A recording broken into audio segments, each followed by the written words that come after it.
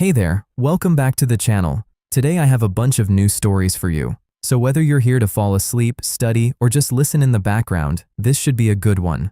Feel free to let me know where you're listening from and what time it is for you. It's always interesting to see where everyone is tuning in from. Now, let's start with the first story. It is titled, I just sold my patent for $20 million.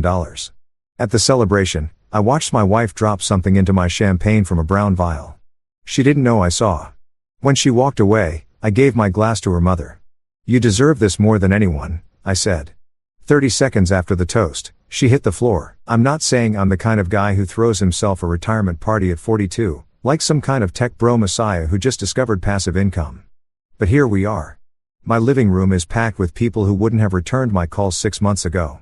And now they're all suddenly my biggest fans because I just sold my water purification micromembrane patent for $20 million cash plus royalties that'll keep rolling in like I'm collecting rent on oxygen itself. The deal closed last Tuesday. By Wednesday, my phone had more congratulatory texts than a quarterback who just won the Super Bowl.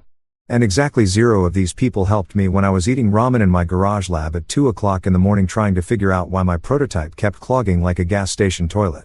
But whatever, I'm not bitter. I'm rich now. So, I'm allowed to be magnanimous and pretend I don't remember who called my project Marcus's expensive hobby or who suggested I get a real job when I was 3 years deep into development. Brittany, my wife, insisted we do this whole thing at the house with a caterer, a bartender who makes cocktails with names like The Innovator and Silicon Sip and enough artisanal cheese to bankrupt a small European nation. She said people expected me to cry, to give some emotional speech about the journey, about believing in myself when nobody else did.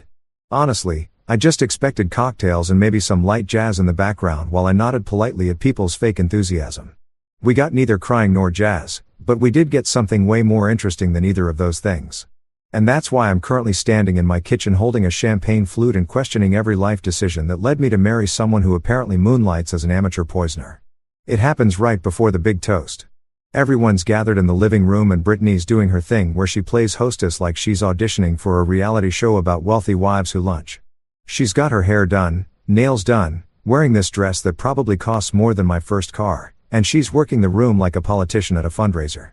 I'm over by the bar, and I reach for my glass, the one with the tiny chip on the rim that I've been using for years because it's comfortable and familiar, and I know for a fact I won't accidentally hand it to a guest because nobody wants to drink from chipped glass here except apparently me.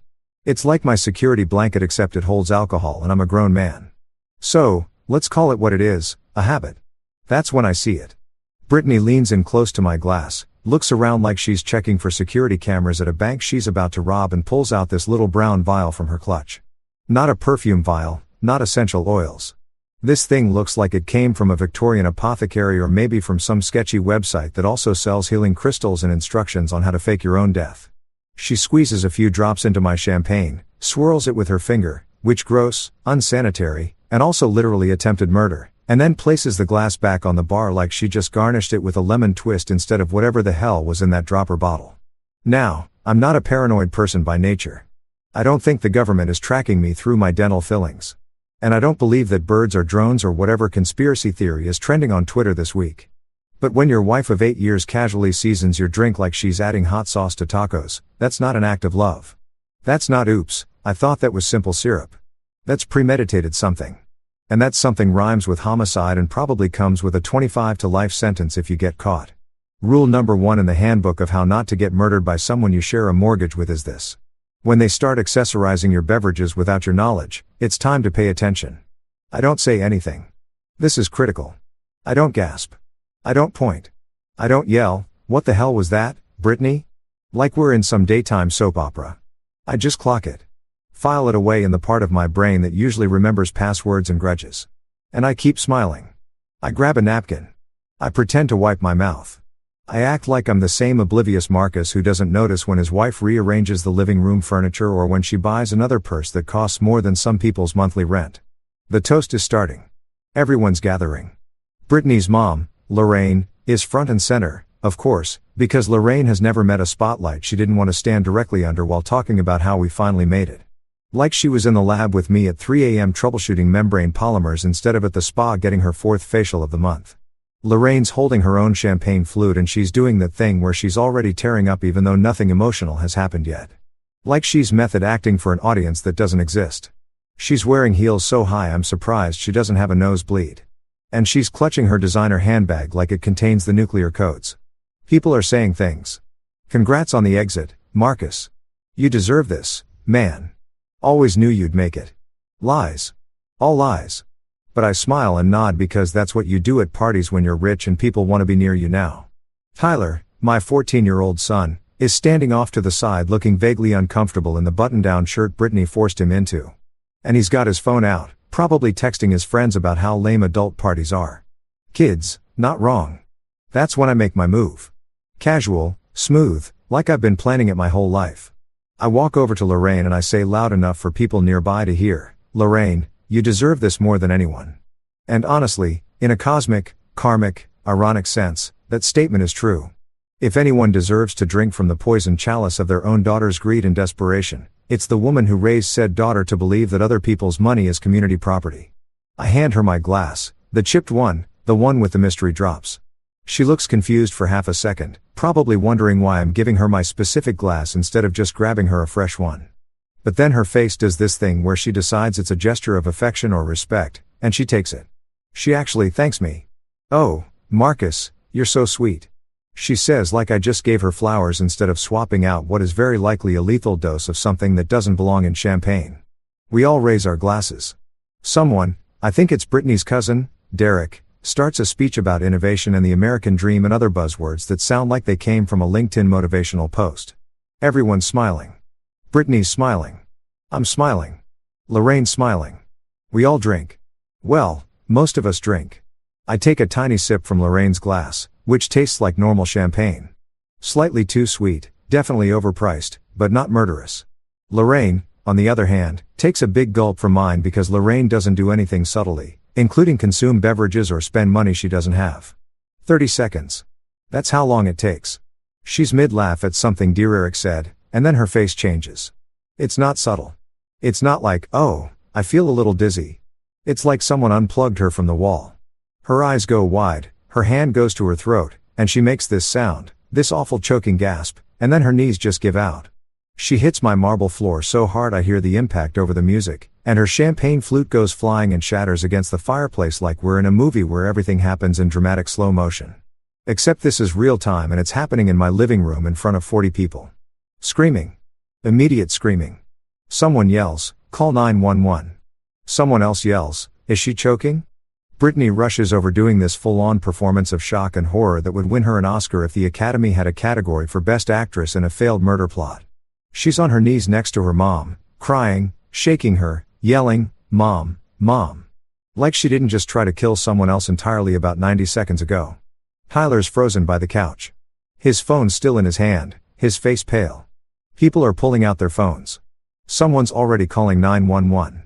Dear Eric's trying to do CPR even though Lorraine's still breathing, just unconscious and twitching slightly, which is somehow worse than not moving at all. And me. I'm standing there still holding Lorraine's champagne flute, a safe one, watching this whole scene unfold like I'm a spectator at a sport I don't understand. I'm calm, too calm, probably. Someone might notice that I'm not panicking, but everyone's too focused on the woman convulsing on my floor to psychoanalyze my reaction time. Internally, I'm thinking one very clear thought. So, we're doing attempted murder before dessert. Cool. This is where we're at. This is the timeline we're in. My wife just tried to poison me at my own retirement party and her mom drank it instead. And now there are paramedics on the way and probably police and definitely a lot of questions that I'm going to have to answer while pretending I have no idea what just happened. The paramedics show up fast. We're in a good neighborhood, which means emergency response times are excellent because property values demand it. They load Lorraine onto a stretcher while Brittany rides with her in the ambulance. Still doing the devastated daughter routine. People are whispering, did she have a stroke? Was it the shrimp? I heard she has a heart condition. Nobody's saying poison champagne because nobody saw what I saw. And I'm not about to announce it in front of 40 witnesses while I'm still processing the fact that my wife is apparently trying to cash in on my death before I've even had time to update my will. I offer to drive to the hospital. I'm the concerned son-in-law. I'm the guy who just made $20 million and definitely has good insurance. Everyone nods approvingly. Tyler comes with me, quiet in the passenger seat, and I can feel him looking at me like he's trying to figure out what I'm thinking. Smart kid takes after me. I don't say anything during the drive. I'm building a case in my head. Evidence and timeline and motive. Because here's what I know for absolute certain. Yelling gets you drama. Crying gets you sympathy. But paperwork, documentation, evidence that gets you justice, that gets you consequences, that gets people prison sentences they can't cry their way out of. And right now, sitting in my car, driving to the hospital where my mother-in-law is being treated for poisoning that was meant for me, I decide something simple and clear. I'm not going to yell. I'm not going to confront. I'm going to smile and document and build a case so airtight that when this all comes out, and it will come out, nobody will be able to say I overreacted or misunderstood or imagined things. They'll just see facts, cold, hard, legally admissible facts, because I didn't survive 42 years and build a multi-million-dollar patent by being stupid or impulsive. I survived by being smarter than the people trying to take advantage of me. And Brittany just made the biggest mistake of her life. She thought I wouldn't notice. She thought I'd drink from that glass and collapse and everyone would call it a heart attack or a stroke or bad luck. She thought wrong. And now I'm going to make sure she knows exactly how wrong she was. One documented piece of evidence at a time. Riverside General Hospital smells exactly like every hospital I've ever been in. Which is to say, it smells like industrial strength bleach mixed with regret and the broken dreams of people who thought their insurance would actually cover things.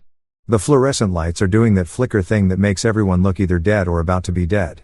And there's a TV in the corner playing the news on mute because apparently watching silent coverage of traffic accidents is supposed to be calming when you're waiting to find out if your mother-in-law is going to survive drinking the poison that was meant for you. The ER waiting room is packed with the usual cast of characters. A guy holding a bag of ice to his face. A kid with a clearly broken arm trying not to cry. A woman coughing like she's auditioning for a tuberculosis awareness campaign. And us, the well-dressed family of a poisoning victim, looking like we just came from a cocktail party because we literally just came from a cocktail party. Brittany is pacing back and forth, like she's training for a walkathon sponsored by guilt and bad decisions. She's got her phone out, texting people updates that I can see from where I'm sitting because she's not even trying to hide the screen. Mom collapsed at the party. Don't know what happened. Pray for us. She's building her narrative in real time, crafting the story of the devoted daughter whose mother mysteriously fell ill at a celebration. And she's doing it with the dedication of someone who knows they're going to need an alibi that holds up under scrutiny. Every few minutes, she dabs at her eyes with a tissue, even though I haven't seen actual tears yet. It's like watching someone perform grief as a one-woman show. And honestly, the acting is decent, but not great. She keeps repeating the same phrases. Oh my God, I just don't know what happened. She says it to the nurse at intake. She says it to the doctor who comes out to give us updates. She says it to the random lady in the waiting room who made the mistake of asking if everything's okay 5 times. I count. When someone repeats themselves that much, it's not shock. It's not processing trauma. It's rehearsal. It's making sure the story stays consistent because they know inconsistency is how you get caught. Tyler is sitting next to me, quiet, his phone in his hands, but the screen dark. He's not texting. He's not playing games. He's just sitting there watching his stepmom pace and perform and then watching me watch her. And I can see the wheels turning in his head. Kid's 14, but he's not stupid. He sees what I see. He just doesn't have the language for it yet. Or maybe he does, and he's just smart enough not to say it out loud in a hospital waiting room where anyone could be listening. I make a mental note, talk to Tyler later, make sure he knows what he saw. Make sure he knows it's okay to trust his instincts when something feels wrong. File that under important parenting moments that shouldn't have to happen because your spouse shouldn't be trying to murder you. A doctor comes out after about 40 minutes. She's young, maybe early 30s, wearing scrubs that have seen better days and an expression that says she's already done 12 hours of a 14-hour shift and would very much like to go home and drink wine in the bathtub. She looks at her clipboard, then at us. Family of Lorraine Hale. Brittany rushes over like she's been shot out of a cannon. Yes, that's my mother. Is she okay? What happened? The doctor does that thing doctors do where they choose their words carefully because they know anything they say might end up in a lawsuit. Your mother is stable. We've started treatment and she's responding. We're still running tests, but preliminary results suggest possible toxic opioid ingestion. She pauses, watching our faces. I keep my neutral. Interested, but not surprised. Concerned. Son-in-law mode activated. Brittany's face does this microscopic flicker just for a second where I see panic before she smooths it back into relief. Toxic what? She asks, and her voice has this edge to it that's trying to sound confused but lands somewhere closer to defensive. Alkaloid, the doctor repeats. It's a type of compound found in certain plants. Definitely not food poisoning, which was our first thought given the party setting. This was something more specific. We're running a full toxicology panel to identify exactly what we're dealing with, but the reaction time and symptoms are consistent with something like aconite or a similar neurotoxin. She looks at all of us. Did your mother consume anything unusual? Any herbal supplements, teas, something from a non-commercial source? Brittany shakes her head vigorously. No, nothing. She just had champagne. That's it. She's talking too fast. People who are innocent don't talk that fast when answering simple questions. People who are innocent take a second to think, to consider, to make sure they're being accurate. People who are guilty already have their answer ready because they've been rehearsing it since the moment things went wrong. I step in, voice calm, measured, like I'm simply trying to be helpful. She only took one sip of the champagne. Doctor, maybe two. Super fast reaction, right? Like less than a minute. The doctor nods slowly. Yes, that's consistent with acute poisoning from a concentrated source. If it was ingested, it would have been in whatever she drank most recently. I let that sit there. I don't add anything. I just nod like I'm processing information. Brittany freezes for half a beat. Just half a second where her entire body goes rigid and her eyes lock onto me like she's trying to read my mind through my skull. Then she recovers. Champagne? You think it was the champagne? That's crazy. Everyone was drinking champagne. Nobody else got sick. Her voice has gone up half an octave. Defensive. Yeah, I say and I smile at her. Just a small smile. Friendly, supportive husband smile. Crazy. The doctor says Lorraine is being moved to a room and will be staying overnight for observation. They want to monitor her cardiac function and neurological responses. Make sure there's no lasting damage. Complete the full toxicology report. Standard procedure for poisoning cases, she says. And I don't miss the way she says poisoning cases, like this is now officially a category of incident and not just a random medical emergency. Brittany does her dramatic relief performance, hand to chest, exhale, thank God, the whole production, and asks if she can see her mother. The doctor says yes, but only for a few minutes because Lorraine needs rest. Brittany rushes off down the hallway following a nurse, and I'm left standing there with Tyler and the young doctor, who looks at me with an expression I can't quite read. You're her son-in-law? She asks. I nod. And you were at the party? Another nod.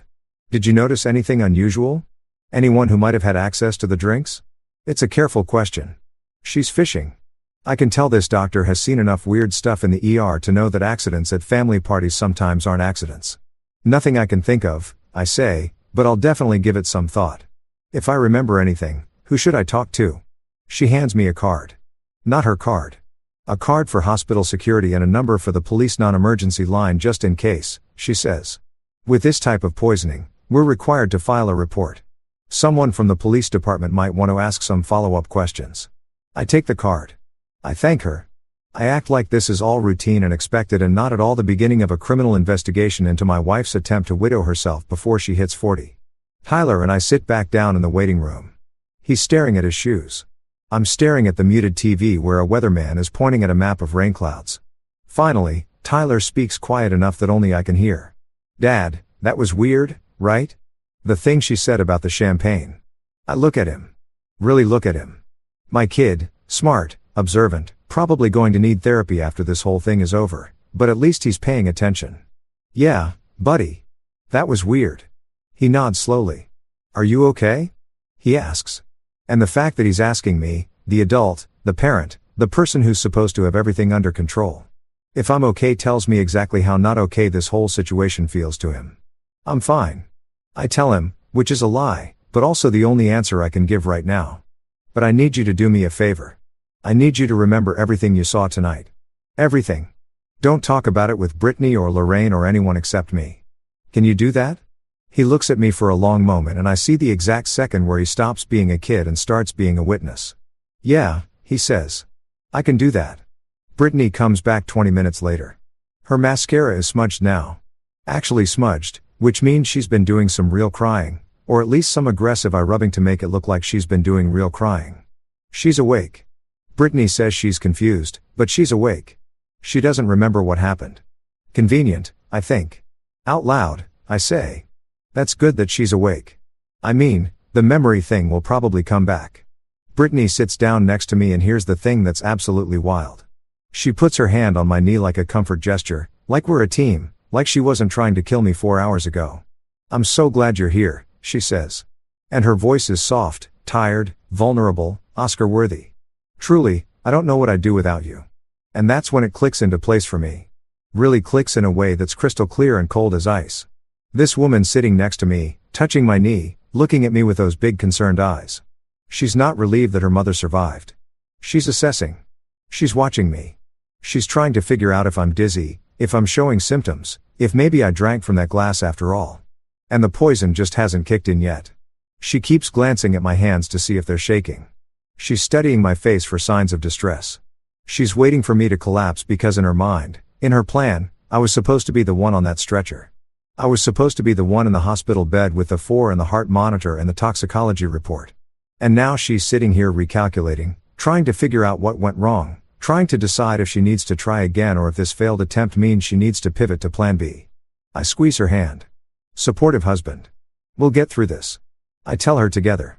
She smiles at me, relieved, and in that smile, I see everything I need to know. She thinks she's safe. She thinks I don't know. She thinks she still has time to fix this, to try again, to find another way to turn my $20 million into her $20 million. What she doesn't know, what she can't know yet, is that the temperature in my chest has changed. It's gone from shock to surgical. From reactive to strategic, from I can't believe this is happening to I'm going to document every single move you make from now until the day they read your charges in court. We drive home an hour later. Tyler falls asleep in the back seat. Brittany's quiet in the passenger seat, staring out the window. I'm driving, hands steady on the wheel, mind racing through everything I need to do. First thing tomorrow, lawyer. Second thing, find out exactly what was in that vial. Third thing, figure out how deep this goes because people don't just randomly decide to poison their spouses. There's always a reason. There's always money. And that's when I start doing the math in my head. Brittany's boutique that's bleeding money. Lorraine's multiple mortgages. The designer lifestyle that requires 6 figures minimum just to maintain. And I realized something that should have been obvious from the start. My wife didn't try to kill me because she hates me. She tried to kill me because she needs me dead. Because dead husbands come with life insurance and marital assets and sympathy and social capital and no prenup enforcement. Dead husbands are profitable. Living husbands with $20 million and a valid prenuptial agreement. Not so much. This wasn't rage. This wasn't passion. This was accounting. This was a spreadsheet with my name in the liability column and her name in the beneficiary row. And now that I see it, I can't unsee it. Now that I know, I can't unknow it.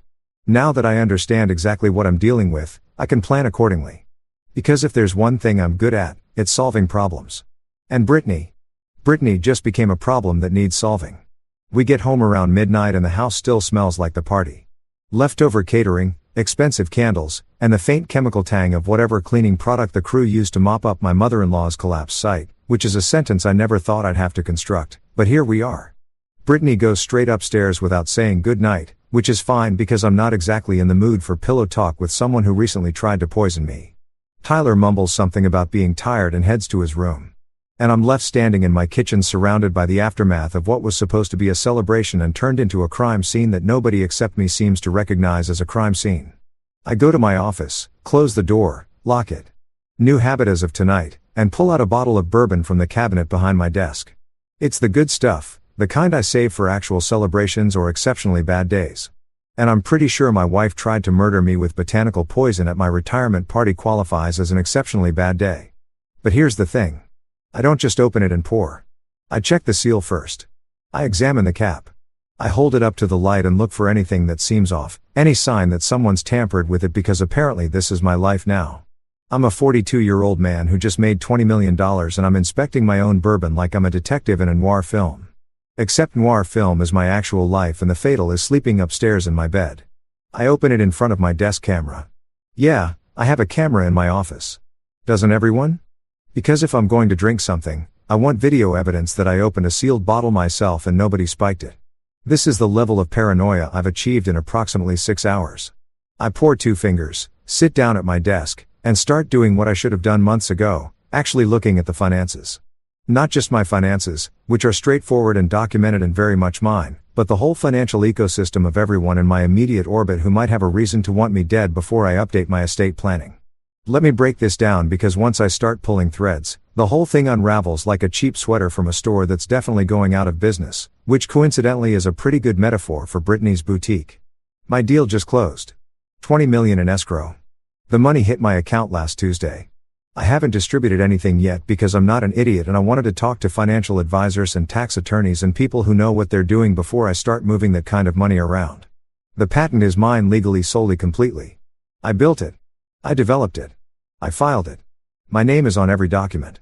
Brittany is not on the LLC. She's not on the patent.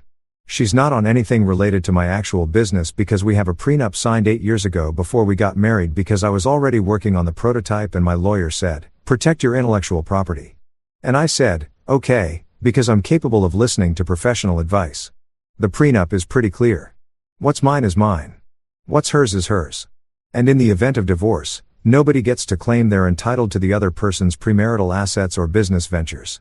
It's not romantic, but neither is bankruptcy court. And I was 26% more naive 8 years ago, but still 26% smarter than the average person who gets married without any financial protection. So legally, Brittany has no claim to my patent money. Zero. Zip. Nada. In a divorce scenario, she'd get whatever we've accumulated together during the marriage.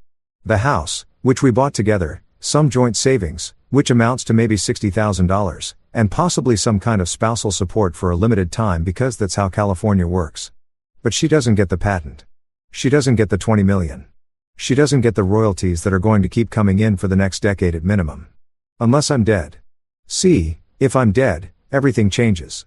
If I'm dead before I update my will, which I haven't done yet because the money just hit and I was planning to deal with it next week, then my current will from 3 years ago is still active.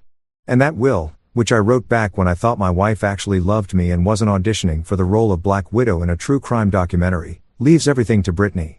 Everything. The house, the money, the patent rights, the royalties, the whole enchilada. Because that's what you do when you're married and you think you're going to grow old together and maybe retire to some place with a beach and good health care. You make your spouse the beneficiary. You trust them. You assume they want you alive more than they want you dead and wealthy. But now I'm looking at Brittany's boutique, Lux Theory. And let me tell you about this business on Instagram. It's thriving. Constant posts about sold out items and exclusive drops. And thank you to our amazing clients. Lots of photos of Brittany in designer outfits standing in front of brick walls looking like she's about to revolutionize the fashion industry. Lots of engagement from accounts that I'm 90% sure are bots because nobody really uses that many flame emojis unironically. But in QuickBooks, and yes, I have access to the business financials because I'm technically a silent partner, which means I gave her startup money 4 years ago and occasionally check to make sure we're not hemorrhaging cash. The real story is very different. The boutique is bleeding money, not like a small cut, like a severed artery. Monthly losses averaging $12,000. Revenue is inconsistent at best. Expenses include rent on a retail space that's way too expensive, inventory that doesn't move, a social media manager who charges $3,000 a month to post pictures, and something called brand development consulting that costs $5,000 monthly, and as far as I can tell, involves a woman named Sage telling Brittany that her energy needs to be more aligned with abundance. The boutique is a vanity project that's become a financial black hole.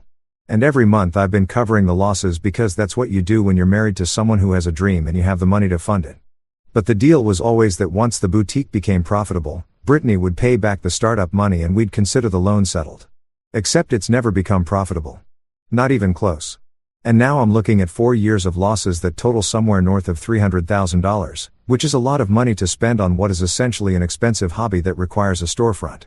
Then there's Lorraine. Oh, Lorraine.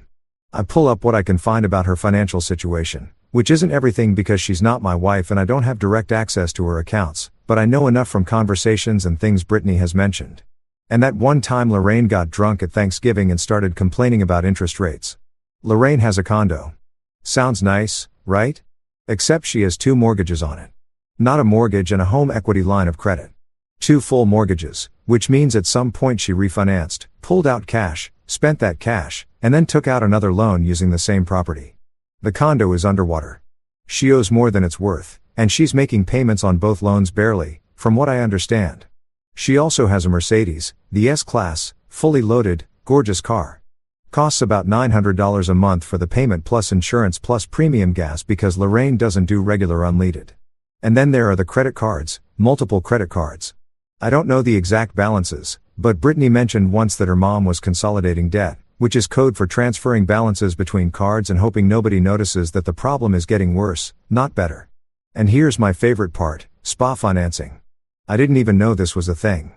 Apparently, you can finance cosmetic procedures and spa treatments and facials and whatever else wealthy women do to avoid looking like they're aging naturally. Lorraine has a payment plan for her face, for her actual face. This is money borrowed to maintain an appearance that suggests she has money, which she doesn't, which is why she needs to borrow money, which creates this beautiful circular logic that ends with her daughter trying to poison me. And then there's Andre. Andre is Brittany's cousin, sort of second cousin, maybe. The family tree is unclear, and I stopped trying to map it out after the third explanation that involved people I'd never met. Andre describes himself as an entrepreneur and a business consultant. But what Andre actually is, based on my observations and some very careful questions I've asked over the years, is a loan shark with business cards and a LinkedIn profile. He loans money to people in the family when they can't get traditional loans because their credit is destroyed or they're already maxed out everywhere else.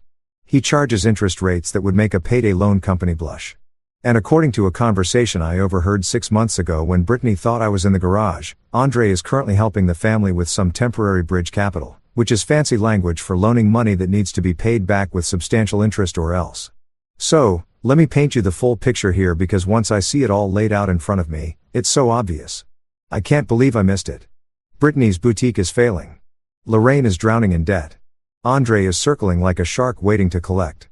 And then I sell my patent for $20 million. $20 million that legally belongs to me alone because of the prenup. $20 million that Brittany can't touch in a divorce, but could absolutely access if I died before updating my will. And suddenly, from their perspective, I'm not Marcus the husband or Marcus the son-in-law. I'm Marcus the solution. I'm Marcus the walking ATM machine that just needs to stop walking so they can make a withdrawal. If I die tragically, heart attack, accidental poisoning, stroke, whatever story they want to sell, Brittany becomes the grieving widow. She inherits everything. The house, the cash, the patent rights, the royalty stream. She pays off her boutique debt, her mother's mortgages, Andre's loans. She's suddenly solvent and sympathetic.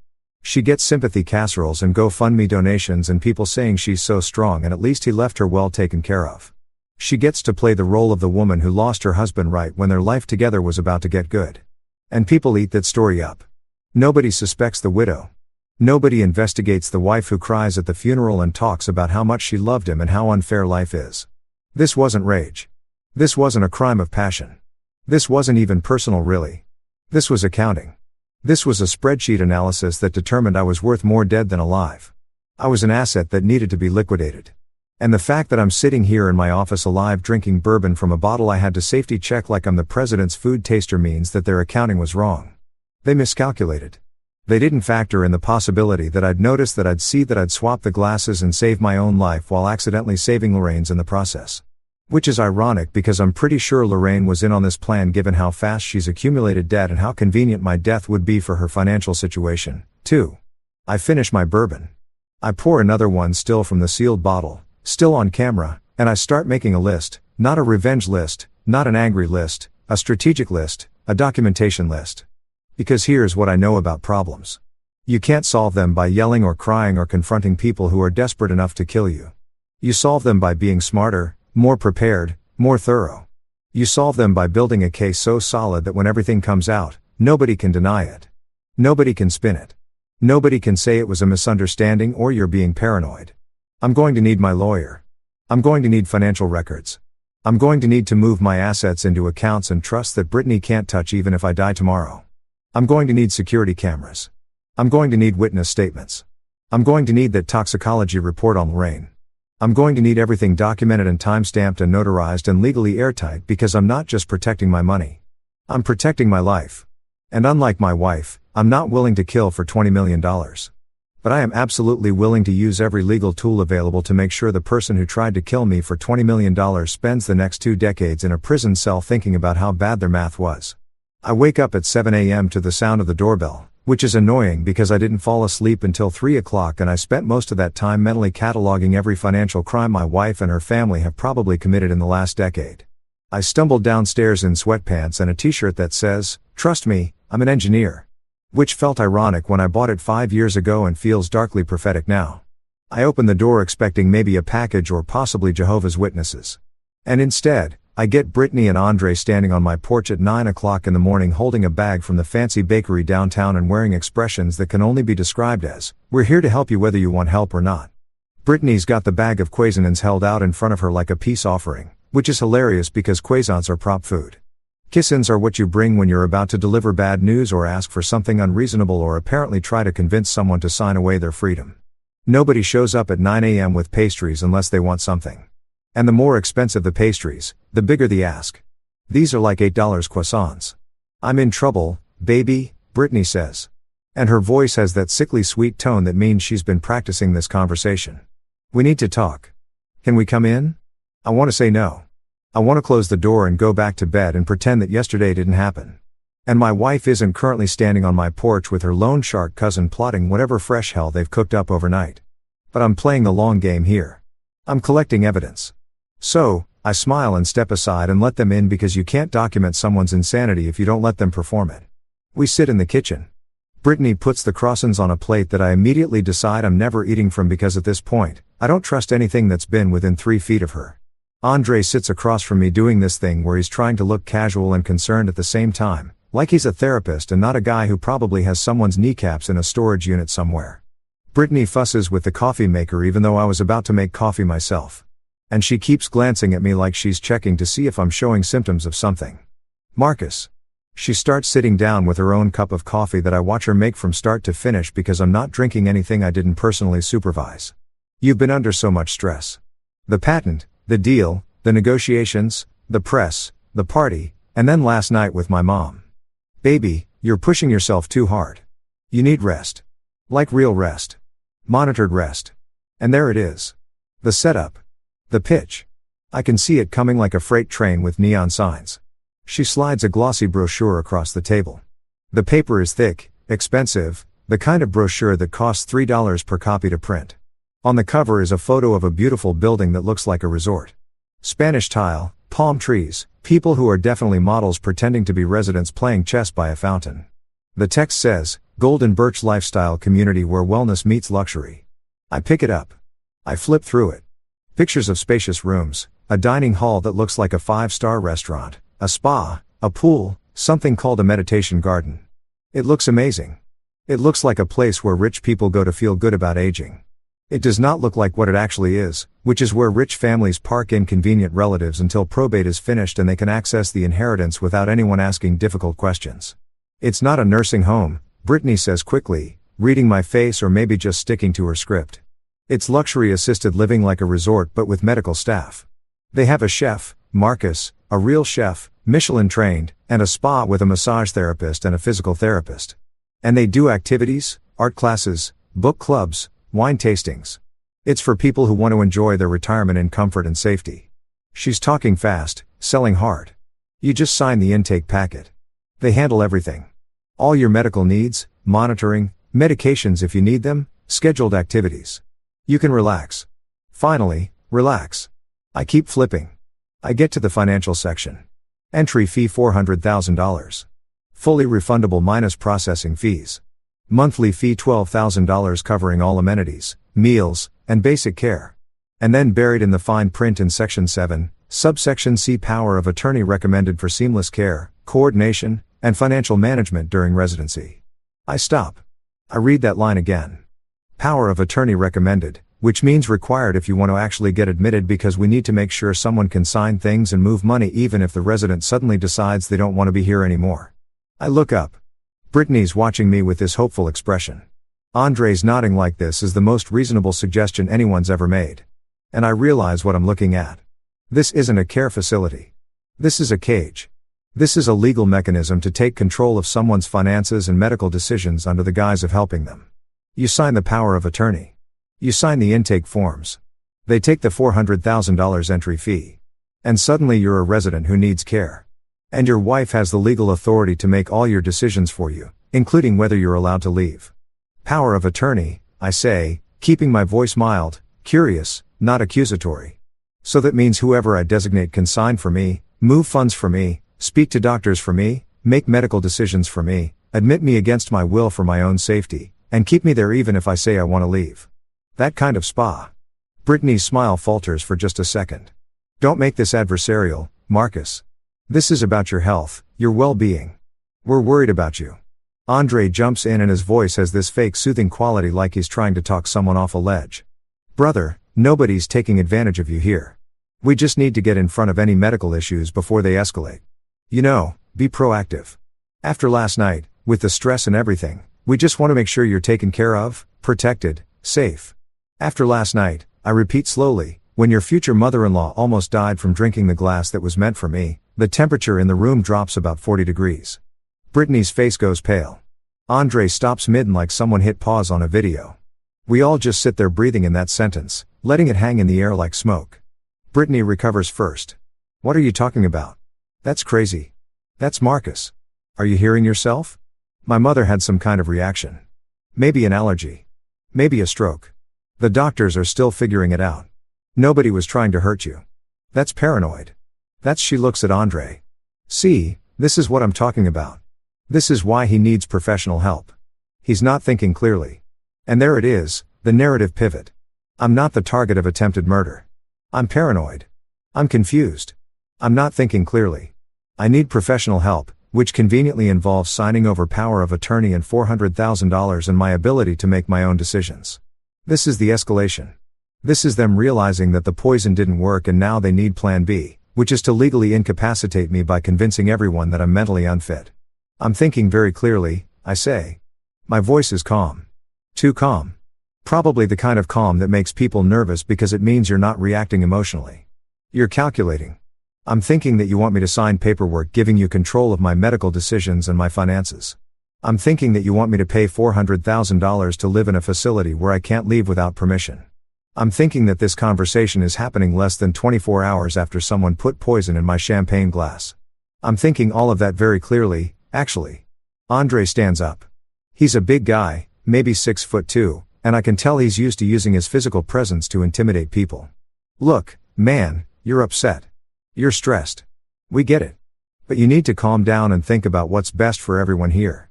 Your wife is trying to help you. Your family is trying to help you. Don't make this harder than it needs to be. Or what? I ask. I stay seated. I don't move. Or what, Andre?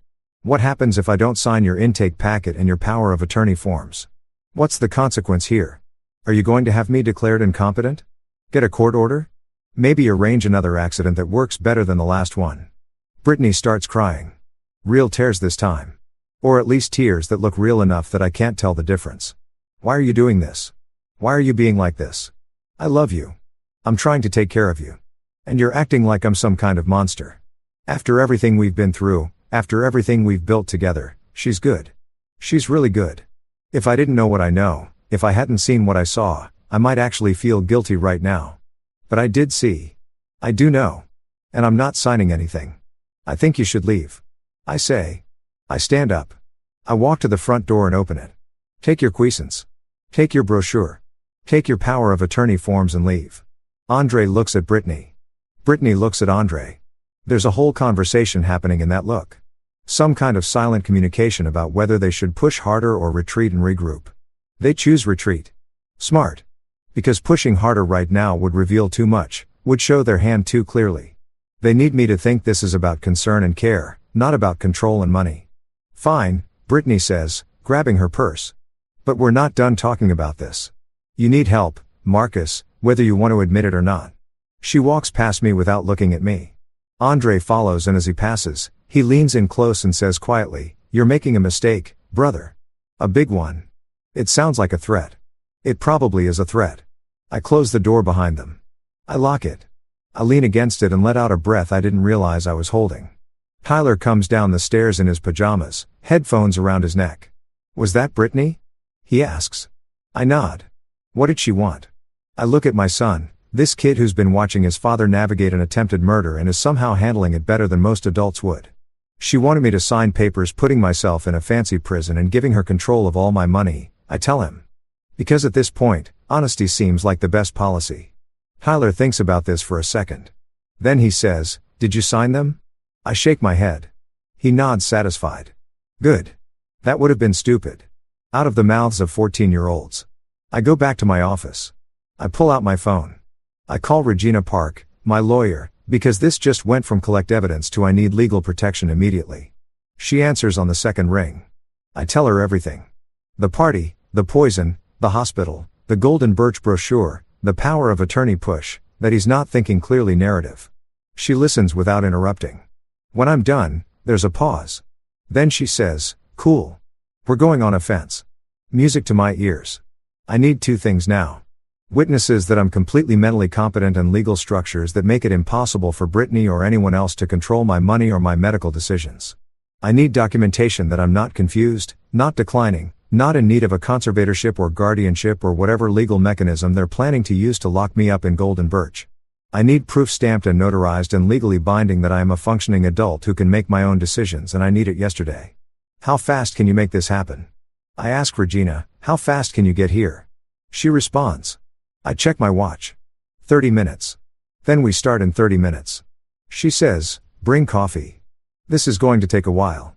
Regina Park's office is in downtown in one of those buildings that looks like it was designed by someone who watched too many legal dramas and decided that justice should be served in a space with exposed brick and industrial lighting. Her firm is small, just her and 2 associates.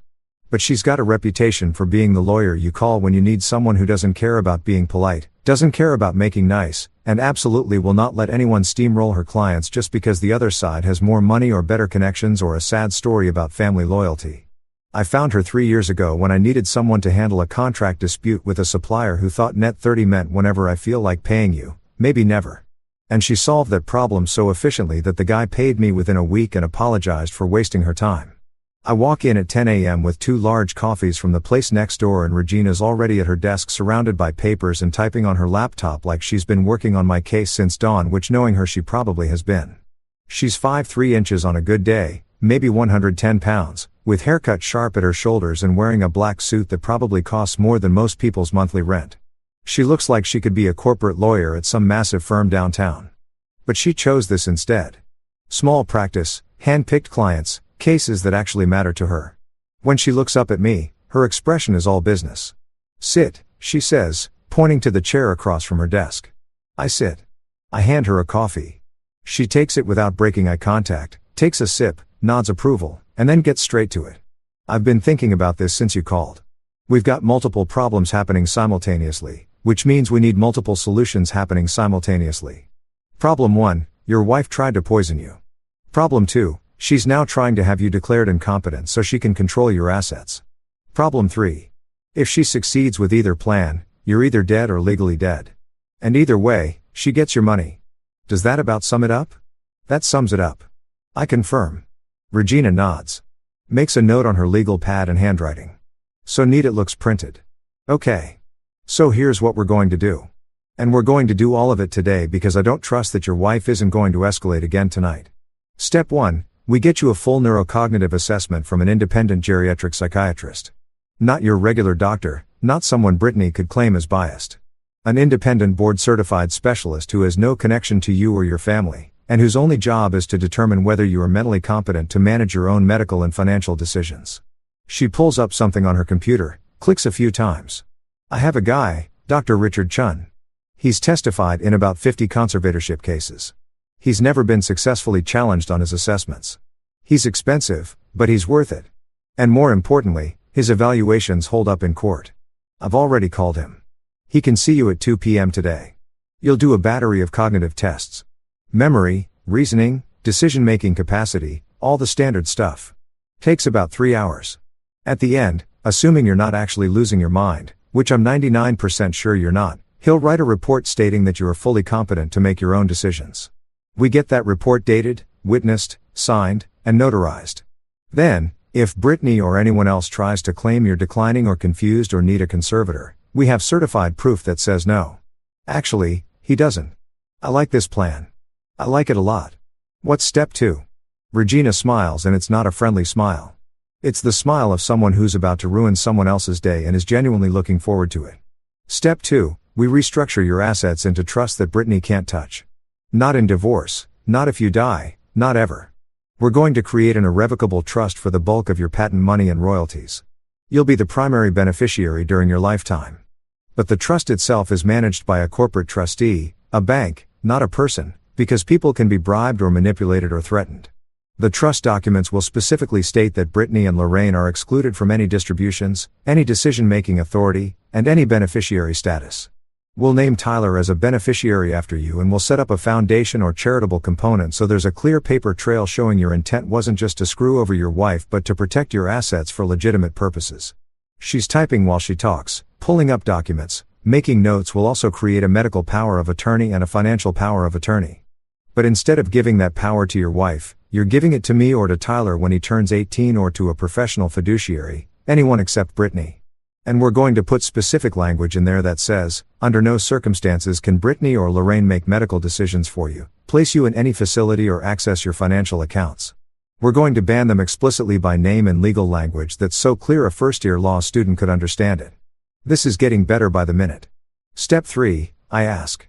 Regina takes another sip of coffee, and I can tell she's enjoying this. Step 3, we put fraud alerts and transaction alerts on every single bank account, brokerage account, and financial institution where you have money. If anyone tries to transfer funds, move assets, or make any changes to your accounts, you get a call immediately. We also send letters to each institution official on my letterhead, very legal looking, explaining that there have been attempted fraudulent transactions and that no changes should be processed without direct verbal confirmation from you, followed by written confirmation from me. We make it so annoying and complicated to access your money that Brittany would need a team of hackers and a small army to get past the security. She pauses, looks at me seriously. And step 4, which is maybe the most important, cameras, audio, and video everywhere.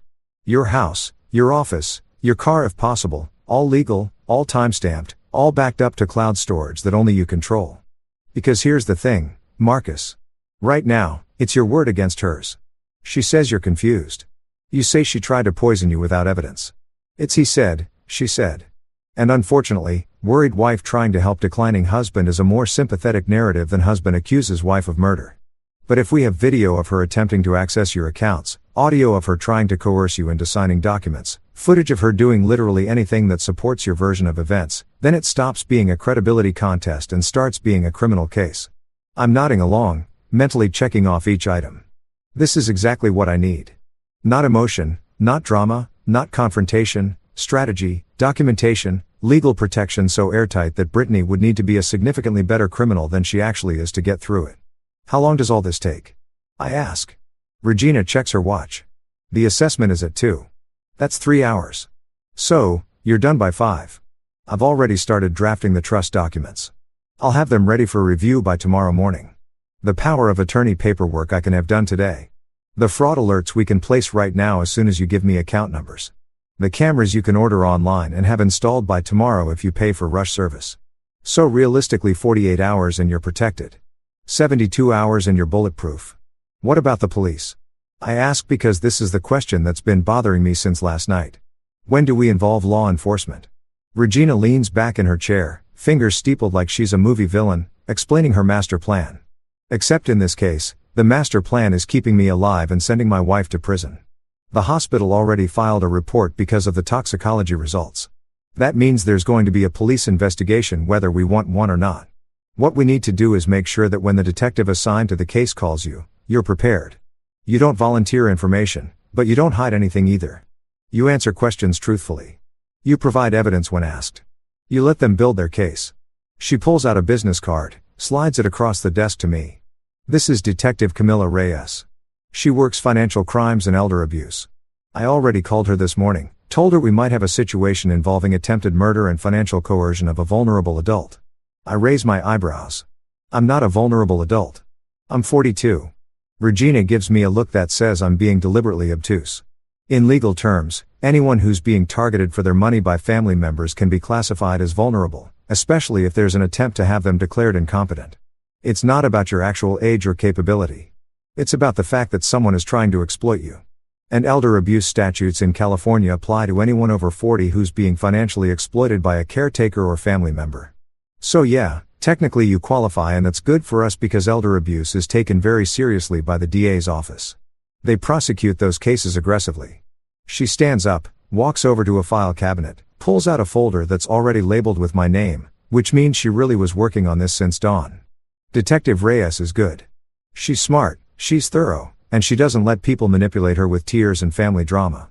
When she calls, and she will call probably in the next day or two, You tell her everything.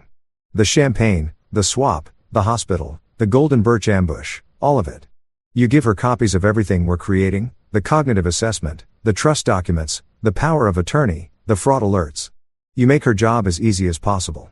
Because the easier you make it for her to build a case, the faster Brittany ends up in handcuffs. I leave Regina's office with a folder full of documents to review. A 2 p.m. appointment with Drive Chun. And for the first time since the party, a sense that I'm not just reacting to attacks, but actually building a defense. No, not a defense. An offense. Because defense is what you do when you're trying not to lose. Offense is what you do when you're planning to win. And I'm planning to win so decisively that Brittany won't just lose access to my money. She'll lose her freedom, her reputation, and any chance of ever trying this with someone else. I get to Dr. Chin's office at 1:45 because I'm the kind of person who shows up early to things, which is probably why I'm successful, and Brittany is trying to murder me for money instead of just earning her own. The office is in a medical building near the hospital. All beige walls and generic landscape paintings and magazines from 6 months ago. Dr. Chun himself is maybe 60. Asian guy with glasses and a calm demeanor that makes you feel like he's seen every kind of cognitive problem imaginable. And yours, whatever it is, doesn't surprise him. The assessment is exhausting in a way I didn't expect. It's not physically hard, but mentally it's like running a marathon while someone asks you to solve math problems. Memory tests where he gives me lists of words and asks me to repeat them back immediately. Then again 5 minutes later. Then again 20 minutes later. Problem-solving exercises where I have to figure out patterns and sequences of numbers or shapes. Questions about current events, recent presidents, basic geography. Tasks where I have to draw a clock showing a specific time. Copy complex figures. Explain the meaning of proverbs. He asked me to count backward from 100 by 7s, which sounds easy until you're doing it out loud and your brain keeps wanting to take shortcuts. 3 hours later, I'm done. Dr. Chun reviews his notes, types something into his computer, and then looks at me over his glasses. Mr. Hale, I'm going to be very direct with you. Based on this assessment, you show no signs of cognitive impairment, dementia, or any condition that would prevent you from managing your own affairs. Your memory is excellent. Your reasoning is sound. Your decision-making capacity is intact. If someone is trying to have you declared incompetent, they're going to have a very hard time doing that with this evaluation on record. He prints out a report 10 pages long, full of scores and analysis and medical terminology, and signs it with a flourish. I'll have the notarized version sent to your attorney by end of business today. I thank him, shake his hand, and walk out of that office feeling like I just passed the most important test of my life. Because I did. I just proved in legally binding medical terms that I'm not crazy. I'm not confused. I'm not declining. I'm a fully functional adult who's being targeted by people who want my money. And now I have documentation that says exactly that. I text Regina, assessment done. He says, I'm competent. Report coming today. She texts back immediately. Perfect. Come by tomorrow at 9 o'clock. We'll sign the trusts. Then we go to war. I drive home smiling because for the first time since I watched my wife poison my champagne, I feel like I'm not the one in danger anymore. She is. Here's the thing about catching criminals. You can't just wait for them to confess.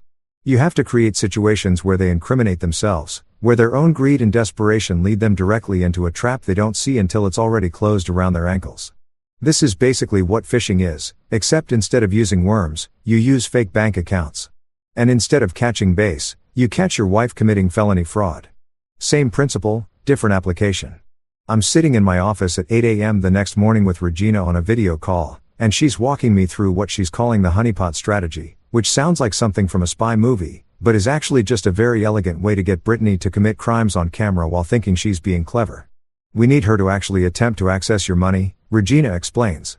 And she's got that look on her face that lawyers get when they're about to do something technically legal, but definitely morally questionable. Right now, we have suspicion. We have the poisoning, which is good, but that's going to be hard to prove was intentional unless we get a confession or find the vial with her fingerprints. What we need is a clear, documented, undeniable fraud attempt that shows intent to steal your assets. Something where her fingerprints, literal or digital, are all over it. So, here's what we do. I go to a bank I don't normally use, a branch of Pacific Western that's across town, nowhere near my usual Wells Fargo. I walk in, I tell them I want to open a new checking account, and I deposit exactly $100. That's it. $100. The account comes with a debit card, online banking access, the full setup. To anyone looking at the paperwork, it appears to be a legitimate active account. It's just that instead of containing $20 million, it contains enough money to buy a decent dinner for two if you skip dessert. Meanwhile, Regina drafts what she calls a durable power of attorney document. It looks official. It looks comprehensive. It's got all the right legal language, the proper formatting, the stamps and seals and signatures that make it appear like it's giving someone specifically whoever I designate broad authority over my financial affairs. Except here's the beautiful part. It doesn't. The language is very carefully crafted to only give access to this one specific checking account at Pacific Western account number ending in 7734 and nothing else. It specifically forbids any movement of securities, property, patents, royalties, or any other assets. It auto-expires in 90 days and buried in Section 12 subsection F in language that requires a law degree to fully parse. It says that any attempt to exceed the authority granted in this document constitutes fraud and nullifies the entire agreement.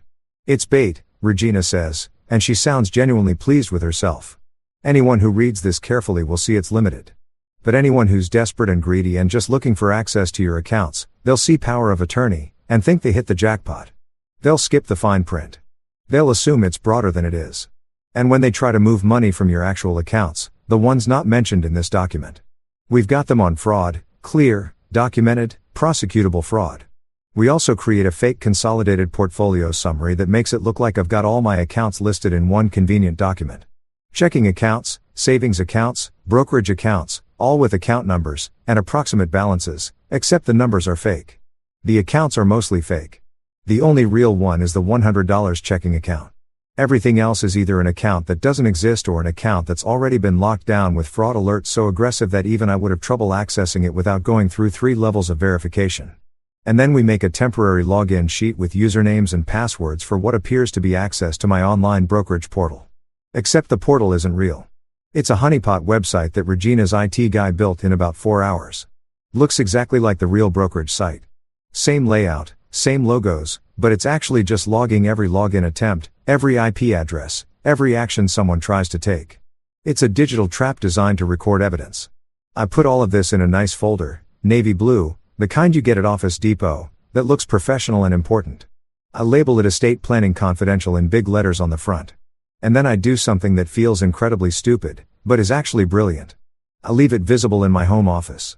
Not obviously visible like sitting in the middle of my desk with a spotlight on it, but visible enough that someone who's snooping around looking for financial documents would definitely find it. I put it in the open filing cabinet drawer filed under E for estate, exactly where someone would look if they were trying to figure out what I've been doing with my money. Because here's what I know about Brittany. She cannot resist information. She cannot resist access. She cannot resist the opportunity to check on things, to make sure everything's organized, to help with administrative tasks that nobody asked her to help with. It's part of her whole personality. She's the person who reads other people's text messages when they leave their phone on the table. She's the person who goes through your browser history accidentally when borrowing your laptop. She's nosy and greedy, and she thinks she's sneaky, but she's actually just obvious if you know what to look for. So, I leave the folder. I go about my evening like nothing's wrong. I make dinner for myself from ingredients I personally bought and opened because we're still operating on the assumption that everything in my house might be poisoned. I watch TV.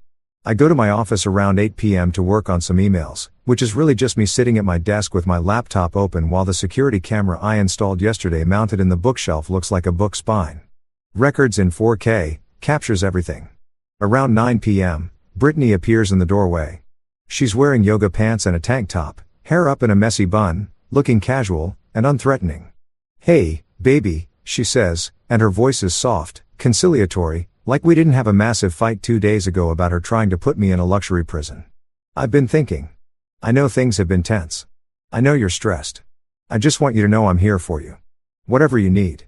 It's a performance. It's absolutely a performance. But I play along because the camera is rolling and I need her to think I'm buying it." "Thanks," I say. I give her a small smile. Not too big. Just enough to suggest I'm softening, that maybe I'm reconsidering, that perhaps she's winning me back over. "I appreciate that. I know you're trying to help." She comes closer, puts a hand on my shoulder, squeezes. "I love you, Marcus. I know you don't believe that right now, but I do. And I'm going to prove it to you." She kisses the top of my head, tells me not to stay up too late, and leaves. The whole interaction takes maybe 90 seconds. Oscar-worthy manipulation. 30 minutes later, I'm in bed in the guest room now because I've decided sleeping in the same room as someone who tried to poison me is a line I'm not willing to cross. And my phone is on the nightstand, unlocked, screen facing up. I'm not actually asleep. I'm reading on my tablet, waiting, and then it happens. My phone pings, not a text, not an email. An alert from the security system. Motion detected in home office. I switch to the camera app. There's Brittany, illuminated by the desk lamp she just turned on, standing in front of my filing cabinet. She's got her phone out. She's looking around, checking, I assume, to make sure I'm not coming back downstairs. And then she opens the drawer, pulls out the navy blue folder, flips it open. I watch on my phone screen as she photographs every page, the power of attorney, the portfolio summary, the login credentials sheet.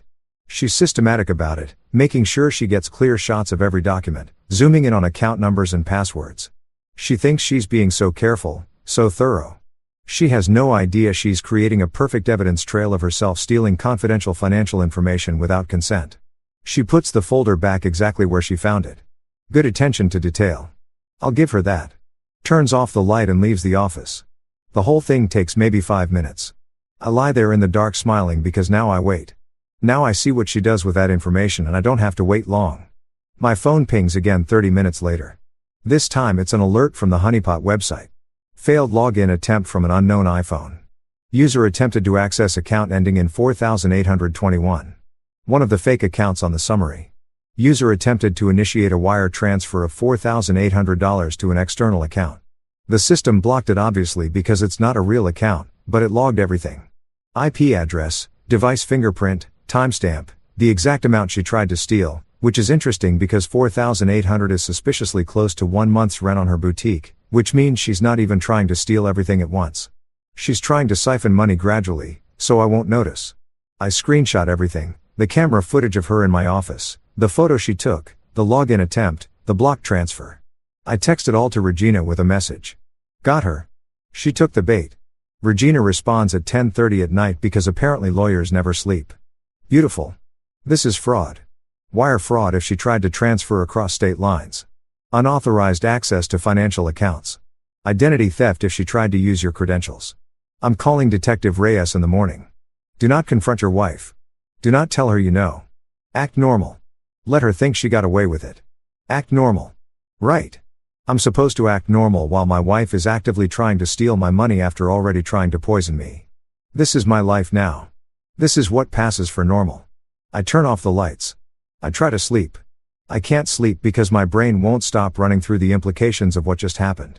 This isn't she said anymore. This isn't circumstantial evidence.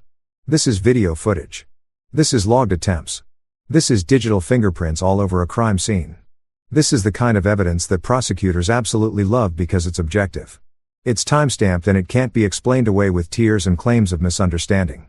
In the morning, I go downstairs and Brittany's in the kitchen making coffee like everything's fine. Morning, baby, she says. All sunshine and casual energy. Sleep okay. I pour myself coffee from the pot I watch her make, even though I'm still not fully convinced she won't poison the coffee.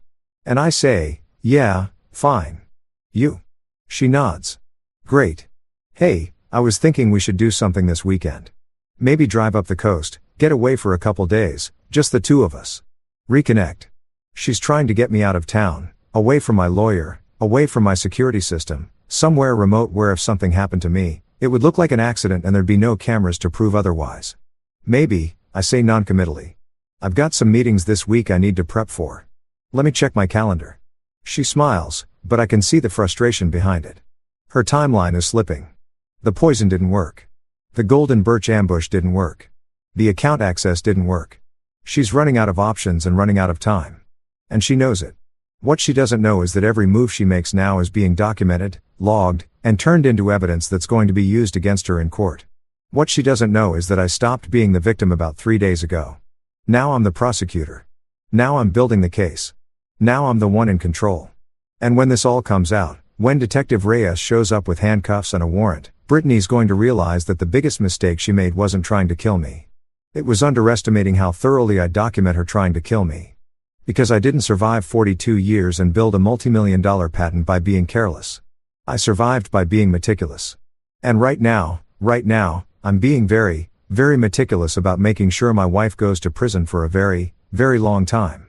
You ever have one of those mornings where you wake up and realize your life's become a true crime episode narrated by a voice that sounds suspiciously judgmental? Yeah, that was me. My house still smelled like burnt nerves and betrayal when Detective Camila Reyes showed up the next morning. She was early 30s, Latina. Common that way. Only people who have seen genuine chaos can be. Hair tied back, no nonsense posture, and eyes that scan like she was downloading the entire room straight into some government-grade cloud storage. She didn't knock timidly either. It was a confident triple tap, followed by Mr. Hale. Detective Reyes, Riverside PD. That's cop code for I already know everything and I'm here to confirm how stupid everyone else looks. I opened the door, holding a mug I didn't plan to drink from because trust issues now come in caffeine form, and said, "You're either my guardian angel or my new therapist." She gave me a look that said, "Neither." Inside, she glanced around, eyes pausing on the kitchen counter where 3 different bottles of water stood sealed like evidence exhibits. "You taking hydration seriously, huh?" she asked dryly. "These days," I said.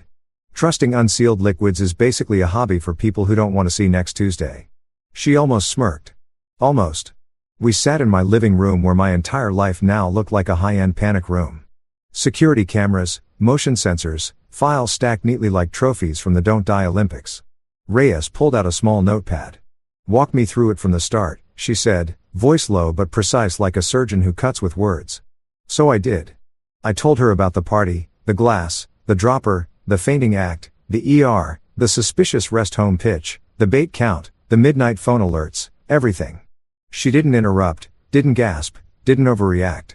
She just wrote in shorthand like she was already 3 moves ahead. When I mentioned the chipped glass, her pen paused. "You still have it?" she asked. "Yeah," I said, walking her to the kitchen freezer like a man proudly showing off leftovers that could win a case. Inside, next to a frozen lasagna, sat a Ziploc bag with the bottle and the chipped flute sealed inside. "You watch too many legal thrillers," she said, eyebrows up. "You have no idea," I replied. She pulled out a pair of latex gloves from her pocket because of course she came prepared. Sealed the bag inside an evidence pouch, labeled it, and said, "We'll run this. If it's what you think it is, we'll know in 48 hours. The calm in her tone was unsettlingly confident. Then she asked for the rest. The screenshots, the login attempts, the fake Golden Birch documents, my notarized mental evaluation, the trust paperwork that legally exiled my wife and her mother from anything that had a $sign on it.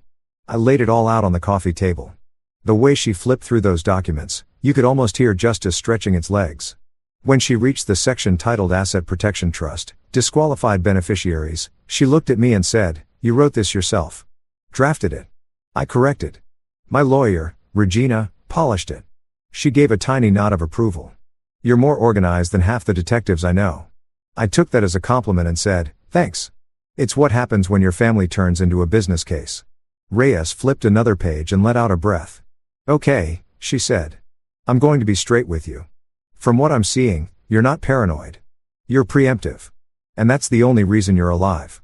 Now, when a detective says something like that, you don't laugh. You just let the weight of it sit there, heavy and oddly validating," she went on. "The vial, if it's what I think, could be AITA monkshood used in some herbal poisons. Hard to trace, fast acting. If that's confirmed, this moves from suspicious to straight up attempted murder." "Neat," I said. Deadpan, so normal marriage stuff. She cracked the smallest grin. "You'd be surprised how often I hear that." We went over timelines, who poured what, who moved when. I told her about the exact moment Brittany accidentally doctored my drink, how I swapped the glasses, how Lorraine collapsed. Reyes tapped her pen on the page. "You ever confront your wife about it?" "Nope," I said. "I like breathing." That got another flicker of amusement.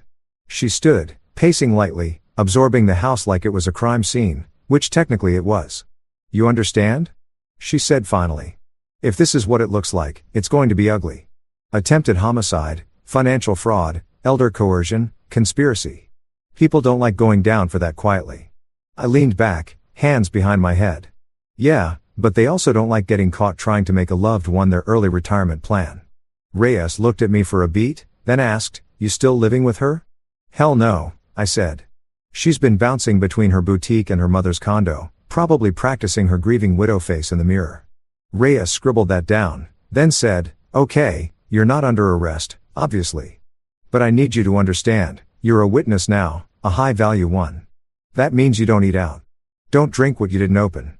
Don't trust anyone who knocks on your door unless they're wearing a badge or holding a subpoena. Got it.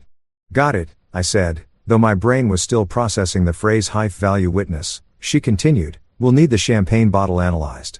We'll get a search warrant for her phone, her mother's, and anyone connected to that Golden Birch scheme. You'll be looped in before we move. Until then, stay predictable. Don't tip her off. Detective, I said slowly. She tried to kill me at my own party. I think she's past the point of caring about subtlety. Reyes didn't disagree. She collected the evidence, carefully tucked everything into labeled bags, and before she left, she said something that somehow felt colder than the freezer. Mr. Hale, from this point forward, don't drink or eat anything you didn't seal or plate yourself. Not from your wife, not from family, not from restaurants, not even a mint at church. I stared. Not even a mint. She raised an eyebrow.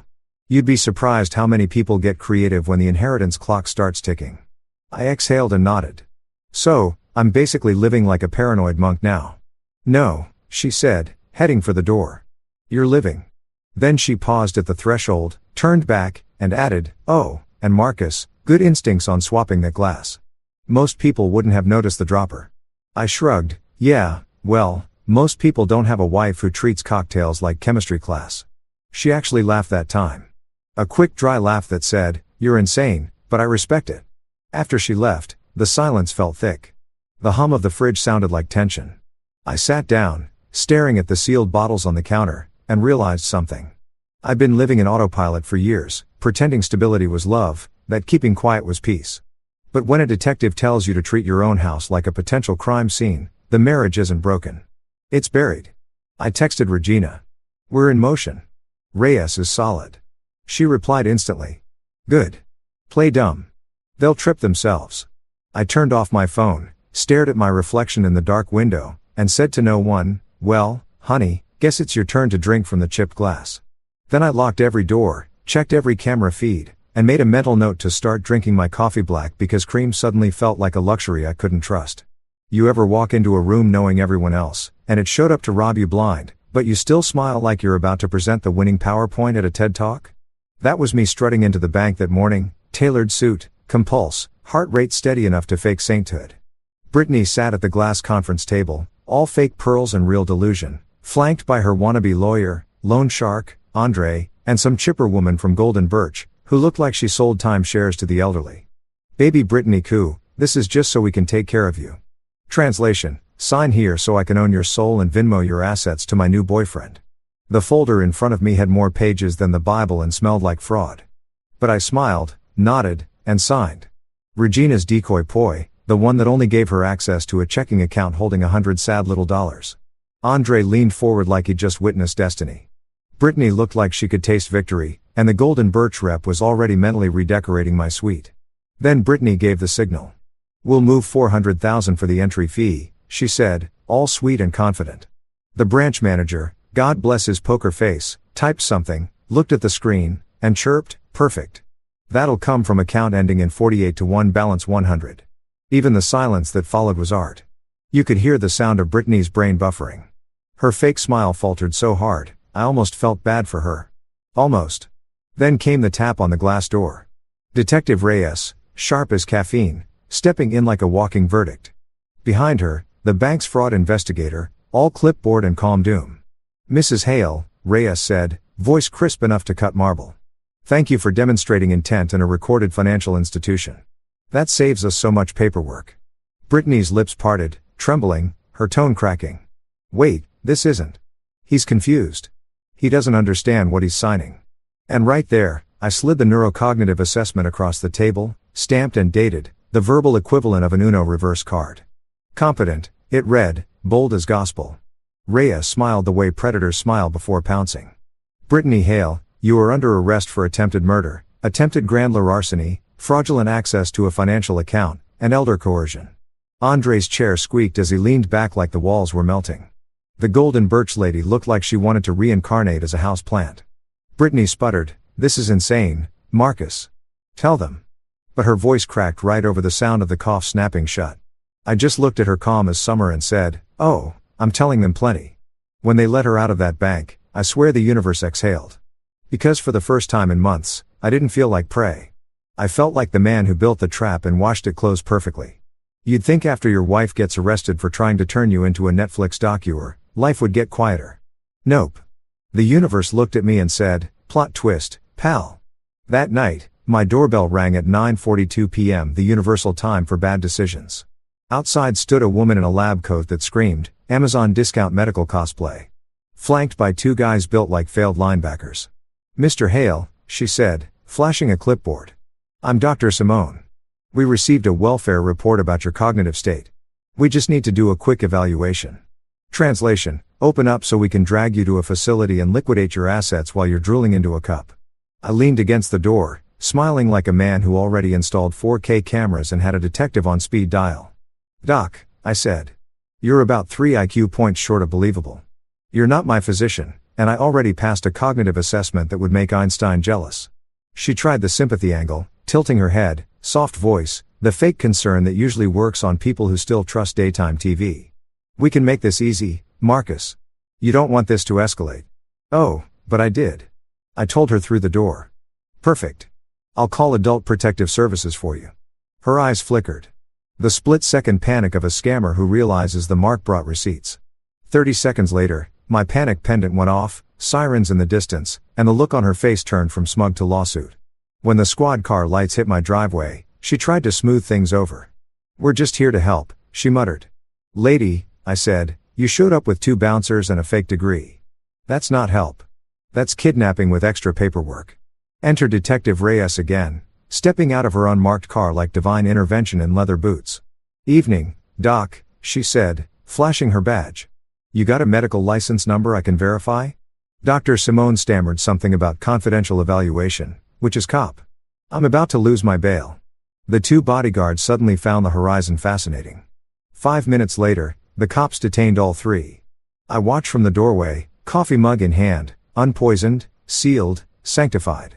Tyler, my son, filmed the entire circus from the hallway, narrating like a YouTuber. Hi, I'm Tyler Hale, and this is what attempted kidnapping looks like. When Reyes told them APS already had protective orders in my file, including their names, it was poetic. The fake doctor's jaw actually dropped. They got hauled off and Reyes gave me that look again. The one that said, you were right to be paranoid. I told her, at this point, I'm not paranoid. I'm professional. Tyler laughed. Dad, that was savage. I grinned, ruffling his hair. Nah, son. That was documented. That night, as the house quieted, I realized the war wasn't about money anymore. It was about control, and I'd just taken mine back. If justice had a playlist. Mine started with the rhythmic squeak of courtroom chairs and ended with the sound of my ex-wife's freedom getting revoked in high definition. The day Brittany shuffled into court, she was dressed like a sad Pinterest board titled Forgiveness Chic. Soft beige dress, demure pearls, and that tragic face people wear when they're rehearsing sympathy for the camera. Her lawyer did the whole misunderstanding between loving family members routine dripping with insincerity. The prosecutor didn't even blink. They rolled out the receipts like it was Black Friday for karma. Lab results showing AITA champagne. Screenshots of the fake Golden Birch retirement home. The search history that read like a serial killer starter kit. How to disguise poison taste. Aconite lethal dose. Husband's assets after death. The courtroom air turned electric and for once Brittany didn't have a single fake tear left to squeeze out. Then they played the ring cam audio. Her voice clear as a church bell hissing. Sign it now or we'll just have you evaluated and placed anyway. The silence that followed could have powered a small city. When the judge finally looked up, his expression said, I've seen villains, but this one's a first ballot inductee. Her lawyer tried to recover with, Your Honor, my client was under emotional stress, but the judge shut that down like a bouncer at closing time. I stood, buttoned my jacket, and gave my statement. Not dramatic, not tearful, just truth in its cleanest, sharpest form. I'm not confused, I said. I'm not declining. I'm just inconvenient to people who treat loyalty like an ATM. I swear. The judge actually nodded. Then came the verdict. Bail revoked. No contact order. Charges upgraded from attempted murder to premeditated with financial intent. I didn't cheer, didn't smirk, just exhaled. Lorraine tried her best act in the hallway, crying about how I humiliated her by letting her drink the wrong glass. Lorraine, I said, I literally saved your life. You're welcome. Even Tyler winced. Dad, he whispered. That was cold. No, son. I told him that was documented. We drove home in silence, the kind that feels like peace after a storm. My neighbor brought banana bread, real care, not the weaponized kind. And for once, I accepted it without scanning the ingredients. That night, I poured a drink from a freshly sealed bottle, cracked it open in front of my kitchen camera like a ritual, and raised my glass to the quiet. To poisoners with bad timing, to paperwork, to survival. I took a long sip, tasted freedom, and smiled because they thought a signature could bury me. But in the end, signatures were exactly what buried them. And that concludes this story. That was a pretty wild one if you ask me. Let me know what you think about it in the comments. Now, let's get right into the next story. It's titled, My wife left a note on the counter, I'm done with you. The house is sold. Pack and leave. On the back, I wrote 2 words. When she read them, 37 missed calls. My wife left a note on the kitchen counter. I'm done with you. The house is sold. Pack and leave. I read it twice before the words actually registered. The marble beneath my fingertips felt colder than it should have.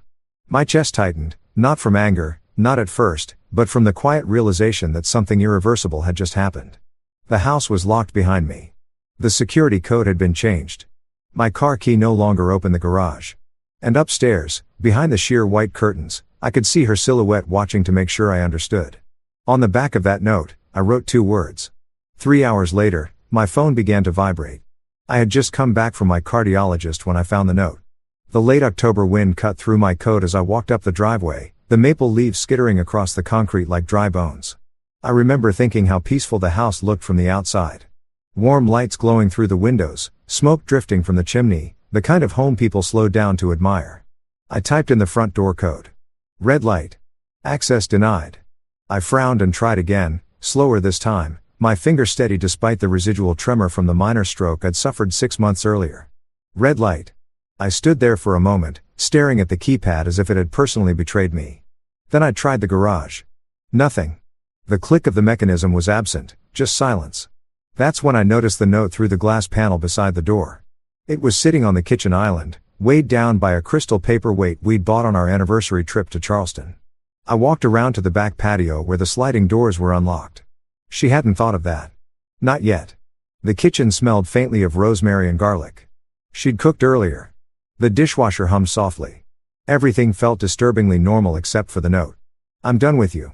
The house is sold. Pack and leave. No explanation, no signature, just a clean severing.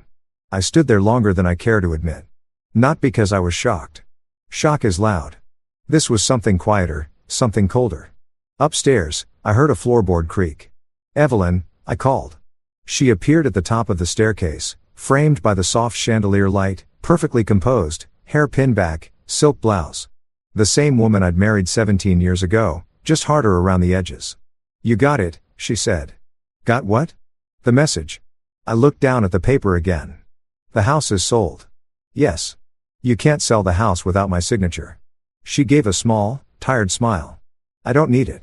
The wind rattled the windows. Somewhere outside, a dog barked. Evelyn, I said carefully, keeping my voice level. What are you talking about? I'm talking about reality, Daniel. She descended halfway down the stairs, stopping at a safe distance. You had a stroke. You can barely manage your medications without reminders. You forget meetings. You sleep half the day. I can't keep pretending everything is fine. I'm recovering. You're declining. The word hung between us. We accepted a cash offer, she continued. Closing is tomorrow. The buyers want immediate possession. You don't have authority to transfer the title. I have power of attorney, she said, her tone sharpening. You signed it. Remember? I did remember. After the stroke, while I was still foggy and grateful to be alive, she'd insisted it was just temporary. In case something happened, she'd said, in case you can't speak for yourself, I had signed. But I also knew exactly what that document allowed and what it didn't. You think I'm a burden? I said quietly. Her jaw tightened. I think I deserve stability. There it was. Not grief, not fear. Calculation. Who's the buyer? I asked. That's not your concern. And where am I supposed to go? She shrugged lightly. You have investments. You'll manage. I studied her face. There was something behind her eyes I hadn't noticed before. Urgency, almost panic. This wasn't about my health. This was about something else. I walked back to the counter and picked up the note. The paper was thick, expensive stationery. She'd taken time to choose it. I turned it over. On the blank side, I wrote 2 words. Check again. I set the note back exactly where she had left it. What does that mean? She asked. You'll see. I walked out the back door without another word. The air outside felt sharper now, cleaner. My heart beat steady in my chest, stronger than it had in months. I didn't drive to a hotel. I drove downtown. By the time I reached my attorney's office, I already knew what I would find. At 5:42 p.m., my phone buzzed for the first time.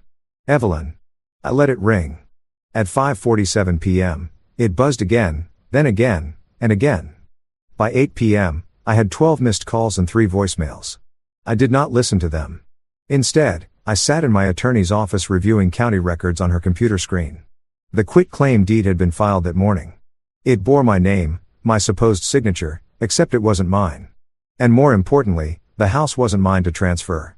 It hadn't been for 12 years. When I finally stepped outside into the cold night air, my phone vibrated again. 17 missed calls. I turned it face down on the passenger seat. She thought she had removed me from the board. She didn't realize she had just made her first mistake. And tomorrow at closing, she was about to make her last. By 6:30 the next morning, my phone showed 23 missed calls. I hadn't slept much, not because I was upset, but because my mind was working. I've spent 35 years in estate planning and commercial asset structuring. When something doesn't make sense, I don't panic. I trace it. Evelyn didn't sell the house because she thought I was declining. She sold it because she was desperate. I was sitting across from Margaret Hill at 7:12 a.m. Margaret has been my attorney for 14 years. Sharp, methodical, early 40s, the kind of woman who doesn't raise her voice because she doesn't need to. She slid the county filing across her desk. She filed a quitclaim deed yesterday at 9:03 a.m. Use the POA you signed in March. And Margaret said, removing her glasses, she assumed you own the property personally. I don't. No, you don't. 12 years ago, long before Evelyn started redecorating the house in shades of white and gray, I transferred the property into the Henderson Asset Protection Trust. It was irrevocable. I was the managing trustee. The beneficiary structure was layered, clean, legal, protected. Evelyn had never cared about the mechanics. She liked outcomes, not paperwork. She can't transfer what you don't own, Margaret continued. The trust owns it. The POA gives her authority over you, not over the trust. Has the title company flagged it? Margaret gave a thin smile. They will. I leaned back in the leather chair and exhaled slowly. Closing is scheduled for 10, she said. Downtown Sterling and Wyatt cash buyers. Yes, a young physician and his wife. They wired earnest money last week. That explained the urgency. Who's representing her? I asked. Daniel, you're not going to like this. I already didn't. It's a smaller brokerage, a man named Travis Lang. I stared at the name. I'd seen it before. 3 months ago, I'd walked into our garage late at night and found Evelyn laughing into her phone. When she saw me, she'd said it's just a developer friend. Travis Lang, mid-40s, smooth real estate opportunist, over-leveraged. Pull his business filings, I said.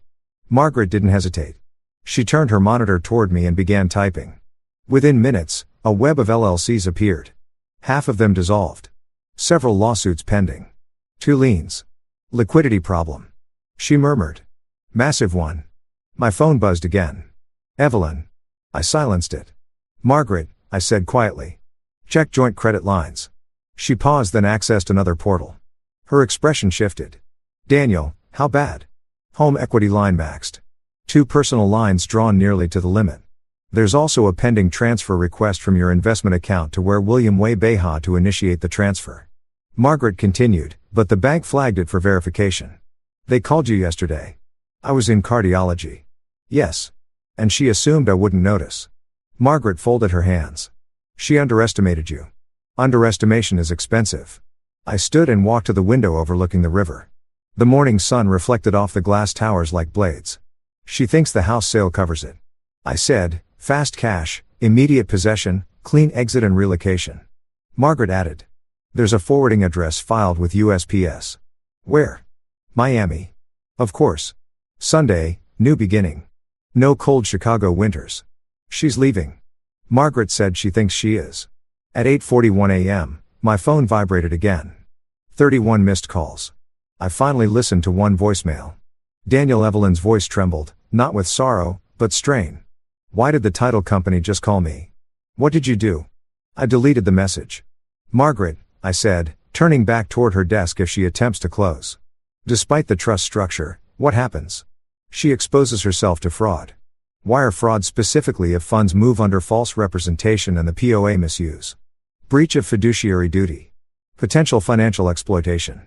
Criminal. If pursued, I nodded once. Notify the title company formally. Send certified copies of the trust. File a notice of dispute with the county recorder. And draft a petition for temporary protective order. Margaret's eyes sharpened. You're not stopping at the closing. No. What are you planning? I didn't answer immediately. Instead, I reached into my jacket and pulled out a thin envelope. Inside was a dead instrument. I'd hired a forensic accountant 3 weeks ago quietly. Something about Evelyn's spending didn't align. Travis Lang had taken out a private bridge loan 6 months earlier. $500,000 high-interest short-term collateral non-personal guarantee. He was underwater. And yesterday morning through an intermediary, I purchased that debt. She doesn't know, Margaret asked softly. No. Does he? Not yet. Margaret leaned back slowly. So at 10 o'clock, she believes she's closing on a house she doesn't legally own to pay off a debt that now belongs to you. Yes. She studied me carefully. This isn't revenge, is it? No, I said. It's correction. At 9:15 a.m., we left for Sterling and Wyatt. My phone buzzed again. 37 missed calls. I turned it face down. Let her feel the silence. By the time we entered the lobby at 9:58 a.m., I wasn't angry. I wasn't hurt. I was clear. Evelyn had written her note in bold letters, but she hadn't read the fine print. And at 10 o'clock sharp, she was about to. At 9:59 a.m., the elevator doors opened onto the 42nd floor. Sterling and Wyatt believed in intimidation by architecture. Floor-to-ceiling glass, polished walnut, a reception desk carved from a single slab of marble. The kind of place where people signed documents that changed their lives and tried not to look nervous doing it. Margaret walked beside me, her heels striking the floor with quiet precision. 2 men followed at a measured distance, plain clothes, neutral expressions. Detectives Miller and Caruso. They looked like corporate executives. They were not. Through the glass walls of Conference Room B, I saw Evelyn. She was seated upright at the far end of a long table dressed in navy silk posture. Perfect. To her right sat Travis Lang, immaculate in a tailored gray suit, leaning back with artificial ease. Across from them, a young couple, early 30s. The husband had a doctor's posture, straight spine, careful eyes. His wife held a leather portfolio in both hands like something sacred. Between them on the table lay a cashier's check. Milunya Habendala. The air inside that room was thick with expectation. Margaret paused beside me. Ready? I've been ready. At exactly 10:03 a.m., I opened the door. The room fell silent. Evelyn's face drained of color. So fast it was almost clinical.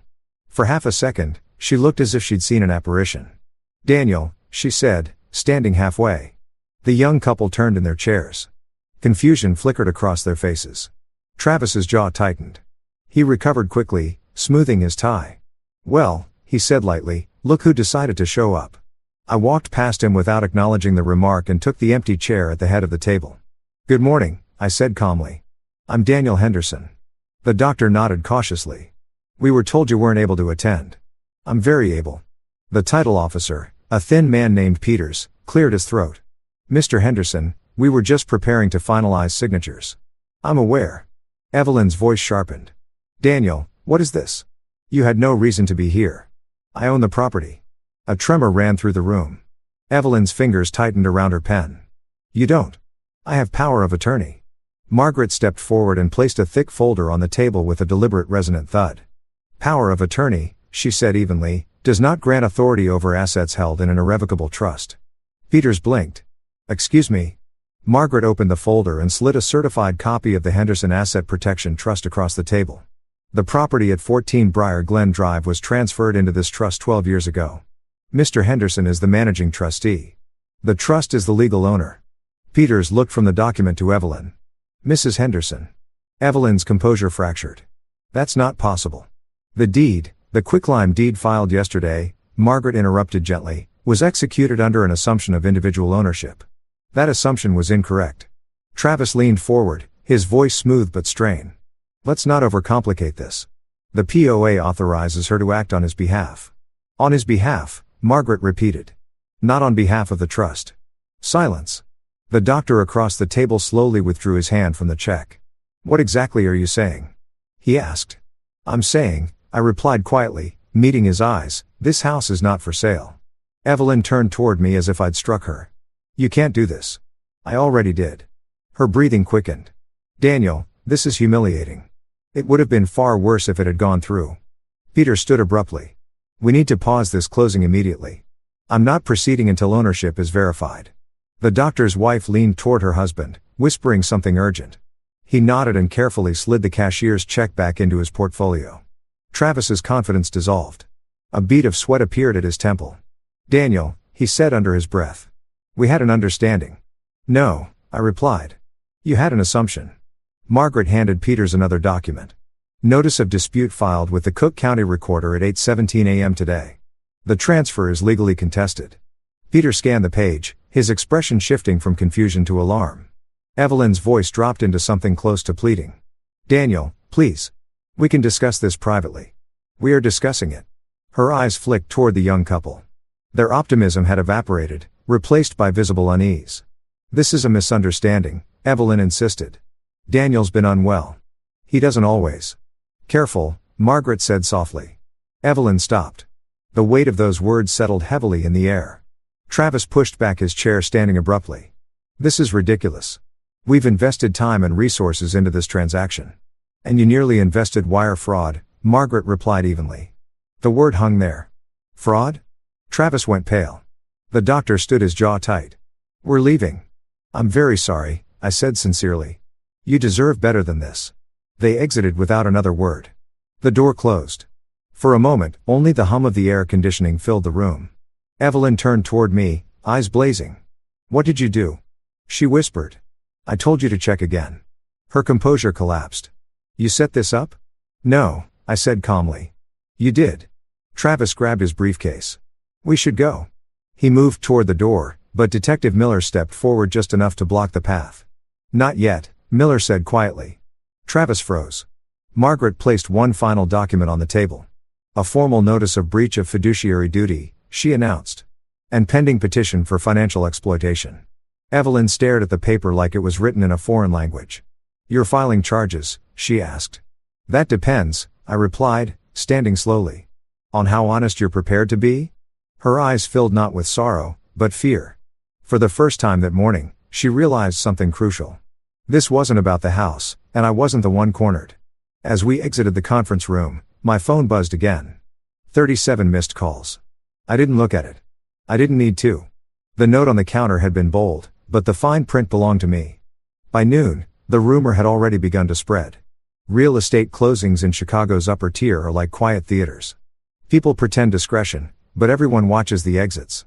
Travis Lang, leaving Sterling and Wyatt, flanked by two plainclothes officers, was not subtle. Evelyn, walking 10 paces behind him, face-pale sunglasses, hiding what composure she had left less subtle. I didn't follow them. I went back to Margaret's office. The river outside moved with steady indifference. Barges pushed forward. Wind pressed against the glass. The city did not care about private implosions. Margaret closed the door behind us. She'll call again, she said. She already has. She'll try to frame this as confusion. It isn't. Margaret leaned against her desk. Daniel, we need to decide whether this becomes a negotiation or an investigation. I removed my jacket slowly and sat down. I want clarity first. She nodded. Then let's finish mapping the damage. An hour later, the picture was complete. 6 months ago, Travis Lang launched a condo redevelopment project in River North. Overestimated demand, underestimated carrying costs. When pre-sales slowed, he secured a private bridge loan at an unforgiving interest rate, 12% short-term balloon payment. He missed the balloon. That's when Evelyn's spending increased. Wire transfers, designer purchases, a $48,000 consulting investment, flights to Miami. 3 weeks ago, I hired a forensic accountant. Not because I suspected an affair. Because I suspected fear. Affairs are emotional. Desperation leaves paper trails. The accountant delivered his report yesterday morning. The same morning Evelyn filed the quitclaim deed. Travis owed $527,000 plus penalties. The lender was impatient, and through a holding company structured cleanly and legally, I acquired the debt at a discount, which meant as of yesterday afternoon, Travis Lang owed me Margaret studied the acquisition paperwork again. You purchased his liability before she filed the deed. Yes. So, she thought the house sale would save him. Yes. And now the sale is dead. Yes. Margaret exhaled slowly. This is layered. It had to be. My phone vibrated on the desk. Evelyn. I let it ring. Margaret folded her arms. Are you going to speak to her? Not yet. She'll show up here. I know. And she did. At 1:37 p.m., the receptionist called upstairs. She's here, Margaret said, glancing at her phone. Very insistent. Send her in. Evelyn entered like someone who hadn't slept. Her silk blouse was wrinkled. Her lipstick slightly smeared. She closed the door behind her with more force than necessary. What are you doing? She demanded. Margaret remained seated. I suggest you lower your voice, Margaret said evenly. Evelyn ignored her. You humiliated me, she said, turning to me. In front of buyers, in front of Travis. You humiliated yourself. Her hands trembled, not with weakness, but fury. This was a misunderstanding, she insisted. The trust I didn't know.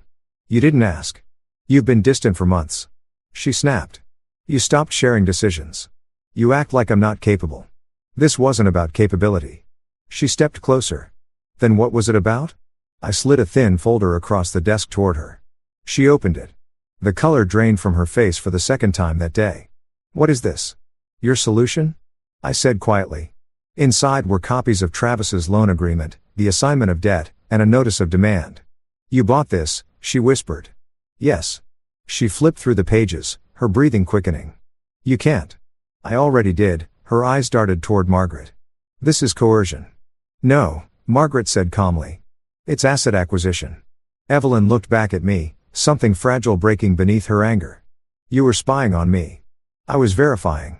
You don't trust me. Correct. The word landed hard. She swallowed. You think this is about money? She said, her voice dropping. You think I'd risk everything for money? No, I replied. You risked everything because you were afraid of losing it. Her eyes flickered. There's more, I continued. I pressed a button on Margaret's desk speaker. A recording began to play. Evelyn's voice. Travis's voice clear. She doesn't have long, Travis said. Lightly. Evelyn laughed nervous. He's not dying. Not today, Travis replied. But you said the doctor mentioned vascular damage.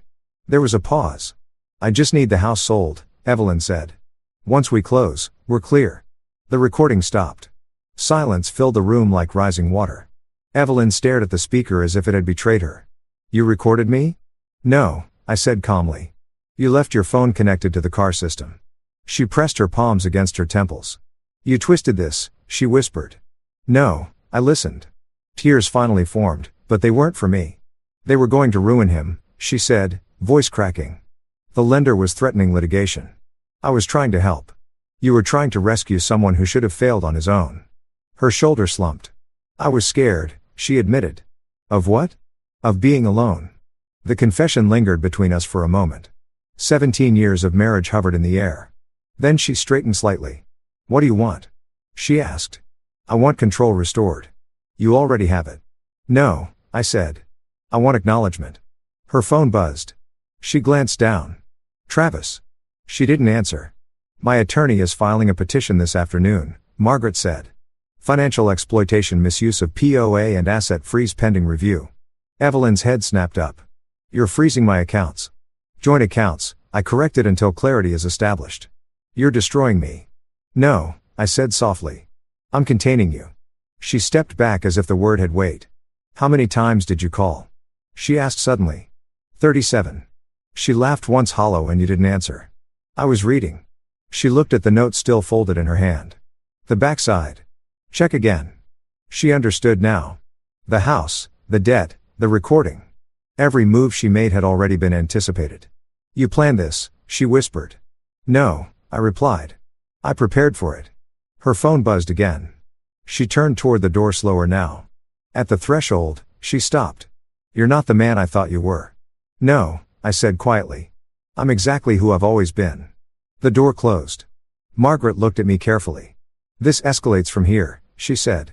I know. My phone remained face down on the desk. It didn't vibrate again. Not yet. 2 days later, Evelyn requested a private discussion. Not at the house, not at our club, not at the lake. At Margaret's office, neutral ground, which meant she finally understood the terrain. I arrived early. I always do. I prefer rooms before they're occupied, before the air is disturbed by emotion. Margaret had prepared a clean conference space this time. No marble, no panoramic skyline, just a rectangular oak table, a picture of water, 3 legal pads. Simple, deliberate. At 3:02 p.m., Evelyn walked in. No silk blouse today, no designer armor. She wore a beige sweater and minimal makeup. Her posture was different, not defeated, but recalibrated. She closed the door softly behind her. "Daniel," she said.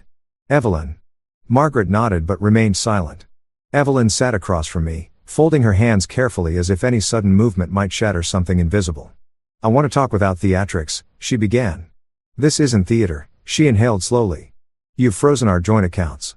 Yes, you've purchased Travis's debt. Yes, you've notified the county recorder. Yes, and you're preparing to file criminal allegations. I'm preparing options." Her jaw tightened. "This is overkill." "No," I said evenly. "This is containment." "The word again?" She flinched. "Daniel, listen to me," she said, leaning forward slightly. I panicked. "After your stroke, the doctors weren't optimistic.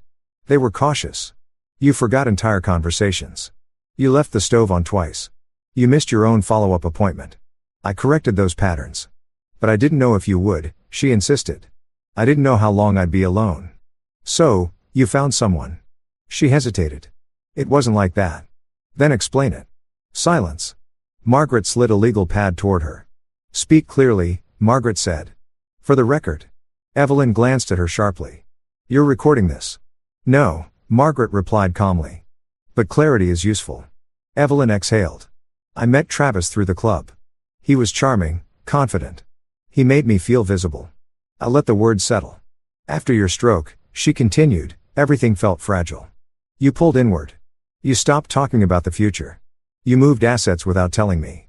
I restructured the trust." "Exactly," she said, "without telling me.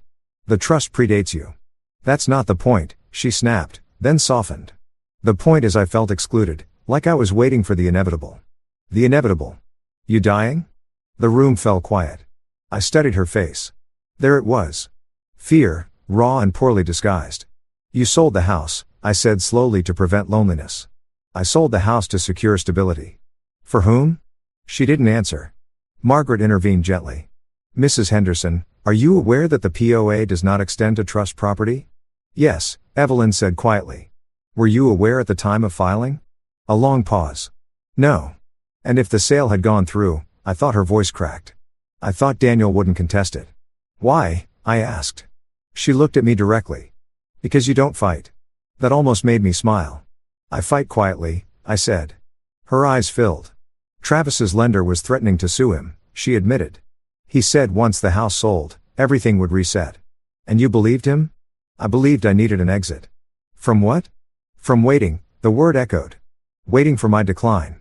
Waiting for grief. Waiting for financial vulnerability." "You didn't want a husband," I said calmly. "You wanted insurance." "That's not fair." "It's accurate." Her composure began to crack. "You were slipping away," she whispered. "You stopped touching me. You stopped laughing. I was recovering. You were withdrawing." The accusation landed heavier than the financial betrayal. Recovery is not glamorous. It is slow, embarrassing, humbling. "I didn't withdraw," I said quietly. "I recalibrated." She shook her head. "You shut me out. And you replaced me." The silence was suffocating now. Margaret finally spoke. "Mrs. Henderson, do you deny discussing Mr. Henderson's life expectancy in relation to financial planning?" Evelyn's face went pale again. "You heard that recording?" she said. "Yes." She closed her eyes briefly. "I was venting. You were strategizing." I corrected. Her voice rose slightly. "You can't hold one conversation over my head and dismantle my life." "This isn't one conversation." I slid another folder toward her. Inside were bank statements, wire confirmations, a beneficiary change request on my life insurance policy filed but not finalized. Her fingers trembled. "I didn't submit that. You initiated it. It wasn't processed because I reversed it." Tears finally spilled down her cheeks. "I never wanted to hurt you, but you were willing to risk me." Her breathing became uneven. Travis said you wouldn't live another decade anyway, she whispered. And you agreed. No, she said quickly. I didn't. You laughed. She covered her mouth with her hand.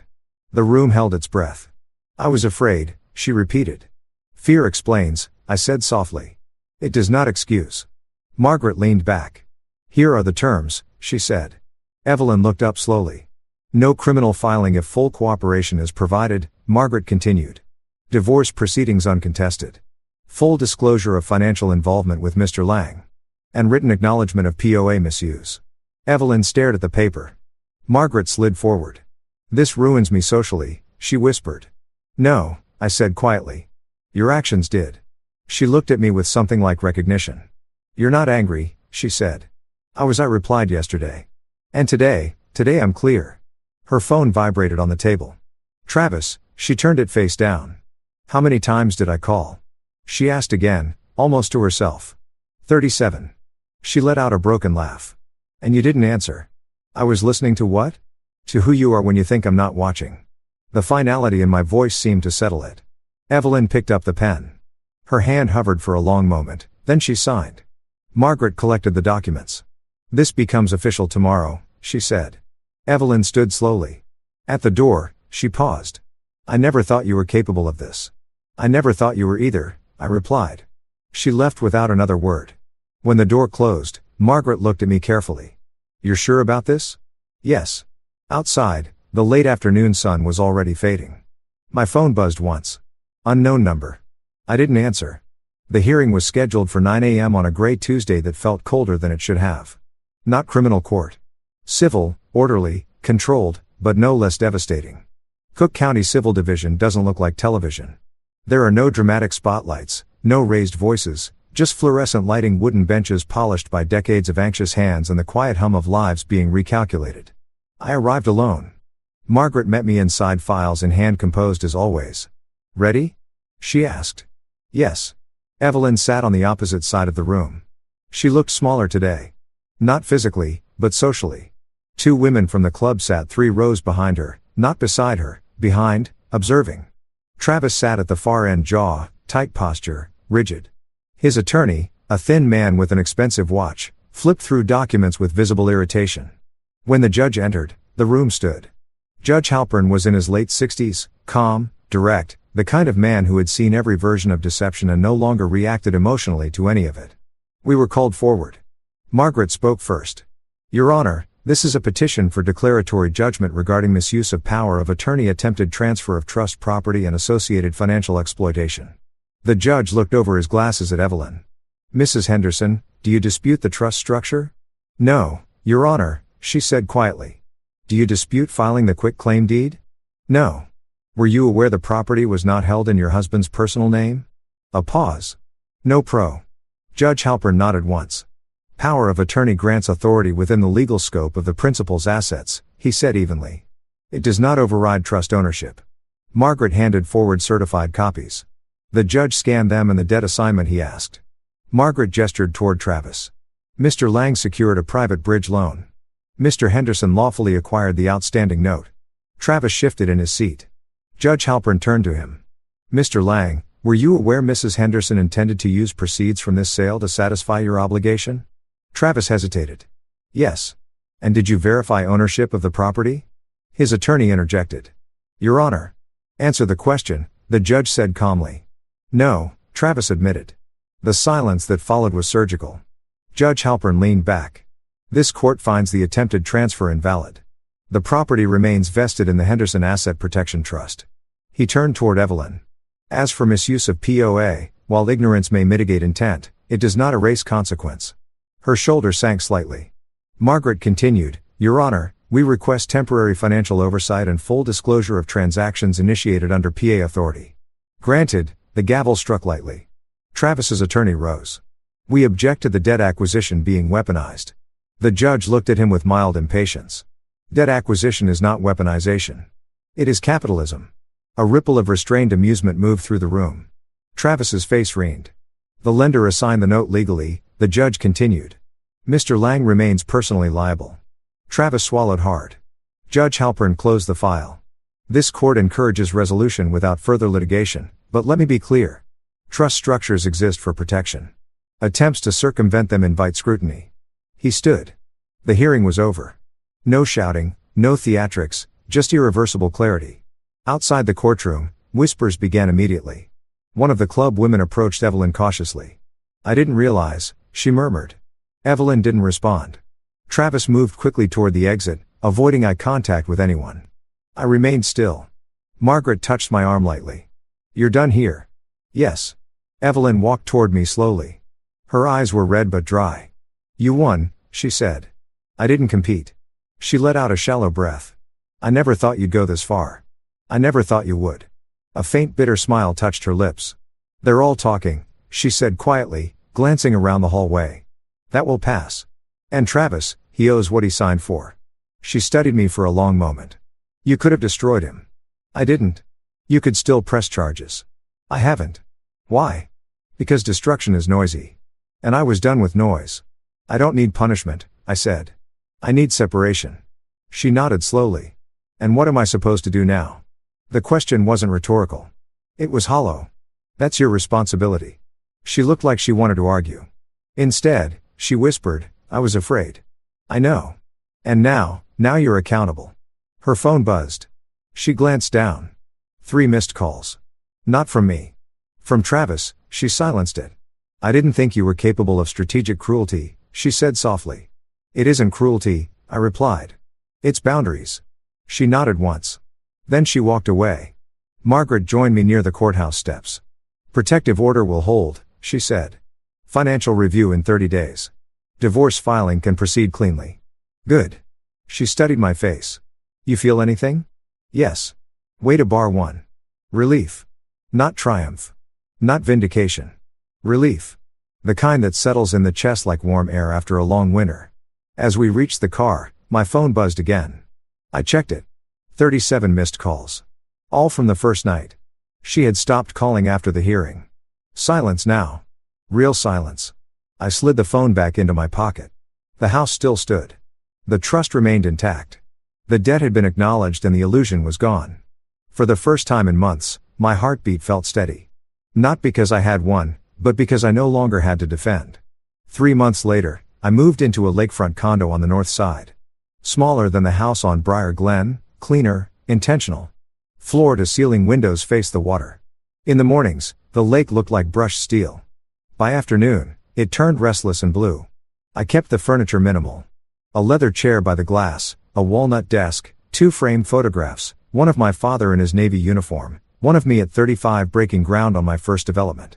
No wedding photos, not out of anger, out of clarity. The divorce finalized without theatrics. Evelyn signed everything as agreed. No contest, no appeals, full financial disclosure. She retained what was legally hers, nothing more. Travis declared restructuring within weeks. I did not accelerate his debt. I did not harass him.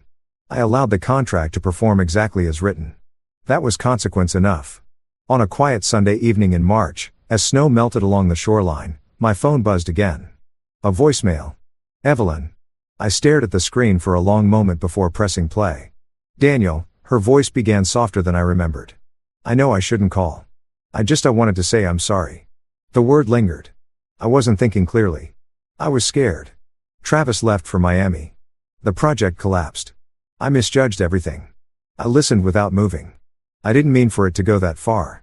I didn't think you would fight back. There it was again. Fight. I thought you would just let it happen. Silence on her end, breathing. "I didn't realize you were protecting yourself," she continued. "I thought you were withdrawing." I paused the message. The room was quiet except for the faint rhythm of waves hitting the breakwater. I walked to the desk and opened the top drawer. Inside, folded neatly, was the original note. The paper had softened at the creases, but the ink was still bold. "I'm done with you. The house is sold. Pack and leave." I turned it over. 2 words. Check again. Not dramatic, not poetic, just precise. I resumed the voicemail. "I don't expect anything," she said. "I just needed you to know I never wanted to hurt you." The message ended. No tears, no begging, just exhaustion. I didn't call back. Not because I hated her, but because the chapter had already closed. At our age, love without respect is a liability. Fear disguised as affection becomes manipulation. And silence, when chosen intentionally, is not weakness. It is sovereignty. The lake darkened as the sun dipped below the horizon. Lights flickered on across the shoreline. Small constellations of other lives unfolding in parallel. I made tea and sat in the leather chair by the window. 17 years is not erased in a courtroom. It fades in increments. In the way you stop reaching for a second cup. In the way the house no longer echoes. In the way your phone doesn't vibrate at midnight. Recovery taught me something I hadn't known at 40. Strength is not loud. It is structured. It is paperwork filed on time. It is knowing where the deed is recorded. It is understanding what you sign. It is choosing boundaries before resentment grows roots. My health improved. The cardiologist adjusted my medications. The tremor faded. My speech sharpened again. I returned to light consulting work not because I needed income but because I enjoyed clarity. Friends asked what happened. I never offered details. I simply said we misaligned, which was true. One afternoon, weeks later, I received a final message, not from Evelyn, from a number I didn't recognize. It was Travis, Mr. Henderson. The text read, "I've restructured the project. I'll be current on the note next quarter." I stared at it briefly, then I typed back one sentence. "Honor your agreements, no threats, no sarcasm, just expectation." He responded with "understood." I turned off my phone and placed it face down on the table. The air inside the condo felt different than it had months earlier in that marble kitchen. Less ornamental, more real. Sometimes in the quiet moments before sleep, I replay the image of that first afternoon, the red light on the keypad, the wind across the driveway, Evelyn's silhouette at the top of the stairs. I don't feel anger. I feel gratitude because that note forced clarity, forced preparation to surface, forced me to stop assuming partnership where alignment no longer existed. You can love someone deeply and still protect yourself. You can forgive without re-entering the fire. You can walk away without slamming the door. And if you've ever been underestimated, if someone assumed you would fold quietly, dissolve politely, or disappear conveniently, I hope you remember something simple. Read the fine print, protect your name, and if someone tells you the house is sold, check again. That brings this story to an end, and that one was definitely a wild ride. Let me know what you think in the comments. Now, let's move into the next story, titled, After 5 years building the company, my wife's father promoted his 26-year-old nephew who'd been there 3 months. I clapped and smiled. Congrats, Jack. Next morning I walked into his office with an envelope.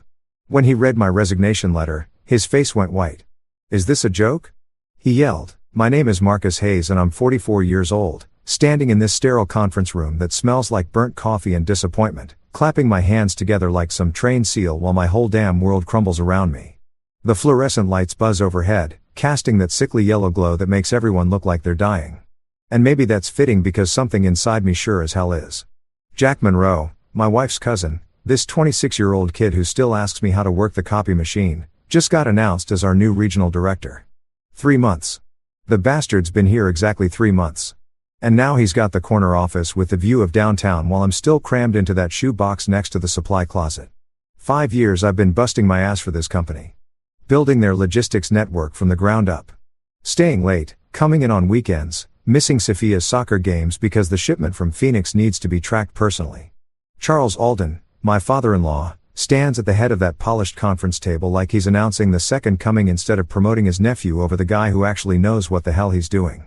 His silver hair is perfectly styled. His suit probably costs more than I make in a month. And that smile, God, that smile makes me want to punch something. Jack brings fresh energy to our team. He's saying, his voice all smooth and practiced like he's giving a speech at the country club. New perspectives, innovative thinking, the kind of forward momentum that'll take Alden Ventures to the next level. Fresh energy, right? The kid can barely manage his email without calling me over to explain why his computer is acting weird when really he just forgot his password again. But there he sits, grinning like he won the lottery. Probably already planning how he's going to redecorate my office. Excuse me, his office now. The one I helped design when we expanded last year. The one where I spent countless hours developing the supply chain protocols that made this company profitable. I'm still clapping, my palm starting to sting. And I catch sight of Janet from accounting, giving me this look. Half pity, half I told you so. She's been warning me for months that something like this was coming. But I kept thinking Charles would do the right thing. Family or not, merit matters, right? Apparently, I was wrong. Dead wrong.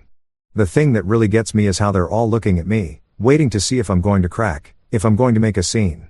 My coworkers, people I've worked alongside for years, they know this is, they know I should be sitting where Jack is, but they're all scared for their own jobs, so they keep clapping and nodding like puppets on strings. Can't blame them, really. We've all got mortgages to pay. I know you'll all give Jack the same support you've given me over the years, Charles continues. And I swear to God, the irony is so thick you could cut it with a knife. Support? I've been carrying this company's logistics department single-handedly while he plays golf with clients and takes 3-hour lunches, but sure, let's talk about support. Jack stands up, skinny kid, nervous energy, probably still shopping in the boys section, and clears his throat. Thanks everyone. I'm really excited to work with such a talented team. His voice cracks a little on talented, and I almost feel sorry for him. Almost. Then I remember that he's about to be making twice what I make while I train him how to do the job I should have gotten. The meeting's winding down now. People starting to file out, murmuring their congratulations and making plans for lunch. I should leave. I should walk out of here and go back to my desk and pretend like this is normal. Like this is just how business works. But my feet feel like they're glued to the industrial carpet. And there's this pressure in my chest like someone's sitting on my rib cage. Charles is shaking hands with Jack, probably giving him some wise grandfather advice about leadership and responsibility.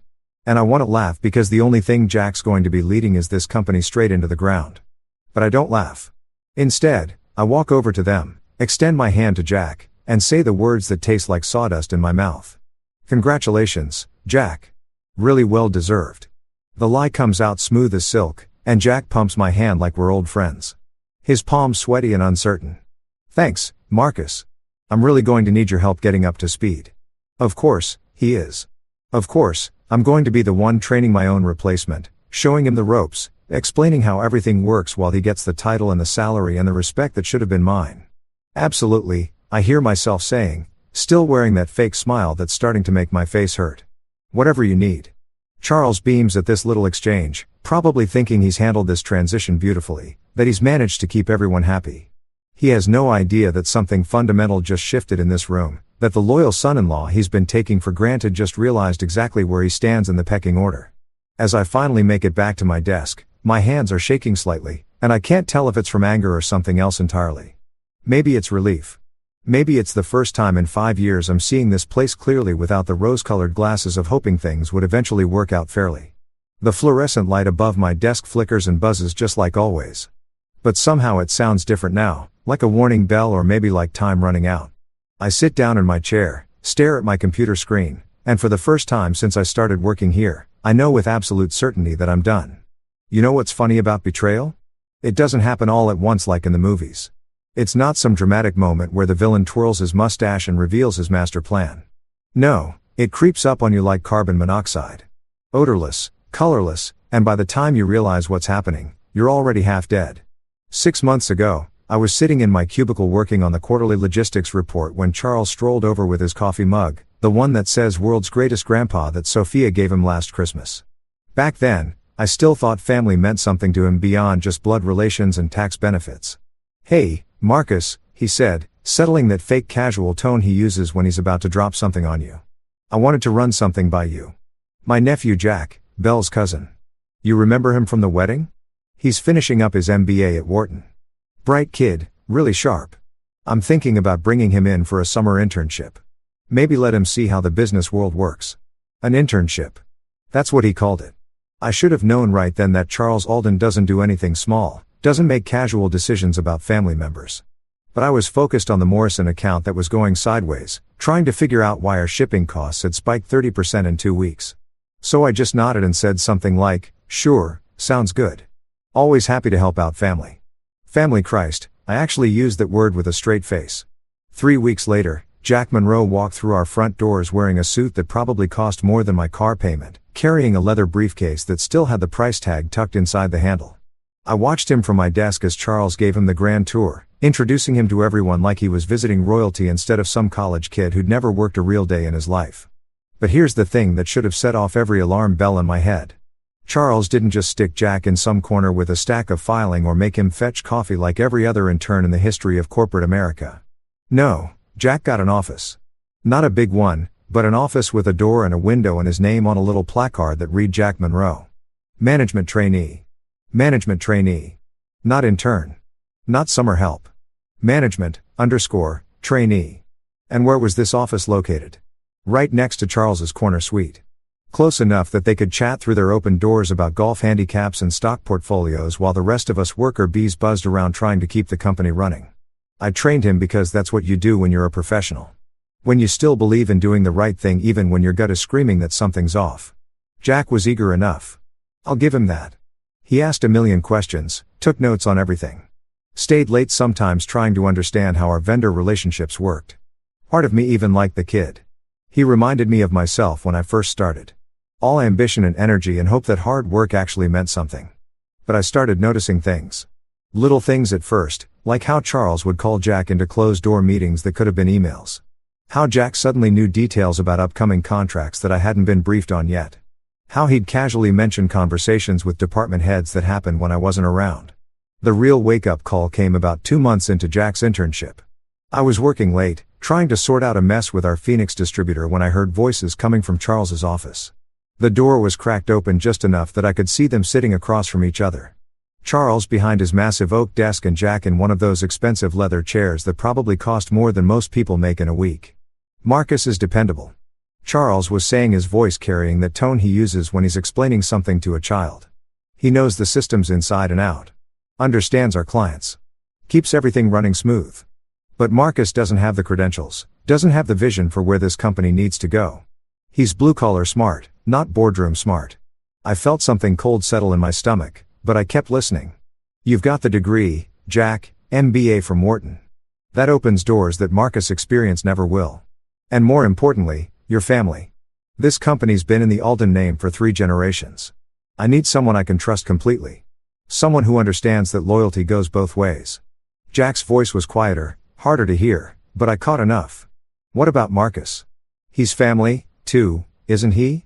Married to Belle and all. Charles laughed, and it was the kind of laugh that makes your skin crawl. Marriage is just paperwork, son. Blood is forever. Marcus is useful, don't get me wrong. He'll make an excellent number 2, perfect for handling the day-to-day operations while you focus on strategy and growth. Number 2. After 5 years of building this place from the ground up, after missing family dinners and weekend barbecues and my daughter's school plays, I was going to be the number 2 to a kid who didn't know the difference between a bill of lading and a packing slip. That's when it all clicked into place. Like puzzle pieces falling into a picture I didn't want to see. This wasn't about Jack learning the business or getting some real-world experience before heading off to his daddy's law firm or whatever. This was about Charles grooming his replacement, and I was just the hired help who'd been stupid enough to think that marrying into the family meant I was actually part of it. I crept back to my desk, grabbed my jacket, and drove home in silence while my brain tried to process what I just heard. Belle was already asleep when I got there, and I sat in my kitchen drinking a beer and staring at the photos on our refrigerator. Sophia at her last soccer game. The 3 of us at Disney World 2 summers ago, Charles and his wife at our wedding, all smiles and promises about family sticking together. I wasn't being overlooked for the promotion I deserved. I was being used, plain and simple, kept around just long enough to train my replacement and make sure the transition went smoothly. And the worst part, I'd been grateful for the opportunity. Belle always had this way of cutting through with surgical precision. Like she could see right through all the excuses and rationalizations I'd built up over the years. We'd been married for 18 years. And in that time, she'd watch me take hits that would have sent most guys straight to HR or out the door looking for a new job. But not me. Never me. You let people walk over you, Marcus. She'd said about 6 months ago, standing in our kitchen with that look she gets when she's trying to decide whether to hug me or shake some sense into me. We'd just gotten back from one of Charles's dinner parties. You know, the kind where he invites all the department heads and their spouses over to his mansion so we can pretend we're all one big happy family while he reminds everyone exactly who signs the paychecks. That particular night, Charles had spent 20 minutes telling everyone about Jack's brilliant insights during his first week, how the kid was already identifying inefficiencies that us old-timers had missed. I'd sat there nodding and smiling like a good little employee while my wife watched me swallow my pride with my overpriced steak. I don't let people walk over me. I told her, loading the dishwasher with more force than necessary. I'm being professional. There's a difference. She'd given me that look. The one that said she loved me but thought I was being an idiot. Professional is one thing, honey. Being a doormat is something else entirely. When was the last time you stood up for yourself at that place? Really stood up, not just complained about it to me later. I couldn't answer her then because she was right and we both knew it. I'd built a career out of keeping my head down, doing the work, believing that eventually someone would notice and reward all that quiet dedication. But quiet dedication doesn't get you promoted when the boss's nephew needs a job, does it? Now, here I am, 3 days after watching Jack get handed my future on a silver platter, lying in bed at 2 o'clock in the morning, staring at the ceiling fan that's been making that weird clicking noise for 6 months. But I keep forgetting to fix. Belle's asleep next to me, breathing soft and steady, and I'm thinking about what she said, about being a doormat, about standing up for myself. The worst part is thinking about Sophia. My daughter's 16 now. All legs and attitude and dreams about becoming a marine biologist because she wants to save the ocean or some equally impossible and beautiful thing that only teenagers can believe in completely. She looks at me like I'm Superman, like I've got all the answers and the world makes sense because Dad's got everything under control. What kind of example am I setting for her? What am I teaching my daughter about self-respect and standing up for what's right when I can't even stand up for myself in my own workplace? She's been asking me about college lately, talking about applications and scholarships. And I keep telling her the same thing I've been saying since she was old enough to understand. Work hard, be honest, treat people right, and good things will happen. But that's a lie, isn't it? I've been working hard for 5 years, been honest to a fault, treated everyone with respect. And what did it get me? A front row seat to watching some kid who doesn't know about logistics get handed the job I've been earning 1 day at a time. How can I look Sophia in the eye and keep feeding her that line about hard work paying off when I'm living proof that sometimes it doesn't matter how hard you work or how good you are at your job. Sometimes what matters is whose DNA you share and whether you went to the right school with the right people. But here's the thing that's really eating at me. I'm not just angry about the promotion anymore. I'm angry at myself for being surprised, for being naive enough to think that family meant I was safe, that loyalty was a two-way street in the Alden household. I'm angry that I've spent so many years making excuses for Charles's behavior, telling myself he was just a demanding boss when really he was just an with a trust fund. And I'm scared. Scared of what happens next. Scared of walking away from the only job I've had since college. Scared of starting over at 44 with a mortgage and a kid who's counting on me to pay for her education. It's easy to talk tough when you're young and stupid and don't have anything to lose. It's a lot harder when you've got responsibilities and people depending on you. But you know what scares me more than starting over? The idea of staying put, of spending the next 20 years training other people's kids to be my boss, of watching Sophia grow up thinking her dad's okay with being treated like garbage as long as the paycheck clears. Belle shifts next to me, making that little sound she makes when she's dreaming, and I think about waking her up, telling her what I'm thinking about doing, but I already know what she'd say. She'd tell me she's proud of me for finally growing a backbone. She'd probably say she's been waiting years for me to get mad enough to do something about it. The ceiling fan keeps clicking and somewhere in the distance, I can hear a train whistle. Probably the freight line that runs behind the industrial park where our warehouse is located. I've heard that sound 1,000 times driving to work. But tonight, it sounds different. Tonight it sounds like it's calling me somewhere else, somewhere better.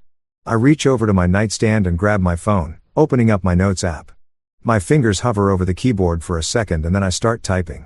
Dear Charles, please accept this letter as my formal resignation from Alden Ventures effective 2 weeks from today's date. My mistake to make, right? Well, maybe it's time I started making some mistakes that actually matter. Friday morning came like a reckoning. Gray and cold with that kind of drizzle that makes everything look depressing as hell. I'd been carrying that resignation letter in my jacket pocket for 3 days, folded up neat and clean in a white envelope with Charles's name written across the front in my best handwriting.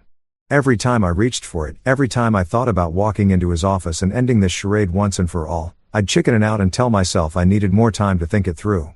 But Thursday night changed everything. I'd gotten home from another soul-crushing day of watching Jack fumble through basic spreadsheets while everyone praised his fresh perspective and Sophia was at the kitchen table doing her homework. She looked up when I walked in and I swear to God I saw something in her eyes that made my chest tight. Pity.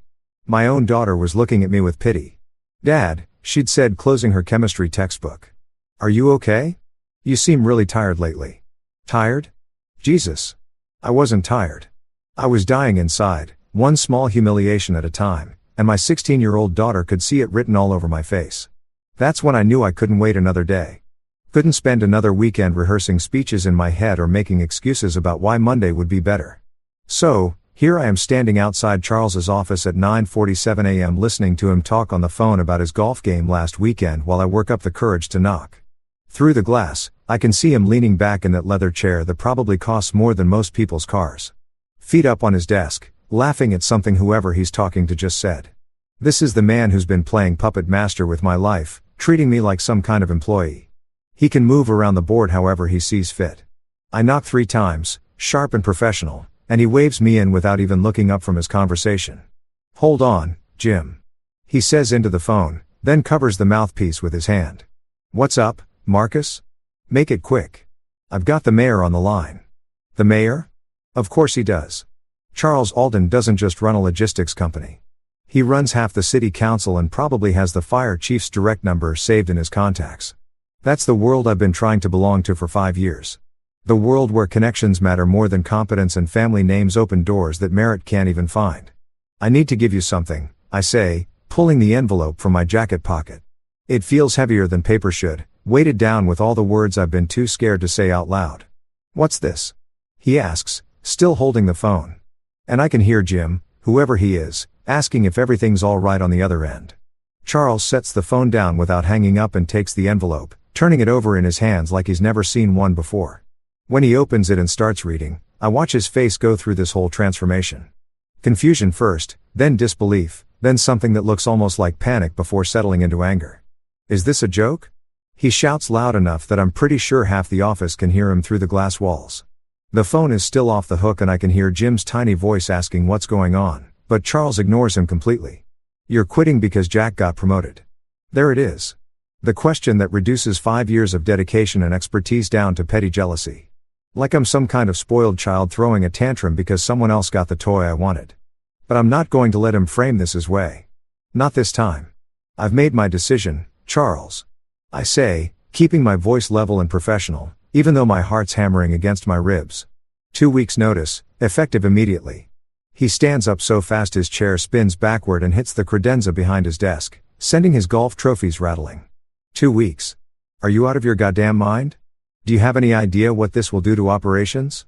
We've got the Morrison contract renewal next month, the Phoenix expansion project, the quarterly review with corporate. I'm sure Jack can handle it. I interrupt and the look on his face is almost worth the 5 years of frustration I've been swallowing. After all, he's got that MBA from Wharton. Fresh perspective, innovative thinking, all that. Charles's face is getting redder by the second, and I can see that vein in his forehead starting to bulge the way it does when suppliers are late with deliveries. What about Belle? What about Sophia? You're walking away from your family. And there it is. The guilt trip I've been expecting. The emotional manipulation disguised as concern. He's going to make this about family loyalty, about responsibility, about everything except the fact that he chose his nephew over his son-in-law and expected me to smile and take it. No, Charles, I say. And for the first time in 5 years, I'm smiling at him without having to force it. I'm walking away from you. The words hang in the air between us like smoke. And I can see him processing what I just said, trying to figure out his next move. Behind him, Jim's voice is still coming through the phone, asking if he should call back later, but Charles doesn't seem to hear him anymore. This is it. The moment I've been building towards since that night, I overheard him talking about blood being thicker than marriage licenses. This is me finally standing up. Finally saying, enough is enough. Finally choosing my own dignity over a paycheck. I turn to walk out, but Charles isn't done yet. You'll never get a reference from me. He calls after me, his voice cracking slightly like he's not used to people walking away from him mid-con conversation. I stop at his door and look back at him. This man who married off his daughter to secure a loyal employee who spent 5 years taking credit for my work while keeping me just grateful enough to stick around. I won't need one, I tell him. And this time when I walk away, I don't look back. Charles thought he was calling my bluff, sitting there behind his overpriced desk with that smug look he gets when he thinks he's got all the cards. You'll never get a reference from me, he'd said like that was supposed to send me crawling back with my tail between my legs, begging for forgiveness and promising to be a good little employee who knows his place. What Charles doesn't understand, what he's never understood, is that this industry isn't as big as people think. Logistics and supply chain management might sound fancy and corporate, but at the end of the day, it's still a small world where everybody knows everybody, where your reputation travels faster than gossip at a church potluck. I'd been smart about this, smarter than Charles gave me credit for. While he was busy grooming his golden boy nephew and planning my professional funeral, I'd been quietly updating my resume, reaching out to old contacts, testing the waters to see what was out there for a guy like me. Not because I was planning to leave. Hell, 2 weeks ago, I was still hoping things might work out, but because Belle had drilled it into my head that I needed to have options.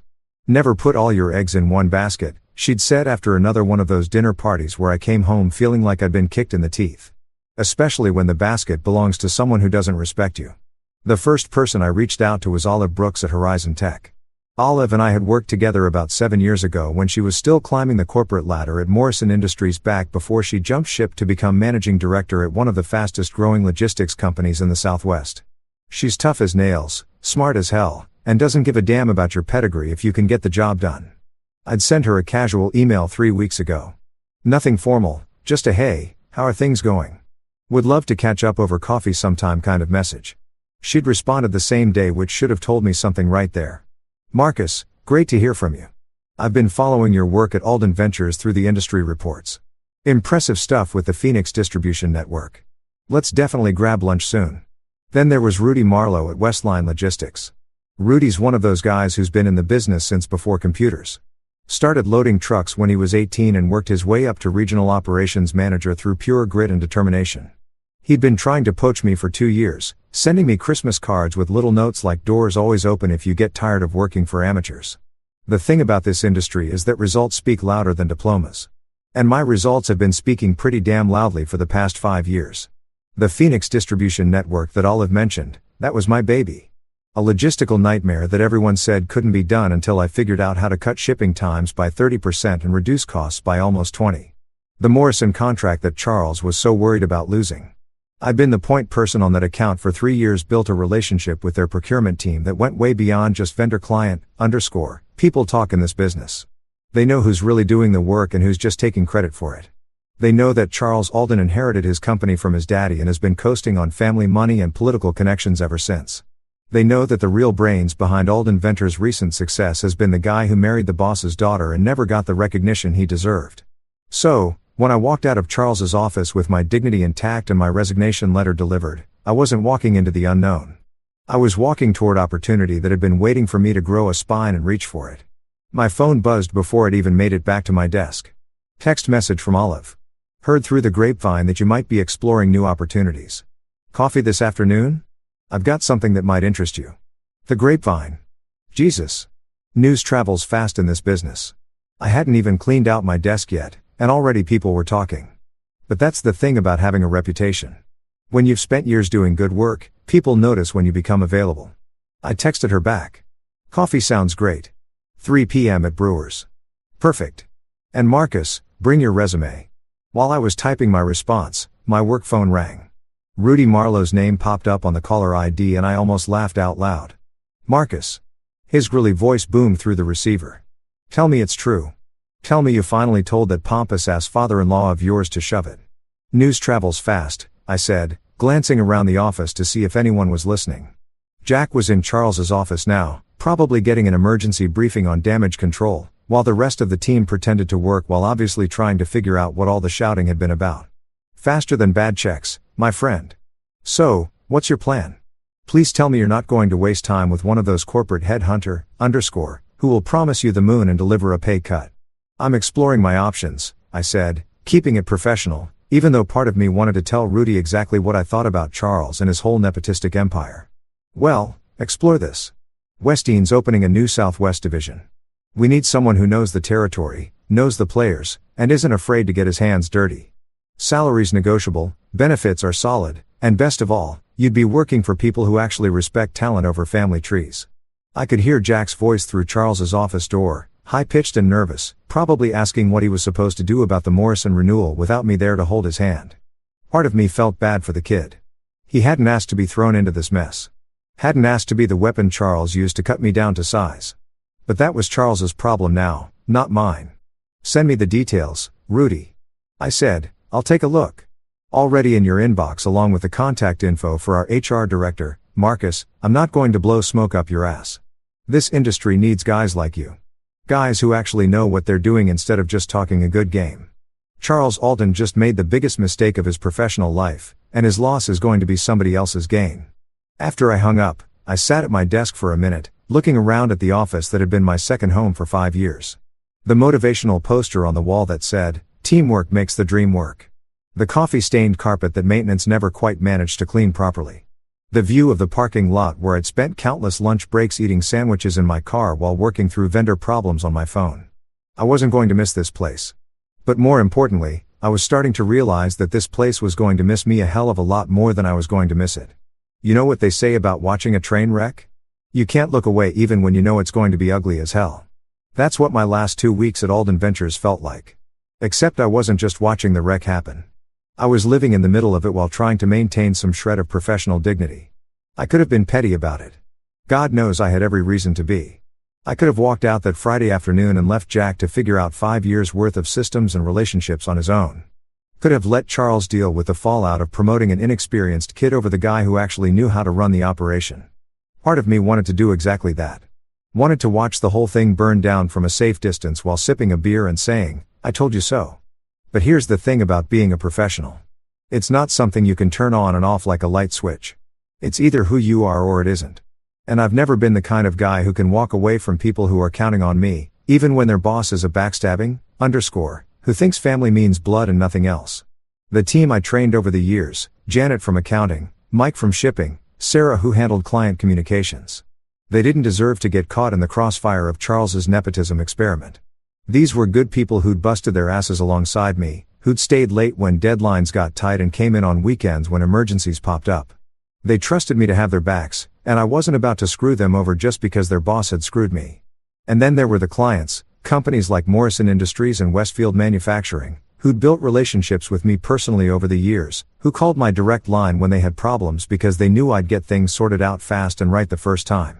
These weren't just account numbers on a spreadsheet. They were real businesses with real people depending on our services to keep their operations running smooth. So, I stayed and I worked my ass off for 2 weeks while watching Jack Monroe slowly realize that managing logistics operations isn't something you learn from textbooks and case studies. The kid tried. I'll give him that. He asked questions, took notes, even stayed late a couple nights trying to understand the vendor database I'd spent 3 years building from scratch. But there's a difference between understanding how something works and actually knowing how to make it work when everything goes sideways. Which brings me to the Portstone manufacturing disaster. Portstone had been one of our biggest accounts for 4 years. A reliable client who shipped heavy machinery parts across the Southwest and trusted us to coordinate everything from customs paperwork to final delivery. Their logistics manager, Tom Brennan, was old school, the kind of guy who valued relationships over contracts and expected you to answer your phone when he called, even if it was 6 p.m. on a Friday. Jack's first week flying solo. Tom calls with an emergency. 3 containers of critical parts sitting in Long Beach. Customs hold because of some paperwork snafu and Portstone assembly line scheduled to shut down Monday morning if those parts don't make it to Phoenix by Sunday night. This is the kind of crisis that happens maybe twice a year. The kind that separates the professionals from the pretenders. I'm at my desk, supposedly training Jack on quarterly reporting procedures when his phone rings. I watch him answer, see his face go pale as Tom explains the situation, watch him fumble through our customs broker contact list like he's never seen it before. Mr. Brennan, Jack says, his voice getting higher with each word. Let me check on that and get back to you. He hangs up and looks at me with pure panic in his eyes.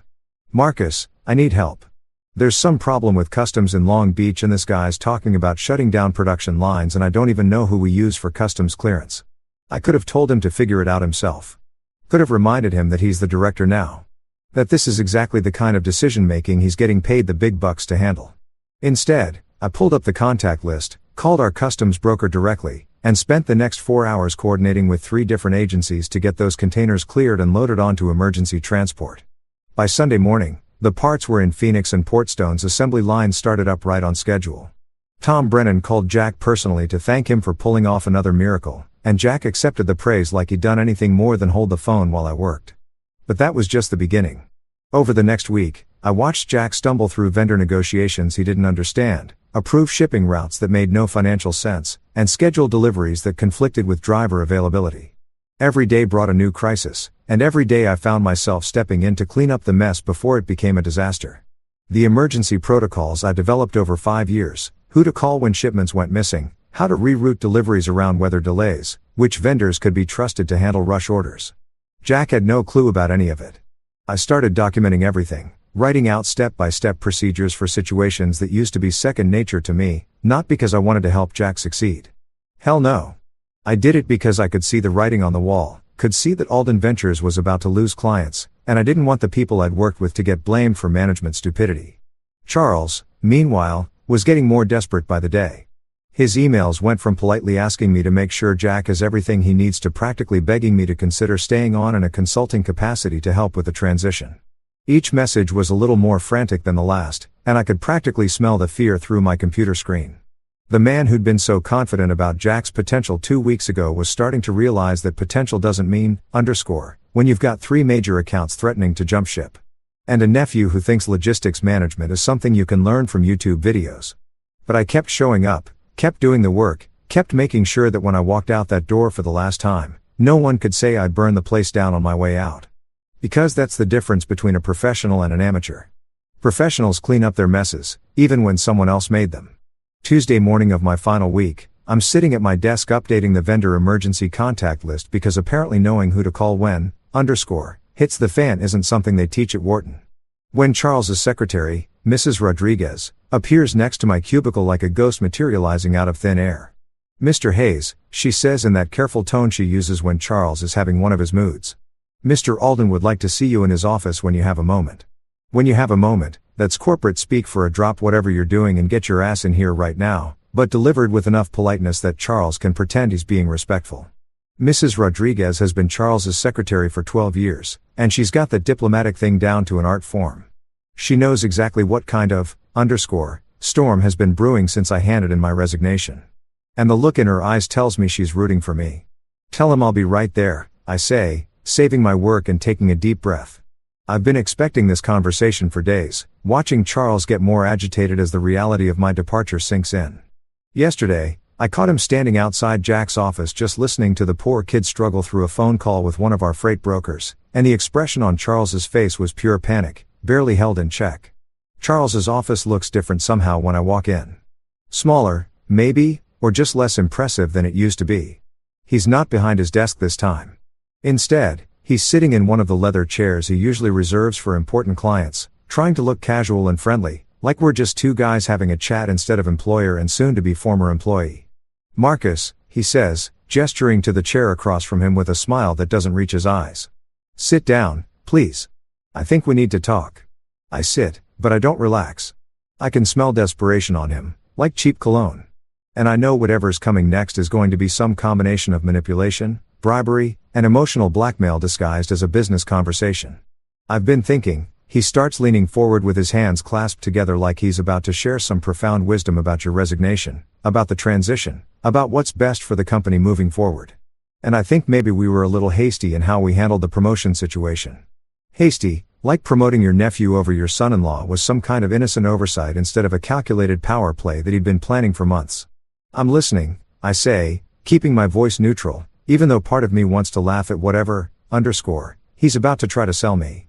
"What if we created a new position?" He continues, warming up to his pitch like a used car salesman who thinks he's found the perfect sucker. "Associate Director of Operations. You'd work alongside Jack, help him learn the ropes, but you'd have your own title, your own authority. Jack would be the director in name, but you'd both report directly to me. Think of it as co-management." Co-management. Jesus Christ. He actually said that with a straight face. Like, I'm supposed to be grateful for the opportunity to babysit his nephew while pretending we're equals. Like, slapping a fancy title on a, sandwich is going to make it taste better. And the salary? I ask. Because I might as well hear the whole ridiculous offer before I turn it down. 15% increase, he says quickly, like he's been expecting that question. Plus performance bonuses tied to departmental efficiency metrics. And of course, when Jack's ready to move up to regional management, which could be sooner than you think, the director position would naturally be yours. Naturally, right? Because Charles Alden has such a stellar track record of promoting based on merit instead of bloodlines. I let the silence stretch out between us, watching him squirm in his expensive chair while he waits for my response. He's trying to read my face, trying to figure out if his little bribe is working, if he's found the right combination of money and promises to make me forget about 5 years of being overlooked and undervalued. "Let me make sure I understand this correctly," I finally say, leaning back in my chair. "You want me to stay here and train your nephew to do the job I should have gotten in the first place while pretending that we're somehow equal partners in this arrangement?" "It's not about pretending, Marcus. It's about building a stronger management team, creating opportunities for growth." "Charles," I interrupt, And something in my voice makes him stop talking. I'm not going to babysit your nephew while he figures out how to do my job. I'm not going to smile and nod while you call it co-management and pretend like this is some kind of promotion instead of what it really is. You panicking because you realize Jack can't handle what you've given him. His face starts to rein, that familiar flush creeping up from his collar. This is a generous offer, Marcus. Damn generous considering the position you're putting us in by leaving during such a critical period. Critical period. Like my leaving is the problem instead of his decision to promote an unqualified kid over someone who's been carrying the department for 5 years. What about Bell?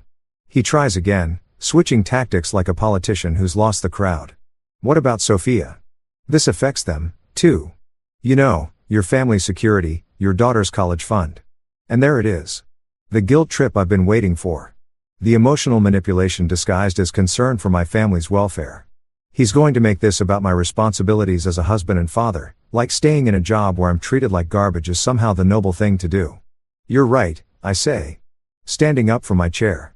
This does affect my family. It affects what kind of example I set for my daughter about self-respect and standing up for yourself. It affects whether my wife continues to watch me come home every day a little more beaten down than the day before. Charles stands too, probably thinking he can physically intimidate me into changing my mind. You'll hurt your family with this decision. Marcus, you'll hurt people who care about you. I look at him. Really look at him. This man who married off his daughter to secure a loyal employee who spent 5 years taking credit for my work while keeping me grateful for scraps from his table. This man who thinks loyalty is a one-way street that only flows uphill. No, Charles, I say, walking toward his door. You did that the day you chose nepotism over merit. You hurt my family when you decided that Jack's last name was more important than my 5 years of dedication. And you know what the really sad part is? You still don't get it. I pause at his doorway and look back at him one last time. I'm not leaving because I'm angry about the promotion. I'm leaving because I finally realized what you really think of me and I'm not willing to accept that anymore. As I walk back to my desk, I can hear him calling my name, but I don't turn around. Some bridges are meant to be burned, and this one's been overdue for a long time. The Horizon Tech building sits in the heart of downtown, like a gleaming monument to what happens when a company actually invests in its future instead of coasting on daddy's money and political connections. 43 floors of steel and glass reaching toward the sky with those massive silver doors at the entrance that reflect the morning sun like mirrors.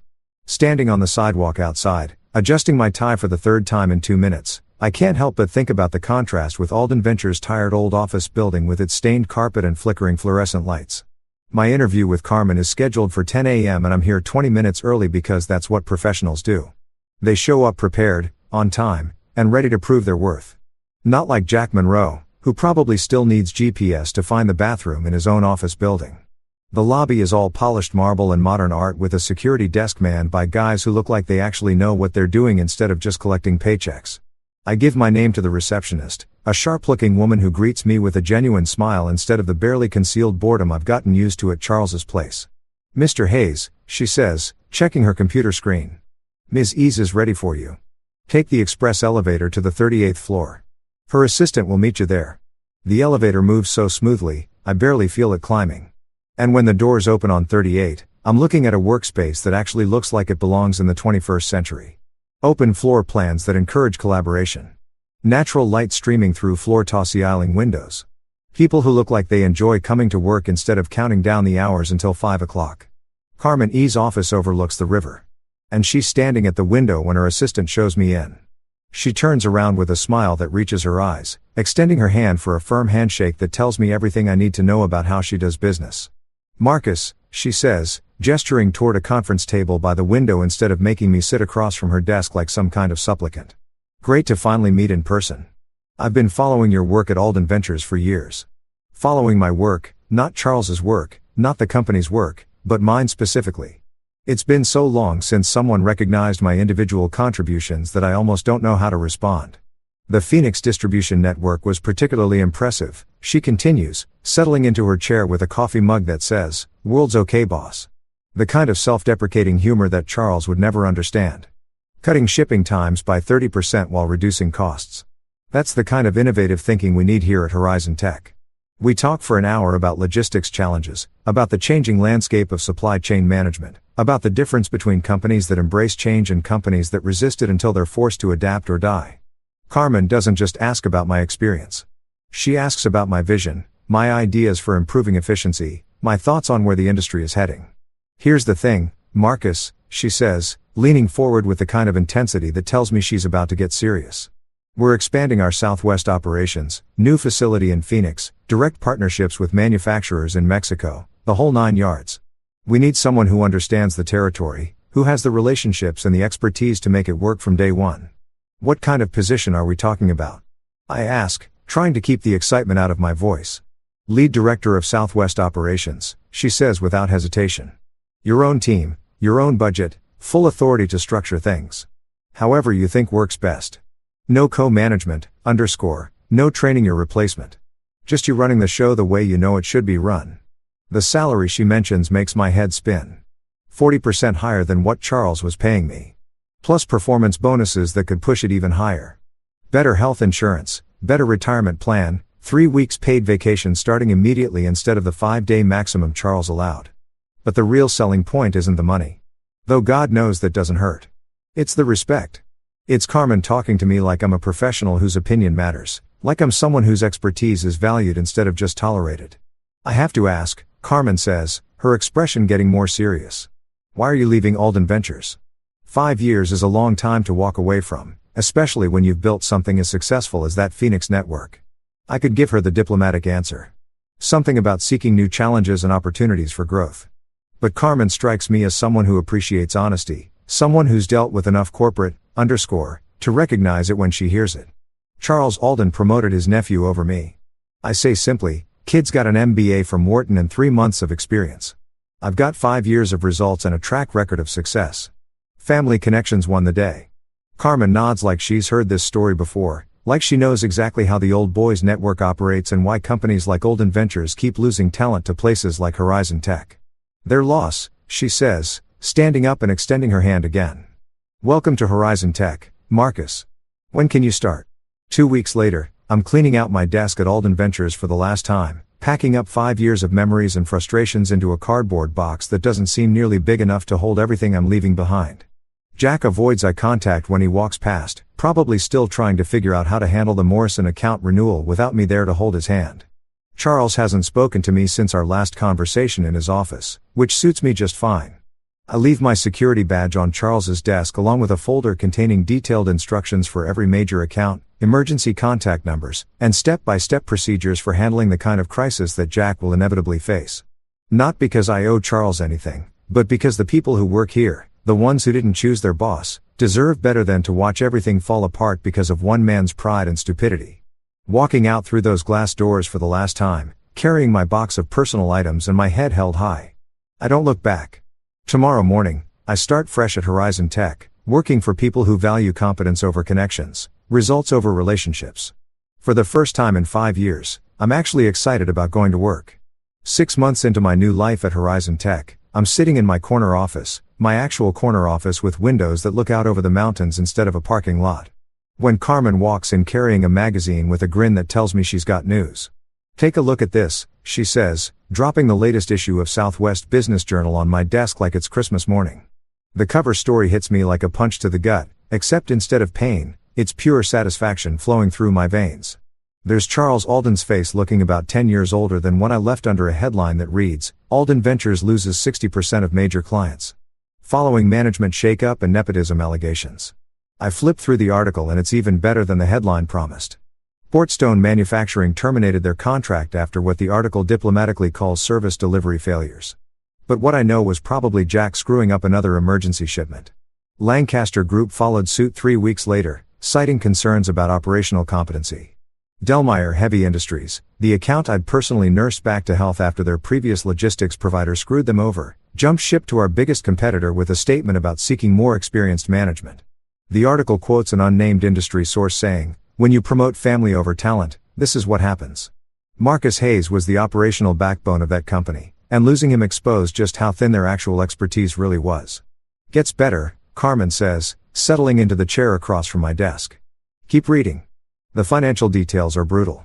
Stock price down 40%, layoffs across 3 departments, and a board of directors that's apparently decided Charles's leadership style isn't working out so well anymore. The article mentions that Charles stepped down to pursue other opportunities, which is corporate speak for Got his ass fired by people who care more about profits than family loyalty. But the rail kicker is buried in the last paragraph. Former Regional Director Jack Monroe, nephew of company founder Charles Alden, resigned his position last month to pursue additional education opportunities. Sources close to the company suggest Monroe's departure was related to operational difficulties following the loss of key personnel. Additional education opportunities. The kid went back to school, probably to learn what he should have known before Charles handed him a job he wasn't qualified for. Part of me feels bad for Jack. He never asked to be thrown into that mess. Never asked to be the weapon Charles used to cut me down. But that's what happens when family politics collide with business reality. So, what's the word on the street? I ask Carmen, though I'm pretty sure I already know the answer. Charles is scrambling to sell off assets and avoid lawsuits from investors who feel like they were misled about the company's stability. Word is he might lose the family compound in Scottsdale if things keep going south. Meanwhile, you've increased our Southwest Division's efficiency by 25% and landed 3 major contracts that your old competitors would kill for. I lean back in my chair, looking out at those mountains and thinking about how different my life is now. No more walking on eggshells around a boss who thinks I should be grateful for scraps. No more watching unqualified people get promoted over me because of whose blood runs in their veins. No more coming home exhausted from fighting battles I was never allowed to win. Carmen's right about the numbers. Our Southwest operations are crushing it. And it's not because I'm some kind of genius. It's because I'm finally working for people who let me do my job without interference, who judge results instead of resumes. Who understand that trust and leadership can't be inherited like furniture. Charles never figured that out and now he's paying the price. Sometimes the universe has a sense of humor after all. A year and 3 months after walking out of Alden Ventures, I'm grabbing breakfast at Mickey's Diner near Sky Harbor Airport before catching a flight back to headquarters when I spot a familiar figure hunched over a corner booth. Jack Monroe sits alone with a cup of coffee and a textbook that's got supply chain management principles and practices written across the cover in bold letters. The kid looks different, older somehow. Like the past year, has taught him things they don't cover in business school. His expensive suits have been replaced by jeans and a flannel shirt. And there's something in his posture that wasn't there before. Humility, maybe, or just the weight of understanding how badly he'd screwed up. I could walk right past him, pretend I didn't see him, catch my flight, and get back to my successful new life without looking backward. But something about the way he's studying that textbook, like his life depends on learning every word, makes me stop. Mind if I sit?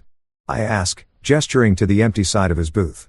Jack looks up, and for a second, I think he's going to bolt for the door, but then he closes the book and gives me a tired smile that's got more maturity in it than anything I ever saw when he was playing director.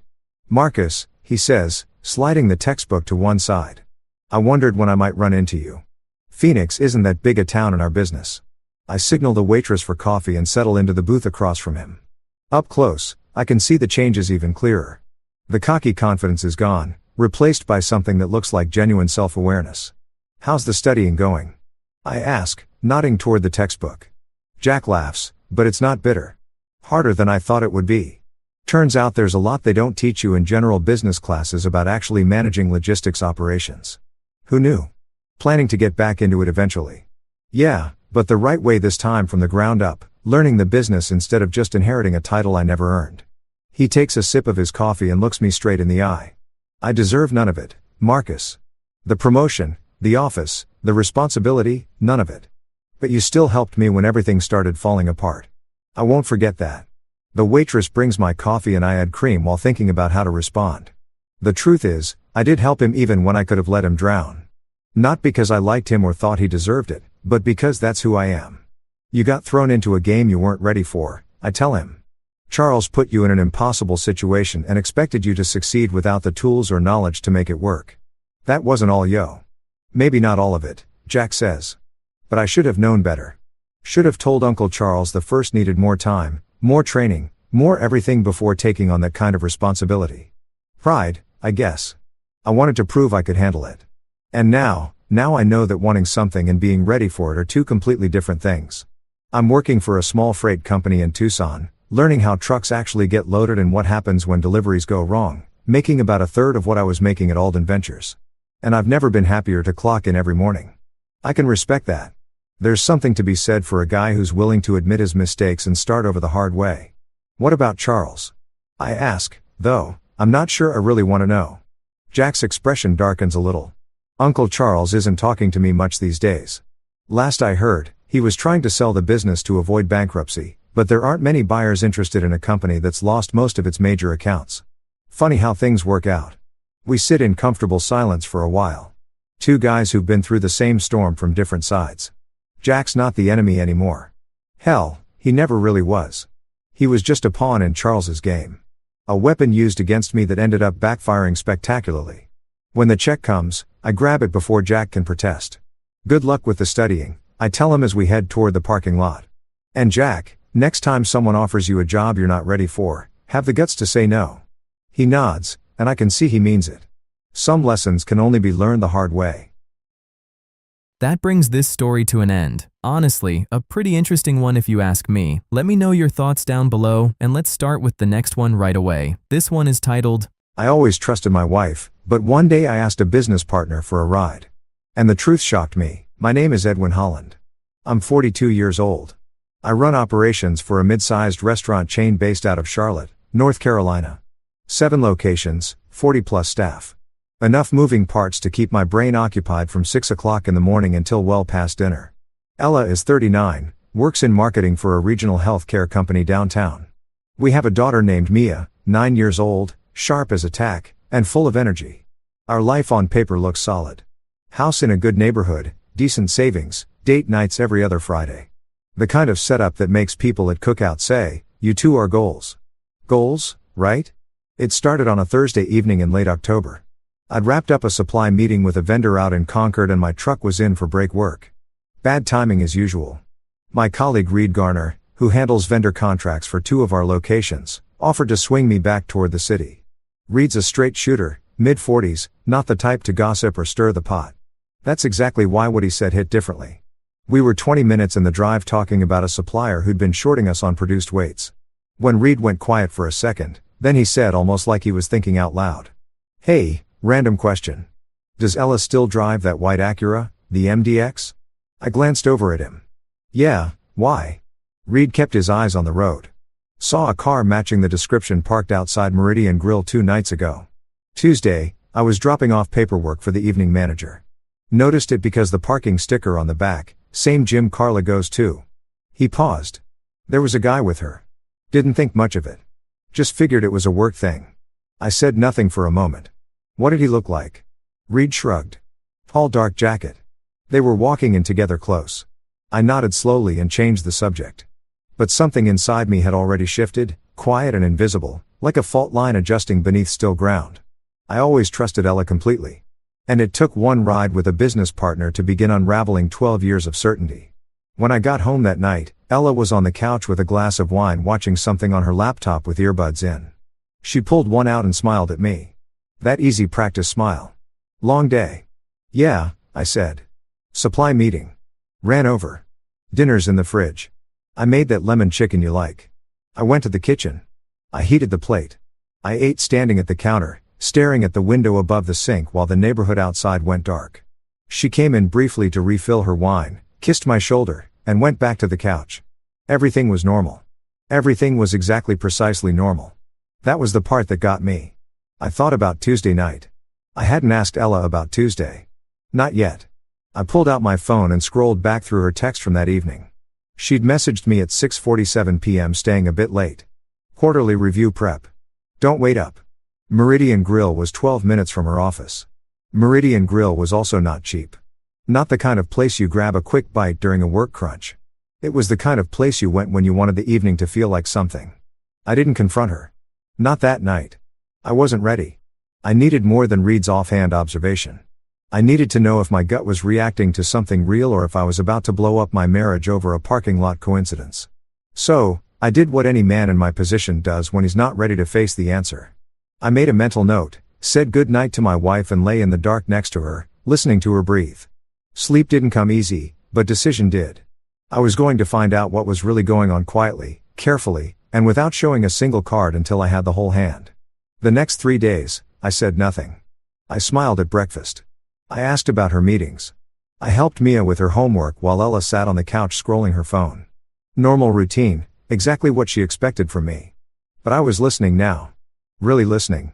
Not the hey present nod and move on kind of listening I've been doing for years. I mean, The kind where you catch the half-second pause before an answer. Where you notice the slight shift in someone's eyes when they're reaching for a story rather than a memory. Ella's alibi structure was clean, too clean. Every evening she was away, she had a reason, always reasonable, always just vague enough to not invite follow-up. Wednesday had been quarterly review prep. Thursday was happy hour with Denise. The following Monday was gym, then groceries. I checked the grocery receipt she left on the counter. $51, 2 bags. She'd been gone 3 hours. I started testing the edges gently, casually. The way you press on a bruise to figure out how deep it goes. Didn't you say Denise was out of town this month? I asked over coffee one morning, keeping my eyes on my mug. Ella didn't miss a beat. That's next week. She pushed it back. Right, I said. I forgot. She didn't even look up from her phone. I thought about Reed's observation every single day. That white Acura, the man in the dark jacket. Close. Walking in together, I replayed the words like a song I couldn't get out of my head. And underneath the replay, one question kept surfacing. How long? The following Friday, I told Ella I had to fly to Nashville for an emergency operations issue at her location there. I even packed a bag, drove to the airport, parked in short term, sat in the terminal for 40 minutes, had a coffee, then turned around and drove back to Charlotte. I parked 3 blocks from Meridian Grill at 6:15 p.m. By 7:02, Ella's white Acura pulled into the lot. She stepped out in that charcoal-wrapped dress I hadn't seen in months. Heels I didn't recognize, hair down. She checked herself in the side mirror before she walked to the entrance. Not a quick check, a deliberate one. He arrived 8 minutes later.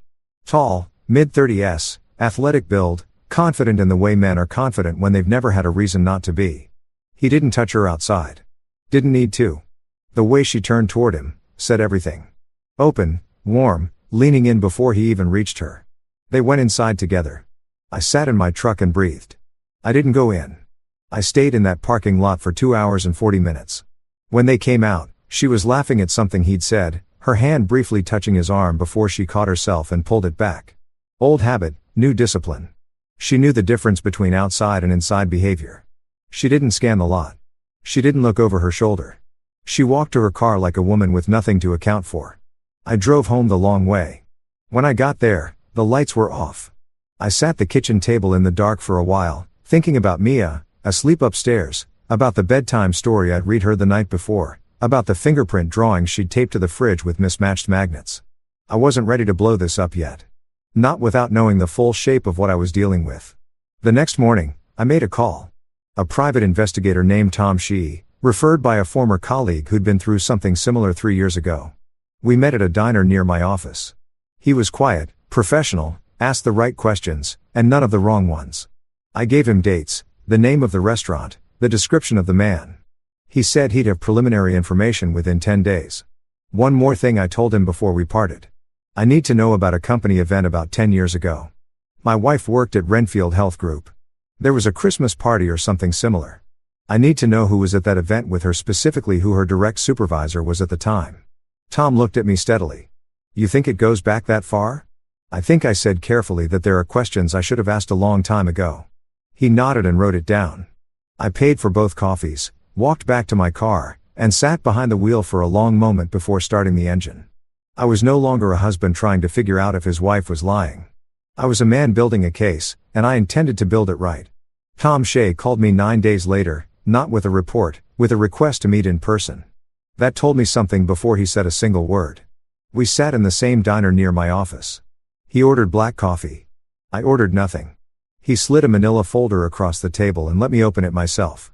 The man's name was Owen Marsh, 38 years old, sales consultant for a commercial real estate firm downtown. Married. His wife's name was Naim. No children. The folder had a printed photo. Timestamp surveillance. Owen and Ella walking into Meridian Grill. Another shot from a different evening outside a wine bar on South End. A third one, the one that made my jaw tighten. Taken through a restaurant window. Ella's hand across the table, her fingers resting on top of his. How long? I asked. Tom wrapped both hands around his mug. Based on what I could establish. At least 7 months, possibly longer. They're careful, but not invisible. Same 2 or 3 locations. Always weekday evenings. Never weekends. Never, because weekends were for family, for Mia. For me. I closed the folder. What about the other thing I asked you to look into? Renfield Health Group. The company event 10 years ago. Tom nodded slowly. That took some doing. He pulled a second sheet from his jacket pocket. Printed email records, a staff directory from a company event. A name circled in blue pen. Her direct supervisor at the time of the annual retreat. 11 years ago, to be exact, was a man named Kurt Strickland, Senior Marketing Director, 44 now, still in the area, runs his own consulting firm out of Valentine. I stare at the name. Was there any indication they were close outside of work, close enough that two former colleagues I spoke to, off the record, remember them being inseparable at that retreat? One described it as, Tom glanced at his notes, the kind of close that makes people uncomfortable at work. The following Monday, I sat back in the booth. Ella had come home from that retreat on a Sunday night. I remembered it clearly because I'd pick her up from the airport. She'd looked tired and quiet in a way I'd chalked up to a long weekend. We'd stopped for food on the way home. She'd barely eaten. She told me she was just exhausted. Mia was born 8 months and 3 weeks later. I thanked Tom. I paid for coffee. I walked to my truck and sat behind the wheel without starting the engine for a long time. The math was already running in my head. The kind of math you don't want to do, but can't stop once it starts. That night, I ordered a home DNA kit online. 2-day shipping. I used a separate email account and a prepaid card I'd picked up at a pharmacy on the way home. When Ella asked what I was doing on my laptop, I told her I was reviewing vendor invoices. She nodded and went back to her show. I watched her from the corner of my eye and felt something quietly close inside me, like a door shutting in a part of my chest I hadn't known was still open. Whatever came next, I was going to face it with both eyes open and every fact in hand. The kit arrived on a Wednesday while Ella was at work and Mia was at school. I signed for it at the door, went straight to the kitchen, and read the instructions twice before I did anything else. The process was straightforward. I use a swab for my own cheek. For me, a sample, a second swab taken from her toothbrush in the bathroom she used every morning. The instructions said that was acceptable. I sealed both samples in the labeled pouches, registered the kit number online using the separate email and drove to the post office during my lunch break. Then I waited. 12 days felt like 12 months. I kept my routine intact. Every morning I made coffee for two. Every evening I asked Ella about her day and listened to answers that were smooth and unremarkable. I watched her interact with Mia. The way she helped her with her backpack, braided her hair on Thursday mornings, called her bug in that easy, affectionate tone. Ella was a good mother. I had never doubted that. But a good mother and an honest wife were not always the same person. I also scheduled something else during those 12 days. Something I've been avoiding for reasons I couldn't fully explain even to myself. I called a men's health clinic on the east side of Charlotte and booked a complete fertility evaluation. When I arrived, the doctor, a quiet, methodical man in his early 50s, asked me a standard set of questions about our history. How long had we been trying before our daughter? What results, if any, we'd sought from medical professionals at the time. I told him we hadn't seen anyone, that we just kept trying, and eventually it worked. He asked if I'd like to proceed with a full panel. I said yes. The results came back 4 days later. I sat in the examination room and listened to the doctor explain in measured clinical language that my sperm count was severely below normal in the lowest 2% of men tested at this clinic. He used words like motility and morphology and subfertility. He said that natural conception in my case was not impossible but that the statistical probability was in his professional opinion extremely low, less than 2%. He said perhaps significantly less depending on additional factors. I asked him plainly, could a man with these results have fathered a child naturally without medical intervention? He was quiet for a moment. It's not something I can rule out entirely. He said carefully. But I'll be doing you a disservice if I called it likely. I thanked him. I got in my truck. I drove to a park near my office and sat on a bench by the pond for 40 minutes without moving, less than 2%. Mia was 9 years old. I had coached her t-ball team. I had held her hand during every thunderstorm. I had read her the same 3 picture books so many times I could recite them from memory. I had been her father in every way I knew how to be. And now a clinical report was telling me that her existence. The way it happened, the timing, the story I'd been handed didn't add up. The DNA kit results arrived 2 days later. I opened the envelope alone at my kitchen table. The house empty, the afternoon light coming flat and gray through the blinds. I read the result once, then I set the paper down flat on the table and pressed both palms against the surface, breathing steadily. Probability of paternity 0%. I stood up, walked to the garage, picked up a ceramic planter that had been sitting on the workbench since last spring.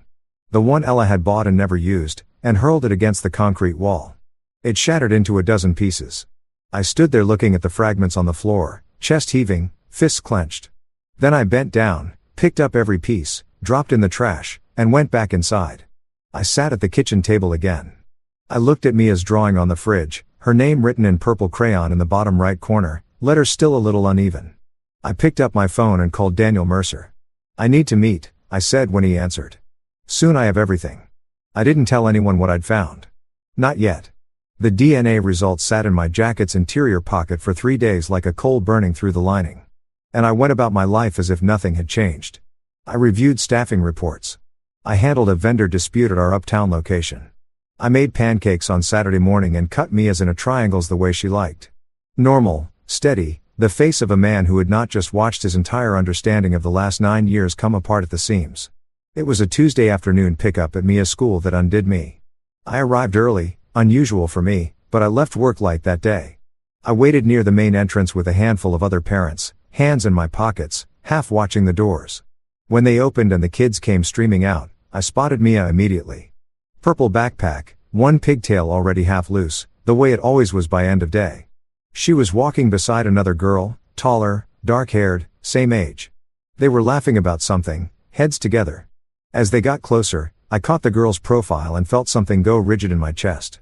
The cheekbones, the set of the eyes, the way her brow tilted slightly when she laughed. I'd seen that face before in a folder Tom Shaw had put on the diner table. Mia stopped in front of me and grabbed my hand. "Dad, this is Sophie. We're in the same reading group." Sophie looked up at me and smiled politely. Hi, Sophie," I said. My voice came out level. I don't know how. On the drive home, Mia told me Sophie's dad was some kind of business consultant and that he sometimes picked Sophie up on Tuesdays. I nodded and asked follow-up questions I barely heard the answers to. My hand stayed steady on the wheel. Inside, I was already doing the arithmetic that no father should have to do. Sophie Strickland, same school, same reading group, same face. That night, after Mia was asleep, I went to the garage. I stood at the workbench and picked up a ceramic bowl that had been sitting there since last summer. One of Ella's decorating projects she'd abandoned halfway through. I stared at it for a long moment. Then I hurled it against the far wall. It burst apart with a sharp report against the concrete. I stood there watching the pieces settle on the floor, chest heaving, jaw locked. Then I cleaned it up. Every fragment, swept the dust into the trash, turned off the garage light, and went inside. I didn't sleep much that night, but by morning I had made a decision about Kurt Strickland. I went back to Tom Shaw first. I needed one more piece. Kurt's current routine, his office address, whether he was aware that Mia existed. Tom turned it around in 4 days. Kurt Strickland ran a marketing consultancy out of a suite in Valentine. Married 15 years, 2 kids, a son 12, and a daughter 9. His daughter's name was Sophie. I read that line twice. Tom's report noted no indication that Strickland had any knowledge of Mia or of Ella's pregnancy from 11 years ago. As far as anyone could tell, he had walked away from that retreat and moved forward with his career and his family without ever looking back. I sat with that information for 2 days. I thought about what it meant to tell him. I thought about what it meant not to. I thought about Mia sitting in a classroom next to a half-sister she didn't know existed laughing over a reading assignment. And I thought about Ella, who had known all of this, who had come home from that retreat quiet and pale. I said she was just tired, who had told me a few weeks later with bright eyes and shaking hands that she was pregnant, who had watched me turn into a father fully, completely without reservation while carrying a secret that could have unraveled everything from day one. I thought about that for a long time. Then I called Daniel Mercer and told him I was ready to move. Daniel Mercer's office was on the 14th floor of a building on Trent Street. Clean, quiet, the kind of place that smelled like leather and careful thinking. He was a compact man in his early 50s, precise, unhurried, the type who let you finish your sentences before he responded. I've been referred to him by a colleague 2 years ago and never thought I'd actually need him. I laid everything on his desk. Tom Shaw's reports, the DNA result, the medical panel from the fertility clinic, the time-stamped photographs of Ella and Owen Marsh. Daniel read through it without expression, making occasional notes in the margin of a yellow legal pad. When he finished, he looked up. "This is thorough," he said. "You've done the groundwork well. I want to know where I stand." I told him all of it. The marriage, the paternity, what the court could do. Daniel set his pen down on the marriage. "Given document adultery, North Carolina is a false state for divorce purposes if you choose to pursue it. The evidence you have is strong." He paused. "On the paternity, this is where it gets complicated. You've been the legal father for 9 years.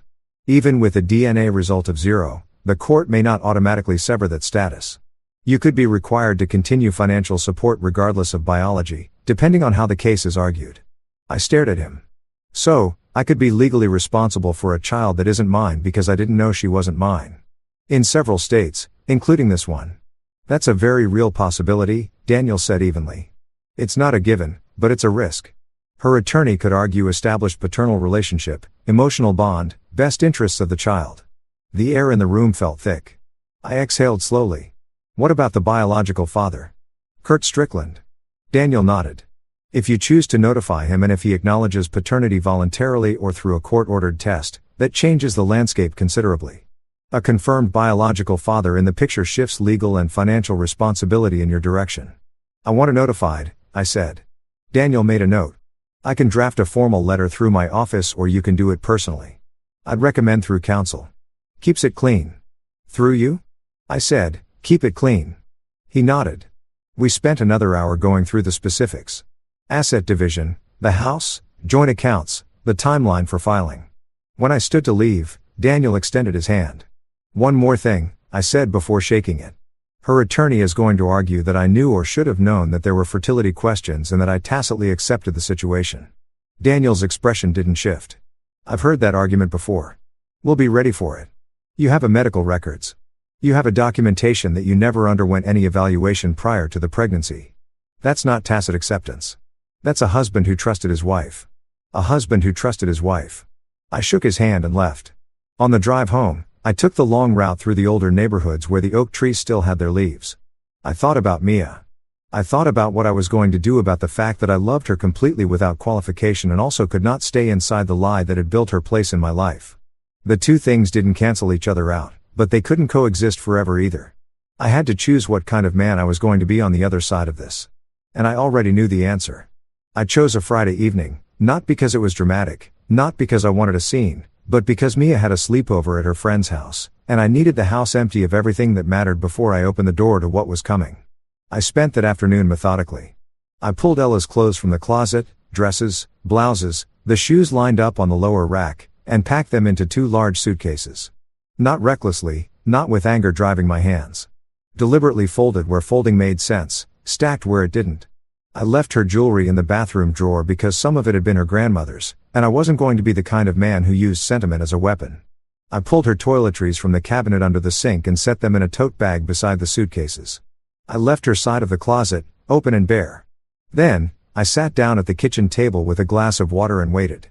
She walked in at 6:42 p.m. I heard the garage door, heard her keys hit the bowl by the door, heard the familiar rhythm of her heels on the tile. She came into the kitchen already talking, something about traffic on the interstate, and stopped mid-sentence when she saw the suitcases standing by the hallway entrance. The color shifted in her face. Just slightly, just enough. What is this? She asked. Sit down, I said. She didn't sit. She stayed where she was, one hand still holding her bag strap, eyes moving between me and the luggage. Edwin, what is going on? I set 3 items on the table in front of me. Tom Shaw's photo report, the DNA result, the medical panel from the clinic.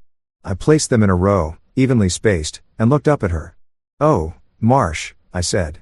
7 months that I know of, probably longer. She opened her mouth. I held up one hand. The DNA result, I continued, keeping my voice level and steady. Mia is not my biological daughter. Probability of paternity, 0. Something moved through her expression. Not guilt, not grief. Something more complicated and harder to name. She set her bag down slowly on the counter. In the medical report, I finished my fertility numbers. Less than 2% probability of natural conception, which means you knew or should have known that there was a serious question about Mia's parentage. And you said nothing for 9 years. The silence between us had weight to it. She stood very still. Then she said quietly, you stopped being present. You were always at work, always managing someone else's problem. I was invisible in this marriage long before Owen. That's not a confession, I said. That's a deflection. Try again. Her jaw tightened. You want me to apologize for surviving a marriage where I felt completely alone. I want you to acknowledge, I said evenly, that you came home from a corporate retreat 11 years ago knowing you might be pregnant by your supervisor. And you let me raise that child for 9 years without ever telling me the truth. That's not loneliness, Ella. That's a choice. A deliberate, sustained choice.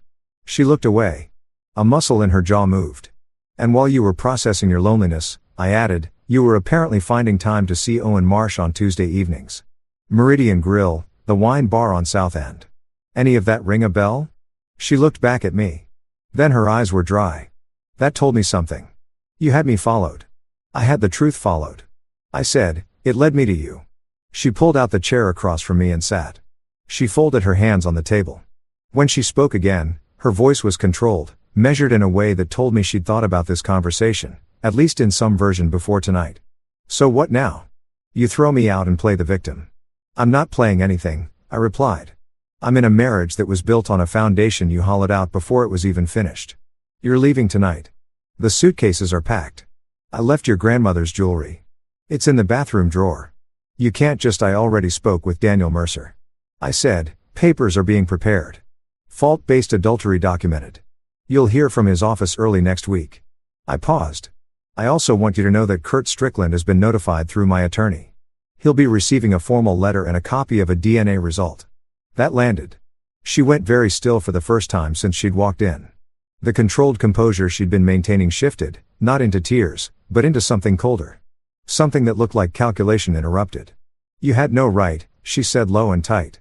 He has a daughter in Mia's class, I replied. He has the right to know. And frankly, so does his wife. She stood up. She grabbed her bag from the counter. She looked at the suitcases, then back at me. And for a moment, I thought she might say something real, something that acknowledged the actual shape of what she'd done. But she didn't. She picked up one suitcase handle, left the second one, and walked toward the door. She paused with her hand on the frame. Without turning around, she said, "You were never going to be enough, Edwin." I looked at her back. "Maybe not," I said. "But I was always honest. There's a difference." The door closed behind her. I sat at the kitchen table for a long time after that. The house was quiet in a way it hadn't been in years. Not the quiet of a family winding down for the night, but the quiet of a space that had finally stopped pretending. I picked up my phone and texted Mia. "Sleep well, bug. See you tomorrow." Her response came back in under a minute. A string of emojis and a hand-drawn heart photographed with her friend's tablet. I set the phone down. I breathed, and for the first time in weeks, the air in the room felt like it belonged to me. The weekend passed quietly. I picked Mia up from her sleepover Saturday morning, made her favorite breakfast, scrambled eggs and toast with the crust cut off, and spent the afternoon at the park throwing a frisbee until my arm itched. She didn't ask where Mother was. Kids carry more awareness than we give them credit for, and Mia had always been perceptive beyond her years. She'd ask when she was ready. I'd answer honestly in the way a 9-year-old needed to hear it when that moment came. Sunday evening, I was reviewing the draft separation agreement. Daniel had emailed when my phone rang. Unknown number, local area code. I almost let go to voicemail. Something made me answer. "Is this Edwin Hollins?" The voice was a woman, steady but with something underneath it that sounded like a person holding themselves together through force of will. "It is," I said, a short pause. "My name is Nain Marsh. I think you know why I'm calling." I set down the laptop. "Yes, I do." Another pause. Longer this time. "I found a letter from your attorney's office this morning." Owen left on the kitchen counter. I don't know if he forgot it was there or if he wanted me to see it. I read it twice before I called him at work. Her voice remained controlled but barely. He didn't deny it. "I'm sorry," I said. And I meant it not as a formality, but as one person to another who understood exactly the specific weight of that kind of morning. "How long did you know?" she asked. "About 3 weeks with certainty." I told her I had suspicions before that. A colleague saw them together. That's what started it. She was quiet for a moment. 7 months, he told me. He said it was 7 months. She let out a short humorless breath. I believed him when he said it was nothing last spring. He told me I was imagining things. That phrase hit somewhere familiar. "They're good at that." I said, "Yes," a pause. "I wanted to call you because I don't know exactly, because I thought you deserved to know it wasn't just your marriage falling apart, and because I wanted to hear from someone who'd already been through the worst part of finding out." She stopped. "Does it get easier knowing?" I thought about that honestly before I answered. "Knowing is actually the easier part." I said, "It's the not knowing that grinds you down. Once you know, you can move. You can make decisions. You have ground under your feet again." She absorbed that. "Your daughter," she said carefully. I read the letter. "I understand there's more to this than just Owen." "There is," I confirmed. But I'm handling it. Is she okay? Nain asked. Your daughter? The question surprised me. Not its content, but its kindness. She's good. I said she's resilient. She's 9 and she throws a frisbee better than I do. So, I think she's going to be fine. A small genuine sound on the line.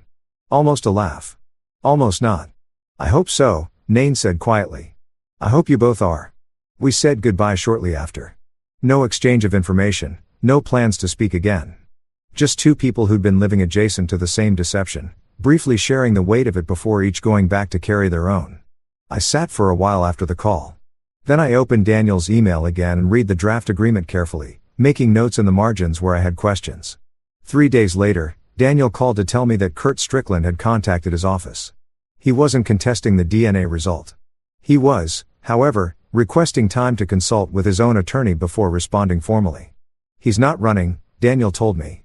In my experience, that means he's going to engage. Good, I said. That same week, Ella's attorney sent a preliminary response to our filing.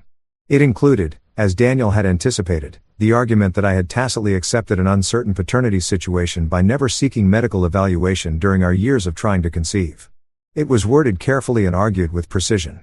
Daniel called me after he read it. They're going to push this angle hard, he said. But your medical records are clean. You went to that clinic on your own initiative with no prior testing on record.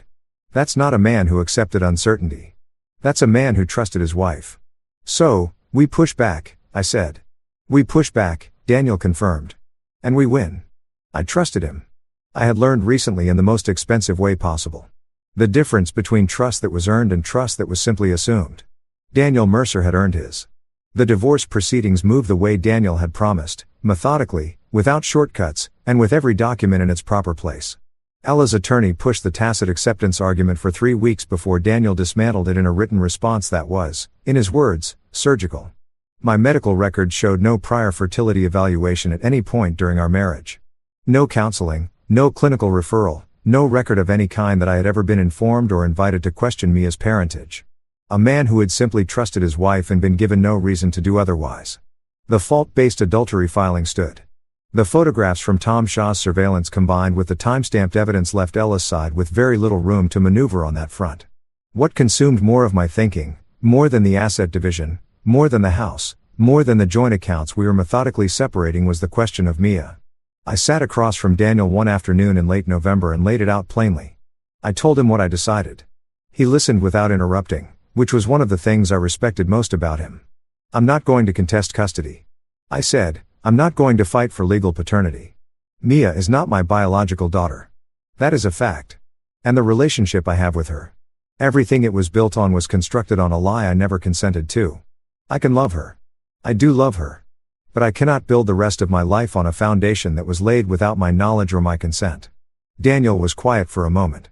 That's not the decision most men in your position make, he said carefully. You understand that it means walking away from the legal parental relationship entirely. I understand.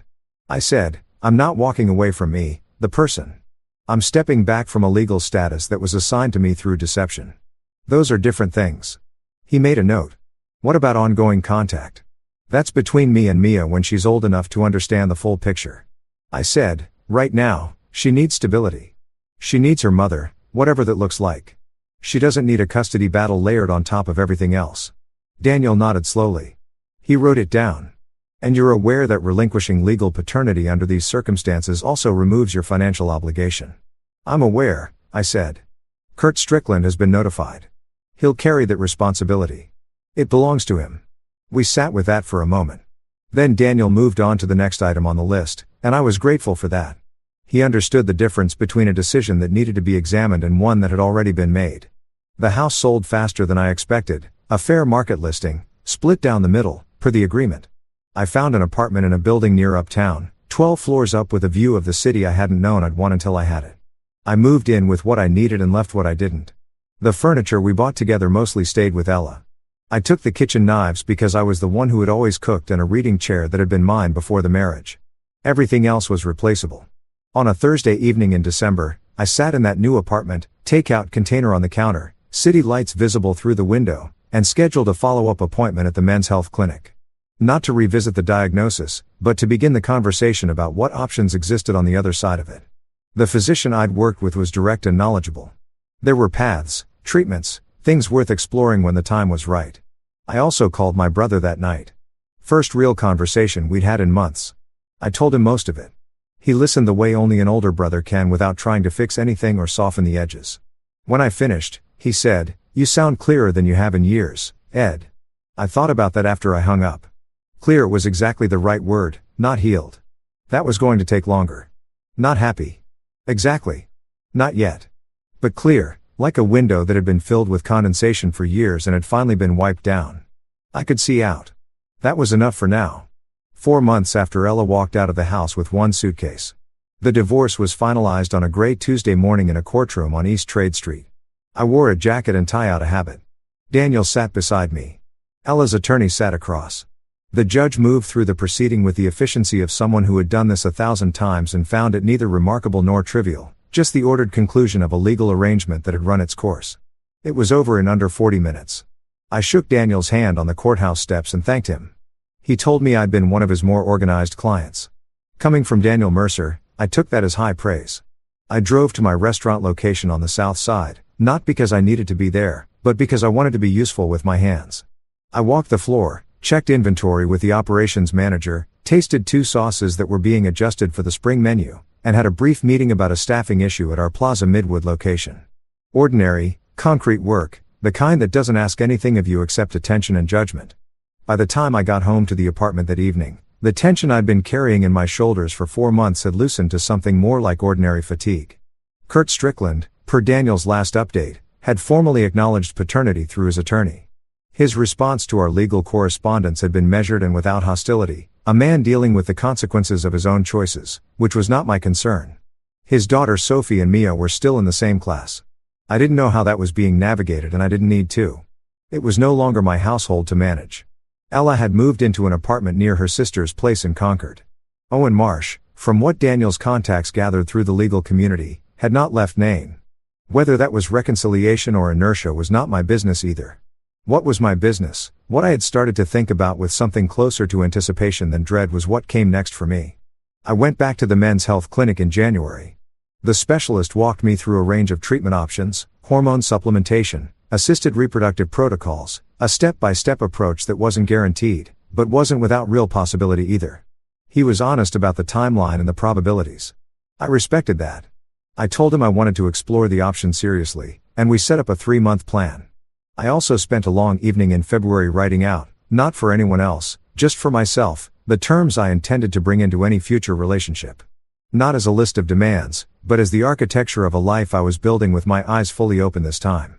At the top of that list, honesty early and without exception. And beneath that stated plainly, any woman I chose to build a family with would need to understand that I would require a paternity confirmation when a child was born. Not from suspicion, not as an accusation, but as a man who had learned at significant cost that love without verification in that specific context had nearly erased him. I was not willing to repeat that. I was not willing to raise another child I loved completely only to learn through a manila envelope on a kitchen table. But the entire premise of that love had been a construction someone else had made for their own convenience. If a woman found that condition unacceptable, that told me everything I needed to know before we got any further. The Saturday before the divorce was finalized. I'd done one more thing. I drove to the park where I'd taken Mia dozens of times over the years. The one with the duck pond and the old wooden footbridge she always wanted to run across. I sat on the bench near the water for an hour. I wasn't there to mourn. I was there to mark the end of something. The way you mark the end of a long journey. Not dramatically, not with ceremony, just with presence. I thought about who I had been when I first took Mia to that park. 20 minutes of frisbee and a juice box and her delighted face when a duck got too close and startled her. I thought about the man I was now, sitting on the same bench 9 years later, with a cleaner understanding of the world and a quieter trust in my own judgment. I hadn't become harder. I didn't want harder. I just wanted to be awake, fully, consistently awake in a way I hadn't been for most of my marriage. I drove home. I made dinner for one, which I'd gotten surprisingly good at. I sat by the window and ate while the city went dark below and the lights came on one by one the way they always had, indifferent and steady. I was 42 years old. I had a good career, a city apartment with a view I was starting to like, a doctor who was helping me map a path forward, and a very clear picture of what I would and would not accept in the life ahead of me. That's it for this story. That was a crazy one in my opinion. Let me know what you think in the comments down below. Now, let's get into the next story. It's titled, I needed to drive my 82-year-old mom to the hospital. My car was in the shop. When I asked my wife for hers, she said, "Not my problem. Figure it out." I just replied, "Okay." The next day, she called me 31 times. She called me 31 times the next day. By the 15th call, her voice had shifted from irritation to panic. By the 23rd, it had turned into something I had never heard in nearly 3 decades of marriage fear. I watched her name light up my phone screen again and again while I sat at the kitchen table, a cup of black coffee growing cold in my hand. The strange thing is none of it would have happened if she had simply handed me her car keys. Instead, she looked at me that morning and said 5 words that still echo in my head, like a door slamming shut. Not my problem. Figure it out. It was 6:40 a.m. when I woke up to the sound of my mother coughing in the guest room down the hall. It wasn't an ordinary cough. It was tight, strained, the kind that made you sit upright in bed without thinking. My mother is 82 years old, 2 stances, mild heart failure, a medication list longer than most restaurant menus. She's lived with us since my father passed 3 years ago. Most days, she moved slowly but steadily. That morning, she couldn't catch her breath. I helped her sit up. Her hands felt cold. Her skin had that pale gray tone I've learned not to ignore. "Let's not wait," she whispered. I already knew. I grabbed my phone to call her cardiologist's office. They told me to bring her in immediately. And that's when I remembered. My car was still in the shop. Transmission failure. 4th day waiting on parts. I had complained about it just the night before while Laura, my wife, barely looked up from her tablet. Laura's SUV sat in the driveway, practically brand new, fully paid off. I walked into the kitchen where she was scrolling through something on her phone, her coffee steaming beside her. "Laura," I said, trying to keep my voice even. "Mom needs to get to the hospital. My car is still in the shop. Can I take yours?" She didn't look up right away, just swiped once more on the screen. "I have Pilates at 9 o'clock, she said flatly. "I'll have it back before then." That's when she looked at me and I saw it. Not anger, not stress, indifference. "Not my problem," she said, lifting her mug. "Figure it out." For a moment, I thought I'd misheard her. "My mom can't breathe." She shrugged. "Then call an Uber." I stood there longer than I care to admit, waiting for the punchline, waiting for the softness to return to her eyes. It didn't. So I nodded. "Okay," I said. That was it. No shouting, no arguing, just that one word. "Okay." Our neighbor Frank drove us to the hospital. The whole ride, I stared out the window while Mom rested her head back against the seat. "Was that Laura?" she asked quietly. I kept my eyes forward. "She has a busy morning," I replied. Mom didn't say anything else, but I felt the weight of her silence. At the hospital, the test began immediately. EKG blood work, oxygen monitoring. I stayed by her side the entire time. It wasn't a heart attack, thankfully. Fluid buildup, medication adjustment, close call. But something else had shifted inside me that morning. Something quiet, something permanent. Laura texted once around noon. "Everything fine." I stared at the message. No apology, no concern, just efficiency. "She's stable," I replied. A thumbs up emoji came back. That was it. That evening when we returned home, Laura was sitting at the kitchen island. "How is she?" she asked without turning around. "Stable?" I said.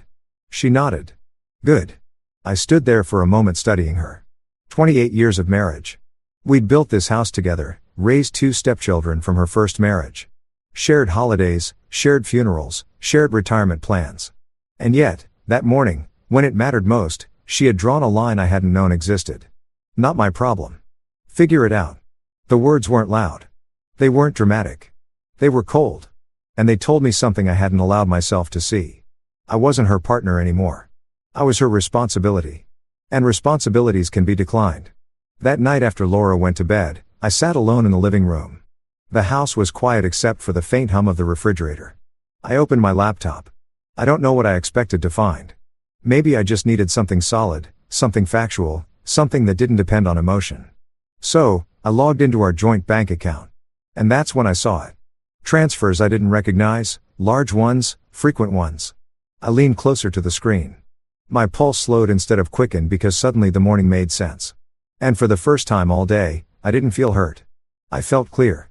The next morning, Laura called me 31 times. But that was later. First came the numbers. And numbers, unlike words, don't lie. If you had asked me a year ago whether I trusted my wife, I would have said yes without hesitation. Not the reckless kind of trust you see in young couples who still believe love alone can carry a mortgage. I'm 68 years old. My trust was the kind built through decades of routine shared calendars, shared passwords, shared doctor appointments. The quiet confidence that comes from surviving things together. Or at least that's what I believed. Laura and I married when I was 40. She had 2 children from her first marriage. I had just made senior partner at the accounting firm where I worked for 35 years. She was warm back then, charismatic, the kind of woman who could host Thanksgiving for 20 people without breaking a sweat. She stopped working 12 years ago. It doesn't make sense for both of us to kill ourselves, she had said. You make more anyway. I didn't argue. I was proud to provide. It felt like purpose. Over time, I moved my paycheck into our joint account. I added her as an authorized user on every credit card. When I retired at 65, I rolled my pension and 401k into accounts managed under both our names. It never crossed my mind that I should do otherwise. Looking back, I can see the subtle shifts. They weren't dramatic enough to alarm me, just small adjustments in tone. When I hesitated over a large purchase, she'd say, "You worry too much." When I asked about a charge I didn't recognize, she'd smile and say, "Relax. It's handled." When I suggested meeting with a financial advisor together, she'd respond, "You're the numbers guy. I trust you." Trust that word again. But somewhere along the way, I stopped reviewing statements as carefully. Retirement changes you. You begin to value peace more than precision. And Laura valued comfort. The house renovations, the vacations with her friends, the investment opportunities that never seemed to produce returns. I questioned some of it, but not enough because challenging her meant friction, and friction at our age feels exhausting. After her words that morning, "Not my problem. Figure it out." I couldn't sleep. So, I did something I hadn't done in months. I combed through the accounts. The first transfer I noticed was from 4 months ago. $8,500 wired to an unfamiliar business account labeled consulting. The next month, $12,000 investment seed, then $6,200 withdrawn in cash. My stomach didn't drop the way it might have when I was younger. Instead, I felt a strange steadiness. I pulled up the credit card statements. Designer purchases totaling over $14,000 in the past year. Jewelry, weekend spa packages, a boutique travel agency. That SUV in the driveway, it wasn't fully paid off after all. It was financed through a separate line of credit I hadn't known existed. A line of credit tied to our home equity. I leaned back in my chair and stared at the screen. For 28 years, I believed we were making decisions together. Now, I saw the pattern. The transfers weren't random. They were escalating. $8,500, $12,000, $15,000. Like someone building a parachute in secret. I opened another tab and checked the property records online. The deed to our house was still jointly held. Good. But the SUV loan listed only her name. That was new. I scrolled further. 3 inquiries on her credit report, business loan applications dated within the last 60 days. The day she told me my mother's emergency wasn't her problem, she already had 1 foot outside our marriage, and I had been the one funding the exit. I sat there until 2 o'clock in the morning. I didn't cry. I didn't rage. I replayed the last few years in my mind. The way she'd started taking phone calls in another room, the new friends I'd never met, the sudden insistence that she needed financial independence. I had interpreted it as healthy autonomy. Now, it looked like preparation. The painful part wasn't the money. It was the realization that while I was thinking about cardiologist appointments and medication refills for my 82-year-old mother, my wife was thinking about liquidity. I heard her footsteps in the hallway and quickly closed the laptop. She appeared at the doorway, robe wrapped tightly around her. "Why are you up?" she asked. "Couldn't sleep." She nodded, then paused. "You seem distant today." I looked at her carefully. "I was thinking," I said. "About what?" "Responsibility." She frowned slightly. "What does that mean?" "Nothing," I replied. She studied me for another moment, then shrugged and went back to bed.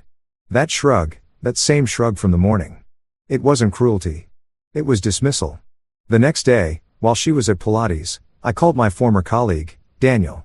He'd been my financial advisor for years before I retired. "Dan," I said, "I need to review everything." He didn't ask many questions, just scheduled me for the following morning.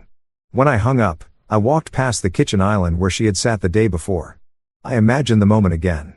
My mother struggling to breathe. Me asking for help, her lifting her coffee mug.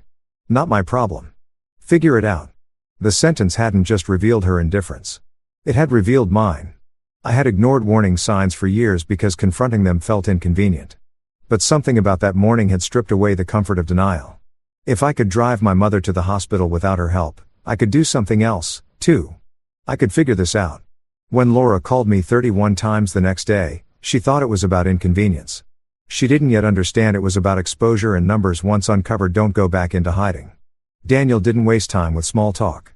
When I walked into his office the next morning, he closed the door behind me and said, "Start from the beginning." So, I did. I told him about my mother, about the car, about Laura's words. Then, I slid a printed stack of statements across his desk. He adjusted his glasses and began flipping through them slowly at first, then faster.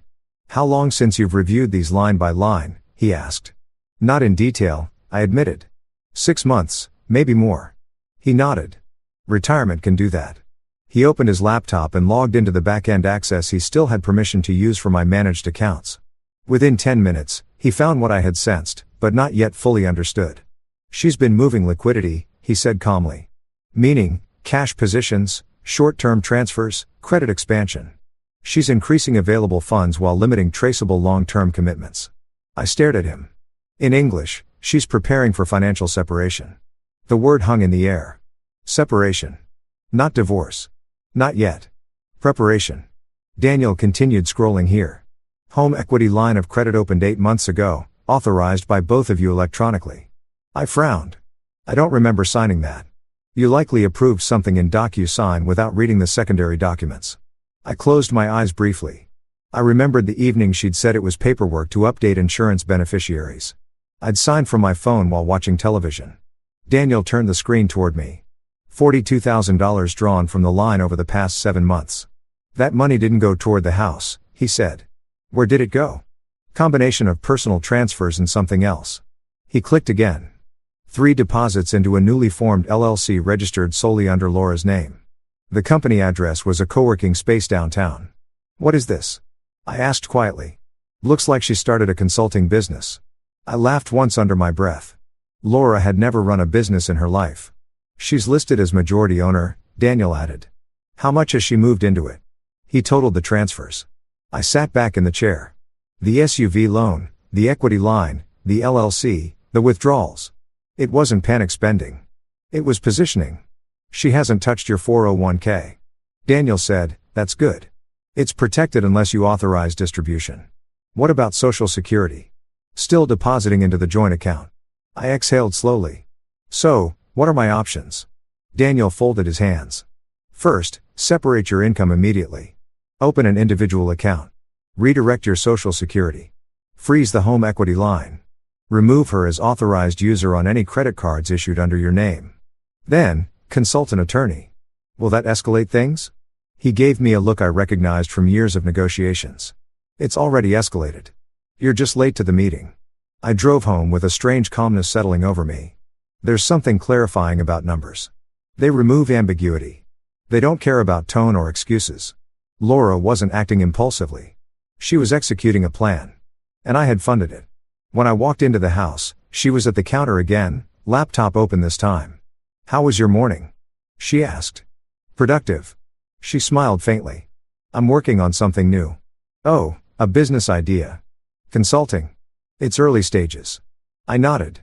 "Sounds expensive." She paused for a fraction of a second. "Investment requires capital." "Yes," I agreed quietly. "It does." She studied my face. "You're being strange." "Am I?" "Yes." Ever since yesterday, I met her eyes. Yesterday was clarifying. "For what do for me?" She closed her laptop slowly. "Are you upset about the car?" "No." "Then what?" I considered telling her right then, laying out the numbers, confronting her. But something inside me held back. Not fear. Timing. "I figured it out," I said simply. She frowned. "What does that mean?" "It means I don't need the SUV." Her expression softened slightly as if she believed the storm had passed. "Good," she said, "because I have meetings all week." That afternoon, I opened a new checking account in my name only. I redirected my Social Security deposits effective immediately. I called the bank and froze the home equity line pending review. The representative asked, "Rasan, unauthorized financial exposure," I replied. I removed her authorization from 2 credit cards tied to my retirement account. Each action felt methodical, controlled, not revenge, protection.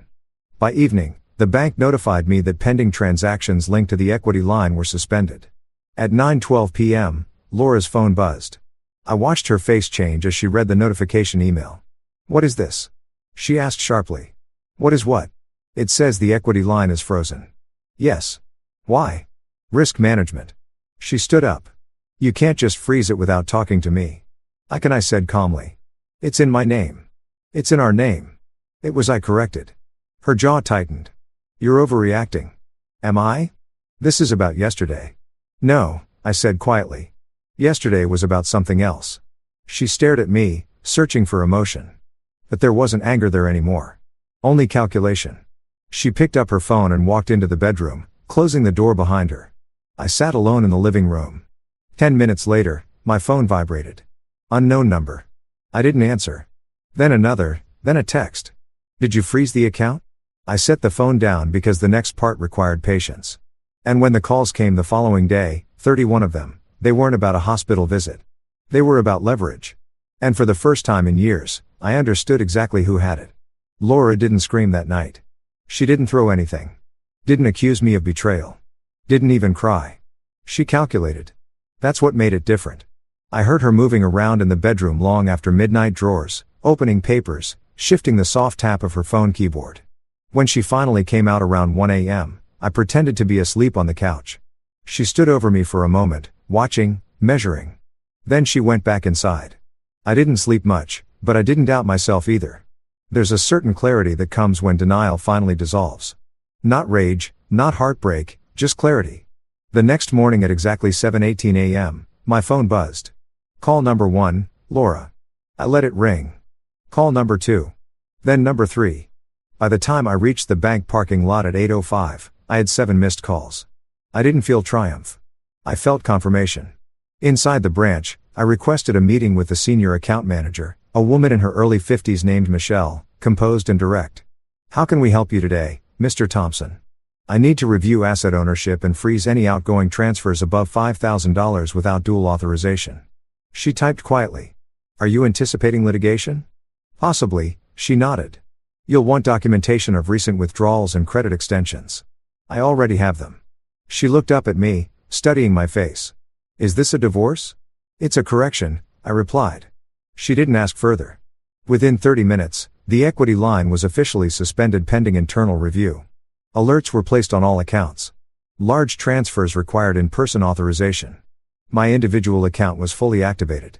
When I walked back to my car, my phone showed 15 missed calls. And 1 voicemail. Her voice was controlled at first. "David called me back. There's clearly a mistake with the bank." By the end of the message, the control had thinned. "You can't just do this." At 9:30 a.m., I met with an attorney. Danielle had recommended Susan Myers, family law specialist, 20 years of practice. She listened without interrupting. When I finished, she leaned back. "Your wife has been repositioning assets." Quietly. "Yes." "You've frozen liquidity before she completed the transition." "Yes," she nodded. "That explains the phone calls." "What are my risks?" I asked. "If she files first, she'll argue financial abuse. I've transferred nothing to myself beyond my earned income. Good documentation is your shield." She tapped her pen lightly against her notebook. "Let me ask you something, Mr. Thompson." "Why now?" I thought about that. Because it wasn't just about money. It wasn't the transfers. I said finally it was the sentence. She raised an eyebrow. "What sentence?" "Not my problem." "Figure it out." Susan's expression shifted slightly. "That tends to be the moment," she said quietly. "The moment when one spouse stops seeing the other as a partner." I nodded. "What are my options?" "You can file for legal separation, protect your retirement accounts, establish temporary financial boundaries, or you can attempt mediation." "I don't think she wants mediation."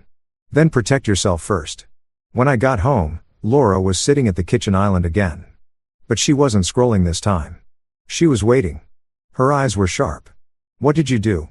she asked without greeting. "I adjusted risk exposure." She stood up. "Stop talking like that. This isn't a boardroom." "No," I agreed calmly. "It's our house." You froze the equity line. Yes. You removed me from the cards. Yes. You redirected your social security. Yes. She blinked once, clearly surprised I wasn't denying it. You don't trust me. The question almost made me smile. I trusted you, I said evenly. That's how the equity line got open. Her face hardened. You're overreacting to one comment. One comment, I repeated. You're punishing me because I had a class scheduled. This isn't about Pilates. Then what is it about? I held her gaze. It's about partnership. Silence stretched between us. You're trying to control me, she said finally. No, I replied. I'm removing the ability to control me. Her jaw tightened. You can't just rewrite the rules after 28 years. I didn't, I said quietly. You did. She laughed once, sharp, dismissive. Oh, please. Because I didn't drop everything to drive your mother. It wasn't about driving. Then what? It was about caring. She folded her arms. So, this is emotional now. No, I said calmly. This is structural. Her eyes flashed. Are you threatening divorce? I'm protecting what's mine. And what's mine? She snapped. You'll keep what you've positioned already. The color drained slightly from her face. You've been digging. I've been reading. She stared at me for several seconds. You're being paranoid. No, I said softly. I was being naive. That afternoon, I filed for legal separation, not divorce. Protection. Temporary financial boundaries pending mediation. The paperwork was precise, clinical, lacking drama. When the process server delivered the notice 2 days later, I wasn't home. But I heard about it because that was the day she called me 31 times. And the first 20 of those calls weren't angry. They were afraid. There's a difference between revenge and recalibration. Revenge is loud. Recalibration is quiet. I didn't shout. I didn't accuse. I adjusted. And once the system shifted, she felt it immediately because for the first time in 28 years, she couldn't simply assume I would absorb the impact. The process server knocked at 10:17 a.m. I know the time because Laura texted me at 10:19. What did you do? I didn't answer. By 10:22, she called. Call number 1. I watched it ring. Call number 2. Then number 3. By 11 a.m., I had 11 missed calls and 6 messages. The first few were controlled. David, we need to talk. This is ridiculous. You're escalating this unnecessarily. By call 15, the tone shifted. You can't file separation without discussing it. You're embarrassing both of us. And then around call 22, something new entered her voice. Uncertainty. What exactly are you trying to protect? I sat at my desk in the den reviewing retirement projections with Daniel on speakerphone and let the phone vibrate against the wood. I didn't feel triumphant. I felt steady. When you live long enough, you learn something about power. It's rarely about volume. It's about leverage. For nearly 3 decades, Laura had operated from the assumption that I would maintain stability no matter what she did. That I would smooth over tension, cover expenses, ignore irregularities. She had grown accustomed to elasticity, but elasticity has limits, and once it snaps back, it changes shape. At 1:14 p.m., she showed up at Daniel's office. He texted me immediately. She's here agitated. I told him not to engage beyond confirming that I had sought consultation. Apparently, she demanded access to statements. Daniel told her what any advisor would say. You'll need to go through your attorney. That was when the panic truly began. Because panic isn't about money. It's about control. By late afternoon, I finally answered. Call number 31. Her breathing was uneven. David, she said, her voice tight. What is happening? You were served, I replied evenly. Legal separation. Are you serious? Yes, you're blowing up our life. No, I said quietly. I'm stabilizing mine. This is about your mother. It started there.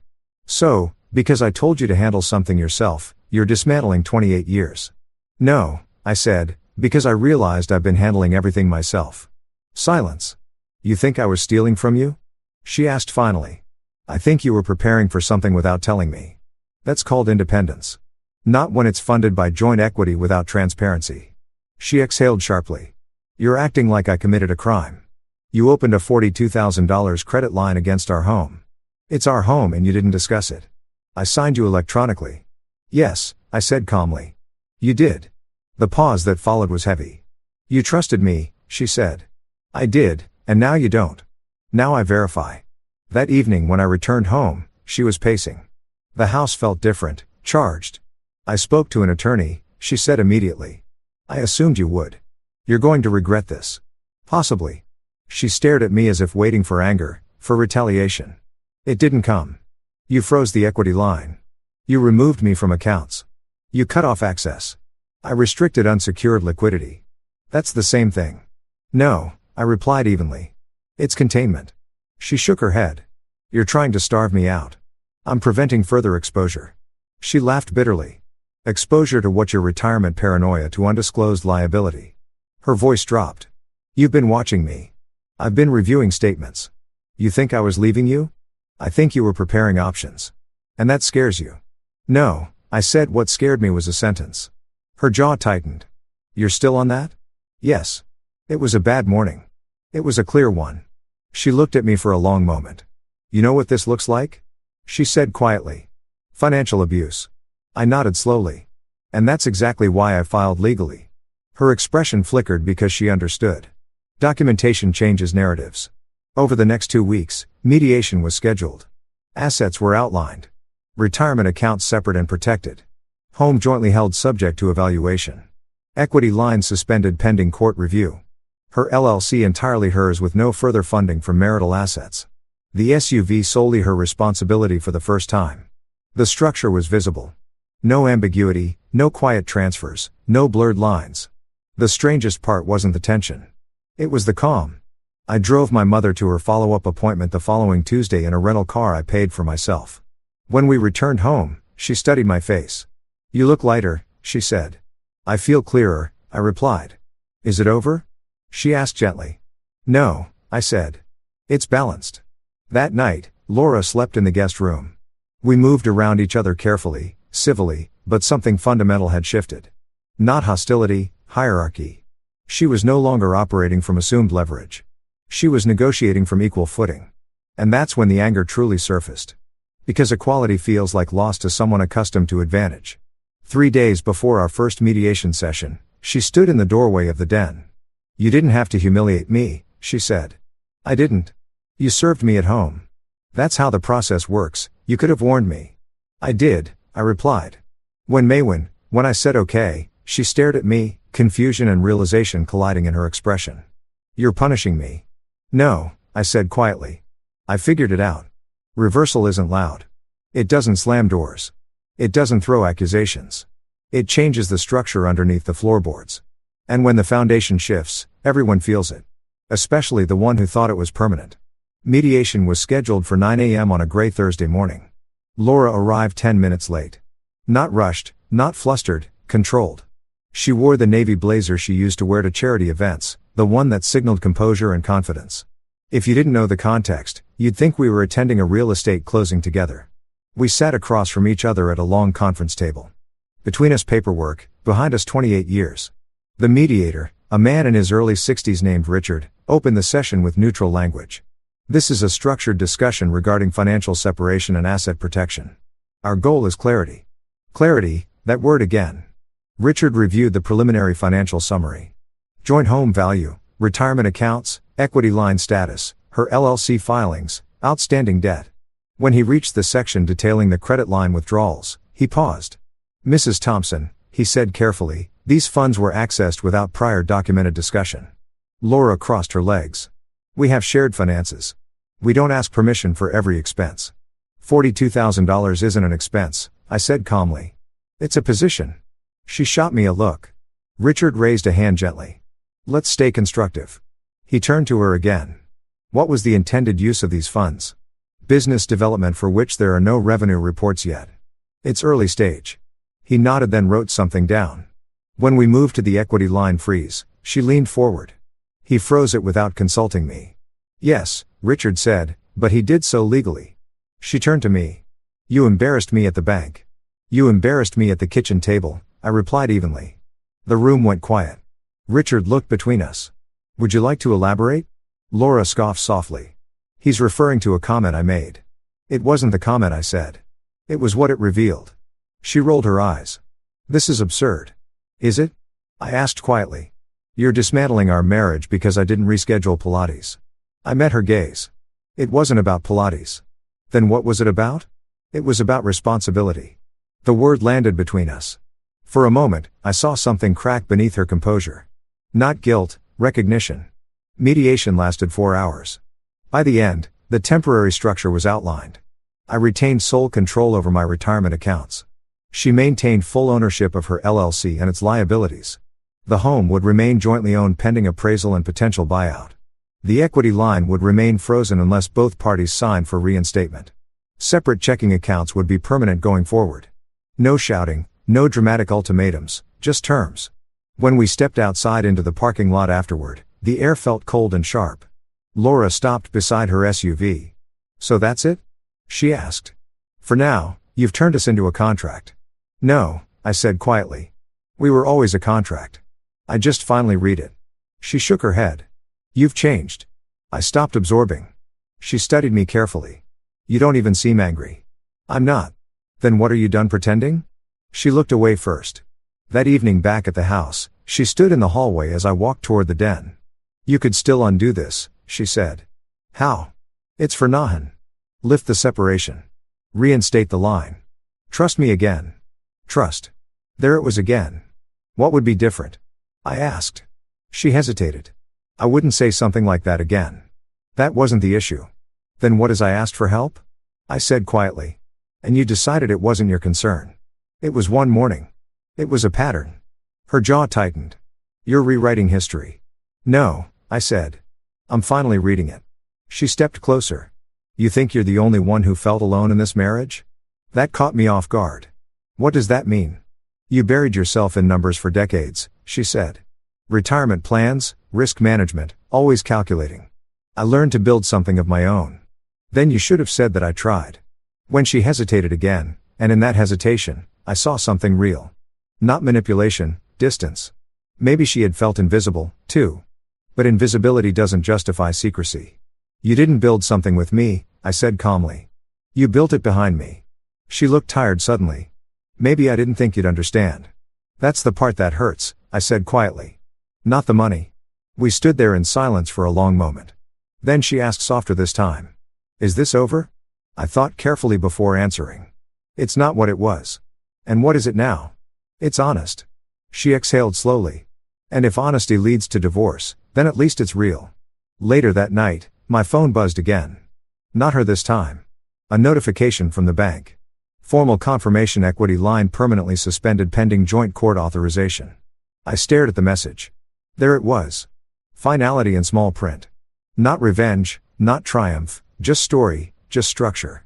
When I walked past the guest room, her light was still on. For a moment, I considered knocking. Instead, I went to bed because confrontation isn't about winning. It's about refusing to lose yourself quietly. And for the first time in years, I felt something unfamiliar. Not anger, not resentment, balance. The next morning, she didn't call me at all. No panic, no 31 missed calls, just silence. And sometimes silence isn't surrender. It's recalculation. 6 months passed. Not dramatically, not in flames, just steadily. The house was appraised in early spring. The market had risen more than either of us expected. Mediation continued twice a month. We moved through spreadsheets instead of arguments. In the end, I bought out her share of the house using a structured rollover from a portion of our joint brokerage account.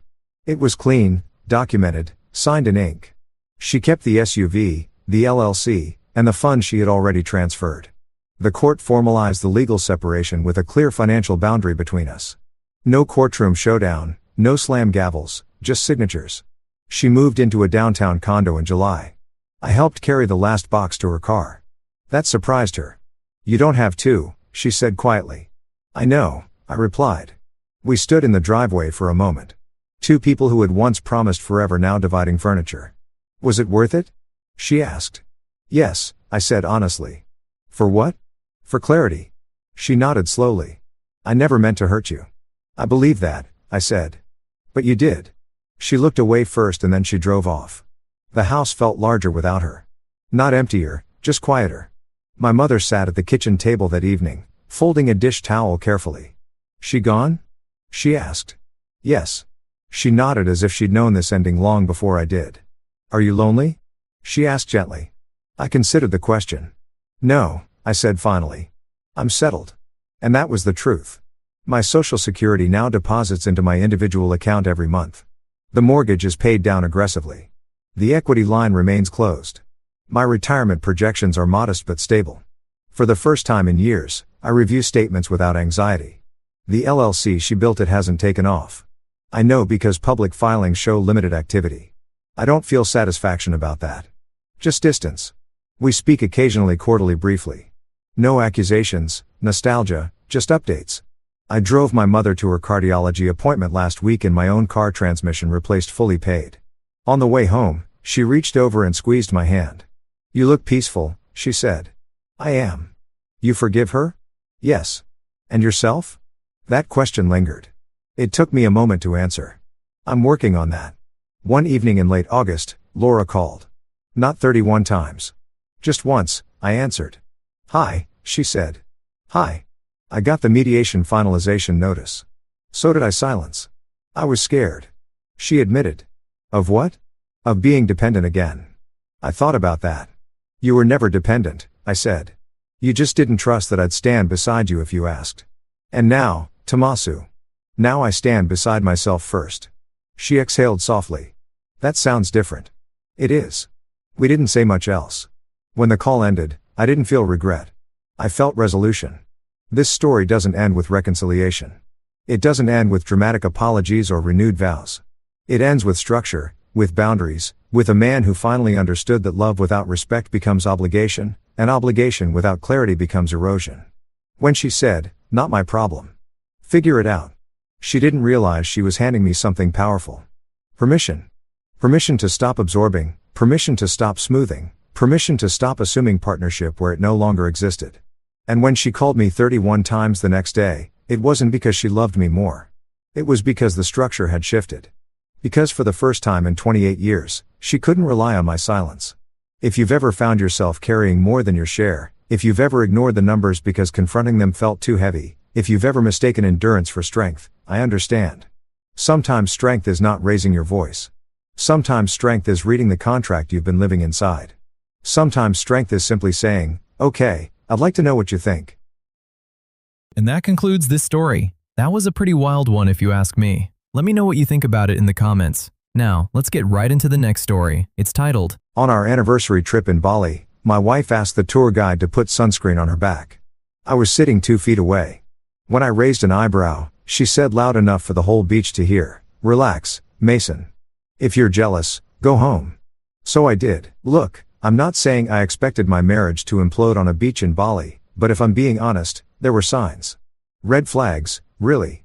The kind you ignore, because you're too busy pretending everything's fine while your soul slowly dies inside. But that particular Tuesday afternoon, that was the moment I realized I'd been married to a walking reality show for 3 years, and I'd somehow become the unpaid extra nobody bothered to tell about the script changes. The beach was perfect. I'll give it that. White sand that looked like it had been photoshopped into existence. Water so blue it made you question if God had a thing for tropical screensavers, and palm trees swaying like they were auditioning for a Corona commercial. Talia had been talking about this trip for months, showing me Instagram posts from influencers who'd apparently found enlightenment between cocktails and selfies. I should have known better. I should have realized that any vacation requiring that much aesthetic planning was probably going to end with me questioning my life choices. We'd been there for 2 days, and honestly, it hadn't been terrible. Sure, Talia had spent approximately 90% of her time positioning herself for the perfect shot. And yes, I'd become her personal photographer / lighting consultant / human tripod, but whatever. Marriage is about compromise, right? She gets her Instagram content, I get. Well, I was still figuring out what I got, but I'm sure it was coming. Then came the sunscreen incident. We were set up on our beach loungers. The expensive ones Talia had insisted we rent because apparently regular beach chairs were too basic. And I was actually relaxing for once. I had a beer that was still cold, a book I was pretending to read, and the sun doing that thing where it makes you feel like maybe life isn't so bad after all. That's when Talia sat up, did that hair flip thing she does when she's about to make a decision that will definitely affect me, and looked around like she was shopping for something. "Mason," she said in that tone that immediately activated my fight-or-flight response. "I need someone to put sunscreen on my back." Now, I know what you're thinking. You're thinking, "Mason, you idiot. That's your job. You're the husband. That's literally husband duties 101. And you'd be right. Except here's the thing. I was literally sitting 2 feet away from her. 2 feet. I could have reached over and done it without even putting down my beer. It would have taken 30 seconds max. But Talia wasn't looking at me. She was looking at Zane. Zane was our tour guide. And let me paint you a picture.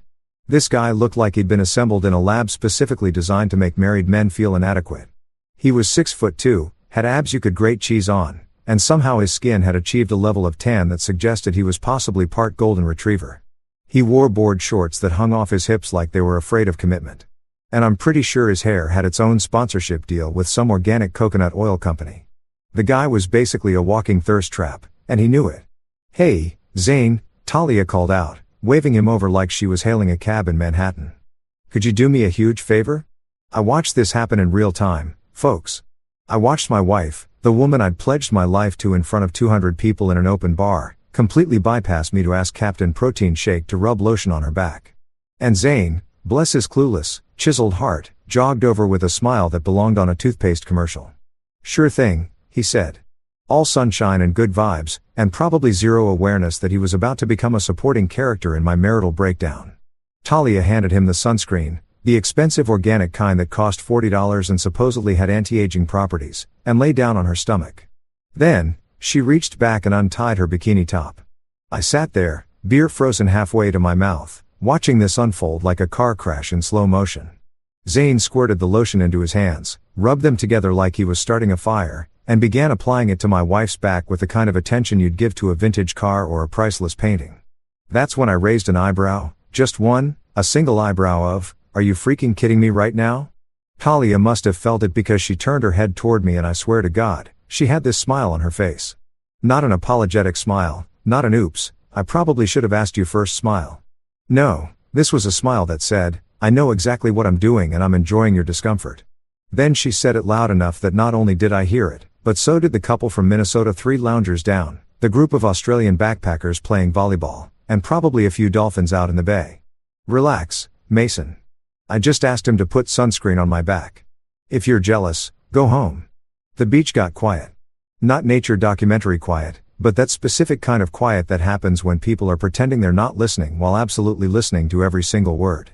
Zane's hands paused for half a second. Even he knew that was brutal. But then Talia laughed and he laughed and suddenly everyone was laughing. Everyone except me. I sat there, beer still in hand, sunglasses hiding what I'm sure was a face that could have launched 1,000 divorce attorneys. Someone from the Australian group actually said, "Oof." Loud enough for me to hear. The Minnesota couple exchanged a look that clearly communicated, "Thank God that's not us." Even Zane looked uncomfortable, though he kept rubbing that sunscreen like his job depended on it. Talia was still smiling, soaking in the attention like it was vitamin D. She'd gotten exactly what she wanted, a moment, an audience, a story she could probably twist into something funny later. My husband got jealous over sunscreen. Would make a great caption for whatever sunset photo she posted tonight. I didn't argue. I didn't make a scene. I didn't give her the satisfaction of looking hurt or angry or anything that she could use as ammunition later. I just nodded, took a long sip of my beer, and thought to myself with crystal clear certainty, "Oh, I will. I will go home." Not because I'm jealous. Not because I can't handle her being friendly, but because I just realized something fundamental. I'd been married to someone who thought publicly humiliating me was comedy, and I'd been playing along like it was normal. So yeah, I was going home. I just wasn't going to tell her yet. Here's the thing about falling in love with someone who has big personality energy. At first, it's intoxicating. It's like mainlining espresso mixed with fireworks and a little bit of danger. You feel alive. You feel like you've won some kind of lottery where the prize is never being bored again. What they don't tell you is that eventually you're going to crave decaf and silence like a desert wanderer craves water. I met Talia at my buddy Dereric's wedding reception. Not during the ceremony, mind you. She showed up fashionably late to that, making an entrance that had half the guests turning around to see who was disrupting the vows. No, I met her at the reception at the bar where she was trying to convince the bartender that a vodka soda with a splash of champagne and 3 lime wedges, not 2, not 4, exactly 3, was a totally normal drink order and not the beginning of a psychological profile. The bartender looked like he was contemplating a career change. I was standing there waiting for my whiskey, trying not to laugh, when she turned to me and said, "Don't judge. I know what I like and I refuse to settle for mediocrity in my cocktails or my life." That line should have been cringe. It should have sent me running toward the exit like the building was on fire.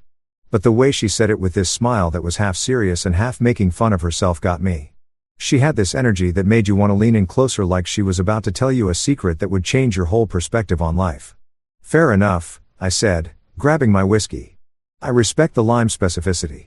Mason, she read from my name tag. Yeah, Derek had made everyone wear name tags like we were at a corporate mixer because apparently traditional weddings weren't awkward enough. Let me guess, you're the friend who gives practical gifts. Probably got them a toaster.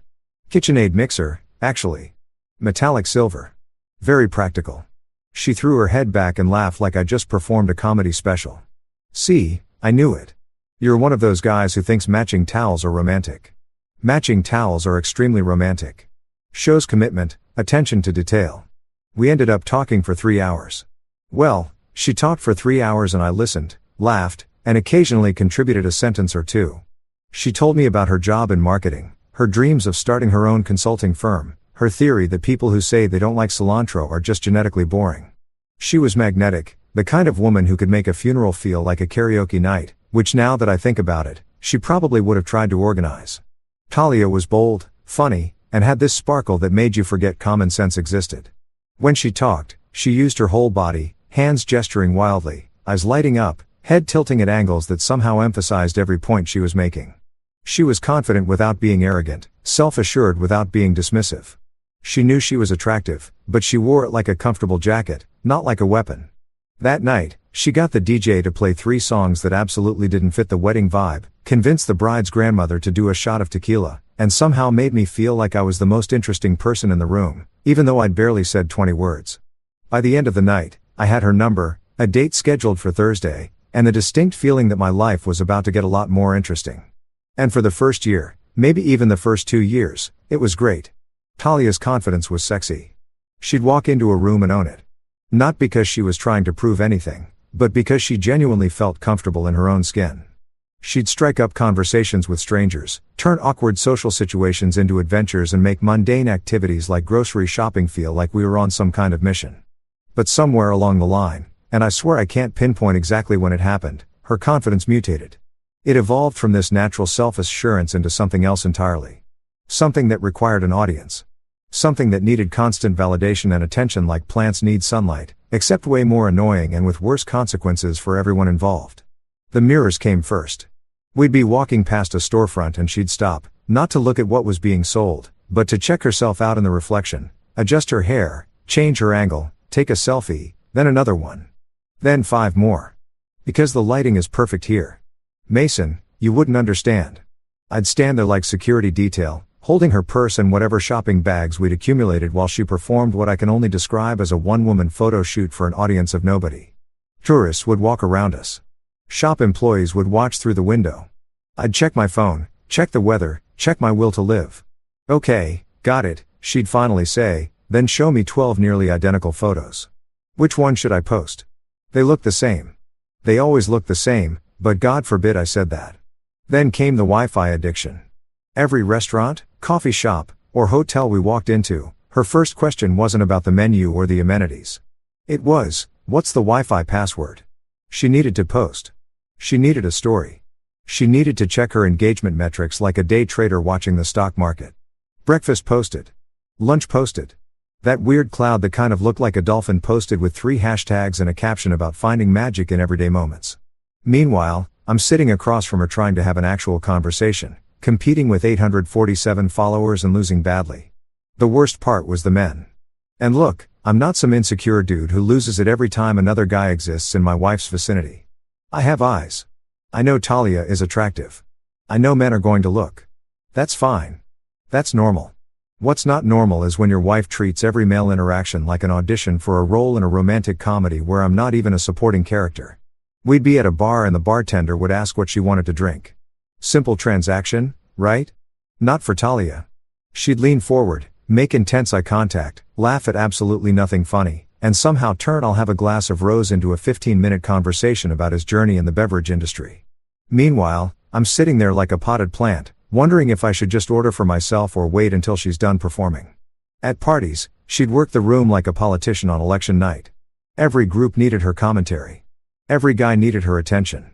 And if someone didn't immediately respond to her energy, she'd try harder, laugh louder, Touch their arm more, stand closer. It was exhausting to watch and even more exhausting to be married to.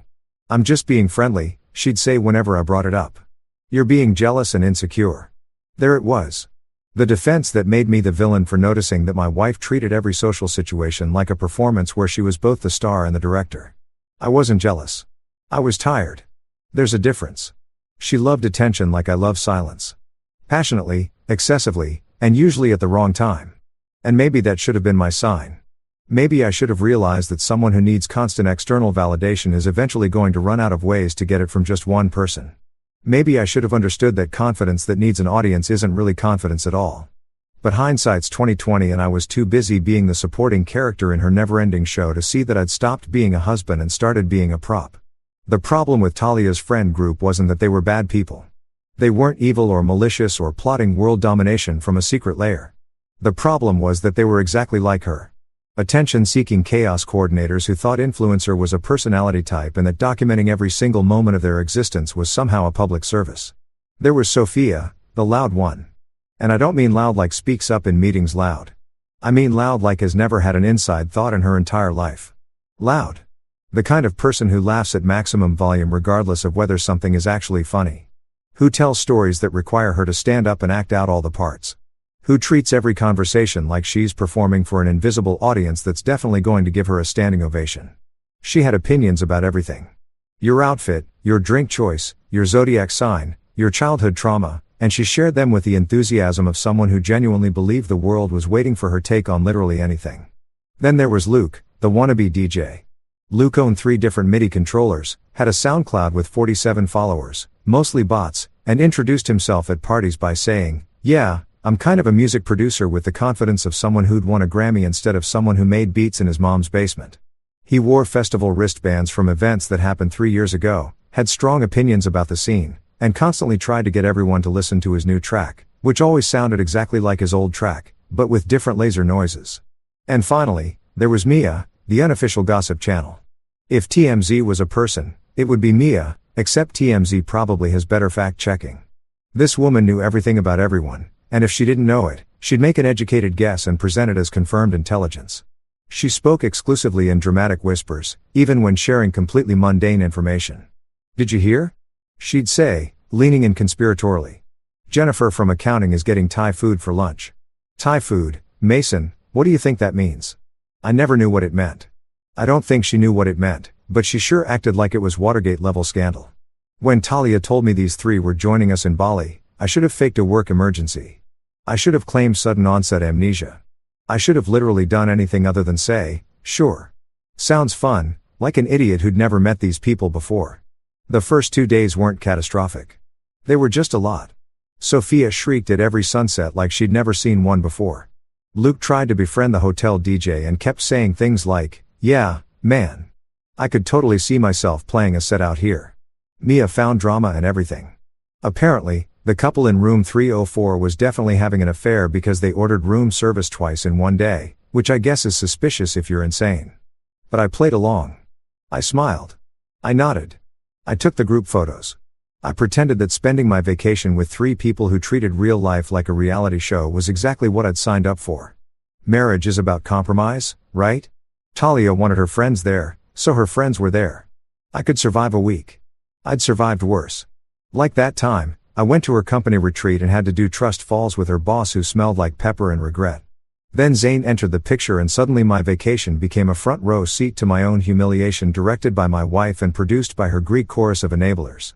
Zayn was the tour guide the resort assigned to our group. The first time I saw him, he was standing on the beach at sunrise doing yoga or tai chi or some kind of slow-motion interpretive dance with the ocean. The guy was shirtless, obviously, because I'm pretty sure he was contractually obligated to be shirtless at all times. He was tan in that way that suggested he'd never been indoors. Had tattoos that probably meant something deep in a language he didn't speak, and moved with the kind of easy confidence that comes from knowing you're exactly what every romance novel describes when they say chiseled. His hair was that perfectly messy style that takes either 0 effort or 2 hours and $75 worth of product. I genuinely couldn't tell which. He had one of those smiles that belonged in a teeth whitening commercial. And he spoke with this Australian adjacent accent that made everything sound like an adventure, even when he was explaining the buffet hours. "Hey everyone," he said, approaching our breakfast table like he was hosting a morning show. "I'm Zay. I'll be your guide for the week. We've got some amazing experiences lined up. Snorkeling, temple visits, a sunset cruise. Going to be legendary." Sophia practically vibrated out of her chair. "Oh my God. Hi, I'm Sophia. This is Mia. That's Luke. And that's Talia and Mason." I got a casual head nod. Everyone else got the full wattage smile. "Beautiful," Zane said. And I swear he was looking at Talia when he said it. "Love the energy already. This is going to be a great week." That's when I should have known. That's when the universe was sending me a clear signal that said, "Mason, buddy, maybe fake that work emergency now before this gets worse." But no, I sat there drinking my coffee, thinking everything would be fine. It was not fine. Over the next few days, I watched my wife transform into a version of herself I'd never seen before. Or maybe I had seen it, and I'd just been too dumb to notice. Every time Zane was around, which was constantly, because he was literally our tour guide, Talia became someone else. Someone whose volume increased by 40%. Whose laugh became this weird giggle I'd never heard in 3 years of marriage, and whose entire body language changed like she'd been replaced by an alien who'd studied human flirting from a WikiHow article. At the temple tour, Zane explained the history of some ancient statue. Talia stood next to him, nodding like she was absorbing groundbreaking information, touching his arm every time she asked a question. "Oh my God, that's so interesting. Tell me more about the architecture thing you just said." During the snorkeling trip, she needed help putting on her fins. Zane obliged, kneeling in front of her like he was proposing while she giggled and said, "I'm so bad at this stuff." Even though I'd literally watched her put on fins by herself on our honeymoon at dinner, she somehow always ended up sitting next to him asking about his life, his travels, his philosophies on being present. Meanwhile, I sat at the other end of the table with Luke, who was explaining his vision for a dubstep remix of traditional Balinese music that absolutely nobody asked about. Sophia and Mia, bless their enabling hearts, acted like this was all completely normal.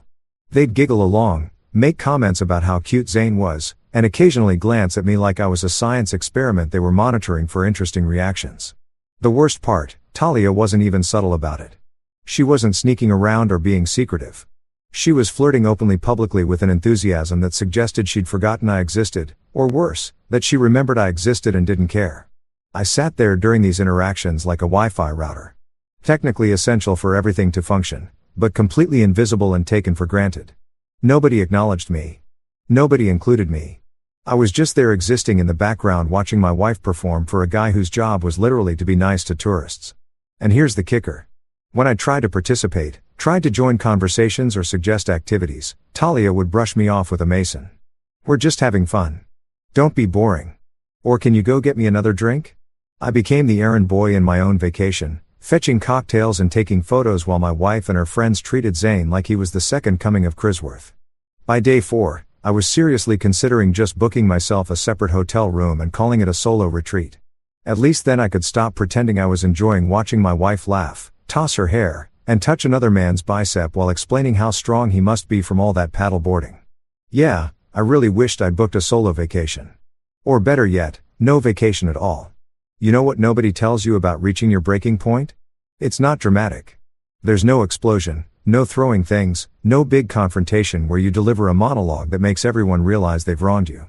That's movie stuff. Real breaking points are quiet. They're the moment you're sitting on a beach watching your wife publicly humiliate you. And instead of feeling angry, you just feel done. Done like a steak that's been on the grill too long. Done like a phone call you've been trying to end for 20 minutes. Done like a person who's finally realized that some problems can't be fixed with communication or compromise or couples therapy led by someone named Drive Sunshine who keeps talking about finding your shared truth. After the sunscreen incident, I sat on that beach for another hour. I didn't storm off. I didn't make a scene. I just sat there, finished my beer, and watched the waves do their thing while my brain processed what had just happened and what I was going to do about it. Talia and her crew had moved on to playing volleyball with Zane and some other tourists, shrieking and laughing like they were filming a commercial for tequila or poor life choices. Sophia kept yelling, "Get it, girl." Every time Talia made contact with the ball, Mia was taking photos from every angle like she was documenting a National Geographic special. Luke was trying to explain the physics of the perfect serve to anyone who'd listen. And Zane was just being Zane, effortlessly athletic, probably thinking about protein shakes and his next shirtless Instagram post. I watched all of this from my lounger. And I felt nothing. Not jealousy, not anger, not even disappointment, Just this weird calm clarity that felt like someone had finally turned off a noise I'd been hearing for so long I'd forgotten it wasn't supposed to be there. That's when I stood up, grabbed my towel, and walked back to the hotel. Our room was on the 4th floor with a view of the ocean that Talia had insisted was essential for the aesthetic. It cost an extra $200 a night for that view. Worth it, apparently, for the 3 photos she'd taken from the balcony before never looking at it again. I stood in the doorway for a second, looking at the mess. Her stuff was everywhere. Makeup scattered across the bathroom counter like a Sephora had exploded. Clothes draped over every available surface. Charging cables tangled in ways that defied physics. My stuff was neatly packed in one corner because I was apparently the only person in this marriage who understood that hotel rooms aren't storage units. Then I grabbed my suitcase and started packing. Not angry packing, not throwing things around packing. Calm, methodical, almost meditative packing. I folded each shirt like I was preparing for emotional war. Creases lined up perfectly. Colors organized, pants folded in thirds, socks paired and rolled. My toiletries went into their designated bag. Nothing forgotten, nothing left behind. There's something powerful about packing quietly. It's a level of cold that yelling can never achieve. Yelling is hot anger. It burns fast and people can dismiss it as you losing control or being dramatic. But quiet packing, that's calculated. That's a decision. That's the sound of someone who's thought it through and isn't changing their mind. I zipped up my suitcase and pulled out my phone. American Airlines had a flight leaving Bali at 11 tomorrow morning. It had a layover in Tokyo and another in Los Angeles, which meant I'd be traveling for approximately 1,000 years, but I didn't care. I booked it business class because screw it. I was already having a terrible week and I might as well have leg room while processing my marital breakdown. Confirmation email received. Boarding pass downloaded. Hotel checkout scheduled for 9 a.m. My phone buzz. A text from Talia. Where'd you go? We're getting drinks at the beach bar. I stared at that message for a solid minute. She didn't ask if I was okay. Didn't apologize for the sunscreen thing. Didn't even acknowledge that maybe possibly she'd crossed a line. Just wanted to know where I was so I could presumably rejoin the audience for her performance. I typed back. Heading to bed early. Have fun. Polite, neutral, giving away absolutely nothing. Okay, lol. Don't be boring. Don't be boring. Right? Because the real problem here was that I wasn't entertaining enough while watching my wife flirt with the tour guide. I looked around the room one more time, making sure I hadn't forgotten anything important. Then I grabbed my suitcase and walked down to the front desk. The receptionist was a young guy named Audi, who'd checked us in 4 days ago. He'd complimented Talia's dress, asked about our plans, and seemed genuinely excited that we were there to celebrate our anniversary. Now, he looked at me standing there with a packed suitcase at 7 p.m., and I could see him trying to figure out if he should ask questions or just process whatever I needed. I need to check out tomorrow morning at 9 o'clock, I said. Just me. My wife is staying for the rest of the week. He nodded slowly, typing something into his computer. Of course, Mr. Hartley. I'll prepare your bill. Will you need transportation to the airport? Yes, please. Flight leaves at 11 o'clock. More typing. All set. Is there anything else I can help you with? I almost laughed. What could he possibly help me with? Did they have a service for your wife humiliated you in public and you're fleeing the country? Was there a spa treatment for that? No, that's it. Thanks. I went back upstairs and sat on the balcony with a beer from the mini bar that cost $12 and tasted like regret. The ocean looked the same as it had this morning. Beautiful, peaceful, completely indifferent to human drama. The sun was setting, painting everything in those golden hour colors that Instagram influencers lose their minds over. My phone buzzed again. Another text from Talia. Zane's taking us to this amazing restaurant. You should come. I sipped my $12 beer and didn't respond. An hour later, hello. You're being weird. Still didn't respond. Another hour. Fine, be childish. We're having fun without you anyway. I turned off my phone. Here's what I learned about arguments over 3 years of marriage. The person who talks more loses. The person who gets emotional loses. The person who tries to explain their feelings loses because the other person will twist it, gaslight it, make you feel crazy for caring. They'll tell you you're overreacting, being sensitive, can't take a joke. But silence is undefeatable. You can't argue with silence. You can't gaslight nothing. You can't make someone feel crazy for saying absolutely nothing at all. Around 11 o'clock, I heard voices in the hallway. Talia and her friends, loud and definitely drunk, laughing about something that was probably only funny to people who'd had 6 cocktails. I heard her key card beep, the door open, Then her footsteps stopping when she saw my packed suitcase by the door. "Mason." She sounded confused, not concerned. "Why is your stuff packed?" I was lying in bed, eyes closed, pretending to be asleep. Method acting at its finest. Mason louder now with an edge of annoyance. "Are you seriously asleep at 11 o'clock? We just got back." I didn't move. Didn't respond. Just kept breathing slowly and evenly like I was the most peacefully sleeping person in the history of sleep. I heard her huff, mumble something about me being no fun, then stumble into the bathroom. The sink ran more stumbling. Then she climbed into bed and within 5 minutes she was snoring lightly, probably dreaming about her Instagram engagement or Zayn's abs or whatever occupied the mind of someone who thought humiliating their spouse was peak comedy. I lay there for another hour, eyes wide open, staring at the ceiling fan going in slow circles. Tomorrow morning at 9 o'clock, I'd walk out of this hotel. I'd get in that car to the airport. I'd fly home. And the best part, she had no idea it was coming. Silence, I discovered, wasn't just golden. It was cheaper than therapy, more effective than yelling, and way more satisfying than any argument I could have possibly won. My alarm went off at 7:30 a.m., which in Bali vacation time is basically the middle of the night. Talia was still passed out next to me, one arm flung over her face, mouth slightly open, looking like she'd gone 10 rounds with a bottle of coconut rum and lost, which based on the smell coming from her side of the bed, wasn't far from the truth. I got up quietly, showered, dressed, and did one final check of the room to make sure I hadn't left anything behind. Wallet, passport, phone, chargers, dignity, all accounted for. Well, most of my dignity. Some of it was probably still on that beach, buried in the sand next to my patience and will to continue this marriage. Talia didn't move. The woman could sleep through a natural disaster, which was convenient because she was about to wake up to a personal one. I grabbed my suitcase, took one last look at her sleeping peacefully without a care in the world, and left. Didn't leave a note. Didn't wake her up to say goodbye. Just closed the door behind me with a soft click that felt like the period at the end of a very long, very exhausting sentence. Audi was at the front desk again, looking significantly more awake than anyone had a right to be at this hour. He smiled when he saw me. That professional hospitality smile that probably hit 1,000 stories about terrible tourists and weird requests. "Good morning, Mr. Hartley. Your car is waiting outside. I have your bill here." He slid the paper across the counter and I glanced at it. 4 nights, ocean view room, mini bar charges, room service, spa services that I definitely didn't use, but Talia definitely did. The total made my eye twitch slightly, but whatever. I handed him my credit card. "Actually," I said as he was processing the payment, "my wife is staying for the rest of the week. Could you please remove my card from the room and just leave hers on file?" Something flickered in his eyes. Understanding maybe or recognition of a situation he'd definitely seen before. "Of course, sir. I'll make that change right away." He processed my check out, removed my card from their system, and confirmed that only Talia's card would be charged for the remaining nights and any additional expenses. "Perfect. Absolutely perfect.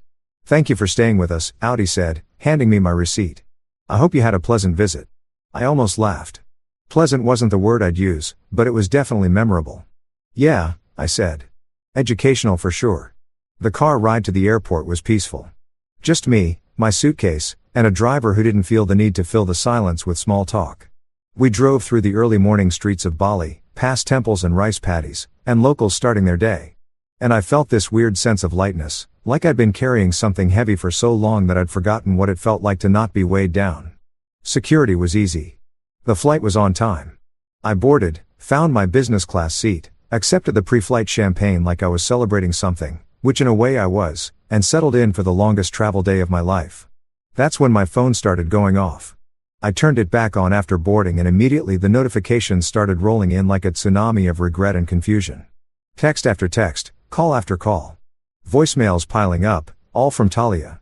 The first few texts were from around 9:30 a.m., right about when she probably woke up and realized I wasn't in the room. "Where are you, Mason? Seriously, where did you go? Your stuff is gone. Are you kidding me right now?" Then came the calls. 7 missed calls in the span of 15 minutes. I didn't answer any of them. Just watched them pop up on my screen like a very angry game of whack-a-mole. Then the voicemail started and oh boy, those were entertaining. The first one was confused. "Mason, what the hell? Where are you? Your suitcase is gone. Did you leave? Call me back right now." The second one was angry. "I cannot believe you would just leave without saying anything. This is so immature. You're seriously acting like a child right now. We need to talk about this. The third one was a masterpiece. Okay, I get it. You're mad about yesterday, but you're overreacting. It was just sunscreen. You told me to go home if I was jealous, and you actually left. Who does that? You embarrassed me in front of everyone. I sat there in my business class seat, champagne in hand, listening to my wife tell me that I had embarrassed her. The irony was so thick you could cut it with a knife and serve it at a dinner party. But wait, it got better. Around 11 a.m. Bali time, right about when she probably went down to the lobby to look for me, the text changed tone dramatically. The hotel says, your card declined. Mason, they're saying, your card isn't on file anymore. My card isn't working either. Can you call them and fix this? Mason, this isn't funny. I had to put my phone down because I was laughing so hard that the flight attendant asked if I was okay. My card didn't decline. I removed it from the account entirely and her card wasn't working because, well, Talia had a spending problem and maxed out her credit card approximately every other month. I usually just paid it off because it was easier than dealing with the drama, but I guess she'd forgotten about that little detail. The next voicemail was pure panic. Mason, please. I'm at the front desk and they're saying I need to pay for the rest of the week up front and my card isn't going through and your card is gone and I don't understand what's happening. Can you please just call me back, please? Then came my personal favorite text message. I had to call my mom for money. Do you know how humiliating that was? Oh, I'm sorry. Was that humiliating? Having to ask for help in an uncomfortable situation in front of other people? Gee, that sounds terrible. I wouldn't know anything about that. It's not like I experienced anything humiliating recently. Certainly not yesterday on a beach in front of dozens of strangers. More texts flooded in throughout the day. Everyone is asking where you are. Sophia wants to know if you're coming back. Zane feels bad. He said he didn't mean to cause problems. Oh, Zane feels bad. How considerate. Maybe he could pay for her hotel room since he was so involved in our vacation. This is ridiculous. Mason, you're being so petty. At least respond. I didn't respond, not to the texts, not to the calls, not to the voicemails that kept coming in with increasing desperation. I just sat there in my comfortable business class seat, watching movies, eating airplane food that was somehow better than any meal I'd had in Bali and feeling more relaxed than I had in months. The flight attendant came by with more champagne. Celebrating something? She asked with a smile. Yeah, I said. Independence Day. She looked confused but refilled my glass anyway. Somewhere over the Pacific Ocean, I got a text from Sophia. Dude, she's freaking out. She's crying. What happened? I almost responded. Almost. But then I remembered that Sophia was part of the problem. She'd laughed yesterday. She'd enabled it. She'd treated my humiliation like entertainment.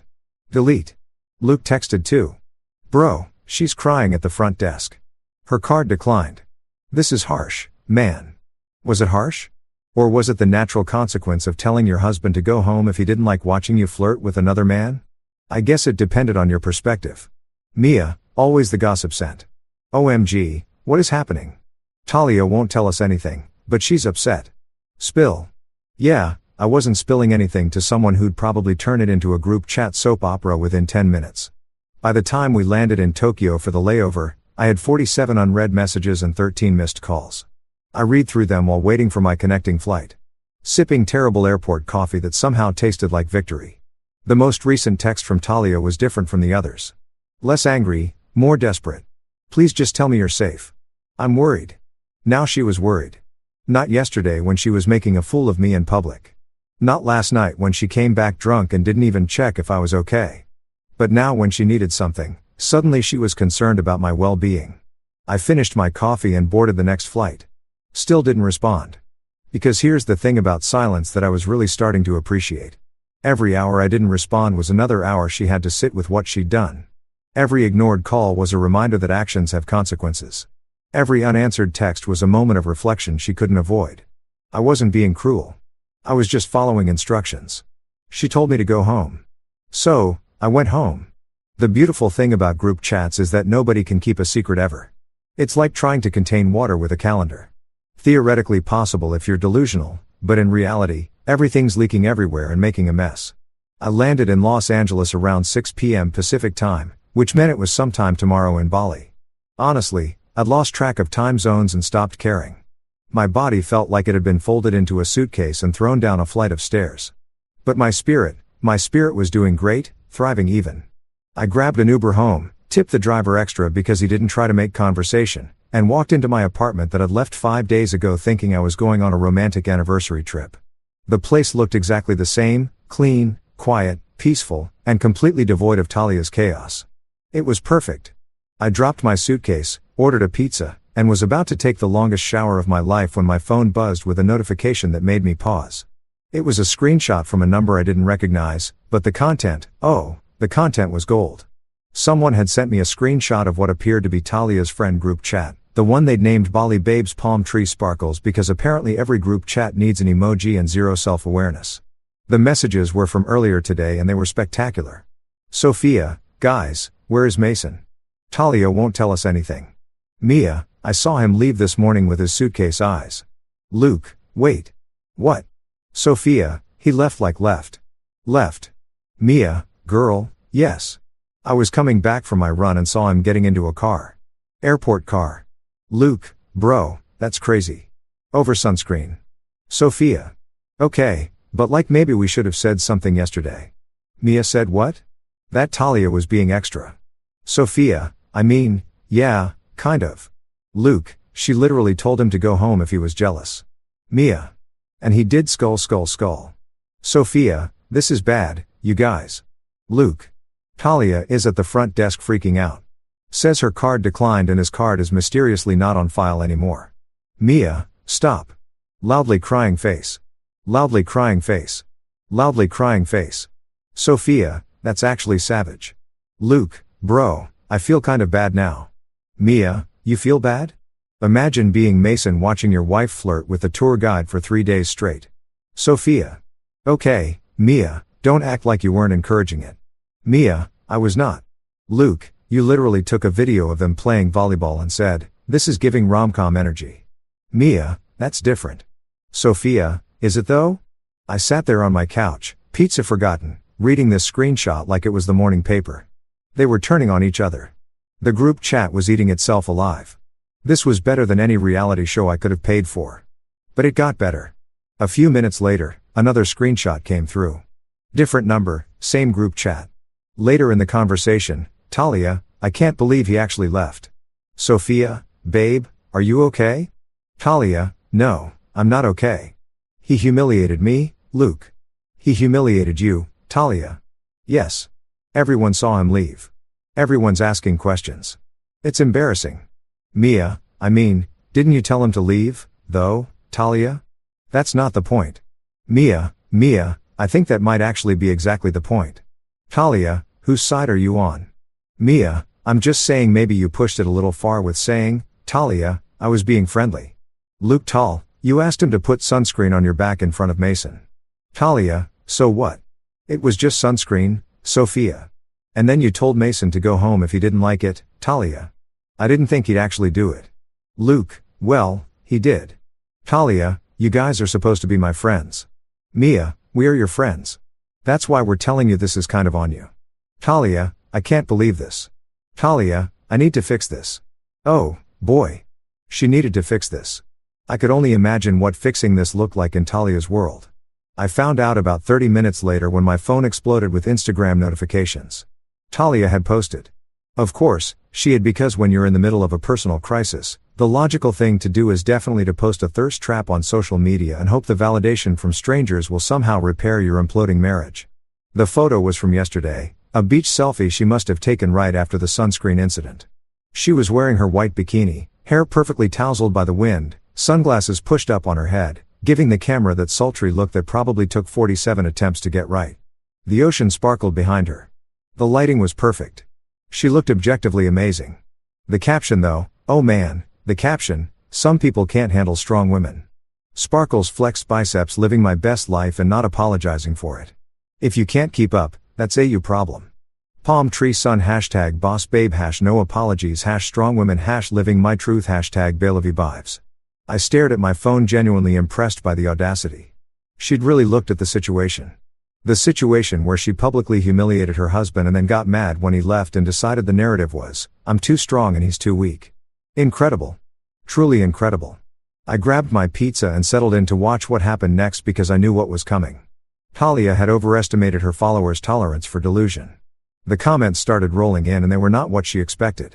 At Jessica_23. Girl, this is about your husband leaving Bali, isn't it? At Brooklyn Baker, strong women don't humiliate their partners in public. Radar to travel with Tom.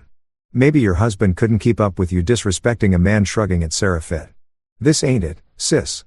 At Marcus Reeds, strong women lift people up, not tear them down. At Coffee and Chaos, the red flags are coming from inside the house. At Alexa Place POV, you're learning consequences exist. At Mindful Megan, imagine your husband leaves you on vacation and your first thought is to post a thirst trap skull. I was watching in real time as the internet did what the internet does best.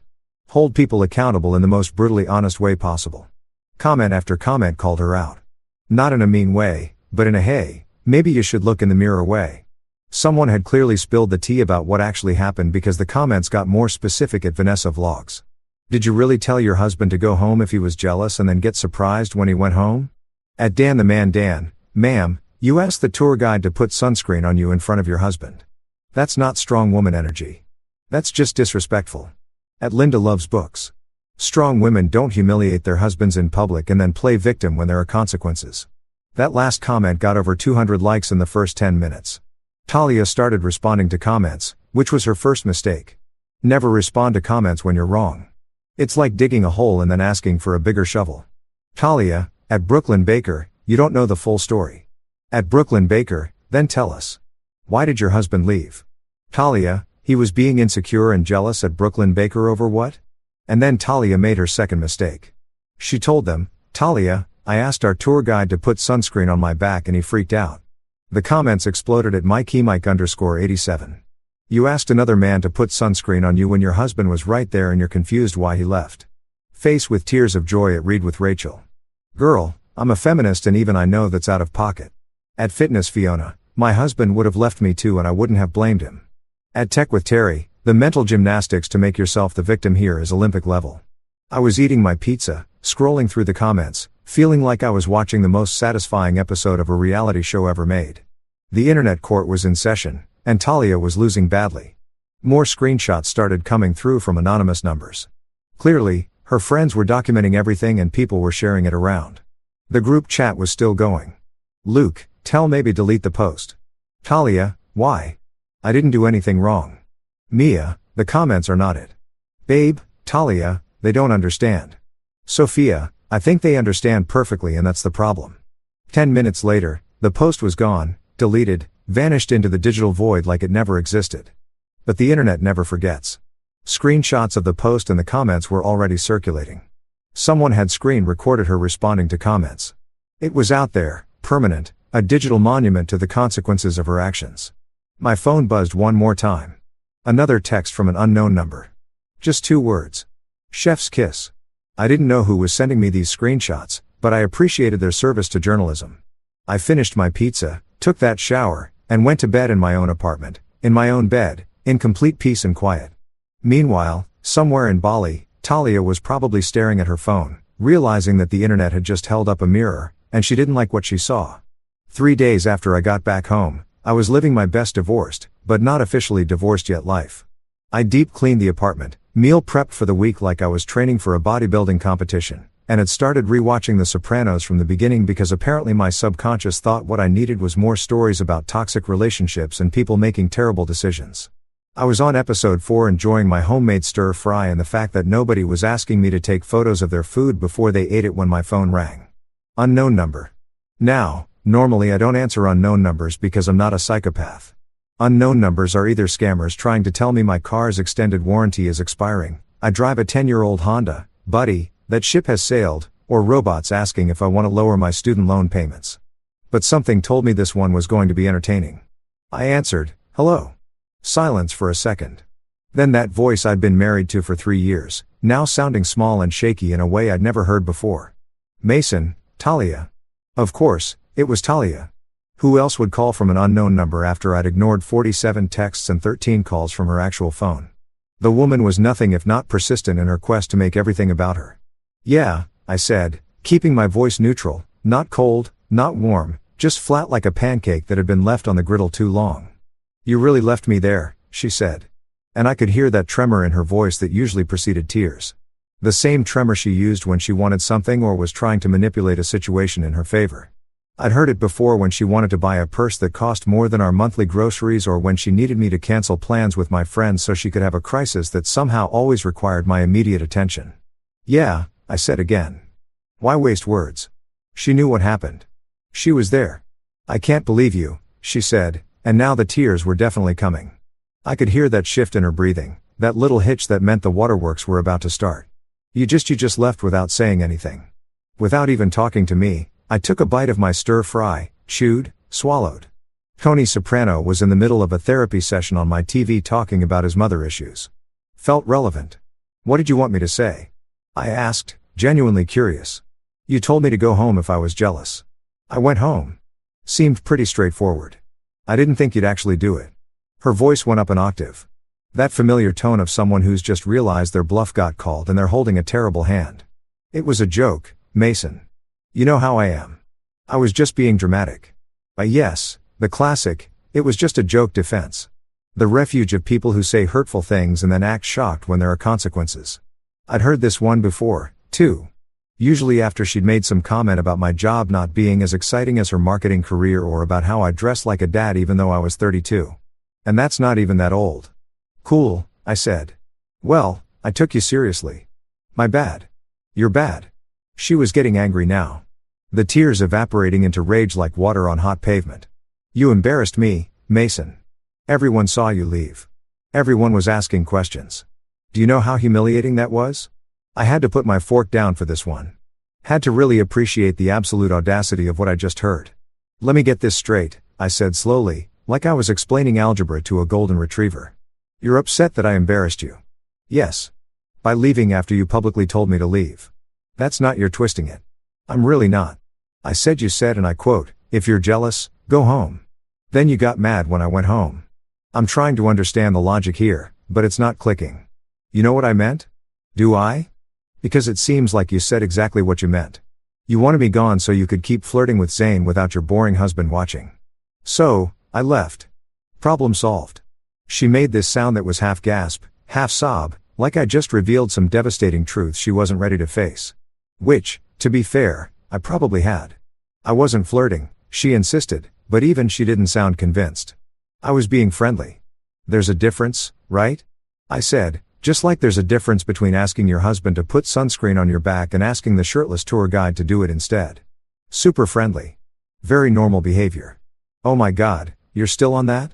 It was sunscreen, Talia, I said. And I kept my voice calm because I'd learned that staying calm drove her crazy way more than yelling ever could. If it was just about sunscreen, you would have asked me.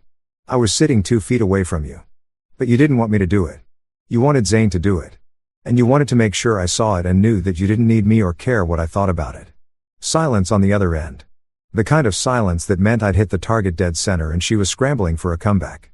You're being ridiculous, she finally said, but there was no conviction behind it. Maybe, I agreed.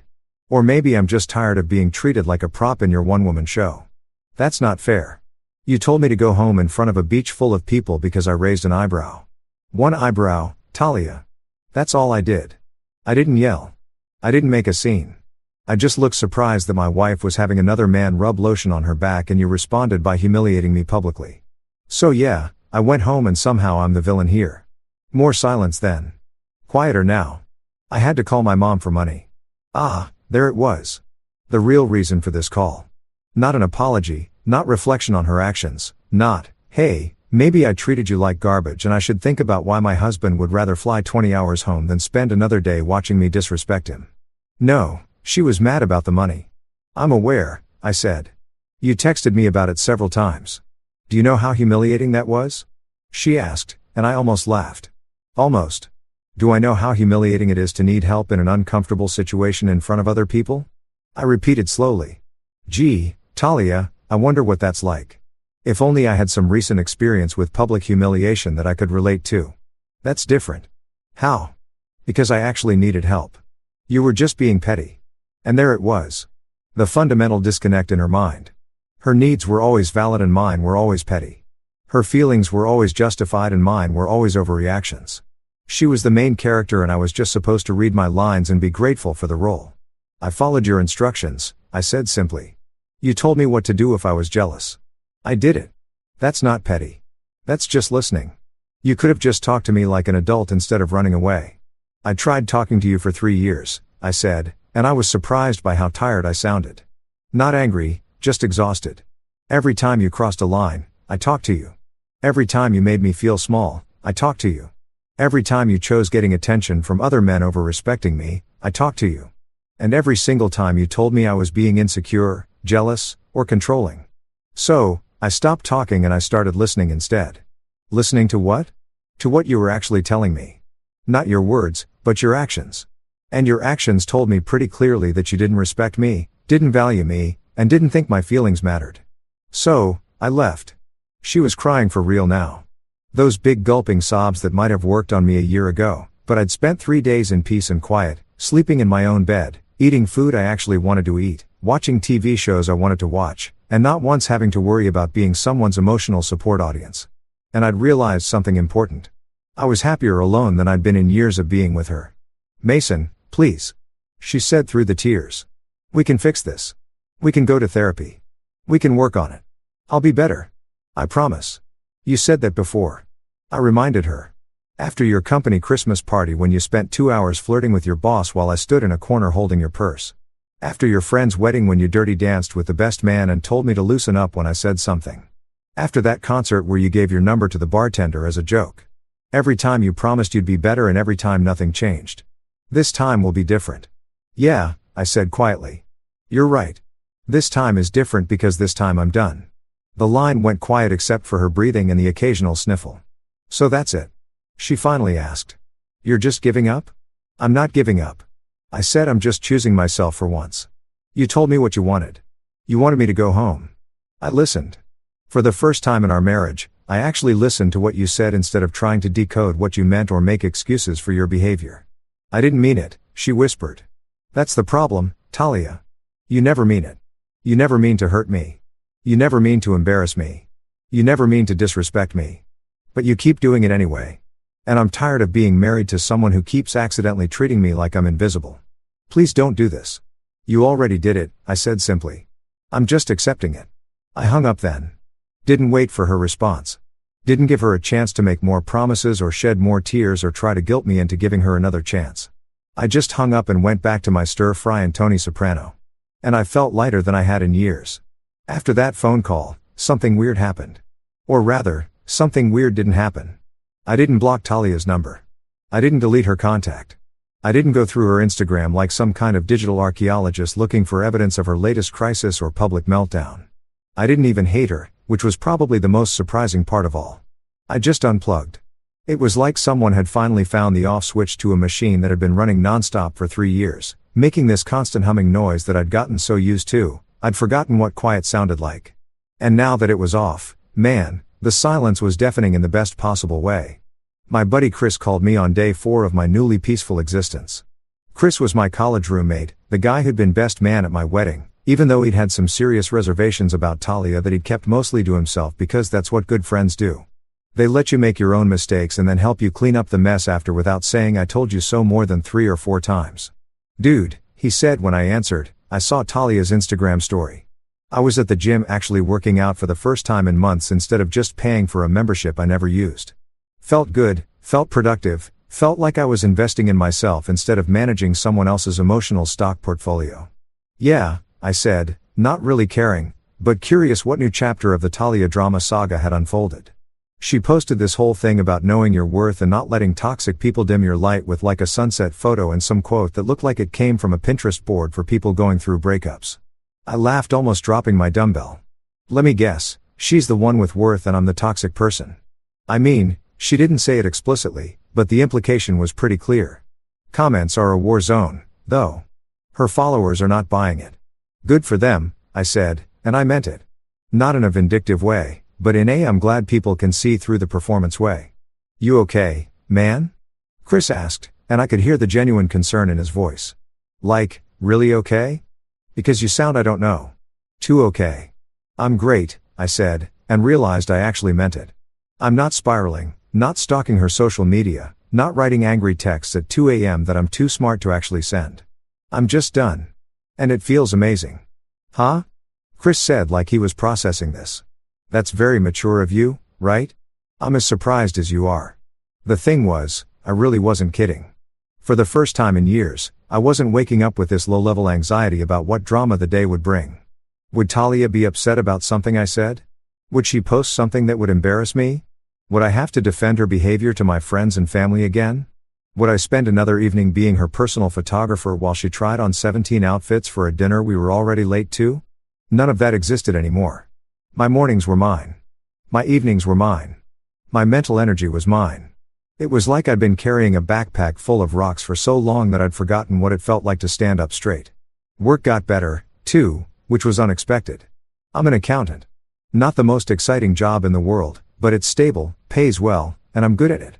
Talia used to make comments about how boring my job was, how she could never sit at a desk all day doing math stuff, how her marketing career was so much more creative and dynamic. I'd internalized that for a while. Felt kind of apologetic about having a normal job that didn't involve influencer events or brand partnerships or whatever the hell she did that required that many selfies. But now I showed up, did my work, helped my coworkers with their tax questions, and left feeling competent and useful. My boss, Patricia, a no-nonsense woman in her 50s who'd been doing this for 30 years, stopped by my desk one afternoon with her coffee mug that said, "I'm not arguing. I'm just explaining why I'm right."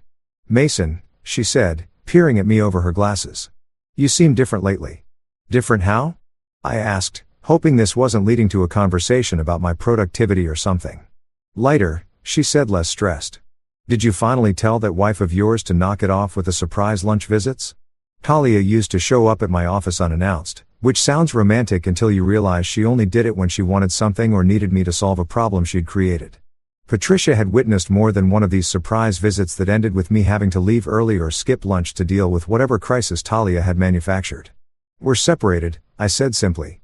"I left her in Bali and came home." Patricia's eyebrows shot up. Then slowly, she smiled. "Good for you." "Yeah, Mason, I've been married for 32 years. I know what a healthy relationship looks like, and whatever you had going on was not it. You've been walking around here for months looking like a man who's constantly waiting for the other shoe to drop. It's nice to see you relaxed." That conversation stuck with me. Other people had noticed. My stress had been so visible that my boss, who barely knew me outside of quarterly reviews and the occasional conversation about Excel formulas, had picked up on it. My mom called on day 6. I'd been avoiding telling her about the separation because my mom loved Talia. Or rather, my mom loved the idea of me being married and potentially giving her grandchildren. And Talia knew how to perform for parents. She'd show up to family dinners with homemade desserts, store-bought, but she'd transfer them to a nice dish, compliment my mom's cooking, ask about my dad's golf game. She was great at the 2-hour performance. It was the other 8,758 hours of the year that were the problem. "Honey," my mom said in that tone that meant she'd heard something from someone and was fishing for confirmation. "Debbie Henderson told me she saw Talia's Instagram post about toxic people. Is everything okay?" Debbie Henderson was my mom's friend from book club who apparently followed Talia on social media for reasons I'd never understood. "We separated." "Mom," I said, ripping off the Band-Aid. "I left her in Bali and came home. We're probably getting divorced." Silence. "Then what happened?" I gave her the abbreviated version, the sunscreen, the public humiliation, the go home if you're jealous comment. My decision to actually go home. More silence. Then my mom said something that genuinely shocked me. Good. Mason, I'm your mother. I love you, and I've been watching you shrink yourself for 3 years to make room for that girl's ego. You stopped coming to family dinners. You stopped calling. Every time we talked, you sounded exhausted. I thought marriage was supposed to make you happy, not turn you into someone I barely recognized. You never said anything," I said quietly. "Because you seemed committed to making it work. And I respect that. But sweetie, there's a difference between working on a marriage and working yourself to death trying to fix someone who doesn't think they're broken. I'm glad you finally chose yourself. I didn't expect to get choked up, but I did." Hearing my mom, who'd been married to my dad for 37 years and took the for better or worse thing seriously, tell me she was proud of me for leaving felt like permission I didn't know I needed. My dad got on the phone after. "Your mother's crying happy tears, by the way. She's very proud. Also, I never liked Talia. She ate all the good cookies at Christmas and didn't say, thank you. Classic dad. Cutting right to what mattered. The days turned into a week, then 2 weeks. Talia kept trying different numbers, probably using her friends' phones or those free texting apps. I'd see the messages pop up, read them without opening them. Thank you, preview function, and then just move on with my day. We need to talk about us. I've been thinking about what you said. Can we at least discuss this like adults? I deserve a conversation. That last one almost made me respond. Almost. Because the audacity of thinking she deserved a conversation after 3 years of not listening to anything I said was truly something. But I didn't take the bait. Every time I felt tempted, I'd remember the beach, the sunscreen, the laughter from strangers, the way she'd smiled like my pain was entertainment. And I'd put my phone down and go do literally anything else. I started cooking actual meals instead of eating takeout every night. Tried new recipes, burned some things, made some things that were actually good. Didn't have to photograph any of it or wait while someone found the perfect angle and lighting. I read books, finished a whole novel in 3 days without interruption. I went to a movie by myself on a Wednesday afternoon and it was glorious. Nobody asked me to explain the plot in real time or complain that they were bored. I called old friends I'd lost touch with because Talia thought they were boring or bad influences. Translation: they didn't worship her. I existed. Just existed without drama, without damage control, without pretending that disrespect was a joke I should learn to laugh at. Silence, I discovered, wasn't just the absence of noise. It was a luxury brand I couldn't afford when I was married. Now I was living in it, wrapped in it like the world's most comfortable blanket. And I had zero intention of giving it up. A month into my new life as a separated but not quite divorced man, I was at Common Grounds, this coffee shop near my apartment that specialized in overpriced lattes and providing laptops to people who wanted to look busy while actually scrolling through Twitter for 3 hours. I was one of those people, except I was actually working. End of quarter reports don't write themselves. Unfortunately, the place was pretty packed for a Thursday afternoon. Students pretending to study, freelancers pretending to work, and that one guy who was definitely writing a screenplay about his ex-girlfriend that nobody was ever going to read. I'd snagged a corner table by the window, had my laptop open, my coffee within reach, and was deep into a spreadsheet that was giving me a migraine when I heard it. Oh no. Oh no. No. No. Oh my God. I'm so sorry. I looked up just in time to see a coffee cup. A large iced coffee. Extra ice. From the looks of the waterfall now cascading off my table, tumbling in slow motion like we were in some kind of romantic comedy directed by someone who hated electronics. The coffee hit my laptop keyboard with the enthusiasm of a toddler jumping into a pool. Brown liquid spread across the keys, seeping into the touchpad, probably frying circuits and destroying whatever chance I had of finishing this report before the weekend. Standing there looking absolutely horrified was a woman in her late 20s with curly brown hair that was escaping from a messy bun, glasses sliding down her nose, and an expression that suggested she just committed a federal crime instead of a caffeine-related accident. "I am so sorry," she said again, frantically grabbing napkins from the dispenser and trying to mop up the coffee tsunami. "I tripped over that guy's backpack and just am so sorry. Is your computer okay? Please tell me it's okay." "Oh God, it's not okay, is it?" I grabbed my laptop, flipped it upside down to let the coffee drain out, and tried to assess the damage. The screen was still on, which was either a good sign or the last Hera before everything died. Keys were sticky. The touchpad wasn't responding. This was not great. It's not great, I admitted, because lying seemed pointless when coffee was literally dripping onto the floor. "I'll pay for it," she said immediately, still wielding napkins like they could somehow undo physics. "I'll pay for repairs or a new one or whatever you need. I'm so sorry. I'm Nora, by the way. Nora, the person who just destroyed your computer. That's going to be my epitaph. Here lies Nora. She murdered a laptop with iced coffee." Despite the situation, despite my quarterly report probably being corrupted beyond repair and my laptop likely being dead, I laughed. Actually laughed because there was something about her complete mortification, her willingness to immediately take responsibility, and her apocalyptic self-deprecation that was kind of refreshing. "Mason," I said, extending my non-coffee covered hand. "Mason, the guy whose laptop just got baptized in caffeine." She shook it, still looking like she might cry. "This is literally the worst thing I've ever done." "Well, no. One time I accidentally replied all to a company email about how boring the CEO's presentation was, but this is a close second. That's pretty bad." I agreed, right? I had to change teams. It was a whole thing. She looked at my laptop again, which was still dripping coffee despite my best efforts. "Listen, there's a computer repair place 2 blocks from here. Can I at least walk with you and pay for whatever they say? It's the least I can do. Actually, it's literally the least I can do since I caused this disaster. I should have said no. I should have just gotten her number for insurance purposes and dealt with it myself. But there was something about her, something genuine and unperformed about her panic that made me say yes. Sure, I said, packing up my soggy laptop and coffee-stained papers. Lead the way to the computer hospital. The repair shop was called Tech Resurrection, which felt appropriate given the circumstances. The guy behind the counter name tag said Kyle Beard said I have opinions about Linux. Took one look at my laptop and grimaced. Iced coffee, he asked. Is it that obvious? Said the smell gave it away, plus the coffee's still dripping out of it. Kyle opened the laptop, poked at some keys inside. I can try to save it but no promises. Liquid damage is tricky. Could be $100. Could be you need a new laptop. Won't know until I open it up. Do whatever you need to do, Nora said immediately, pulling out her wallet. I'm paying. This is my fault. It was an accident, I said, feeling kind of bad about how guilty she looked. An accident I caused by not watching where I was walking because I was texting my sister about her cat's dietary issues, which, let's be honest, could have waited. Kyle looked between us, clearly entertained. I'll call you in a few hours with an estimate. In the meantime, maybe avoid coffee shops.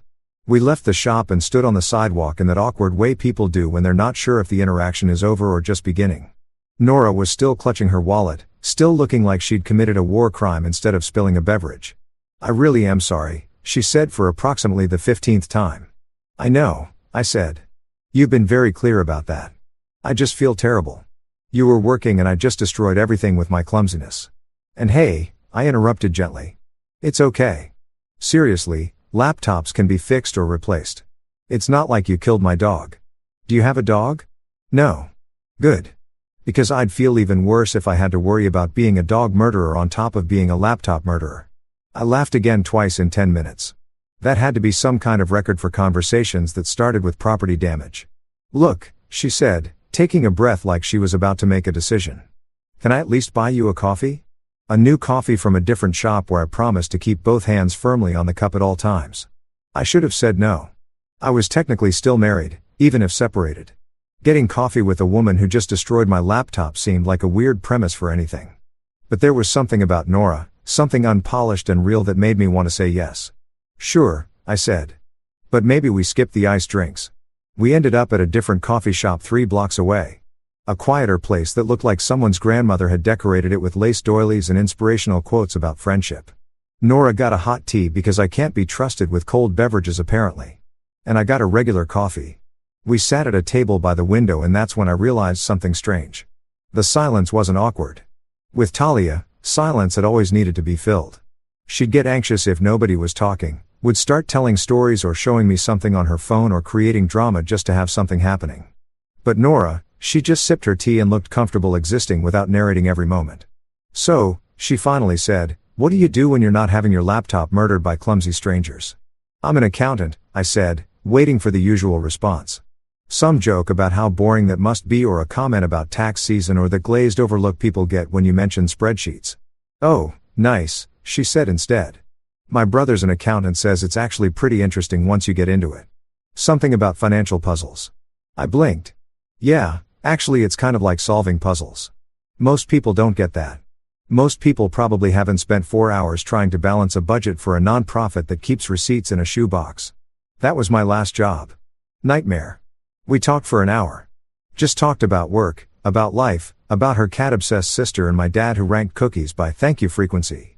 She didn't pull out her phone once. Didn't check her reflection in anything. Didn't perform.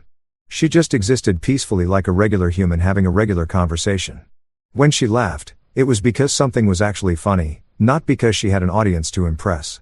When she told stories, she included the embarrassing parts about herself instead of turning everything into a highlight reel. She asked questions and actually listened to the answers instead of waiting for her turn to talk. It felt strange at first. Calm is addictive once you taste it, but it's also kind of alarming when you're used to chaos. I should probably go, she said eventually, checking her watch. I have a thing tonight, but thank you for being so nice about the whole laptop massacre. Most people would have been way angrier. Most people probably haven't had worse things happen to them recently, I said without thinking. She looked at me curiously, but didn't pry, just smiled and said, well, Kay has my number for the repair bill, but if you want to, Get coffee again sometime with me keeping my beverages far away from your electronics. I'd like that. I realized I would like that, too. A lot actually. Yeah, I said. I'd like that. She left and I sat there for another few minutes finishing my coffee and thinking about how different that interaction had been from anything I'd experienced in the last 3 years. No drama, no performance, no competing for space in my own story. Just a conversation with someone who seemed content being herself instead of auditioning for a role. It was weird. It was peaceful and I wanted more of it. 3 weeks after the coffee shop incident, my laptop was fixed. $200. Nora insisted on paying every cent. I'd had 4 more coffee dates with Nora, all without beverage-related casualties, and I'd officially filed for divorce. That last one was surprisingly easy. Turned out that when you have a clear-cut case of spouse publicly humiliated me and told me to leave, so I left. The paperwork practically fills itself out. My lawyer, a sharp woman named Rebecca, who'd seen everything and was impressed by nothing, looked over the timeline of events and actually smiled. This is the most straightforward case I've had all year. She literally told you to go home. You went home. She can't really argue with that. She'll try, I said, because I knew Talia. She'd try to spin it, reframe it, make it about my jealousy or insecurity or inability to handle her free spirit. Let her try, Rebecca said, closing the file. We've got screenshots of her Instagram post, witness statements from other tourists, and the hotel records showing you removed yourself from the room charges while she was still there. Plus, her own text messages saying, "Go home if you're jealous." This is what we call an airtight case of getting exactly what you asked for. I left her office feeling lighter than I had in years. The divorce would take a few months to finalize. Bureaucracy moves slower than a DMV line on a Monday. But the hard part was done. I'd made the decision. I'd filed the papers. I was officially legally moving on. My phone buzzed while I was walking to my car. Text from an unknown number, which meant it was probably Talia using yet another friend's phone or app. She'd been doing that for weeks, trying different approaches like I'd be testing her way back into my life. But this time, it wasn't Talia. Unknown number. Hey man, it's Luke. Got your number from the wedding list. Hope that's cool. Luke, the wannabe DJ from Bali. The one who'd sent me those group chat screenshots that I'd enjoyed way too much. Me, hey, what's up, Luke? Just wanted to let you know Talia is back home. Got back last week. Of course, she was. The vacation had to end eventually, and I'm sure staying in Bali after I left wasn't quite as fun when she had to face the fact that her actions had consequences and also pay for everything herself. Luke, she's been pretty quiet, says she learned her lesson. I stared at that text for a long moment. She learned her lesson. Like, this was some kind of educational experience where she'd taken notes and would do better on the next test. Like 3 years of disrespecting me had been a rough draft and now she was ready to submit the final version. Me, good for her. I hit send and then did something that felt weirdly powerful. I muted the conversation. Not blocked, just muted because blocking felt like I still cared enough to actively keep her out. But muting? Muting was just indifference. Luke, she wanted me to tell you she's sorry. Really sorry. Says she gets it now. I saw the message in my notifications but didn't open it. Didn't respond. Just pocketed my phone and got in my car. Here's the thing about revenge that nobody tells you. Most of the time you don't need it. Life has this beautiful way of handing people receipts for their behavior. Full price, no discount, all taxes included. I didn't need to plot anything. Didn't need to post anything. Didn't need to air out our dirty laundry or make her look bad. She'd done all of that herself. The internet had already held up a mirror. Her friends had already questioned her judgment. She'd already had to call her mom for money in a foreign country. Already had to explain to everyone why her husband left in the middle of their anniversary trip. Already had to face the fact that actions have consequences. And it's just a joke. Only works until someone takes you seriously. I didn't need revenge. She'd already gotten the bill. That night, I had dinner with Nora. Nothing fancy, just this Thai place near her apartment that she swore had the best pad Thai in the city. She was right. It was incredible. And also, I realized halfway through the meal that this was the first dinner I'd had in months where nobody had made me wait while they photographed the food from 17 angles. You're smiling, Nora said, twirling noodles around her fork. What's funny? Nothing, I said. Just I'm having a good time. Is that unusual? She asked, but not in a confrontational way. Just curious. It used to be, I admitted, my ex. Well, almost ex. The divorce is processing. She made everything complicated. Even dinner was a performance. Had to get the lighting right, the angle right, the caption right. By the time we actually ate, the food was cold, and I'd lost my appetite. Nora made a face. That sounds exhausting. It really was. Well, she said, raising her water glass like it was champagne. Here's to hot food and low expectations. I clinkied my glass against hers. I'll drink to that. We didn't have some big dramatic moment where I declared my feelings or she became my rebound or whatever movie script people think happens after a breakup. We just enjoyed each other's company, talked about normal things, made plans to see a movie next weekend, exchanged memes about accounting. Yes, accounting memes exist. And yes, they're hilarious if you're a specific type of nerd. It was simple. It was easy. It was peaceful. And peace, I discovered, was underrated. The next morning, I woke up in my apartment. My space decorated how I wanted it, organized in a way that made sense to me. And the first thing I noticed was the quiet. Not the heavy, anxious quiet of waiting for something bad to happen. Not the tense quiet of tiptoeing around someone's mood. Just quiet, peaceful, comfortable, quiet. I made my own coffee. Not some complicated order that required specific measurements and organic ingredients and a certain type of oat milk. Just coffee, black, simple, perfect. I opened the curtains and let the morning light in. Something Talia never liked because it wasn't flattering for morning selfies. The sun felt good, warm, real. I sat on my couch with my coffee and my book and thought about how different my life looked now compared to a month ago. How I wasn't walking on eggshells. Wasn't managing someone else's emotions. Wasn't pretending that disrespect was love or that public humiliation was just her being playful. My phone buzzed. Text from my mom. Mom, coming over for dinner Sunday. Your father is making his famous ribs. Also, Debbie Henderson told me Talia is back in town and devastated. I told Debbie that sounds like a personal problem. Was I rude? I laughed out loud. Me. Not rude. Accurate. I'll be there Sunday. Can I bring someone? Mom. The coffee shop girl. Me. Her name is Nora. Mom. Mom. Can't wait to meet Nora. Tell her your father will interrogate her about her cookie preferences. It's his love language. I smiled and put my phone down. Took another sip of coffee. Looked around my apartment. My space. My life. My peace. Talia had told me to go home if I was jealous. And yeah, maybe I did go home. I got on a plane, flew 20 hours and came back to my apartment. But somewhere between leaving Bali and filing for divorce and meeting Nora and reclaiming my own life, something shifted. This place, this quiet, peaceful, drama-free space stopped being just where I lived. It became home. Not because of the furniture or the location or the rent I paid every month, but because for the first time in 3 years, I felt like I could breathe. I could exist without performance. I could just be myself without apologizing for taking up space or having feelings or expecting basic respect from the person I'd married. I'd spent 3 years being a supporting character in someone else's show.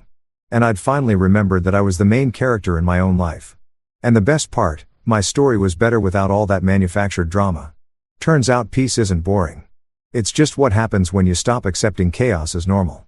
My coffee was still hot. The sun was still shining.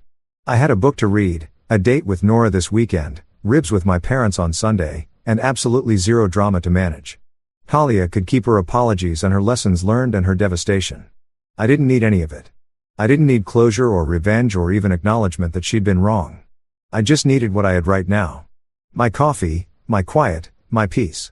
So yeah, maybe I did go home like she told me to. But for the first time in a long time, it actually felt like home. And I wasn't going anywhere. That brings this story to an end, and that one was definitely a wild ride. Let me know what you think in the comments. Now, let's move into the next story, titled, My father passed away, leaving me an old warehouse. My brother kept the beach house. At dinner, my wife called me useless then kicked me out. That night, I slept in the warehouse. And froze when I saw what was inside. The night my wife told me to go sleep in your warehouse, I almost laughed. Not because it was funny, but because at 52 years old, standing in my brother's Malibu dining room while he poured $300 bourbon into crystal glasses, I realized something cold and irreversible. I had spent 3 decades being the responsible one and somehow ended up the disposable one. Michael wouldn't understand, my brother Jason said, smiling at the investors seated around the long oak table. He's more of a paperwork guy. Laughter followed, soft, polite cutting. Lauren didn't defend me. She adjusted her wine glass and said, well, at least one Turner knows how to build something. That was the moment. That was the fracture. And it only got worse. My father, Richard Turner, died 6 weeks earlier. Pancreatic cancer, quick and merciless. He had been a quiet man, practical, a machinist who turned wrenches for 40 years at the Long Beach shipyard. He didn't believe in flashy things. He believed in land. When the will was read, Jason received the Malibu beach house, a property Dad had bought decades ago before the coastline exploded in value. I received an industrial warehouse near the old port district.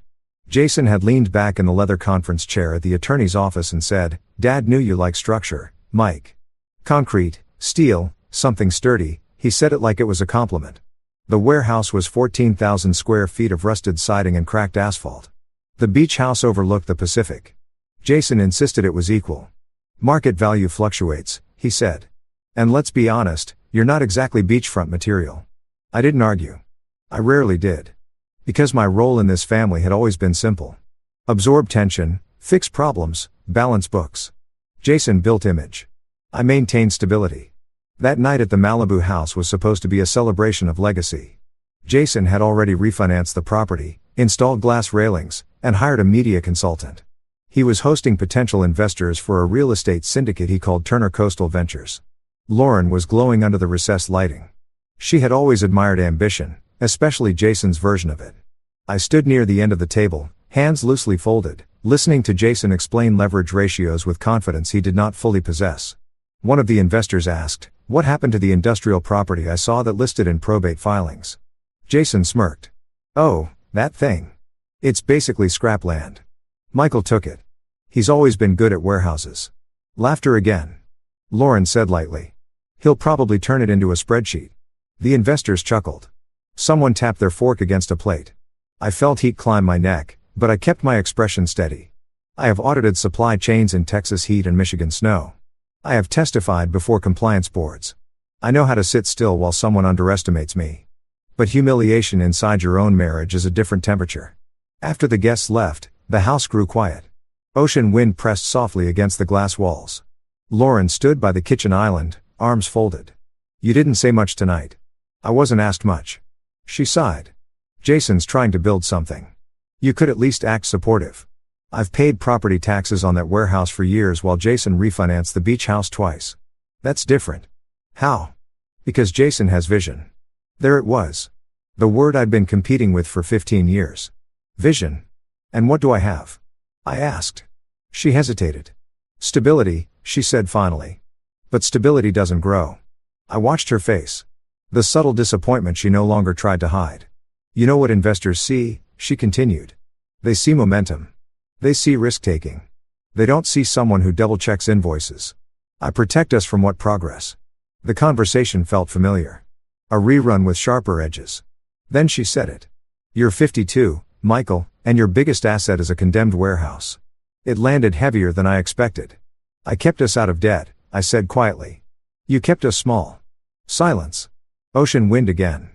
Then she walked to the front door, opened it, and said, "Maybe you should figure out who you are without leaning on Jason's shadow." I didn't move. She looked at me, not angry, not hysterical, just finished. "If that warehouse means so much to you," she added, "go stay there tonight." She didn't shout. She didn't slam anything. She simply closed the door after I stepped outside. The lock clicked. Clean. Final. I stood on the walkway for a full minute, watching the reflection of the house in the dark glass. Inside, Jason was laughing at something on his phone. I checked my pockets. Wallet, phone, keys. The warehouse key was still on my ring. I drove the 28 miles to Long Beach in silence. No music, no calls, just the low hum of freeway tires and the echo of Lauren's words. "Your biggest asset is a condemned warehouse." When I pulled up, the industrial district was asleep. Street lights flickered over cracked pavement. The port cranes stood like skeletal giants against the night sky. The warehouse gate creaked when I unlocked it. The rolling steel door groaned upward with resistance. Inside it smelled like oil salt air and old dust. I stepped in. The concrete floor was cool under my shoes. Empty space. Shadowed beams. No ocean view. No investors. Just 14,000 square feet of silence. I let the door roll shut behind me.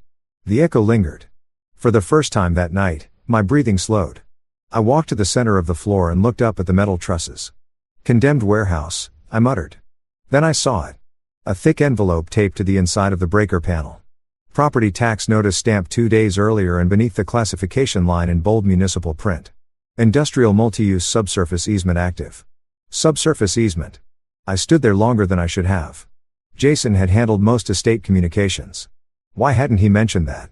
I folded the notice carefully and slipped it into my jacket pocket. The air inside the warehouse felt different now.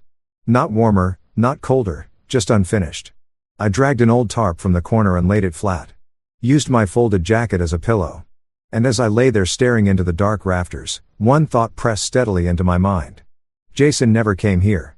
Not once in 5 years. He never looked behind walls, never opened breaker panels, never read municipal classifications. He saw rust. I saw language. And language is where ownership lives. I closed my eyes. Not defeated. Not yet. Because somewhere between the word condemned and the word easement, something didn't add up. And I have built my entire life on noticing what doesn't add up. I woke before sunrise to the sound of metal ticking. For a moment, I didn't remember where I was. Then the smell hit me. Salt, rust, old engine oil baked into concrete. The industrial district was already warming the air heavy. Even at 5:30 a.m. a faint orange glow leaked through the high, grimy windows, cutting the darkness into long geometric shapes. I sat up slowly on the tarp joint stiff and listened. Warehouses have a language. Pipes contract. Roof panels shift. Wind hums through seams. If you stay still long enough, the building tells you whether it's stable. This one wasn't dying. It was quiet. Yes. Neglected. Certainly, but structurally intact. I walked to the breaker panel and opened it again. Subsurface easement active. The phrase bothered me. In supply chain auditing, vague language hides leverage. You don't label something active unless something is flowing through it physically or financially. I ran my hand along the conduit lines feeding into the main panel. Several breakers were labeled in faded marker. Lighting dock power west office zone C port feed. Zone C had a small red dot next to it, not factory labeled, hand marked. I pressed my fingers against the metal casing. Warm. Not hot, but warm. At 6 o'clock in the morning, in a building with nothing running that shouldn't happen. I flipped open the tax envelope again and read the classification line carefully. The legal description referenced Parcel 48B and something called a subterranean right-of-way filed 1998, the year Dad expanded the warehouse. The year he stopped talking about selling it. I pulled out my phone and searched county records. The loading icon spun longer than I liked, but eventually the scan deed surfaced. There it was, an attachment I had never seen before. Right-of-way granted to Pacific Coastal Infrastructure Group for fiber routing and secure utility conduit. Fiber routing. Secure conduit, not storage, not industrial infrastructure. I sat back on my heels. Jason had sold half the story to himself. He saw land. Dad saw access. By 9 a.m., the sun had turned the metal siding into a slow oven. Sweat gathered at the back of my neck as I dialed the utility company listed on the breaker panel. After navigating automated menus and hold music that sounded like a broken elevator tune, a woman named Denise picked up, City Grid Services.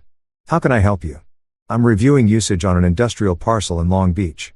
Parcel 48B. She typed. I could hear it. Sir, that meter isn't on city distribution. It isn't? No. That building is fed through a private industrial substation.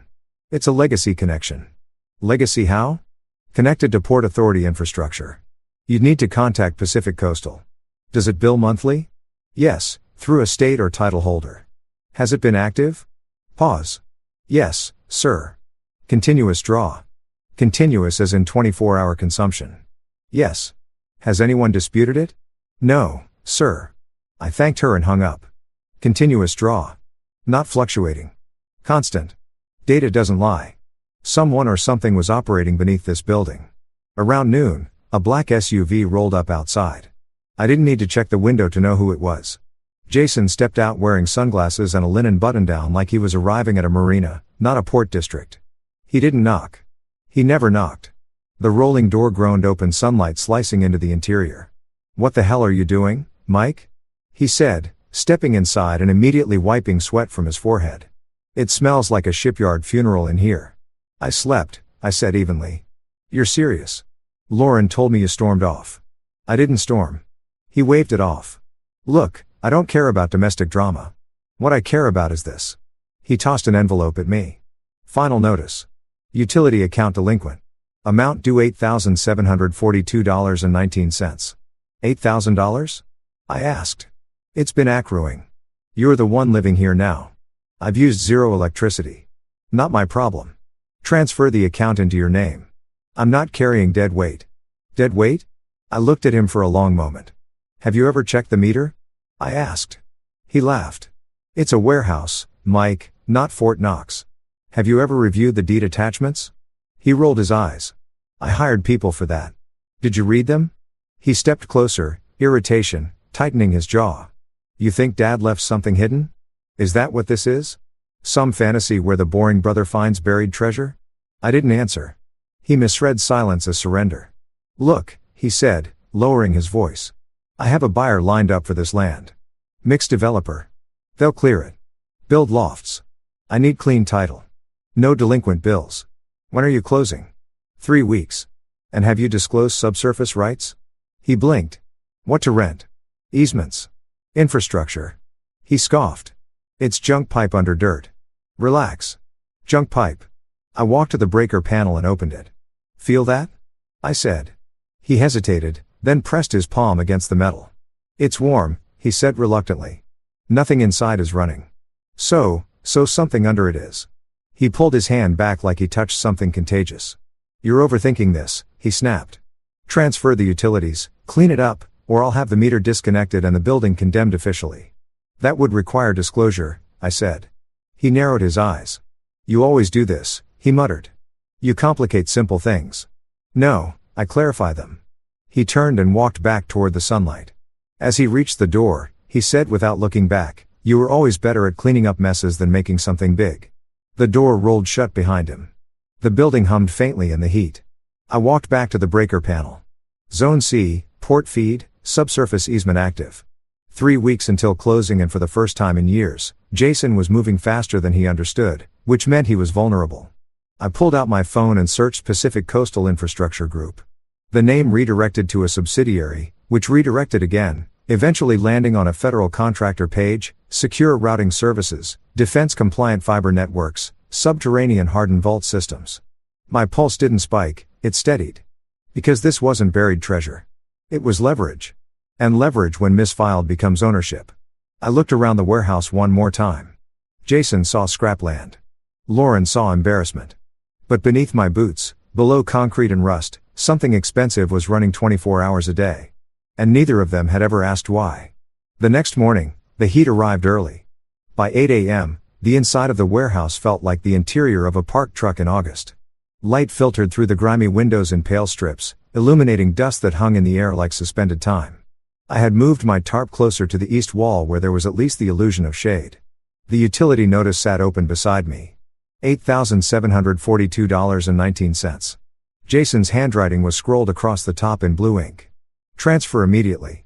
I studied the detailed usage graph printed on the second page. Flat. Perfectly flat, not a peak, not a dip. In a normal structure, power consumption breathes. It rises when equipment runs, falls at night, spikes during use. This line was a ruler drawn across the month. High draw constant. That wasn't lighting. That wasn't refrigeration. That was infrastructure. I zoomed in on the billing details. Source classification, industrial substation, PSIG. There it was again. Pacific Coastal Infrastructure Group. I searched deeper. Corporate registry filings, federal subcontract disclosures. I traced the paper trail the way I would trace inventory leakage in a distribution network. PSIG wasn't a warehouse utilities vendor. It was a hardened fiber contractor tied to defense routing redundancies along the West Coast. In plain English, secure communications under my warehouse. I leaned back against a stack of old shipping pallets and closed my eyes for a moment. Dad had never trusted banks. He trusted land. But land connected to data. That was something else. Around noon, a white city pickup truck pulled up outside. I hadn't called for one, but Jason had. A man stepped out wearing a municipal vest with the logo of the Long Beach Utility Authority stitched on the front. He introduced himself as Daniel Ruiz. Got a transfer request and possible disconnect notice, he said, stepping inside and immediately squinting at the dim interior. You the current occupant? I'm the co-heir, I replied. Michael Turner. He nodded, scanning the breaker panel. You running equipment? No. He opened the panel and checked the feed. His eyebrows rose slightly. That's odd. What is this feed isn't city supplied. It's patched through a secondary industrial grid. Rare these days. Who maintains it? He hesitated. Technically Pacific Coastal, but those lines are under federal classification.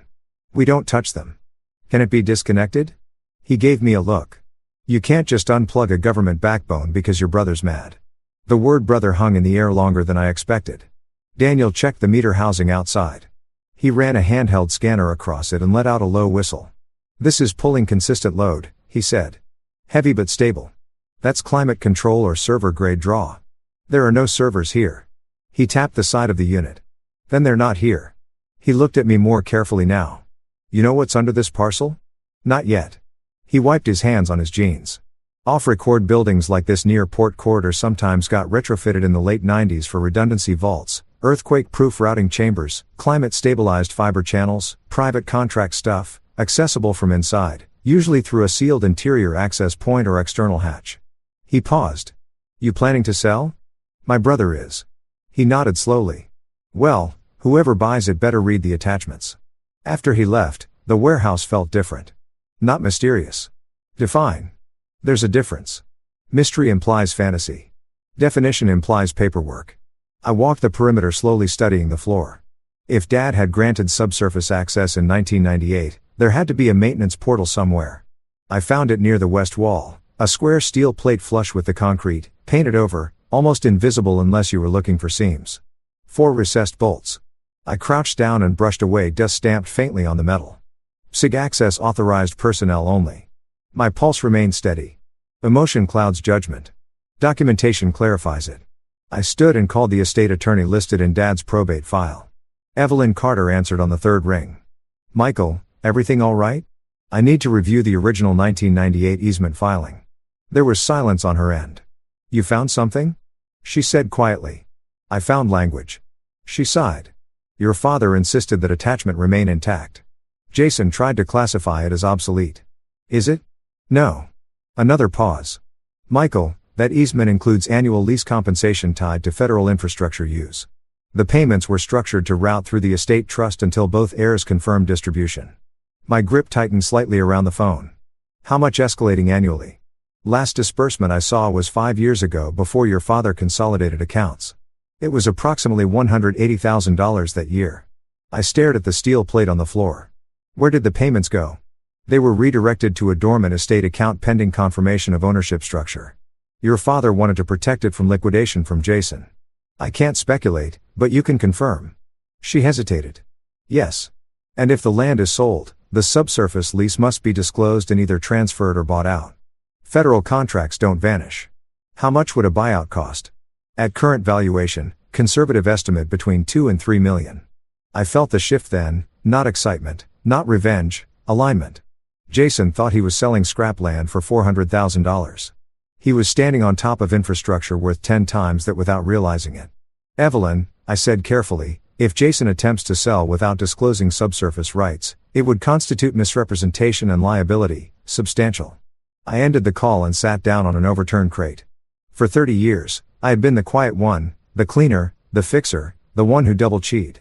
Jason built image. I read attachments. Lauren chased momentum. I traced clauses. Now, the clause was beneath my feet. 3 weeks until closing and Jason had just threatened to disconnect a federal utility line, which meant he was operating blind. Blind men move fast. Auditors wait. I ran my hand once more over the steel access plate. SIG access authorized personnel only. Dad hadn't left me a warehouse. He had left me a conduit. And for the first time since Lauren closed that door, I felt something unfamiliar but precise. Control. The steel access plate stayed in my line of sight for the rest of the afternoon. I didn't open it. Not yet. Curiosity without authority is trespassing. And I had spent my career avoiding trespass, legal, financial, emotional. Instead, I drove to downtown Long Beach and walked into Evelyn Carter's office. She had represented my father for almost 20 years. Soft-spoken, meticulous, the kind of attorney who read footnotes before headlines. Her office smelled faintly of paper and lemon polish. A contrast to the diesel air I'd been breathing all morning. She didn't waste time. You've seen the utility draw, she said as soon as I sat down. Yes, and you found the access plate. Yes. She folded her hands.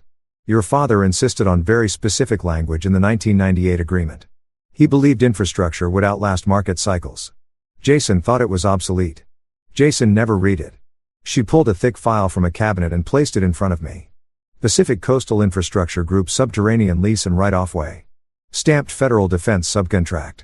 I flipped through the pages slowly. Term length 30 years renewable. Annual lease payments with 5-year escalators. Non-disclosure clauses. Emergency access rights. Buyout provision based on infrastructure replacement cost. I stopped at the payment schedule. Year 1, $75,000. Year 5, $110,000. Year 10, $150,000. Year 15, $180,000. Year 225,000. Year 25, $310,000. We were in year 25. Has it been paid? I asked. Yes, Evelyn said. But after your father consolidated, accounts payments were directed to the estate holding trust pending final beneficiary confirmation. And that confirmation never happened. She gave me a measured look.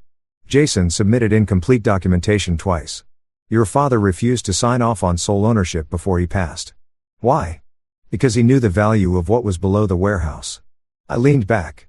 Jason had been racing to refinance the beach house to expand, to leverage, all while sitting on a contract that generated more stable income than any speculative syndicate. Can Jason legally sell the land? I asked. He can attempt to, she said carefully. But any buyer conducting proper due diligence would uncover the subsurface lease, and if he doesn't disclose it, then he exposes himself to litigation. I nodded. There was one more question. If Jason wanted to avoid liability, I said slowly, could he transfer subsurface rights to me? Yes, even if he doesn't fully understand their value. Yes, as long as it's written. As long as it's written and executed properly. I closed the file. For years, Jason had operated on momentum. Deals made quickly, documents skimmed, confidence weaponized. He had always assumed I would correct whatever he overlooked. This time I wouldn't correct it. I would let it stand. That evening Jason called. I have the developer flying in next week, he said without greeting. They're offering $450 for the land. I asked for the dirt and steel. Yes. And subsurface. He exhaled sharply. You're obsessed with that. Because it exists. Mike, nobody cares about a buried fiber line from the 90s. Federal contractors care. Silence. I need the title clean. He continued. Utilities contents, anything that complicates inspection gone. And if there are complications, there aren't. I let him fill the silence with his own certainty. Transfer the interior contents to your name, he said finally. All of it. Scrap fixtures, whatever's left. I don't want liability after closing. In writing? Yes, obviously in writing. Include subsurface rights. He paused. Why would I include that? To protect yourself. He scoffed. From what? From federal misrepresentation. The word federal slowed him. You're exaggerating. Then you have nothing to lose. A long breath. I'll draft something. He said, good. When I hung up, I didn't feel triumphant. I felt precise. The next morning, he emailed a document. Transfer of interior contents and associated structural elements for liability purposes. He had written it himself. Sloppy but binding. All fixtures, attachments, mechanical systems, and associated structural rights not expressly reserved by seller. He hadn't expressly reserved subsurface rights because he didn't think of them as rights. He thought of them as plumbing. I printed the document and drove it to Evelyn. She read it twice. He's transferring more than he realizes, she said. Is it enforceable with notarization?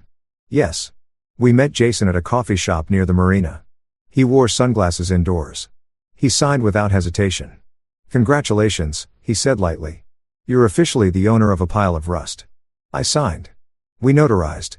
He shook my hand as if he were doing me a favor. On the drive back to the warehouse, I felt something settle. Not anger, not revenge, gravity. I parked inside the gate and stood over the steel access plate again. This time, I unlocked it. The bolts came loose with steady resistance. When I lifted the plate, cool air drifted upward. Not refrigerated, controlled. A narrow steel ladder descended into a concrete chamber illuminated by soft indirect lighting. I climbed down slowly. The room below wasn't large, maybe 20 feet wide, but it was immaculate. Fiber conduit racks lined the walls. Climate control units hummed quietly. Sealed equipment cabinets bore federal compliance tags. On one wall, a metal plaque read, PSIG, redundant, secure routing node, coastal sector. There it was. Not treasure, not fantasy, infrastructure, quiet, expensive, invisible. I ran my hand along one of the conduit housings. It vibrated faintly, alive. Above me, the warehouse groaned in the afternoon heat. Below me, the future of data transmission flowed without interruption. Dad hadn't left me a burden. He had left me leverage. I climbed back up, replaced the access plate, and secured it. Then I called Pacific Coastal Infrastructure Group. A man named Harold Anduin answered. "I'm calling regarding parcel 48B, I said. Silence, then careful interest. "Yes," says sober. "I'm the current rights holder." Another pause. We were under the impression ownership was unsettled. It was, and now one of them, it isn't. He cleared his throat.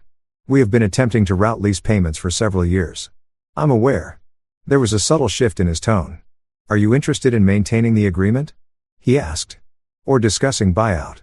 "Discussing," I said. "Good," he replied.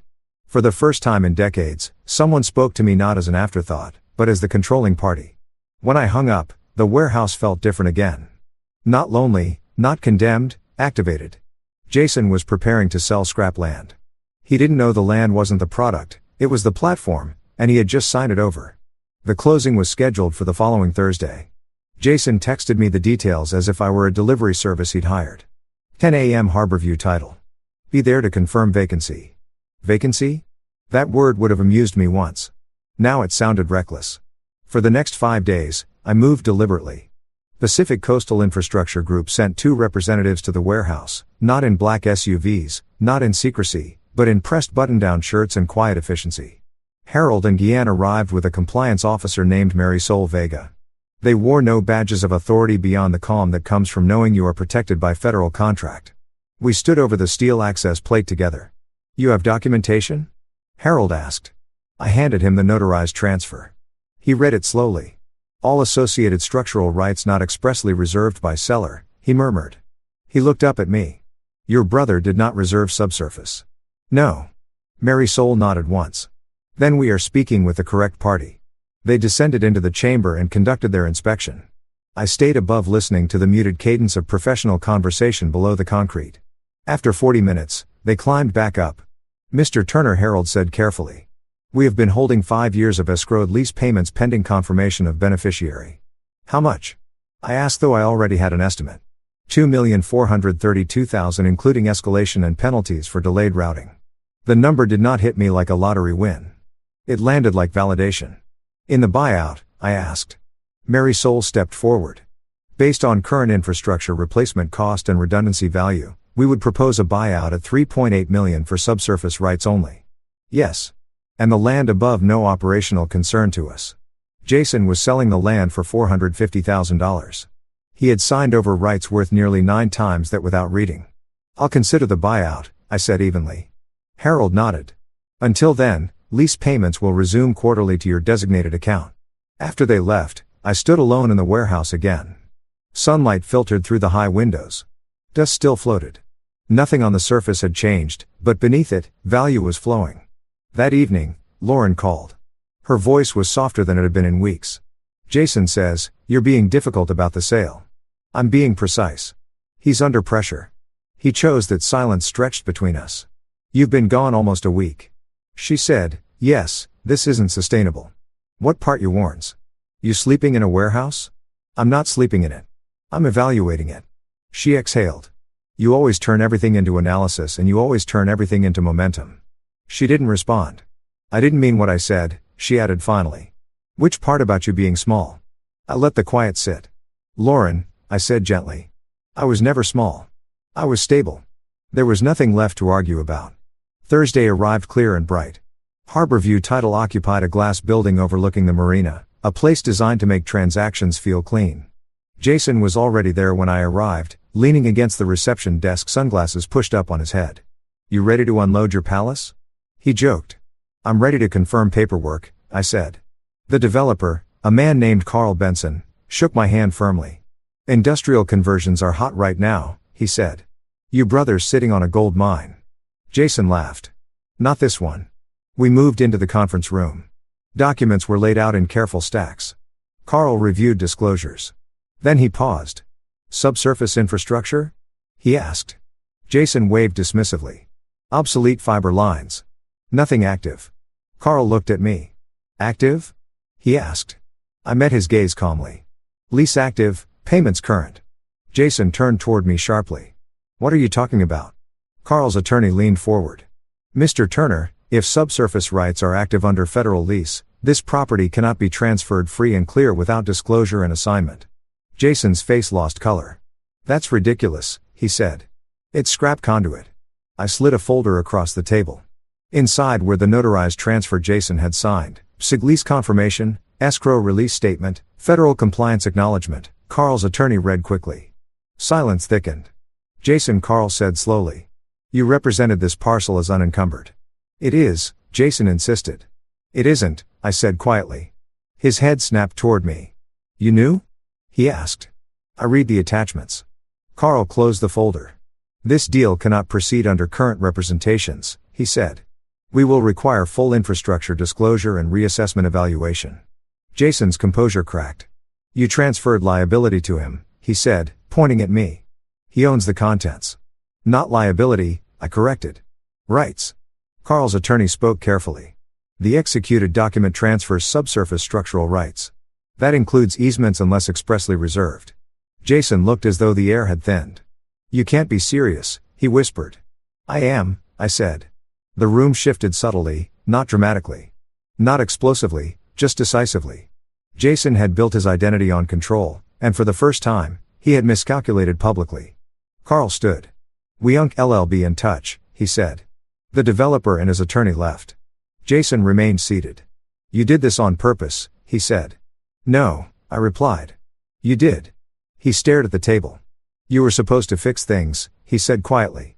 I always did, I answered. Outside the marina shimmered in late morning light. Inside the documents lay between us calm, legible final.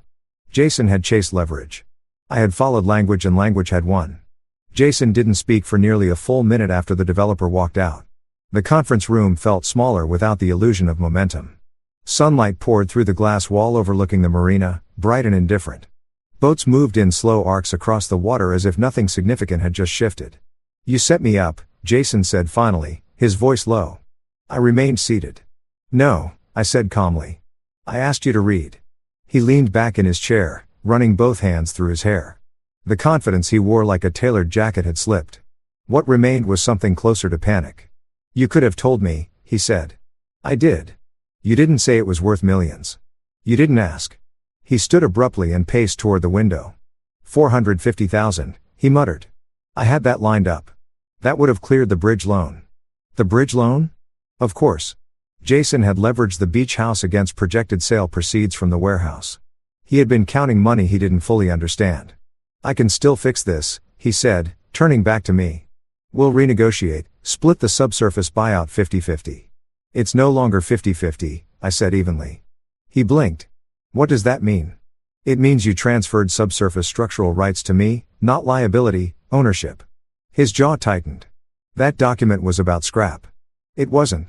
You knew I wouldn't read it carefully. I didn't answer. Silence is often the most honest response.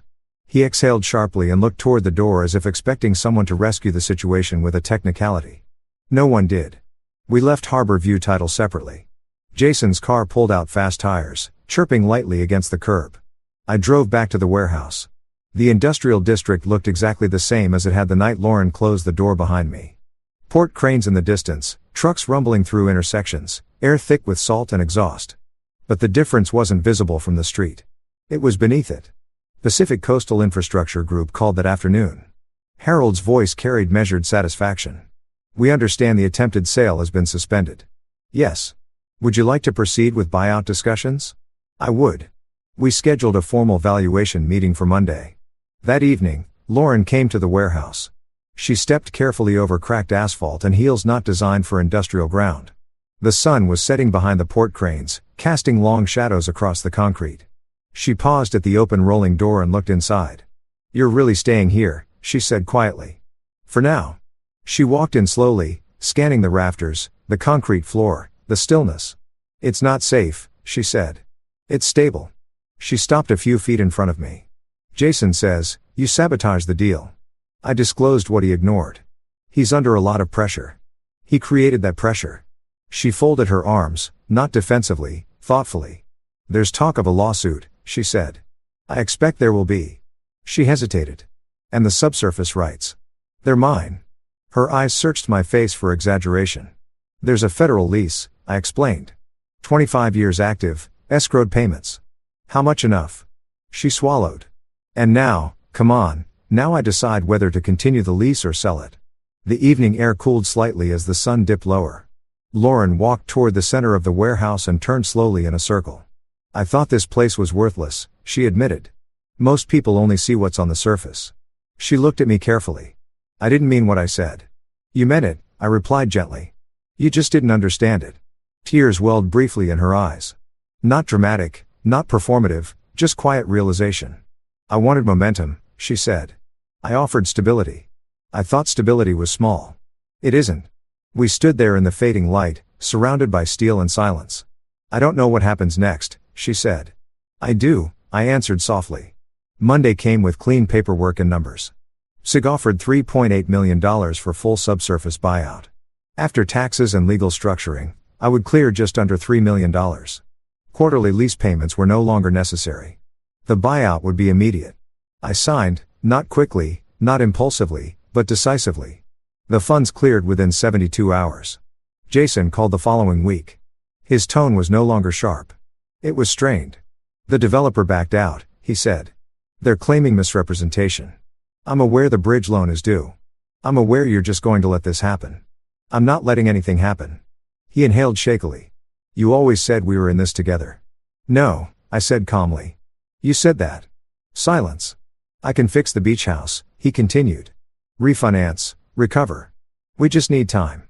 Time is expensive and you have it now. Yes. He didn't ask for money directly. He didn't need to. The request hung between us. I'm not your safety net anymore, I said quietly. He didn't argue. He simply hung up. A month later, I moved into a modest house inland. Nothing flashy, nothing coastal. Paid in full. I started a compliance consulting firm focused on infrastructure audits and municipal contract review. Work that required reading attachments, work that required patience. Lauren and I began couples counseling, not to restore what we had, but to understand what it was. Some structures can be reinforced. Others collapse under their own assumptions. The warehouse still stands, converted now into mixed industrial office space after I retained surface rights and leased it properly, disclosed, documented, valued accurately. Sometimes I drive past the port at night. The cranes still loom against the horizon. The air still smells of salt and steel. And beneath the concrete of that warehouse, data still moves, just no longer tied to my last name. Jason chased image.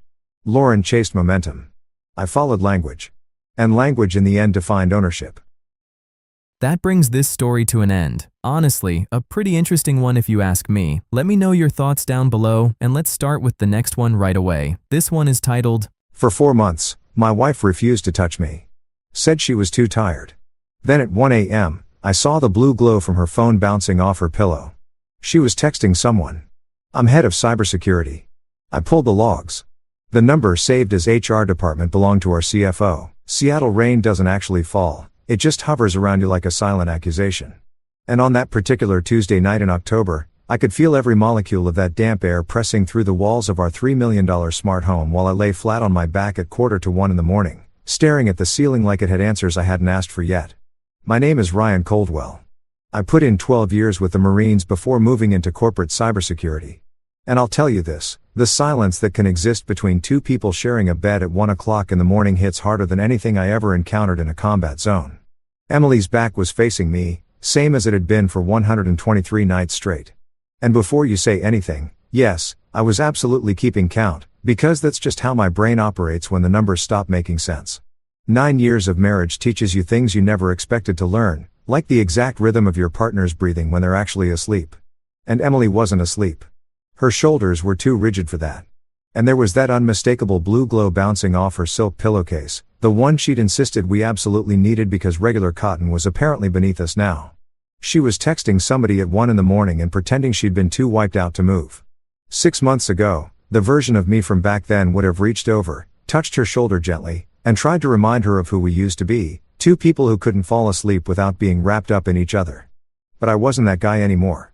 I cleared my throat, softly, just enough to signal that I was awake, and spoke to her in that particular careful tone that husbands use when they've learned to treat their own homes like minefields. She didn't flinch. Didn't even fake being startled. She just exhaled this long, heavy sigh, like I'd asked her to climb a mountain rather than simply acknowledge that I existed. "I've got an early meeting tomorrow, Ryan, please," she said. And her voice had this quality to it, I can only describe it as a door slamming in your face without anyone physically touching the door. Cold, clipped, irritated, like my presence on my own side of the bed was something she was barely putting up with. 4 months of this, and I'm not talking about the natural rhythm of marriage where sometimes life gets hard and the spark needs a little work. I mean 4 months of my wife treating the idea of touching me like I was carrying something contagious. 4 months of excuses that kept getting thinner and thinner until they were basically see-through.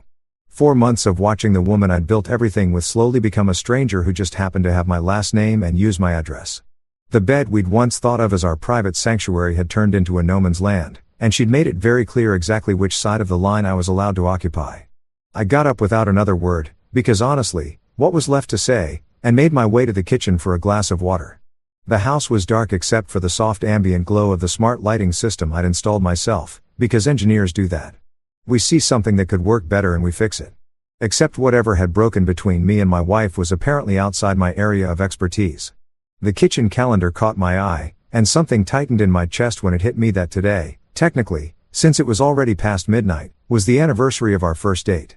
9 years ago, I'd taken Emily to this small Italian place in the U District, the kind of spot with checkered tablecloths and candles jammed into old wine bottles, and she'd laughed at almost everything I said and looked at me like I was genuinely the most fascinating person she'd ever sat across from. The date wasn't circled on the calendar. She'd either forgotten or stopped caring. And honestly, I wasn't sure which one hurt worse. I didn't sleep. I just sat there in the dark, working through my water and listening to the rain, letting my mind run the way it always does, cataloging patterns, flagging anomalies. Because cybersecurity does something to the way you see the world. You start reading everything as a system. And when any part of a system starts behaving in ways it shouldn't, that's what we call an indicator of compromise. And my marriage, my entire domestic existence, was throwing up red flags like it was trying to win a competition. Morning came wrapped in that flat gray Seattle light that makes everything look like an old photograph taken through a foggy lens. I watched Emily get ready for work the way you'd watch surveillance footage, clinically, detached, looking for data. She spent 45 minutes picking out her outfit. That was 20 minutes longer than her baseline. And she was humming to herself, actually humming, like someone who had something genuinely exciting waiting for them. That something clearly wasn't me, and it clearly wasn't our anniversary she'd forgotten to acknowledge. Her phone buzzed on the marble countertop and she was across the room before the second vibration, her entire body language snapping from casual to alert, the way someone moves when they're expecting a message they've been looking forward to. "Client from the Tokyo office?" I asked, keeping my voice completely flat as I sipped my coffee. Rough deal with the time difference. She glanced up at me with those green eyes I used to think were beautiful and now mostly just read as calculating, and she gave me the professional smile, the one that stops well below her actual eyes. You know how it goes. Global business doesn't take days off. What I knew was that North Peak Energy had shut down their Tokyo operation 6 weeks earlier due to restructuring. What I also knew was that my wife had just looked me dead in the face and lied without the slightest hesitation. And what I knew above everything else was that the woman standing in front of me in her expensive dress and her designer heels was not the same person I had married. She'd become someone else entirely. Someone who looked through me like I was a piece of furniture. Someone who fabricated stories about phone calls, worked implausibly long hours, and came home carrying the scent of someone else's perfume and restaurant food I'd never been invited to share. After she pulled out of the driveway in the BMW she'd insisted we needed because her Lexus was apparently too embarrassing to be seen in at the North Peak garage, I sat down at my home office computer and got to work. I'm the head of cybersecurity at North Peak Energy. That comes with access to things most people don't even know exist, and more importantly, it comes with the skills to locate things that people are convinced they've buried. Some men in my position would have exploded, screamed, broken things, demanded the kind of answers that don't actually change anything.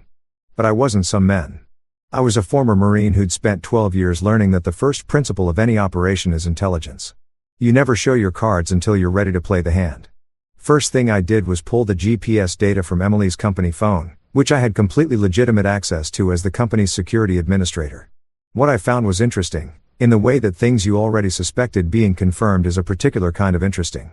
On paper, her phone logged time at the office and at home, right where a dedicated marketing director's phone was supposed to be. But phones are leaky things. They leave traces in places people forget to think about. When I dug into the network logs, I found her phone had been pinging cell towers out near Bellevue on a consistent basis, specifically towers near a boutique hotel called the Silver Bay, the kind of place that's popular with executives who need a certain level of privacy more than they need a corporate discount rate. 40 extra miles a week on her odometer she couldn't account for.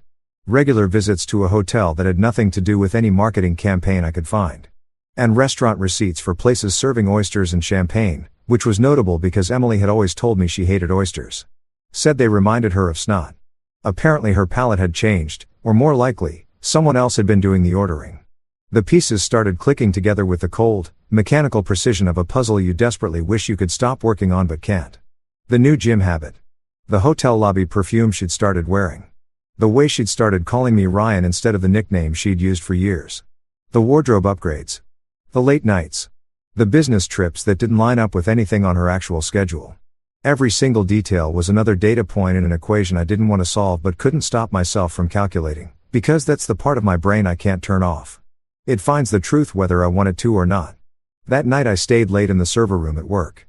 Nobody questioned it. I stayed late regularly and the hum of the servers was almost meditative, like white noise for a mind running at full speed. I sat under the blue glow of multiple monitors and pulled up the communication logs for North Peak's corporate phones. As head of security, I had metadata access for compliance and emergency purposes. What I found in those logs made my blood go cold in a way that a combat zone never quite managed. Emily's contact-labeled HR department had been racking up significant activity, which would have been perfectly unremarkable if that number had actually belonged to HR. Instead, it belonged to Nathaniel Blake, our chief financial officer. The kind of guy who wore his success like a weapon, laughed too loud at his own jokes, wore watches that cost more than some people's mortgages, and moved through every room like everyone in it was auditioning for his attention. Nate Blake was also married. 3 kids. A wife who organized charity events and smiled for camera phones at company gatherings with the patient expression of someone slowly figuring out what they'd agreed to. I pulled their message history, and as I read through months of exchanges, I felt something fundamental shift inside me. The kind of deep internal movement you feel in your chest before you consciously understand what's happening. The messages started professionally enough, marketing talk, budget discussions, quarterly projections. Then they evolved, the way these things always do, into something else entirely. Inside jokes. Late night messages. Conversations that made it perfectly obvious they weren't just reviewing spreadsheets over their working dinners. The one that hit me hardest was a message from 3 weeks earlier. My wife, the woman I'd stood in front of and made promises to, had written to her boyfriend, "That old fool Moore won't notice a thing. We can push through another 50 grand before the quarter closes." His response asked about the soldier boy at home, and her reply came back calling me harmless. A nobody who would be out of her life once the bonuses cleared. Harmless. A nobody. There it was in black and white, not suspected, not implied, but documented. The actual truth of how the woman I'd loved for nearly 10 years had come to see me. Not as a husband. Not even as a real obstacle. Just a placeholder. Something warm in the house while she built her actual life somewhere else. I sat in that server room for a long time. Just breathing. Just letting it all land and rearrange itself into something I could actually work with. An earlier version of me, younger, before I'd learned what uncontrolled emotion costs you in dangerous situations, might have driven straight home and detonated the whole evening. But that wasn't who I was anymore. I understood with total clarity that the woman I'd married had been gone for a while already, replaced by someone who viewed me as a line item. And the only real question remaining was what I was going to do about it. Because here's the thing that Emily and her boyfriend had completely miscalculated about me, and honestly, that most people in my life had miscalculated too. The steady, quiet, low-drama guy who came to work every day and did his job without making a scene. The husband who absorbed excuse after excuse without pushing back. That was not weakness. That was discipline. The same discipline that had kept me breathing through situations that would have finished other people. The same discipline that allows you to function when losing your composure means losing your life. And now I was going to put that discipline to work in a different kind of operation, one where I was going to wait, and watch, and build a case so airtight it couldn't be argued with. And when the moment was right, I was going to take apart everything they'd built with the same methodical precision I'd used to dismantle a hostile network. The weeks that followed were a study in controlled deception on my end, me playing the role of the clueless husband while internally filing away every lie, every slip, every piece of evidence that told the real story underneath. I brought her flowers for our anniversary. Watched her fake a smile and explain that she was too tired to go anywhere. Noted the way she checked her phone about 30 seconds after walking away from me. I told her I understood, that we'd celebrate when things settled down, and I caught a flicker of relief in her expression, confirmation that she'd long since stopped considering me someone she needed to worry about. There was one dinner during those weeks that I still remember with painful clarity. Emily had come home late again, citing a marathon session with the European team, and I'd made pasta from scratch because that's always been one of the ways I show up for people I love, and those instincts don't just switch off. She barely looked at the plate when she sat down. More interested in her phone than in the hours I'd put in. "This is nice," she said, completely without feeling, pushing the linguine around like she was looking for somewhere to hide it. "You really didn't have to do all this." "It's not an effort when it's for someone you care about," I said back, watching her face for any sign of guilt or even just basic recognition. I found nothing except poorly masked impatience. She left most of her food and excused herself to take a conference call that ran for 2 hours and, based on the sounds coming through the closed office door, involved a lot of laughter that had nothing to do with conference calls. I cleaned the kitchen alone, boxed up leftovers she would never touch, and sat at the counter thinking about when exactly my marriage had become a performance I was required to attend but never actually part of. The next morning I found a receipt in her coat pocket, one she'd meant to throw away. Dinner for two at a restaurant I'd never heard of. The bill showed champagne, oysters, dessert. The kind of spending that says celebration, not client meeting. The date on the receipt was our anniversary. The same night she'd told me she was too exhausted to do anything but fall into bed. She hadn't just forgotten the date. She'd actively made other plans for it, while I sat home watching the hours go by and telling myself that sometimes work really is that demanding. Meanwhile, I kept digging into the financial records, following the thread of money that Emily and Nate had been so careless about concealing. They'd set up a shell company, a marketing consultancy that existed only on paper, and had been routing inflated invoices through North Peak's advertising budget for the past 18 months. The numbers weren't staggering by corporate standards, but they added up. $2.5 million funneled through fake campaigns, ghost vendors, and creative bookkeeping that would make a forensic accountant weep. And the detail that nearly made me laugh out loud, alone in my server room in the dark, they'd done all of it using company systems, leaving digital fingerprints absolutely everywhere, like two amateurs who'd convinced themselves they were criminal masterminds. But it got worse, and of course it got worse. As I kept pulling threads, I found that Emily hadn't only been stealing money and sleeping with her boss. She'd been actively dismantling other people's careers to clear her own path. Internal emails showed her feeding confidential information about competing VP candidates to Nate, giving him material to tank their projects and make them look incompetent in front of Harold Moore, the company's founder and CEO. People who had worked hard and operated with integrity had their careers derailed because my wife wanted a corner office badly enough to burn anyone standing between her and it. Harold Moore was old money and old values. A self-made billionaire who'd built North Peak from a single Montana gas station into a regional energy empire on the strength of stubbornness and an almost religious commitment to doing things right.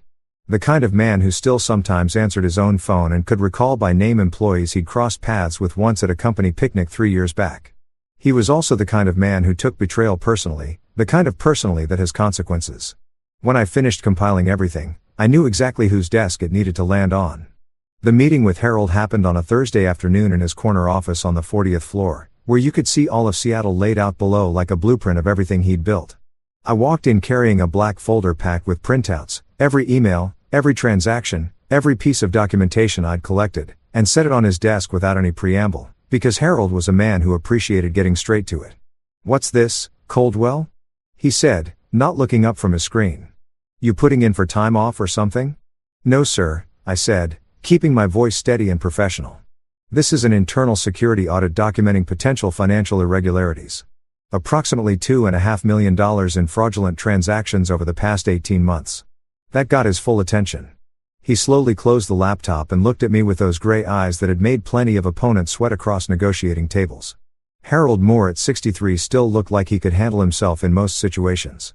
There was a reason nobody in the company pushed him twice. "Go on," he said. I laid it out the way I would have briefed a commanding officer, clean, factual, every claim backed by something in the folder. The shell company. The inflated invoices. The paper trail running directly to Nathaniel Blake's personal accounts and from there to a joint fund Emily had access to. The emails where they casually discussed the scheme like they were talking about weekend plans. The communications proving they deliberately undermined other executives to boost Emily's career. And yes, the hotel footage, not because I wanted his sympathy, but because it established the nature of their relationship in a way that gave context to everything else. I'd accessed it through legitimate security channels, the kind of access that technically fell within my role even if I wouldn't normally have had occasion to use it that way. Harold went through the folder page by page, his expression getting harder with each turn. When he finally looked back up at me, I recognized the look on his face from my time in uniform, a man who'd been personally insulted and was already calculating the appropriate response. "Your wife," he said. Not a question. "Yes, sir. Still is, legally. I expect that'll be changing soon." He looked at me for a long moment. I knew what he was checking for, some signal that this was a bitter husband's personal vendetta rather than a legitimate security matter. Whatever he saw in my face must have cleared that concern, because he gave one sharp nod, the kind that means something has been decided. "They picked the wrong man to underestimate, son. They went after someone who knows how to fight without causing a spectacle." He set his hand flat on top of the folder like he was sealing a promise. "The charity gala is Friday. We're going to make an example that this industry won't forget anytime soon." The next 24 hours were a strange suspended state, going through the motions of my life while knowing everything was about to crack open. I went home. Had dinner with Emily. Listened to her narrate her day while knowing that virtually nothing she said was real. She mentioned the gala, said Nate had hinted at a major announcement, and she was practically glowing with anticipation, already picturing the version of Friday night that existed inside her head. "You'll make sure you look presentable, right?" she said, straightening my collar with fingers that felt like they belonged to someone I'd never actually met. "This matters for my career." "Wouldn't dream of embarrassing you," I said. And I meant it in ways she had no way of understanding. Friday arrived with that rare kind of autumn weather Seattle occasionally produces as an apology for all the rain, crisp, clear, almost theatrical. Emily spent the entire day preparing like she was getting ready for her own wedding. Hair salon, nails, makeup artist, the full production. And when she finally emerged in a $3,000 dress purchased with money she'd stolen from the company she pretended to serve, she looked like a magazine cover and felt about as warm as one. I watched her study herself in the mirror for 20 solid minutes, rotating angles, examining details, like she was memorizing the precise coordinates of her own perfection. The vanity had always been in her, I suppose, but it used to come wrapped in self-awareness, moments where she'd catch me watching and laugh at herself. There was no laughter now. Just cold evaluation, like a product being checked before launch. "The emerald earrings or the diamonds?" she asked, holding one against each ear without actually directing the question at me. "The emeralds pick up your eyes," I said automatically, the kind of reflexive answer I'd given hundreds of times. She ignored it entirely and chose the diamonds. "The diamonds are worth more," she explained to her own reflection. As if that were the only relevant metric, which, I suppose, for her, it had become. We drove to the gala separately because Emily said she might need to stay late for networking and I shouldn't feel like I had to wait around. The real reason was she wanted the freedom to leave with Nate without having to construct an explanation. I accepted the excuse the same way I'd accepted all the others. Let her keep believing I was the harmless nobody she'd written off. Let her walk into that ballroom thinking she was the smartest person in the building. The limo ride to the Grand Aurora was an exercise in studied distance, Emily texting the entire way, me watching the city lights slide past the window and keeping my mind deliberately quiet. She didn't notice my silence. Or she noticed and didn't care. Either way, it suited me fine. The man sitting next to her wasn't the husband she'd decided she could manage without. He was something else now, something she'd helped build with every lie and every scheme, and every morning she looked at me and decided I wasn't worth worrying about. I caught our reflection in the tinted glass, two people informal were close enough to touch, separated by a distance that had nothing to do with inches. I thought about all the times I'd ridden toward situations where the outcome was uncertain and potentially final. This felt different, but also strangely familiar, that particular stillness that comes before a storm you've spent serious time preparing for. The ballroom at the Grand Aurora was everything you'd expect from a high-end corporate charity event. Crystal chandeliers, ice sculptures, servers threading through the crowd with champagne that probably cost more per bottle than a week's groceries for most people. The room was full of investors and board members and executives who all seemed to speak the same private language, the dialect of people who've never had to stress about making rent. Emily transformed the moment we walked through those doors. She became the ideal corporate spouse, poised, magnetic, entirely in her element among people who played exactly the kind of games she'd been playing.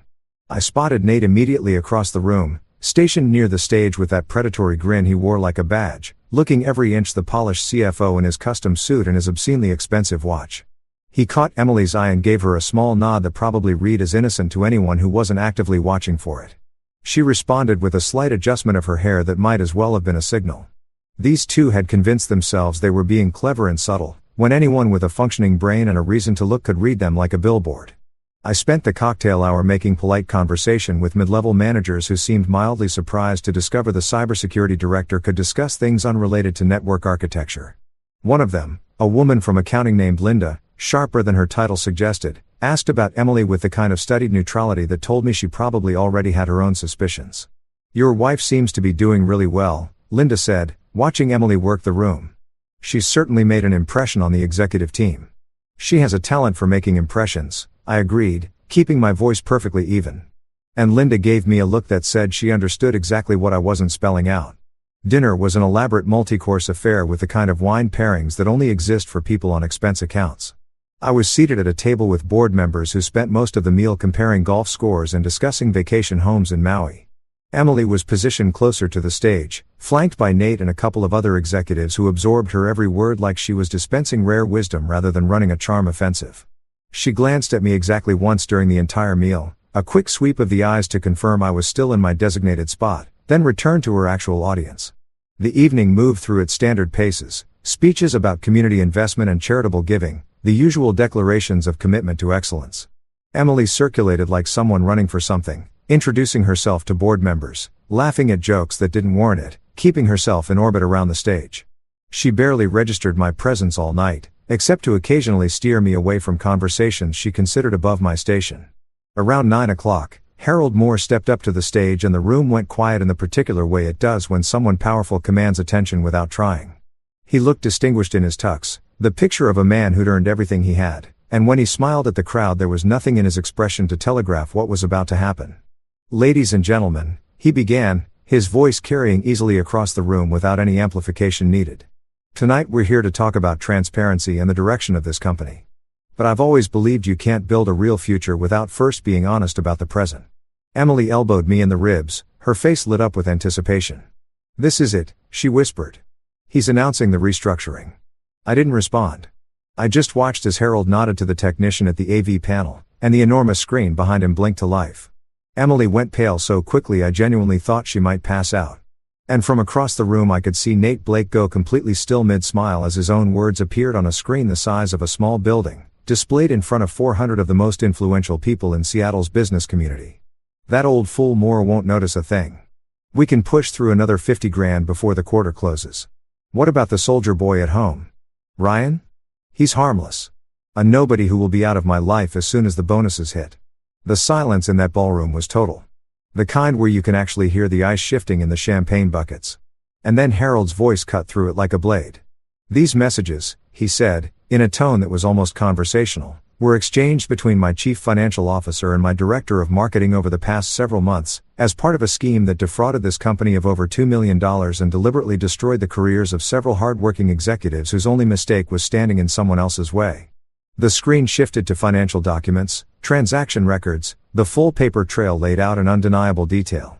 A murmur rolled through the crowd like the first tremor before an earthquake, and someone's champagne glass hit the marble floor and shattered with a sound like a starting gun. Then the video appeared. Surveillance footage from the Silver Bay Hotel. Emily and Nate walking through the lobby together, his hand resting low on her back, both of them laughing like people without a care in the world, stepping into an elevator that clearly wasn't taking them to separate floors. The footage was composed enough that it wouldn't air on the evening news, but clear enough in what it showed that nobody in that room could maintain any polite pretense about what they were watching. Nate moved toward the exit, but 2 security guards stepped into his path like they'd been placed there specifically for that moment, because they had been, since I'd personally briefed them before the event. His expression went from confident predator to pale wreck in approximately 3 seconds, and watching him understand in real time that his entire constructed world was coming apart almost, made up for 4 months of lying awake alone in the dark. Emily grabbed my arm, fingers pressing in hard enough to leave marks, her voice a desperate hiss that she probably intended to be quiet but that carried clearly in the silence around us. "Ryan, do something. This is wrong. These are fabricated. Someone set this up." I looked at her, really looked at her, past the flawless makeup and the expensive dress, all the way to the person she'd actually become. The person who'd called me harmless and a nobody in writing, who'd lied to my face every single day for months without flinching, who'd stolen and manipulated and left a trail of damaged people behind her without a moment of visible remorse. And what I felt wasn't anger. It was something quieter than that. A cold, settled clarity that was almost like peace. "I'm the head of cybersecurity, Emily," I said, making sure my voice carried to the people standing close enough to catch every word. "I personally authenticated every single one of those files. Every one of them is real." I reached down and lifted her hand off my sleeve, slowly and deliberately, the way you'd remove a piece of thread from an otherwise fine jacket. The expression on her face as it finally registered, as she grasped my role in all of this, was something I'll carry with me for the rest of my life. Not with pride exactly, but with the somber recognition that some things, once done, cannot be walked back. Harold's voice came through the speakers again, formal and final now. "Emily Coldwell and Nathaniel Blake are hereby terminated for cause, effective immediately. Their participation in corporate fraud and ethics violations has been reported to the relevant authorities, who are currently waiting in the lobby to continue this conversation." Camera flashes erupted everywhere, a storm of light as every journalist in the room understood they were holding the kind of story that makes careers. Emily stood at the center of it all, the image she'd spent years constructing dissolving in real time around her. Across the room, Nate was being guided toward the exit by security with the kind of firm, practiced grip that made it clear resistance wasn't an option. She turned to me one final time, and I watched the emotions move across her face in sequence, shock collapsing into rage, rage dissolving into something that looked a lot like fear, as she finally understood the full scope of what she'd underestimated. "You did this," she said. Flat. "Certain. You did this," I said back. "I just wrote it all down." The crowd parted as I walked toward the exit, and I didn't look back. Behind me I could hear Emily's voice climbing in pitch as the officers approached, a string of excuses and accusations that nobody around her was paying attention to anymore. But all of it faded to background noise the moment I stepped out into the cool Seattle night and took the first deep breath I'd managed in what felt like a very long time.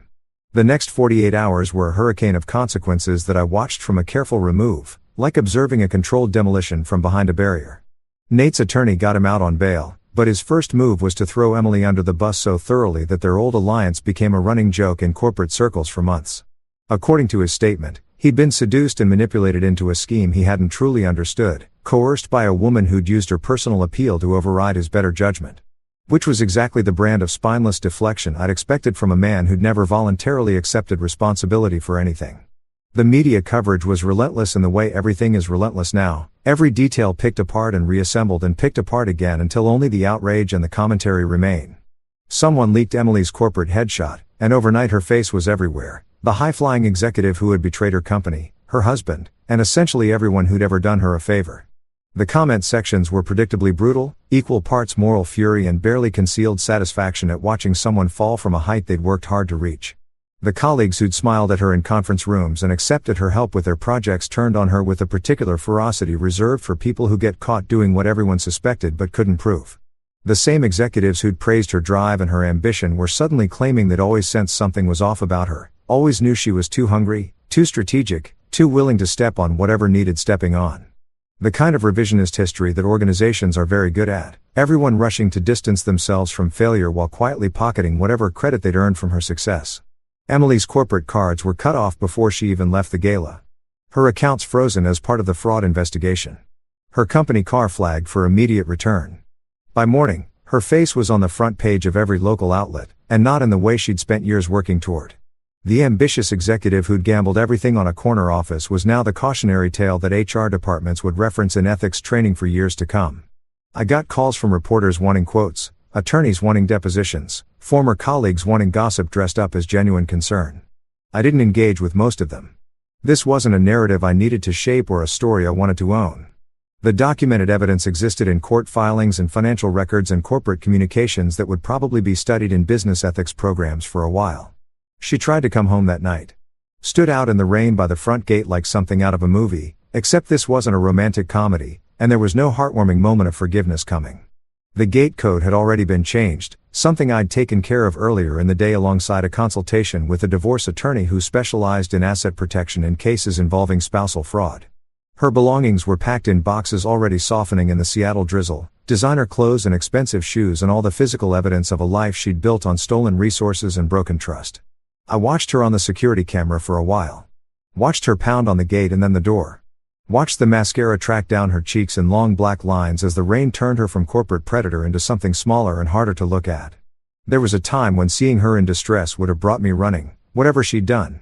That time had passed somewhere between reading those messages and watching her lie to my face with no visible conflict whatsoever. She stood out there for nearly an hour, cycling between pounding on things and slumping against them.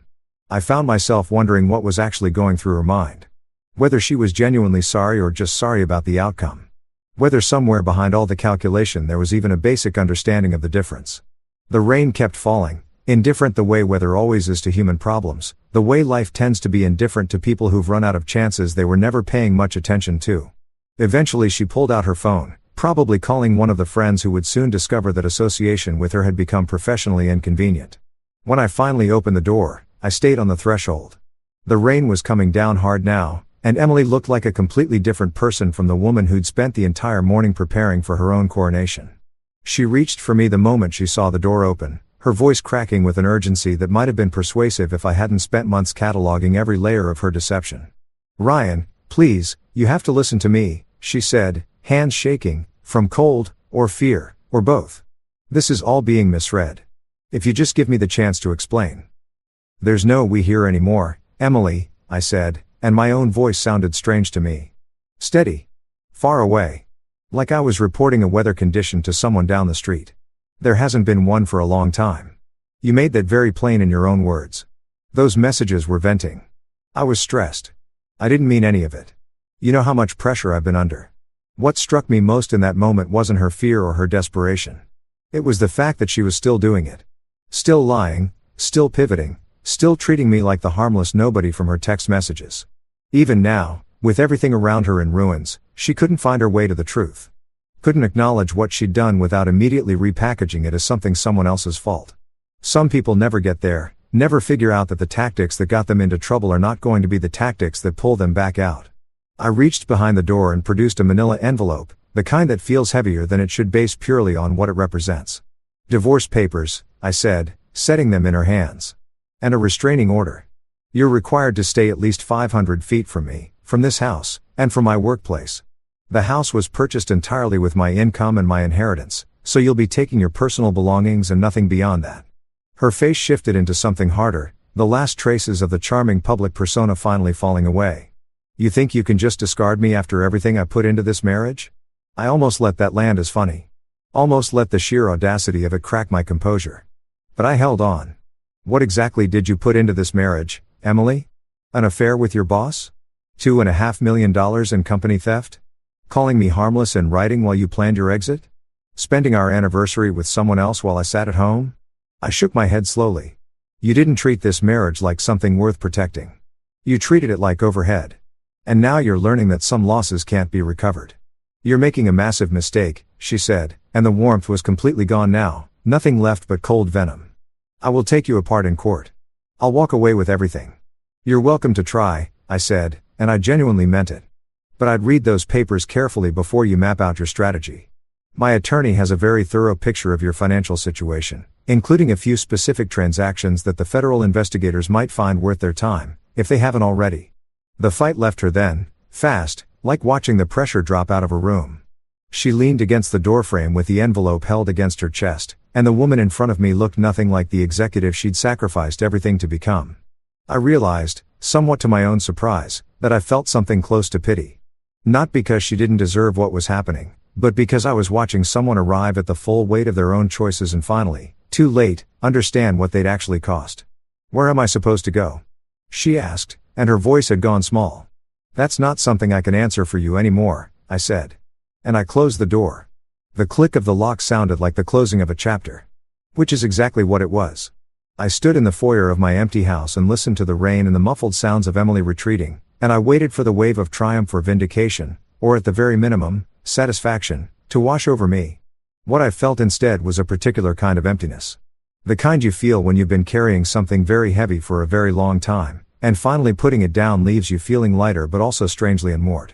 I went to the living room and poured myself a glass of whiskey from the bottle I'd been saving for a significant occasion without ever quite settling on what that meant.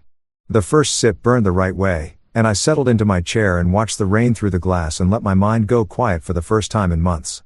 There was still plenty ahead, lawyers, paperwork, probably months of legal proceedings before anything was fully resolved, but that was a problem for a future version of me. The present version had done what needed doing, and was now going to sit in the silence and appreciate that it no longer felt like something pressing down on him. The house felt different. Or maybe I was different. Probably both. The traces of Emily's presence were still everywhere, her design choices, the furniture arranged the way she'd arranged it, but they felt like artifacts from a dig site now, evidence of a previous era rather than part of anything living. I'd change things eventually. Make the space mine in the ways I'd never bothered to push for when I was busy accommodating someone who'd already decided she wasn't staying.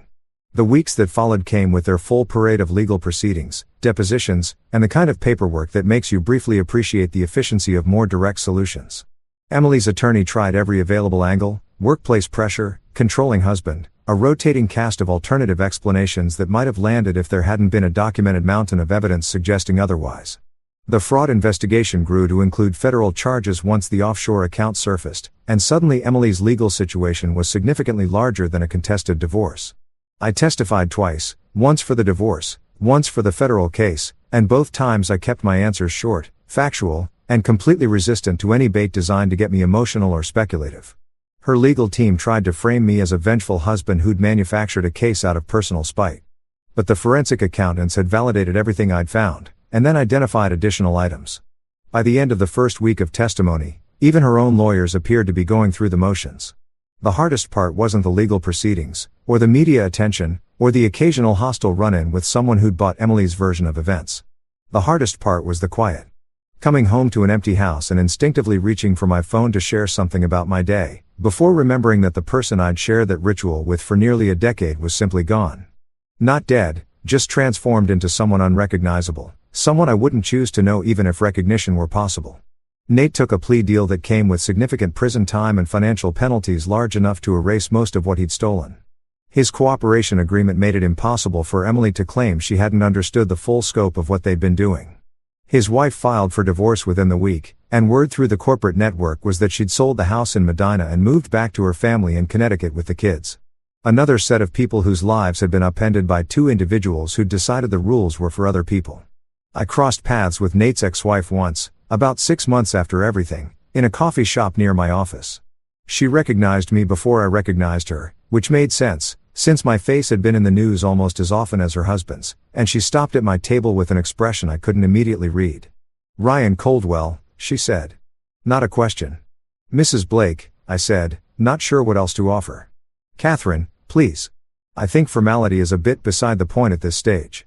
She asked if she could sit for a minute, and we talked for about 20, two people whose lives had been taken apart by the same source, comparing notes on what rebuilding looks like. She was doing better than I'd expected. Had reconnected with people who mattered. Was putting together a version of herself that didn't depend on her husband's career or his web of lies. She thanked me, which I hadn't anticipated, for bringing everything into the light. The not knowing was the worst part, she said, stirring coffee she barely touched. Suspecting, but never being certain. At least now I know exactly what I was dealing with. I told her I was glad she was moving forward, and I meant it. After she left, I sat there for a while thinking about everyone whose path had crossed with Emily and Nate's operation, all the people caught in the wreckage of two individuals who'd been so certain of their own cleverness. Harold Moore called me into his office a month after the gala, and I arrived expecting either a promotion or a careful conversation about the boundaries of my information gathering.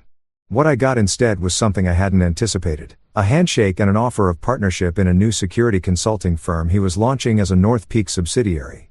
"You managed this like a professional," he said, those gray eyes doing their usual assessment. "No unnecessary drama, no spectacle beyond what the situation required, just clean execution. That's a specific kind of skill. And I could use it." I told him I'd think it over, because I needed time to understand what kind of life I actually wanted to build now that the old one had been cleared away.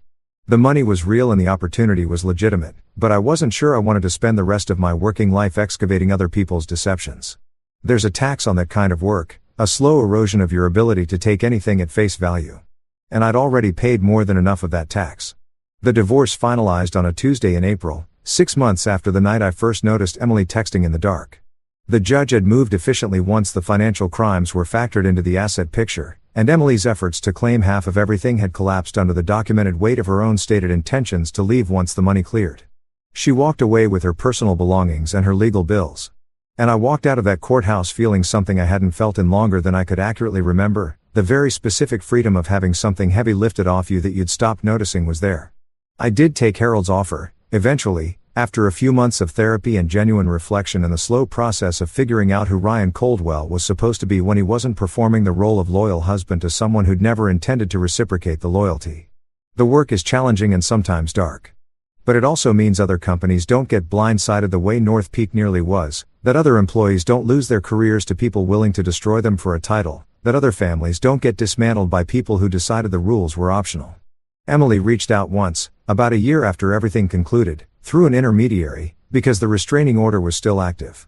She wanted to apologize, apparently. Wanted closure or forgiveness or whatever it is that makes the weight of bad choices feel lighter. I never responded. Not because I was still carrying the anger that had burned out long ago, leaving something quieter and more complicated in its place. But because there was genuinely nothing left to say. She'd made her choices. I'd made mine. The consequences had landed where they should. Going back over any of it would have been like pressing on a wound that had finally started to close. Last I heard, she was working at a small marketing firm somewhere in Arizona, starting from nothing and rebuilding whatever she could from what remained of her reputation. Some part of me hopes she finds her way, not for her sake particularly, but because the possibility of people actually changing is something worth believing in, even for people who spectacularly wasted their first opportunity.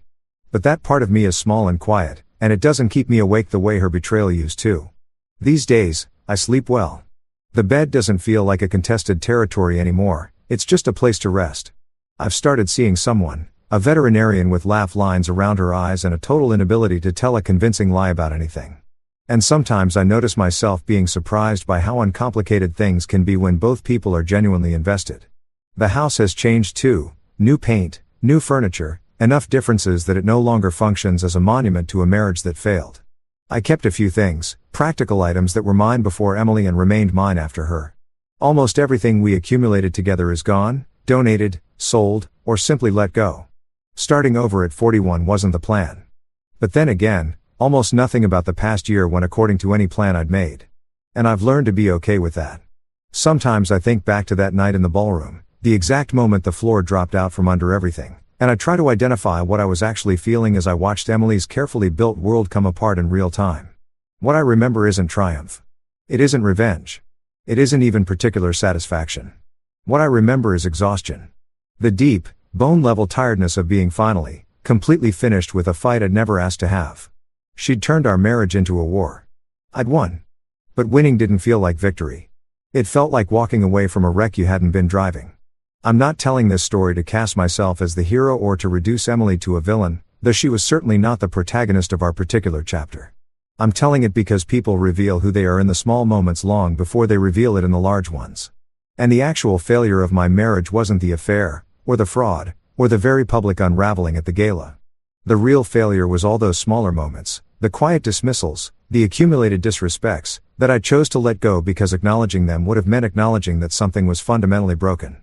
By the time she was writing me off as harmless in messages to her lover, she'd been treating me as harmless for years. And I'd allowed it, because the alternative required a kind of honesty I wasn't ready for. That's the thing I carry forward with me now, into this new chapter with its hard-earned clarity and its actual possibilities. Pay attention to the small things. Trust the part of you that says something is wrong. And never let anyone talk you into believing your own peace of mind matters less than their convenience. The rain is coming down again tonight, same Seattle rain that's been falling longer than anyone around here can remember. And I'm in my living room with a glass of whiskey and absolutely nothing left to prove to anyone.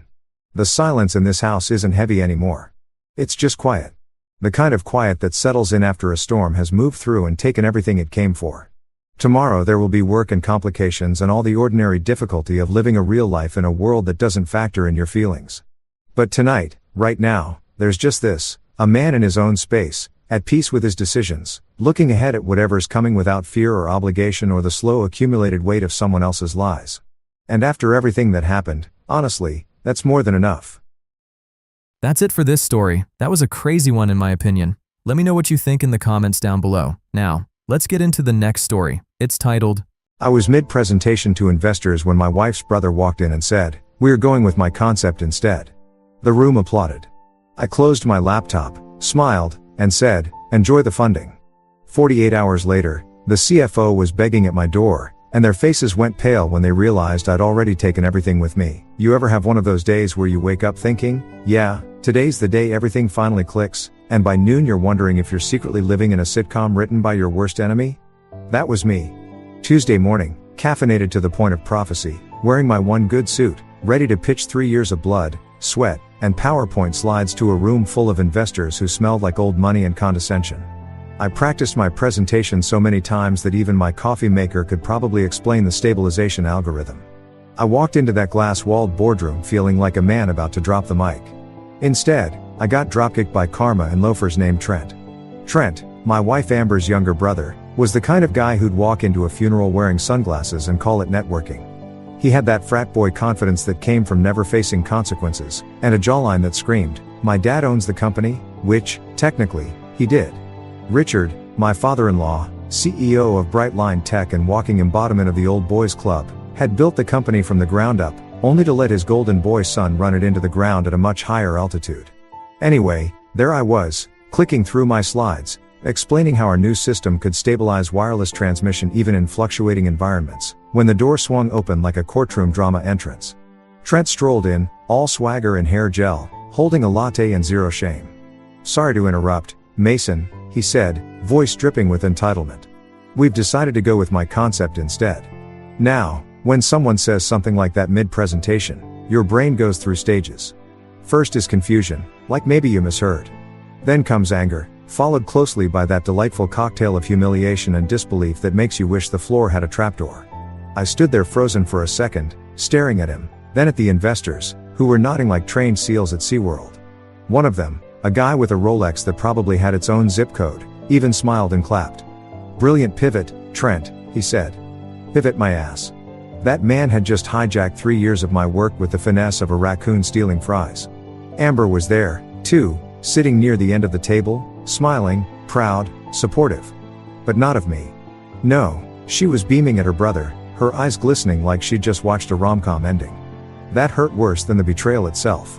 She didn't even look guilty, just relieved, like someone who'd finally taken the training wheels off her family's favorite pet project. Me. I closed my laptop slowly, the sound echoing in that sterile boardroom like a mic dropped from hell. Everyone waited for me to blow up or make a scene, but I didn't give them the satisfaction. I forced a smile that felt like it might crack my face in half and said, "Enjoy the funding." Then I walked out, calm, cool, and dying inside. I could practically hear Trent whisper to someone, "Guess he's finally done." "Yeah, pal." But not in the way you think. The elevator ride down felt like descending into my own personal reboot episode. My reflection in the mirrored walls looked too calm for what I was feeling. Betrayed, embarrassed, furious. Pick one. I'd spent 3 years giving that company everything, from sleepless nights to missed anniversaries. And for what? To be replaced mid-sentence by a guy whose last big idea was to add emojis to the dashboard for user engagement. When I stepped out into the parking lot, the sun was bright and smug, like it was in on the joke. I sat in my car for a full minute, just gripping the steering wheel, wondering when exactly I'd become the disposable version of myself. People always talk about betrayal like it's a stab in the back. But honestly, it's more like being pickpocketed. You don't notice what's missing until you reach for it, your dignity, your respect, your wife's loyalty, and realize someone else walked off with it while you were too busy being polite. I drove home on autopilot, my brain replaying the scene over and over, rewriting it in ways where I had the perfect comeback. "Oh, you're going with Trent's concept? Great. Does it come with a free crash and burn guarantee?" Too late now. By the time I parked in front of our house, I'd already made peace with one fact: I wasn't just done with Brightline Tech. I was done being the family's punching bag. Amber was in the kitchen when I walked in, on the phone, probably bragging about her brother's genius. When she saw me, her face froze for a split second, surprise, maybe guilt, but then she smiled like nothing was wrong. "Hey, babe, you left early." "Yeah," I said, grabbing a beer from the fridge. "Got replaced mid-sentence. Saves time, really." Her smile faltered. "Oh, come on. Don't be dramatic. It's just business. Right?" I said, taking a long sip. "Just business. The family kind." She sighed, the way people do when they're trying to sound patient but really mean "You're embarrassing me in my own kitchen. Mason, you're overreacting." Trent's concept just aligned better with the investor's direction. "Trent's concept?" I repeated. You mean my project with his name stapled on it? She crossed her arms. This attitude is exactly why Dad worries about you. You take things too personally. I laughed. Actually laughed. Yeah. Well, getting robbed in broad daylight tends to feel a little personal, Amber. She rolled her eyes and turned back to her phone. You'll thank us later. This could be good for the company. There it was. Us. Not me. Not even him. Us. The family unit that apparently had a secret membership card I never got. I looked at her, this woman I'd married thinking we were partners, and realized she wasn't even on my side of the chessboard anymore. I was just the expendable pawn who thought love could outrank bloodline. I finished my beer, tossed the bottle in the sink, and said, you know what? You're right. Thank you. You just saved me 3 more years of wasting my life. She frowned. Mason, don't be rash. But I was already walking out of the kitchen, not storming, not slamming doors, just walking.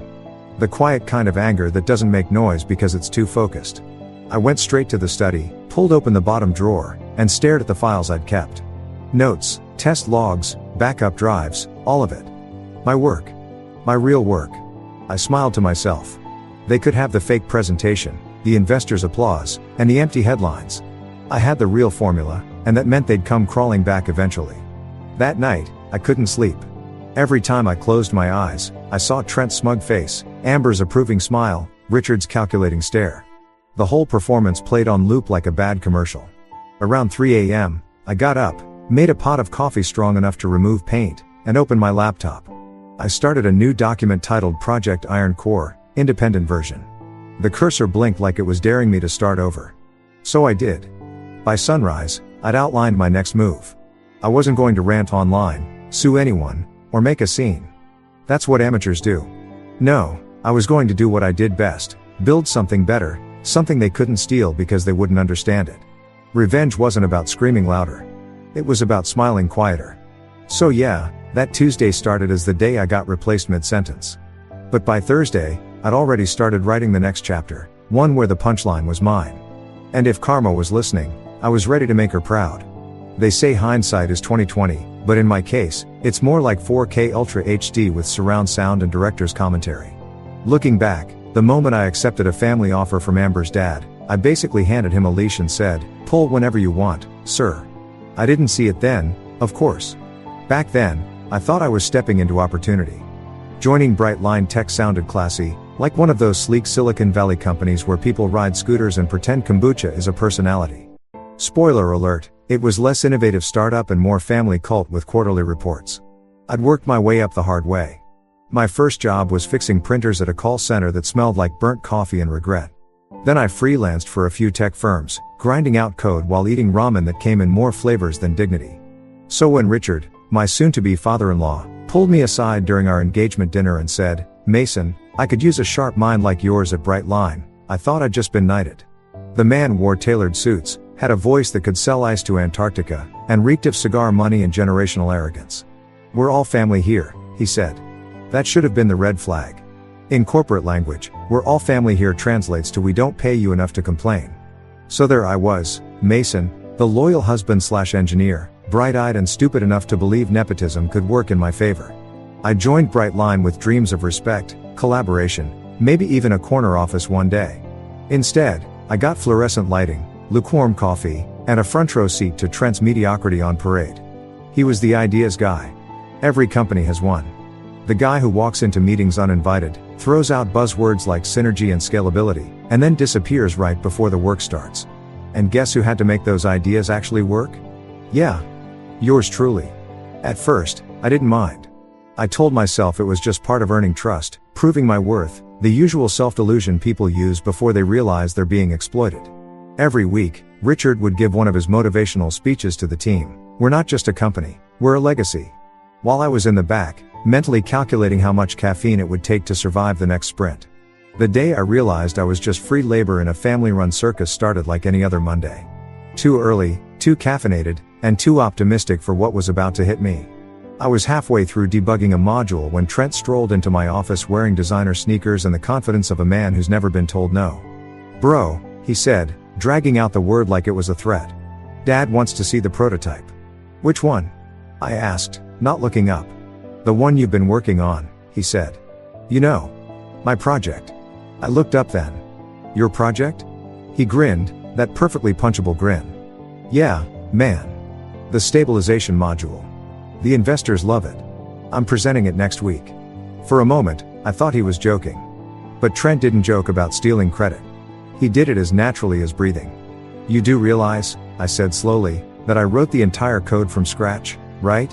He waved his hand like I was interrupting his vibe. We're family, Mason. What's yours is ours. If homicide were legal in small doses, I'd have qualified for parole by lunch. Still, I bit my tongue, mostly because Amber had been pushing the whole "it's just temporary" line. She said her dad respected my work, that he saw me as a future partner in the company. Partner? Right. I was the unpaid intern with better grammar. Her dad, Richard, was another piece of work. Imagine the monopoly man with a trust fund and a god complex. Every morning he'd walk through the office with his trademark smile, that kind of smug calm people get when they've never had to reheat leftovers. He'd stop by my desk sometimes, pat my shoulder, and say things like, "Mason, we're counting on you to keep us innovative." Translation: do all the work while I take the credit at the shareholder dinner. And don't even get me started on the company culture. Brightline was less like a team and more like a reality show. Trent's girlfriend, Lexi, ran social media. His cousin, Greg, was head of HR, despite thinking HR stood for hot receptionists. Even Amber worked there, technically in marketing, though her main role seemed to be defending Trent from accountability. I swear nepotism in that office had its own employee ID. Every time I tried to raise concerns, Richard would say, "You're overthinking it, Mason. We're all family." I'd nod like an idiot while imagining a future where I invented a time machine just to slap my past self for believing him. Then came the week before the big betrayal, the one that kicked off my villain origin story. We had a major presentation scheduled, a pitch to land investors for a product that could literally change the wireless industry.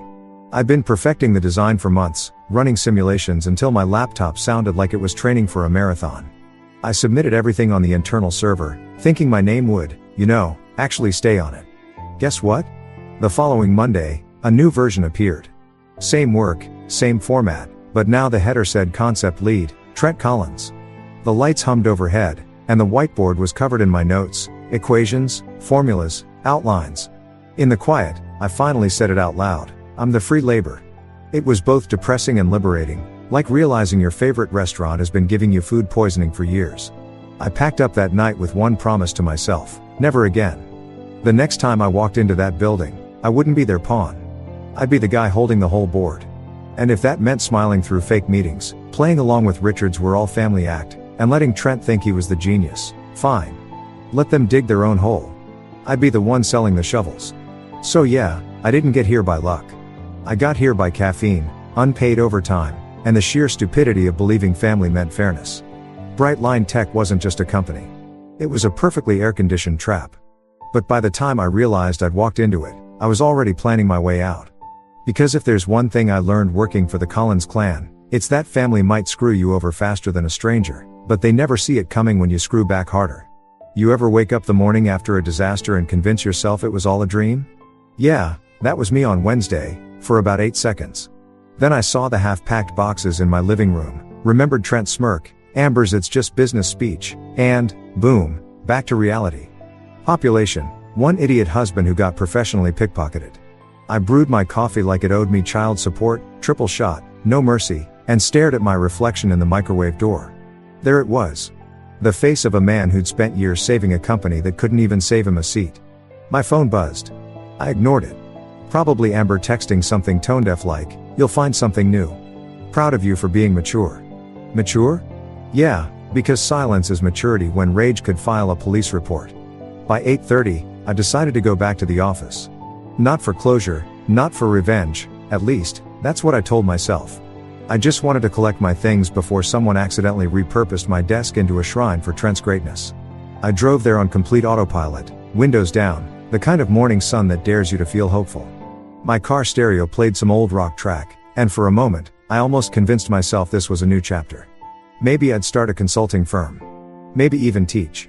Then I pulled into the parking lot and saw the big Brightline logo shining like it was mocking me. My stomach dropped like it had seen the bill at a steakhouse. The lobby looked the same. Modern, sterile, pretentious. Glass walls everywhere, like the building was proud of having no secrets, except the big one they just pulled on me. Leia, the receptionist, spotted me immediately. Her eyes widened like she'd just seen a ghost haunting its own workplace. "Mr. Mason?" she whispered. "You okay?" "Fantastic," I said. "Just cleaning up the crime scene." Her lips twitched. "If you need me to fake a fire drill while you sneak out, I can." "Appreciate it," I said, giving her a small smile. "But I think the place will burn on its own soon enough." I walked down the hall to my office. Correction, Trent's new innovation workspace. According to the sign on the door, he'd actually renamed it. The audacity was Olympic level. Inside, it looked like someone had tried to stage a tech bro habitat. My plants were gone, replaced with a neon hustle hard sign. My ergonomic chair had been swapped for some Instagram-friendly beanbag that screamed unemployed in 6 months. I ignored the decor and went straight for my desk. Most of my stuff was still there, my notebooks, flash drives, a mug that said "World's Okayest Employee." Irony hits different now. I started packing quietly, but I could feel eyes on me. People walking by would slow down, pretending to check emails while sneaking pity glances. The rumor mill must have been working overtime. In corporate culture, watching someone fall from grace is better than Netflix. Then came the cherry on top. My so-called manager, Jeff, a guy who built his career entirely on forwarding my emails and calling it delegation, strolled in like he owned the place. "Hey, Mason," he said, too cheerful. "Didn't expect to see you." "Yeah," I said. "I wanted to leave before you changed the Wi-Fi password." Quote. He chuckled, missing the sarcasm entirely. "Listen, man. No hard feelings, right? Trent just connected better with the investors." "Of course," I said, closing a box. "They always love the guy with good hair and bad math." He frowned, clearly not sure if I was joking. Spoiler, I wasn't. Before he could reply, his phone buzzed. He glanced at it, mumbled something about a follow-up meeting, and bolted like a man allergic to confrontation. Typical Jeff, emotionally ghosting mid-sentence since 2016. I sat down for a moment, just to breathe, surrounded by the echoes of a job that used to mean something. Every scribble on the whiteboard, every sticky note, every dent in the desk, it was all me. Every sleepless night I spent making sure Trent didn't crash the project now looked like evidence in my own betrayal. My phone buzzed again. Amber. I sighed and looked. Her text said, "Trent's presentation killed. Everyone loved it." My thumbs hovered over the screen for a second before typing, "I bet." Then I tossed the phone onto the table like it was contaminated. The bitterness hit hard, the kind that makes your coffee taste like regret. I knew I had to leave before I said something unprintable to someone who didn't deserve the courtesy of hearing it. So I took one last look at the office, the desk that had seen more of my life than my own living room, and placed my company badge on top. I left it there like a calling card at a funeral. On my way out, Zara from research spotted me by the elevator. She was one of the few sane people in that building. "You're leaving?" she asked softly. "Seems that way." Her expression tightened. "You didn't deserve this, you know." "Yeah," I said, pressing the elevator button. "But life's not an HR department." She laughed, then frowned. For what it's worth, Trent's demo was rough. That got my attention. "Rough?" "More like a tech apocalypse," she whispered. He was sweating through his shirt by the second slide. Half the code crashed on launch. You could smell the panic from the hallway. I smirked. "Good. Hope the crash report sends him a thank you note." The elevator dinged, doors sliding open like the universe was cueing my exit. "If he asks for help," Zara said, lowering her voice, "what do I tell him?" I grinned. "Tell him to Google humility." The doors closed, and I couldn't stop smiling. For the first time that week, I felt something other than fury.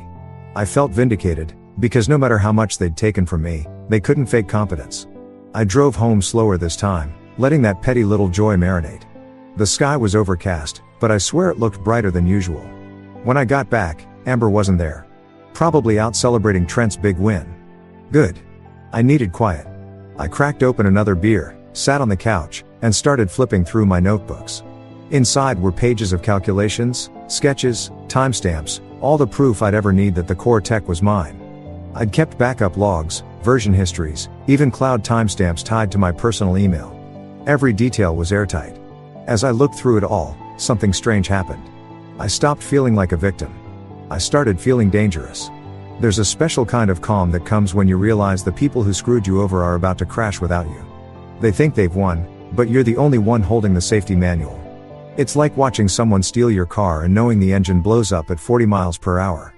By evening, My phone had blown up with messages. Amber again. Dinner tonight. Dad wants to talk. I stared at it for a full minute, then typed, tell him to talk to his new genius instead. Sent. Blocked. Freedom never tasted so satisfying. Later that night, as I boxed up the rest of my old work gear, I realized something. Every empire built on lies eventually collapses under its own ego. Brightline Tech was a house of mirrors, all flash, no foundation, and Trent had just set fire to the blueprint. As for me, I was finally out. No more fake family meetings. No more unpaid overtime. No more pretending I was part of something that only saw me as a tool. I poured another drink, raised it to the empty room, and said, to new beginnings, preferably ones that don't involve in-laws. Outside, thunder rumbled like the universe was toasting back. The next morning would bring phone calls, panic, maybe even a visit. But that night, sitting in my quiet apartment, surrounded by my own work, my real work, I felt something I hadn't felt in years. Control. And for once, the only approval I needed came from the man in the reflection of my beer bottle. Tired, betrayed, but finally free enough to smile. Thursday morning, 9:02 a.m. I was halfway through making breakfast, if you can call black coffee and cold pizza a balanced meal, when my phone started buzzing like it owed someone money. I ignored it once, twice. But the third time it started vibrating off the counter like it had something to confess. I glanced at the screen. Unknown number. Normally, that's a straight to voicemail situation, but something in my gut said, this will be good. I answered with my most uninterested voice. Yeah? Mason, buddy, it's Colin. The voice was frantic, shaky, the kind of tone you hear right before someone asks if you know CPR. I sipped my coffee. Colin. The CFO. The man who once told me to simplify my innovation speak because investors don't like big words. How could I forget? He laughed nervously. Right. Ha ha. Listen, man. We've got a situation. I leaned against the counter. Oh, do tell. Did Trent run out of hair product or metaphors? Colin didn't take the bait. It's the demo. The big investor meeting. It's not working. I pretended to gasp, clutching my imaginary pearls. Not working? You mean the revolutionary concept your golden boy developed all by himself? Look, Mason, he said, his voice cracking like a teenager at prom. We just need a few pointers. Maybe walk us through the build again. I swear it's urgent. The investors are flying in at 11. We can't afford another crash. I took a long sip, letting the silence marinate like fine revenge wine. Sounds serious. It is serious, he said, desperate now. Trent's freaking out. Richard's pacing the conference room. And Amber, well, Amber's trying to do damage control with Claire from the investor group. We need you, man. I couldn't help it. I laughed out loud. Oh, I bet you do. But see, the thing is, Colin, I'm kind of busy right now. My toaster is having a mental breakdown, and someone's got to supervise. Mason, please. Click. I hung up and grinned so wide I could have sold toothpaste. You know that deep, soul-level satisfaction that comes when karma finally does her job? That was me, standing in my kitchen with yesterday's pizza and a front row seat to poetic justice. For once, I didn't feel powerless. I didn't feel small. I felt like the guy who left the movie 10 minutes early, knowing exactly how it ends. Still, curiosity is a stubborn friend. I opened my laptop and logged into the Brightline internal news feed. I'd kept my credentials active, just in case. Sure enough, there it was. Investor demo postponed due to technical issues. Translation: Trent's masterpiece exploded on launch like a cheap firework. I scrolled through the comments section. Employees gossiping in coded corporate speak. Zorro, so. Anyone know what happened with the stabilization prototype? Leia, front desk, rumor says Trent unplugged something important. Devin_Joe, can confirm. He unplugged Mason. I nearly spit out my coffee. At 9:45, the phone buzzed again. Same number. I let it ring. Then it buzzed again. And again. Then Amber's name appeared on the screen. I almost didn't pick up, but curiosity won again. Plus, I was dying to hear how she'd spin this. Hey, sweetheart, I said, dripping with fake cheer. How's the family empire? Mason, this isn't funny, she snapped. The demo failed completely. The code's broken and the investors are already here. Oh no, I said, feigning concern. That must be so stressful, having to rely on stolen work and all. She huffed. You're being childish. Probably, I said. But at least I'm not unemployed and a plagiarist. Mason, she hissed. Please, can you just come help? You know this affects me, too. Ah, there it was. The me card. Amber could turn global warming into a personal inconvenience. You mean your brother embarrassed the entire company and now your name's attached to the fallout? Her silence said everything. Amber, I said finally. I'm flattered you think I can fix Trent's mess, but I'm all booked up today. Got a lot of not saving idiots on the schedule. Then I hung up again, gently this time, out of respect for the art of satisfaction. For the next hour, I lounged on my couch watching reruns of Shark Tank, sipping my coffee while imagining the chaos over at Bright Line. Richard pacing like a zoo lion. Colin sweating through his suit. Amber trying to look composed while Trent probably blamed the air conditioning. I almost felt bad. Almost. By 10:30, the texts started pouring in. Zara, Colin, even Jeff, all variations of please come back. My favorite was from Trent himself. Bro, we need you, bro. The same guy who erased my name off a 3-year project suddenly remembered we share pronouns. I didn't reply. Instead, I texted Zara privately, how bad is it? She replied instantly, imagine a dumpster fire. Now add fireworks and a live audience. I laughed so hard I nearly choked. Around 11, I put on some music and went back to my laptop. Not the Bright Line stuff, my stuff. The real formula, the one I'd quietly rebuilt under a new name, Iron Core. Cleaner, faster, smarter. I had it documented, patented, time-stamped. No one could touch it. Every line of code, every model refinement, every test result, mine. Theirs was a cheap imitation built on arrogance. My phone buzzed again. Colin, persistent as a telemarketer. I let it go to voicemail, then hit play just for fun. Mason, buddy, it's Colin again. Look, we're sorry, okay? Maybe we handled things badly, but you've got to understand, the company's on the line here. The investors are threatening to pull funding. Trent's losing it. Please, just come by for an hour. I'll make it worth your while. Whatever you want, we'll figure it out. I whistled. Whatever I want. That was rich, coming from a man whose idea of negotiation used to be free parking validation. Still, I'll admit, hearing him panic lit something inside me. Not pity. Power. The kind of power that comes from knowing your silence is more valuable than their begging. Around noon, I got dressed. Nothing fancy, just jeans and a t-shirt that said not my problem. I walked out to the balcony, phone in hand, and called Colin back. Mason, thank God. I cut him off. Hey, quick question. What's Trent doing right now? He's rewriting slides. The investors are waiting in the conference room.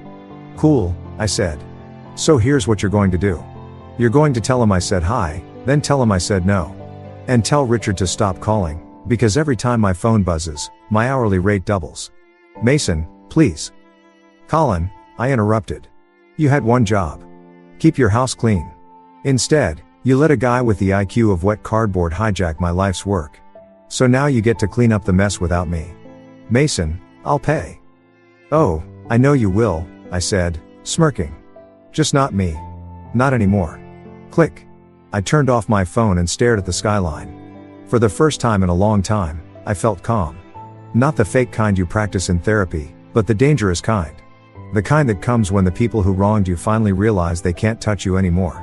My neighbor, an old guy named Ted, who smoked cigars and minded everyone's business, yelled from his balcony. You look too happy for someone on a work call. Retirement, I said. He laughed. Good for you, kid. Yeah. Retirement. From being everyone's fixer. From being taken for granted. From pretending I owed loyalty to people who'd sell me out for a LinkedIn post.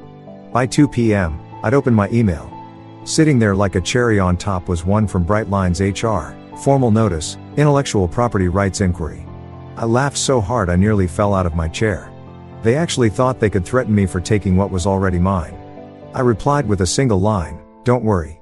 I didn't take anything. That's why you can't make it work. Then I attached a smiley face. Professionalism matters. And as I hit send, I realized something. Revenge wasn't always about destruction. Sometimes it was just about timing. The perfect moment when you choose not to save them. Because watching arrogance implode from a distance, that's the kind of therapy money can't buy.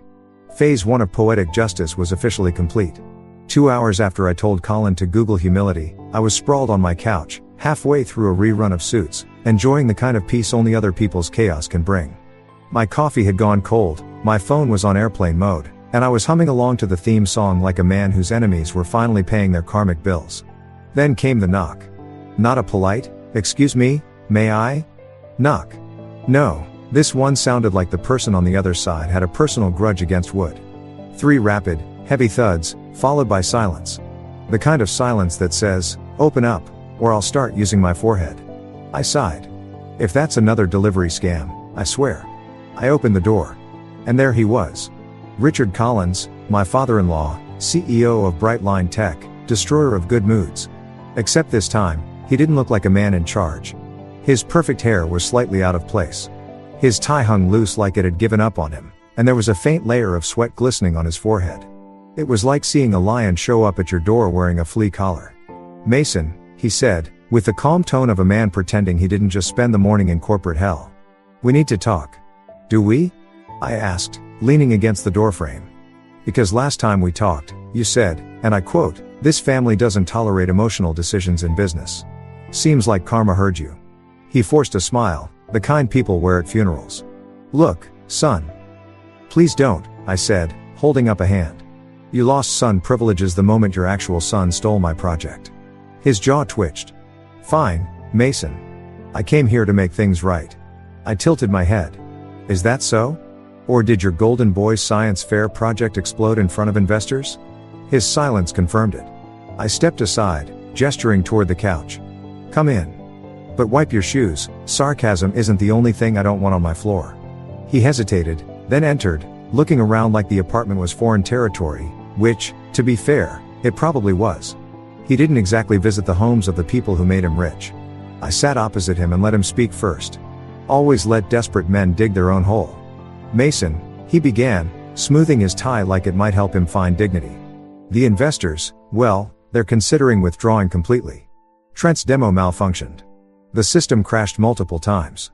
The backup presentation failed." Colin nearly fainted. "Sounds like a normal Brightline meeting," I said. His eyes narrowed. "We can fix this. You can fix this." Ah, there it was. The compliment disguised as a command. I leaned back. "You're right. I can. But the better question is, why should I?" "Because," he said quickly, "this company is part of your legacy, too. Amber's legacy. Don't you want to protect what you helped build?" I laughed, loud, genuine, the kind that fills the room and makes the other person realize they've lost control of the conversation. "Richard, the only thing I built there was unpaid overtime and trust issues." His composure cracked for a moment. "You're being unreasonable." "Unreasonable?" I repeated. "That's rich, coming from a man who let his son plagiarize me in front of a live audience." He sighed heavily. "Mason, we both know Trent made mistakes. But he's still family, and family deserves second chances." "Ah," I said, raising a finger. "But I'm family, too, right? Or did that membership expire when I stopped being useful?" He went quiet. Then finally, he said the words I'd been waiting for. "What will it take to bring you back?" There it was, the sound of desperation dressed in diplomacy. I let it sit in the air for a moment. "Name your terms," he said, leaning forward now, voice almost pleading. "Salary, position, recognition, whatever it is, we can make it work." I smiled slowly. "Okay. First term, Trent publicly admits he has the IQ of wet cardboard." His face froze. "Be serious." "I am," I said. "Because that's what it'll take to balance the scales. Until then, I'm just watching this corporate car crash from a lawn chair." "Mason," he said, his tone sharpening. "This isn't a joke. People's jobs are on the line. And whose fault is that?" I shot back. "I spent years being told to stay in my lane. And now you want me to take the wheel because Trent can't drive without hitting a wall?" He exhaled through his nose, clearly fighting back the urge to say something regrettable. "You're making a mistake. You can't take company research with you. Everything you built at Brightline belongs to Brightline."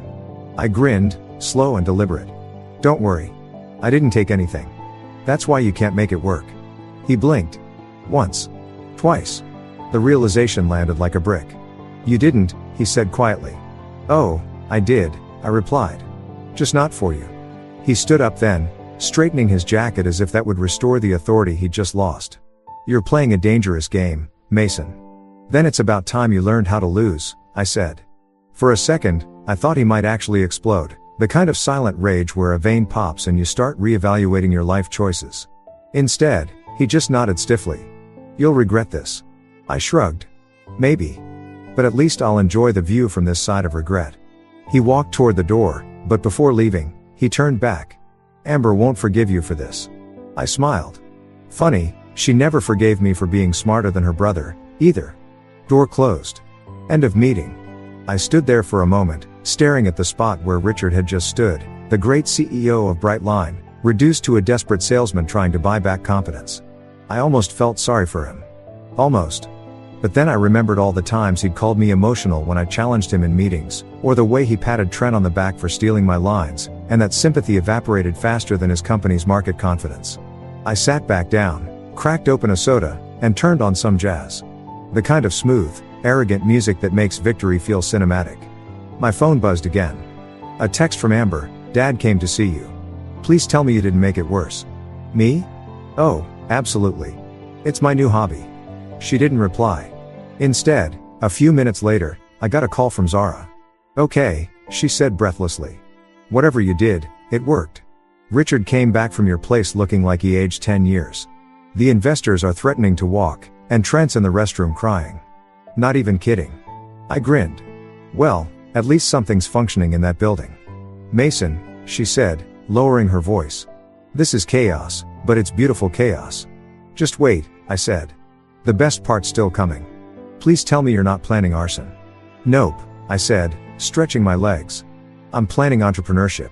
That night, as the city lights flickered outside my window, I started drafting the final blueprint for Iron Core Labs. My own company. My own tech. No stolen credits, no family politics, no fake smiles, just my work, my name, and my rules. By the time midnight rolled around, I'd already registered the domain and written a tagline, built on integrity. Powered by revenge. And the best part? I wasn't even angry anymore. Just amused.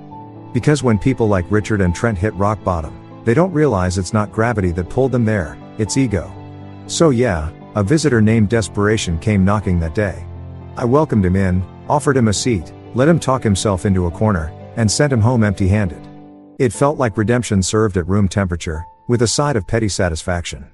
By Friday morning, I was sitting at my favorite cafe, the one with Wi-Fi strong enough to download Karma in HD, nursing my fourth cup of coffee and wondering what victory was supposed to feel like.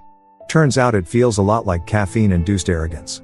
The Brightline saga was imploding faster than a reality TV marriage, and I was just the guy in the audience with popcorn and screenshots.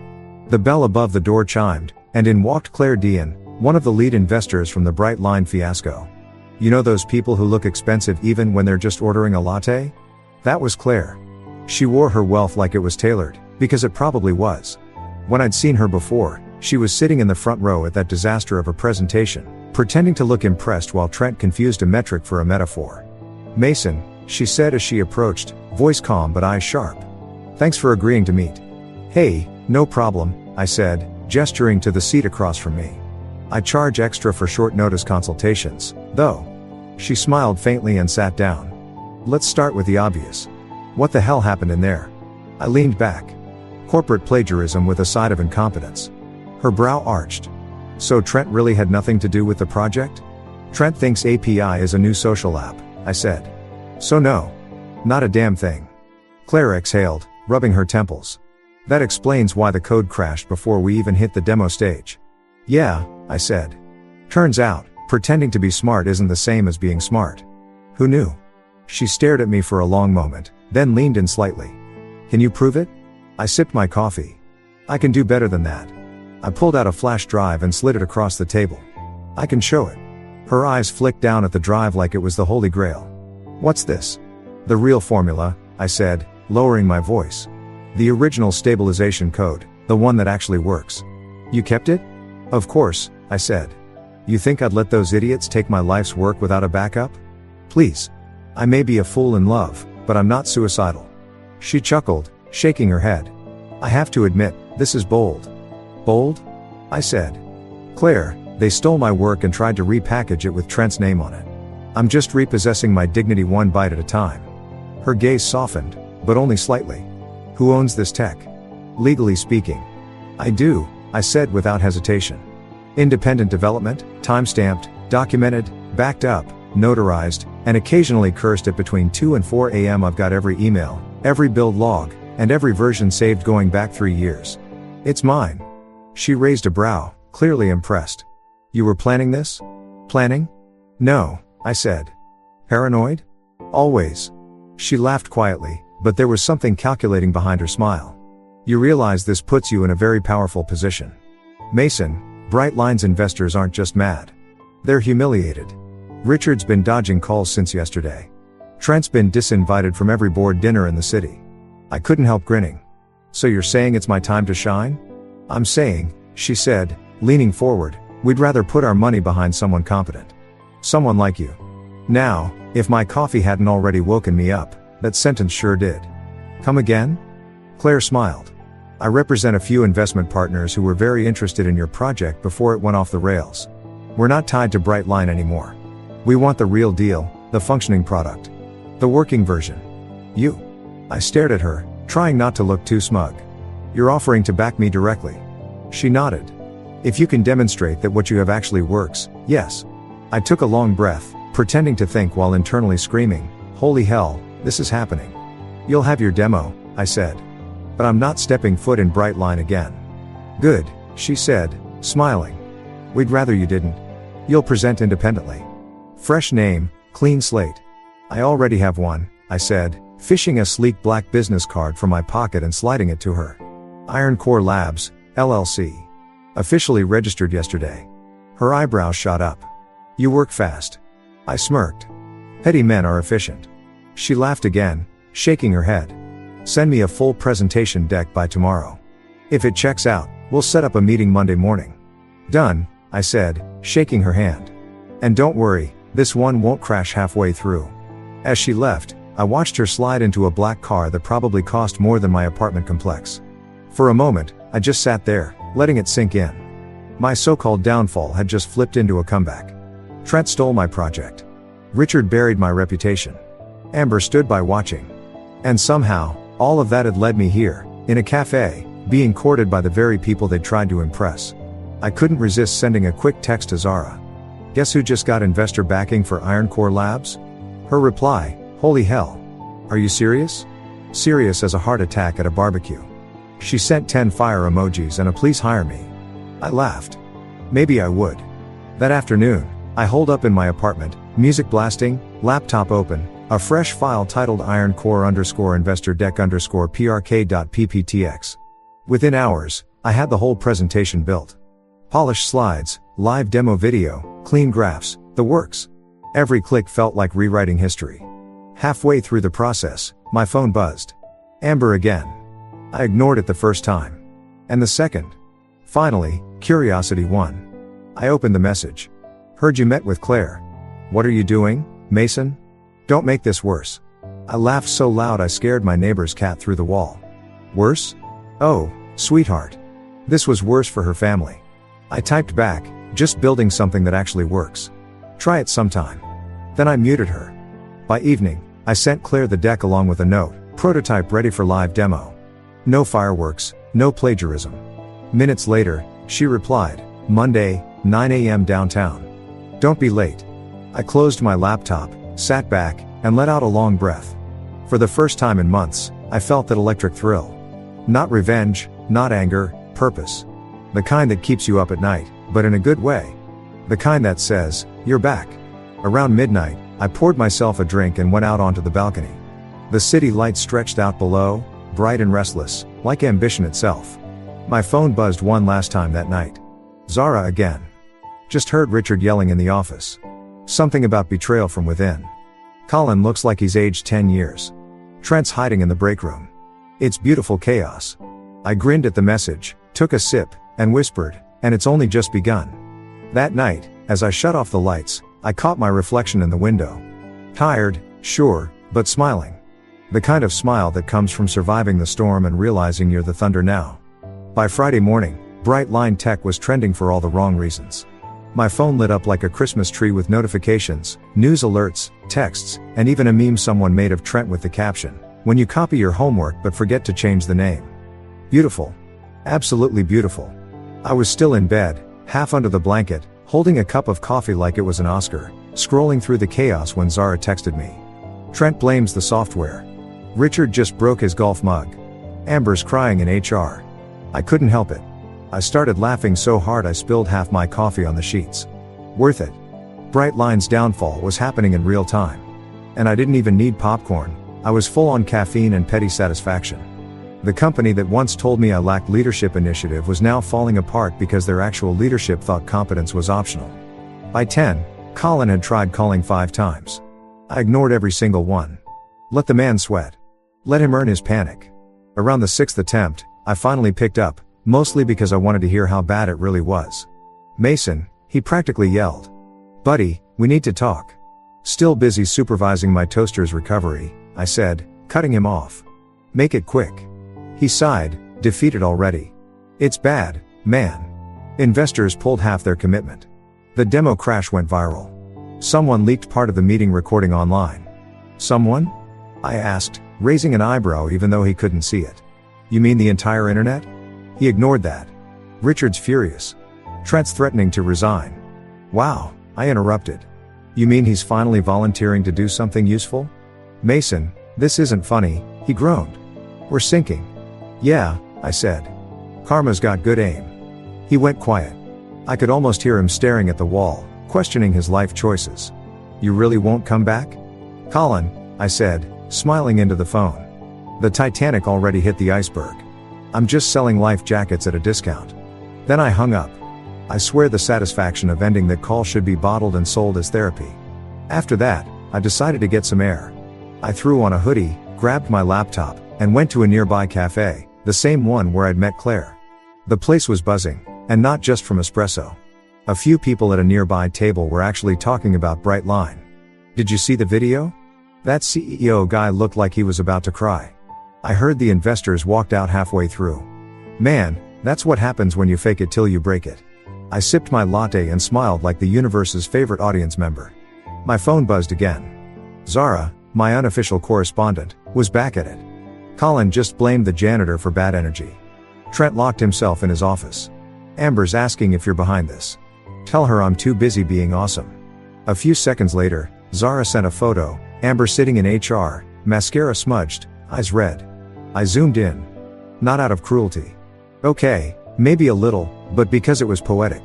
The woman who once told me I was too emotional for business decisions was now sobbing because her family's empire was crumbling faster than a dry cookie. I texted back, the irony is strong with this one. By noon, I'd switched from coffee to iced tea and from quiet satisfaction to full-blown scheming. I'd already sent Claire everything she needed for the investor meeting on Monday. But the Brightline implosion was a free show, and I wasn't about to look away. I opened the news again. Headline after headline. Brightline Tech faces investor exodus after failed demo. Richard Collins silent amid corporate collapse. Anonymous source claims stolen research behind Brightline's downfall. Anonymous source, huh? Wonder who that could be. My phone rang again. Amber this time. I stared at the screen for a good 10 seconds before answering. Hey, sunshine, I said. How's the circus? Mason, she said, voice trembling. I'm trying to fix this, but the investors won't even talk to Dad. What did you do? I smiled. Nothing illegal, if that's what you're asking. Mason, this is serious. Our reputation is ruined. Our? I interrupted. Amber, when your brother stole my work, it became your family's problem. I'm just enjoying the rerun. Please, she said, voice breaking. Can't you just help them? They'll make it right. I leaned back, taking another slow sip. I did help, Amber. For 3 years. They didn't want my help then. Now they can enjoy the sequel. She was silent for a long time. Finally, she said, you're cruel. No, I said softly. I'm consistent. Then I hung up again. God, that was becoming my favorite part of the day. Around 2 p.m., Zara sent another update. Trent tried to demo again to prove himself. It froze on the first slide. Colin threw a pen at him. What a time to be alive. Also, Amber's packing up her desk. I blinked at that last one. Amber quitting? That was new. Why? I asked. She said something about not watching her family embarrass itself anymore. Then she started crying again. I didn't reply to that one. Not because I didn't care, okay, fine, maybe a little, but because it hit me how far things had gone. I'd spent years trying to earn respect from people who thought nepotism was a leadership trait. And now, watching them implode without me, I realized I never needed them. The funny thing about revenge, it doesn't feel like revenge when it's deserved. It feels like symmetry. By evening, Brightline's PR department had released a statement, some robotic nonsense about technical complications and ongoing reviews. The internet wasn't buying it. Twitter was roasting them alive. One user posted, "Brightline Tech, now featuring 100% more downtime." Another wrote, "Should have invested in Mason instead." I took a screenshot of that one and set it as my lock screen. Then, as if the day wasn't already perfect, Zara called me. "Okay, listen," she said, her voice breathless. "They're panicking. Like, DEFCON 1 levels of panic. Richard's yelling at Colin. Colin's yelling at everyone. HR is hiding. It's total chaos. I'm going to need you to record that," I said. She laughed. "You're enjoying this way too much." "Zara," I said, smiling, "I've earned this joy. I deserve an Emmy for surviving that company." She snorted. "You really did. Anyway, word is Richard's going to try and call you tonight." "Oh, he already did," I said. Door-to-door delivery of desperation. There was a pause. "You didn't agree to help him, right?" "Please," I said. "You think I'd give up front row tickets to my own redemption arc?" "Just checking," she said, laughing. "Because honestly, I'm rooting for you. Always have been." "Good," I said. "You'll be getting a better job offer soon." When I hung up, I realized something strange. I wasn't angry anymore. The bitterness that used to live in my chest had burned itself out, replaced by a calm sort of clarity. I didn't need to destroy Brightline. They were doing that perfectly fine on their own. All I had to do was exist, and succeed. That night, I poured a glass of whiskey, sat on my balcony, and watched the city lights blur into a quiet glow. Somewhere downtown, I imagined Richard sitting in his glass office, wondering where it all went wrong. Somewhere else, Trent was probably trying to code his way out of failure with Google open and tears in his eyes. And Amber, maybe she was finally realizing that loyalty to the wrong people is just another form of self-sabotage. As for me, I had Iron Core Labs and a meeting on Monday that would make everything official. The empire I'd once bled for was melting, and I hadn't lifted a finger. And damn, it looked beautiful in the flames. By Monday morning, I looked like the kind of man who'd finally slept through the apocalypse. Fresh shave, pressed shirt, and the kind of quiet grin that says, "Some people burn bridges. I build new highways." My presentation for Iron Core Labs was loaded, rehearsed, and about to hit the same crowd that had once applauded Trent like he'd reinvented physics. I walked into the downtown glass tower office Claire had booked. Panoramic view of the skyline, sunlight bouncing off every reflective surface like the universe itself had RSVP'd. The receptionist, polished and polite, asked for my name. "Mason Reed," I said, adjusting my tie.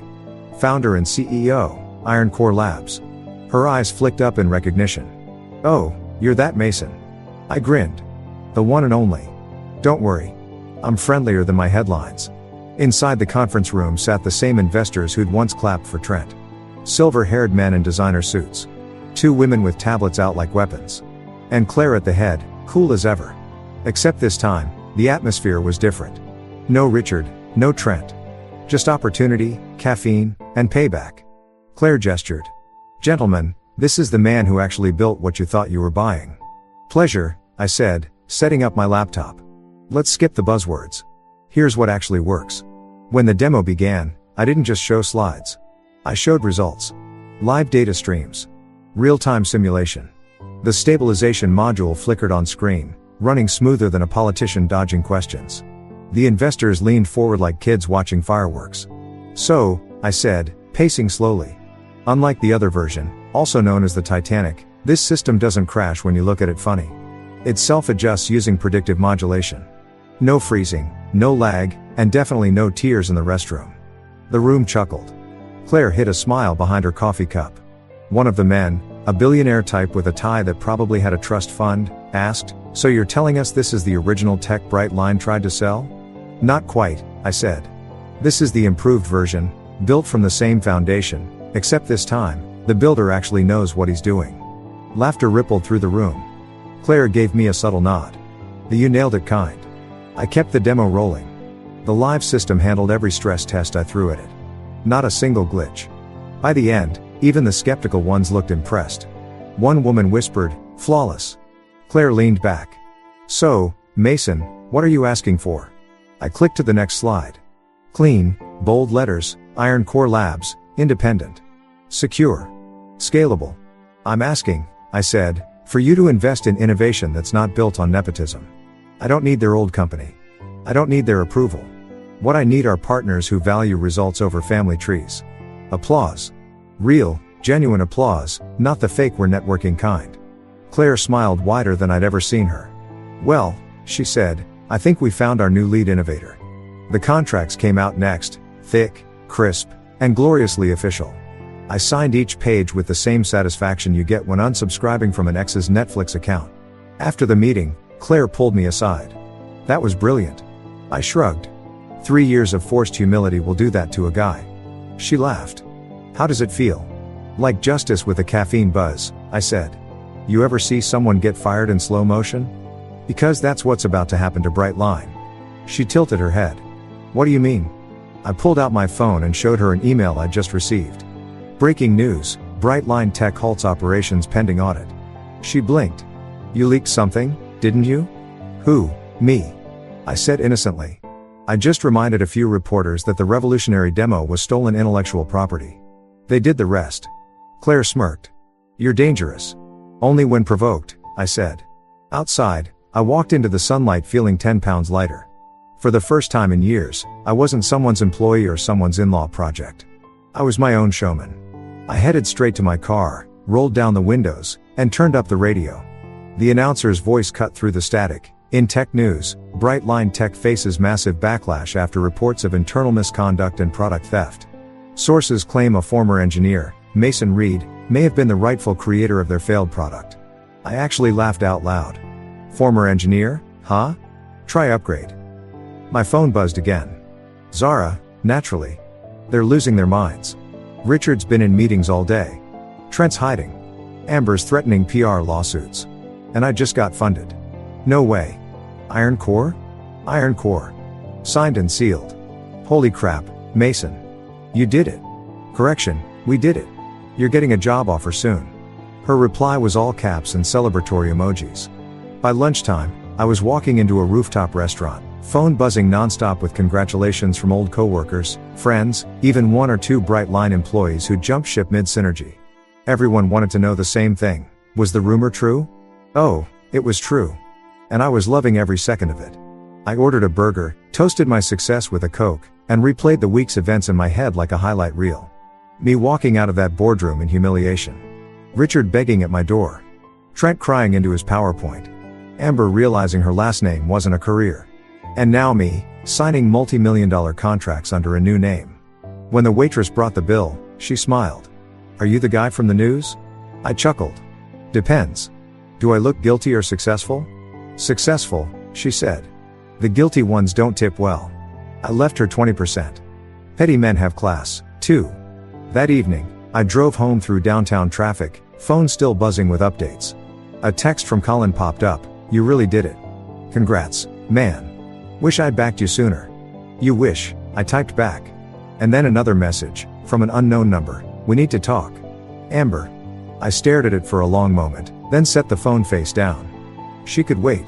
I had better company now, success, vindication, and the faint sound of karma breakdancing in the distance. At home, I poured myself a drink, opened my laptop, and checked the new Iron Core Labs email account. Dozens of inquiries already, potential hires, partnership offers, press interviews. I smiled. This was how it should have been all along.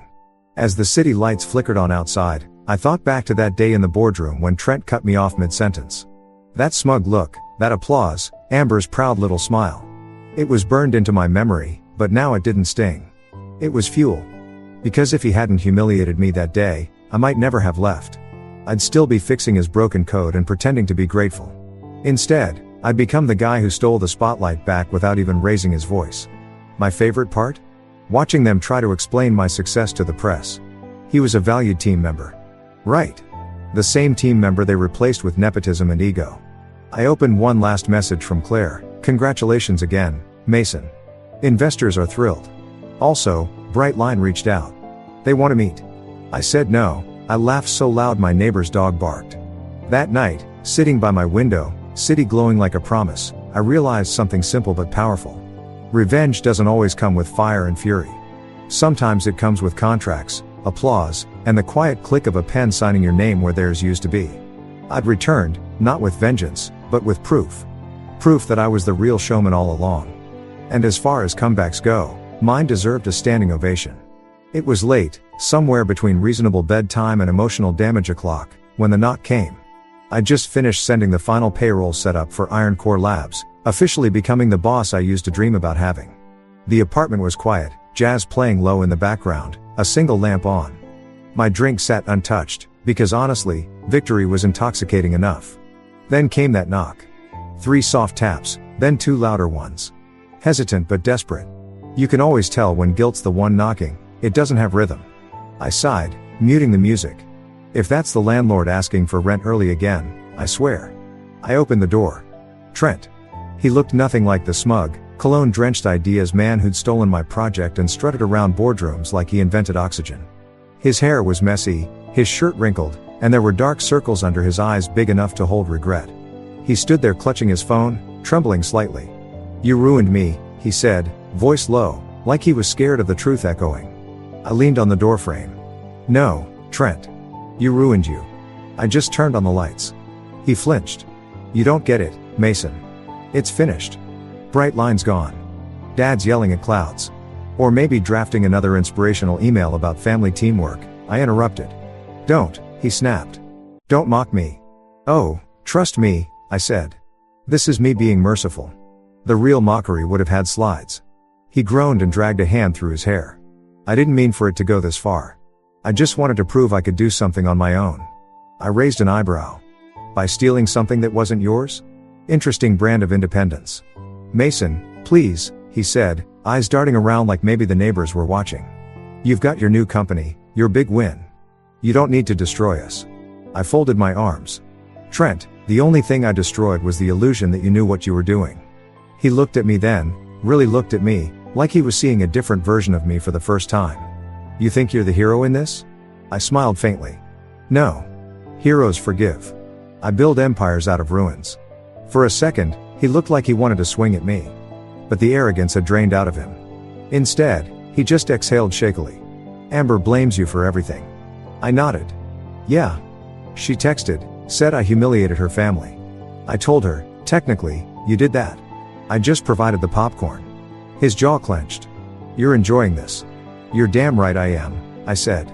"Do you know how many nights I stayed up fixing your garbage code while you were out drinking on Daddy's dime? How many times I swallowed my pride so you wouldn't look incompetent in front of investors? You humiliated me in front of a room full of people, Trent." I walked out with nothing. "So yeah, forgive me if I find this poetic." He stared at the floor. For once, he didn't have a comeback. "Dad's been trying to call you," he muttered. "I bet he wants to make you an offer. Tell him my rates doubled after I stopped caring." He looked up, frustration flickering behind the exhaustion. "Mason, what do you want from us?" I shrugged. "Nothing. That's the point. I don't want your company, your money, or your name attached to mine. I just want you to live with the fact that the guy you replaced mid-sentence is the same guy whose name is now trending under #Iron Core Revolution." His lips parted like he was about to say something, then closed again. He had no fight left. Just fear.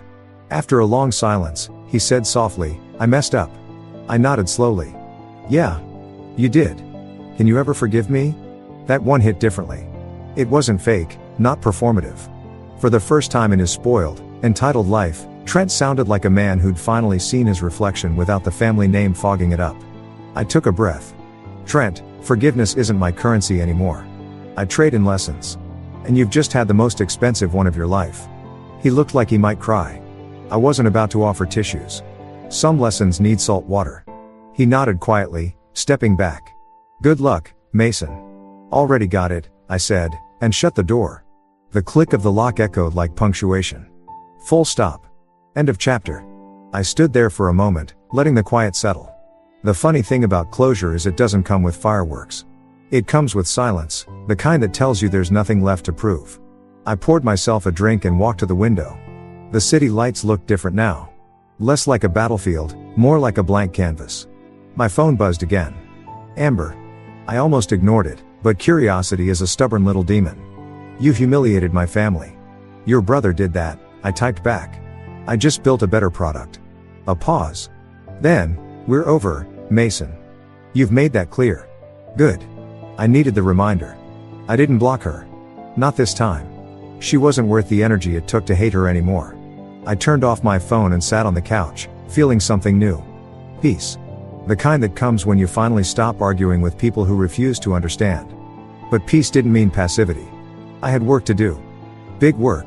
Iron Core Labs wasn't just a rebound project. It was the future, the kind of company that valued brains over bloodlines. I opened my laptop again. The screen cast a soft glow across the room. On my homepage, investor confirmations, signed contracts, early product interest. It was happening. Everything Brightline pretended to be, Iron Core was becoming, for real. Still, curiosity tugged at me. I opened the news. Headline: Brightline Tech officially declares bankruptcy following investor exodus. Below it, a picture of Richard standing outside his office, reporters swarming. The man looked small. Defeated. The caption read, "A company once valued at $400 million now under investigation for mismanagement and IP theft." I took a sip of my drink. Guess the universe handles audits, too. Scrolling further, I found another headline: Former Brightline engineer launches Iron Core Labs, attracts record funding. And just like that, there it was, side by side. Their failure. My rise. The poetic symmetry was almost cinematic. I leaned back and let out a deep laugh. One that came from somewhere real, the kind that feels like an exhale after holding your breath for too many years. A knock startled me again, lighter this time. I half expected Trent to return with more apologies, but when I opened the door, it was a courier holding an envelope. "Delivery for Mr. Reed," he said. I signed, thanked him, and closed the door. Inside the envelope, because the universe loves drama, was a legal notice. Brightline's lawyers, cease and desist regarding the Iron Core prototype. I laughed so hard I had to sit down. They were really trying this again. I grabbed a pen and scrawled my response across the first page in bold marker. Already patented. Already funded. Already yours to figure out. Sincerely, the guy you underestimated. I snapped a photo of it and emailed it to Richard's office. Then I poured another drink, raised it toward the ceiling, and said quietly, "To poetic justice." Somewhere downtown, Brightline's last lights were flickering out. And here I was, alive, unbothered, thriving. The knock of defeat had come to my door tonight, wearing the face of a man who once stole my voice. And I answered it, not with anger, but with a smile. Because this time, I didn't need revenge. I was the revenge. 48 hours. That's how long it took for everything to come full circle. 48 hours ago, I was the guy everyone at Brightline whispered about in pity, the poor bastard who got replaced mid-sentence by his wife's brother. Today, I was on the cover of Techfront Weekly, holding a cup of coffee like it was a trophy, under a headline that read, "Iron Core Labs, the Phoenix startup that rose from corporate ashes." If poetic justice were a flavor, I'd be licking the spoon. The article was brutal, for them. The journalist didn't pull punches. The first paragraph compared Brightline's collapse to a family-run theme park catching fire while the owners argued over who forgot to feed the lions. I almost framed that line. I was sitting in my apartment, which now doubled as Iron Core HQ, surrounded by empty coffee mugs and the faint hum of the city outside. My inbox was overflowing. Investors, reporters, people who used to ignore me at networking events now suddenly wanted a quick call to discuss potential synergies. Translation: "We didn't believe in you when it mattered, but now that you're winning, can we breathe near your success?" My phone buzzed. Colin again. I picked it up this time, purely for entertainment value. "Mason," he said, voice cracking. "Please tell me you've seen the news." "Oh, I've seen it," I said, spinning lazily in my chair. "It's my new favorite bedtime story." "This is bad, man," he said, panic seeping through the line. "Richard's losing it. We're completely out of funding. The board's resigning. I don't even know who's still technically employed." "That's wild," I said, feigning sympathy. "Almost like firing your smartest employee and replacing him with a haircut was a bad idea." He groaned. "Look, you made your point. But we need help. The patents, the prototypes, everything's tangled. The lawyers are circling. If we don't find a way out." "Colin," I said, cutting him off. "Buddy, listen carefully. You're trying to save a building that's already rubble, and I'm the guy selling blueprints for skyscrapers." He was quiet for a moment. Then, quietly, "Richard wants to make you another offer. Triple what you were making before. Full rights. Full recognition." "Recognition?" I repeated. You mean the kind where they pretend I never existed until it's convenient? Yeah, no, thanks. My coffee machine gives me more recognition. Mason, please. Colin, I said, my tone soft but final. It's over. Tell Richard the funding he's begging for, it's already coming to me. Then, with the kind of satisfaction you can't fake, I hung up. I leaned back, exhaled, and grinned. It's already coming to me. That was my victory lap. 3 years of quiet humiliation, all paid off in a single mic drop. But the universe, apparently, wasn't done giving me encore moments. At precisely 9 a.m., there was a knock at my door. Not a timid one, firm, corporate, expensive. I opened it and found myself looking at a man in a dark navy suit, holding an envelope with the Bright Line logo barely visible under a coffee stain. He looked like he hadn't slept in a week. Mason Reed? He asked. Depends, I said. You here to sue me or congratulate me? He didn't blink. Both, probably. Cool, I said, stepping aside. Come on in. I've got coffee and moral superiority. He handed me the envelope, official notice from Bright Line's legal department. I tore it open while he stood there fidgeting. Inside was a cease and desist letter, again claiming that Iron Core's tech potentially infringed on Bright Line's proprietary intellectual property. I read it once, then laughed so hard the poor guy jumped. You're serious? They're still doing this? I'm just the messenger, he said quickly. They also asked if you'd consider a meeting to amicably resolve things. Amicably, I repeated, smiling. That's lawyer speak for we are desperate and can't afford the lawsuit. He looked like he wanted to vanish. So should I tell them? Tell them I'll meet, I said. His eyes widened. But not at their office. They can come here. I like home field advantage. He nodded nervously and left. 10 minutes later, my phone buzzed. Private number. I answered. Mason. Richard's voice, gravelly, tired, humbled. 3 words I never thought I'd use about that man. We appreciate you agreeing to talk. I didn't agree to talk, I said. I agreed to watch you squirm in person. There's a difference. He sighed. You've made your point. We made mistakes. Plural, I said. Lots of them. Some in PowerPoint. I'm not here to fight, he said. We're offering a buyout. 50% ownership of Iron Core in exchange for merging under the Bright Line umbrella. You'd have full operational control. I nearly spit out my coffee. So you want me to take the company you killed, strap it to mine, and call it teamwork? Mason. Richard, I interrupted. Do you hear yourself? Bright Line isn't an umbrella. It's a burned down tent. He went quiet. Then, you won't last without a larger infrastructure. I laughed. You said the same thing about the internet in 2003, didn't you? Silence. Then the line clicked dead. He'd hung up, probably realizing that I wasn't coming back. Not for any price. By noon, the internet had decided Bright Line was officially cancelled. Employees were posting their resignation letters on LinkedIn like war trophies. One guy captioned his post, leaving the Titanic before it becomes a submarine. It had 12,000 likes. Claire called later that afternoon. Mason, I just got off a call with the board. You'll want to hear this. Let me guess, I said. They're dissolving, she said. Their investors are redirecting funds to you. I smiled. Good to know I'm a great recycling program. She chuckled. How does it feel to be the man who dethroned a family empire? I thought about it for a second. Honestly? Like I should start buying more comfortable chairs. Empires are overrated, but good lumber support is forever. We both laughed. After hanging up, I took a walk. The city was alive, buzzing, vibrant. The air smelled like rain and coffee beans. I stopped at a newsstand. And there it was again, Iron Core Labs, the startup that outsmarted legacy giants. I bought 3 copies. Not for ego. Just for history. As I crossed the street, my phone buzzed again. A text from Amber. You won. I stared at the words for a moment, feeling nothing. No, I typed. I just stopped losing. She didn't reply. I didn't expect her to. When I got home, I poured myself another coffee. I swear my bloodstream was 70% espresso at this point, and sat down to review Iron Core's new contracts. Everything was falling into place. Offices, staff, funding, freedom. Still, something tugged at me. A strange emptiness sitting underneath the victory.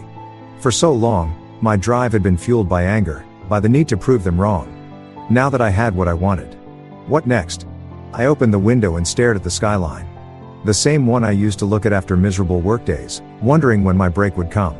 It came, all right, just with a side of fire and sarcasm. My doorbell rang again. This time, I was ready for anything. I opened it to find Zara standing there, holding 2 coffees and wearing a grin big enough to power a small city. "Thought you'd need caffeine for whatever world domination plan you're working on," she said, handing me one. "Bless you," I said. "You're the only person who understands me." She looked around the apartment, cables, laptops, a whiteboard full of scribbles. "So this is Iron Core HQ, huh? Smells like ambition and poor sleep hygiene." I smirked. "We're going for a minimalist startup vibe. You know, small space, big dreams, no unpaid interns." She laughed. "Well, consider me your first hire. But I want benefits and coffee that isn't reheated sadness." "Deal," I said. We clinked our cups together like champagne. For the next hour, we sat side by side brainstorming logos, taglines, and ideas. She had that same spark I used to have before Bright Line beat it out of me. Pure creativity, unfiltered optimism. It reminded me why I started this in the first place. Halfway through, she looked at me and said, "You know what's crazy? You could have walked away quietly, found another job, but instead you built something better." "Yeah," I said. "Because I realized something. Revenge fades. But legacy sticks." She smiled. "You think they'll ever recover? Bright Line?" I said, leaning back. "Not unless they start selling cautionary tale subscriptions." We laughed again.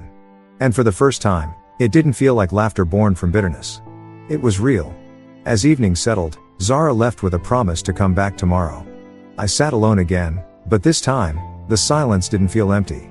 It felt earned. My phone buzzed one last time that night. A notification from an online news feed. Breaking: former Bright Line CEO Richard Collins resigns amid investigation. Below it, a picture of him stepping into a car, face pale, expression hollow. The man who once told me I'd never understand leadership was now learning humility in real time. I took a sip of my coffee and whispered, "Lesson complete." Then I glanced around the room, the whiteboard, the laptop, the coffee mug that said "World's Most Stolen Genius." It wasn't just about revenge anymore. It was about evolution. About taking everything they tried to use against me and turning it into momentum. 48 hours earlier, I'd been a ghost haunting their failure. Now I was the future they couldn't buy back. And damn, it felt good to be alive. When I finally shut down for the night, I walked out onto the balcony. The city hummed below, indifferent, but full of possibility. Somewhere down there, new people were making the same mistakes, trusting the wrong bosses, letting the wrong people take credit.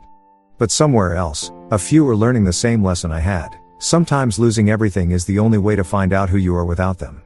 I raised my mug to the skyline. "To the ones who doubted me," I said softly. "You built the fire. I built the forge." And as the night breeze hit my face, carrying the sound of distant traffic and possibility, I smiled. Not the bitter smile of a man getting even, but the calm, steady grin of someone who finally won by walking away. Because in the end, revenge wasn't in wrecking their company. It was in building mine. One sarcastic smile at a time. And that concludes this story. That was a pretty wild one if you ask me. Let me know what you think about it in the comments. Now, let's get right into the next story. It's titled, While I was buckling our 5-year-old into her car seat, my wife texted, "Moving to France with Jamie." I emptied our savings. "Good luck paying rent." I looked at my daughter's paint-covered hands and simply replied, "Thanks for letting me know." When she landed in Paris and checked her account, it was raining hard that afternoon in Portland, the kind of downpour that sent rivulets of water racing across asphalt like tiny rivers breaking free. I sat in the driver's seat of my old sedan, wiper blades swiping back and forth in a steady rhythm, trying to ignore the chill that crept in through the thin insulation of the car door. Through the rain-speckled window, I watched toddlers clutching blankets and parents hurrying beneath umbrellas slip inside the small brick building of Little Leaves Daycare. My heart eased with the thought of seeing Sadie's bright smile, her tiny frame waddling toward me, ponytails bobbing. In that moment, everything felt normal, routine, safe. Then my phone buzzed on the passenger seat, shattering the quiet hum of the heater. I reached across, my hand trembling slightly as I unlocked the screen. I expected a text from Belle, probably asking if I'd be home in time for dinner or whether we needed more almond milk. Instead, the message that glowed back at me knocked the breath from my lungs. Moving to France with Jamie. I emptied our savings. Good luck paying rent. My fingers hovered over the screen, numb and uncertain. I blinked, reread the words, and felt the metallic taste of panic flood my mouth. Our savings, those painstakingly accumulated dollars, gone.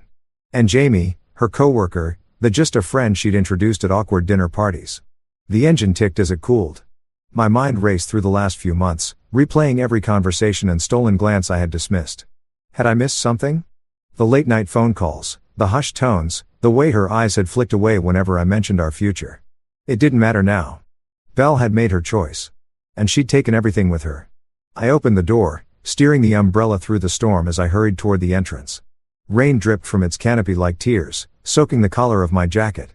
Inside, Sadie sat cross-legged on a tiny plastic chair. Finger paint smeared across her backpack in a riot of pink and purple. Her little tongue peeked between her lips in concentration as she stuck stickers onto a paper cutout of a dinosaur. She looked up when she heard my footsteps, her face lighting up in an explosion of delight. "Daddy," she squealed, dropping her brush in a puddle of water on the floor. She scrambled to her feet, her enthusiasm still adorable, even as my chest tightened. I scooped her into my arms, lifting her to my shoulder so she could wrap her arms around my neck. Her laughter rang out, a bell-like sound that should have been comforting. Instead, it twisted me with guilt. How could I tell her that Mommy was gone, that everything we'd worked for had vanished overnight?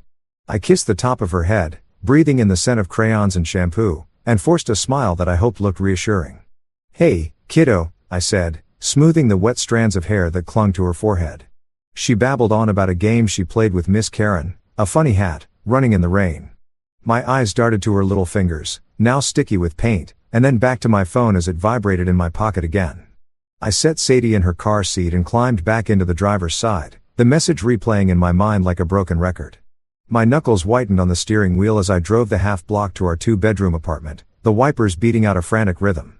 Inside, the walls seemed to press in on me, the dim hallway light flickering as if uncertain. Sadie bounded ahead, chattering about painting rainbows at school, oblivious to the storm raging in my chest. I slipped off my wet coat, draped it over a chair, and guided her to the kitchen table, where she immediately grabbed coloring pencils and set to work. I pulled my laptop onto the table and logged in. The login screen slid away to reveal our joint savings account, now an empty spreadsheet with only one glaring figure, $0. My heart thundered as I clicked through to checking. There it was, $319. $120,000 had been drained overnight, leaving us with pennies and despair. I stared at the numbers as though they'd rearranged themselves into something more hopeful. They didn't. The reality settled around me like a wet blanket. No groceries, no rent, no clue how to keep a roof over our heads. Sadie looked up from her drawing. "Daddy, will you help me color this unicorn?" she asked, lifting a page covered in rainbow arches. Her innocence stabbed at me. I forced a smile. "Of course, sweetheart." I sank into the chair next to her, watching as she carefully traced the outline, but my mind was elsewhere, ticking through options. Borrow from my parents? No, they were retired and barely making ends meet themselves. A payday loan? That would sink us deeper into debt. Freelance gigs? They paid too little, too slow. "What's wrong, Daddy?" Sadie's voice wavered, her big green eyes searching mine. My throat tightened. How could I tell her the truth? Instead, I knelt and put on my most encouraging tone. "Nothing, kiddo. Daddy's just thinking about how to make our apartment even nicer." She nodded, her faith in me shining like a beacon. I gulped and kissed her cheek, feeling a swell of both pride and dread. I opened my phone and typed a response to Belle's message, the words stark against my racing pulse. "Thanks for letting me know." I hit send before I could second-guess myself. The simplicity of it, no anger, no pleading, felt like the only defense I had left. Then I slipped the phone into my pocket and turned back to Sadie, determined to shield her from this blow, at least for today. In the echo of the rain against the window, I made a silent promise: I would find a way to survive this. Not just for me, but for her. Because in that storm, she was the only light I had left.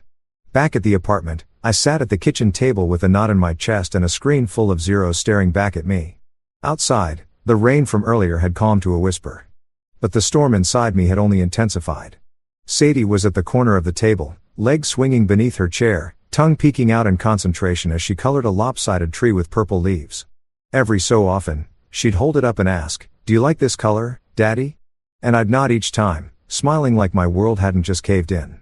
I turned back to the laptop and refreshed the bank screen as if that would somehow change the outcome.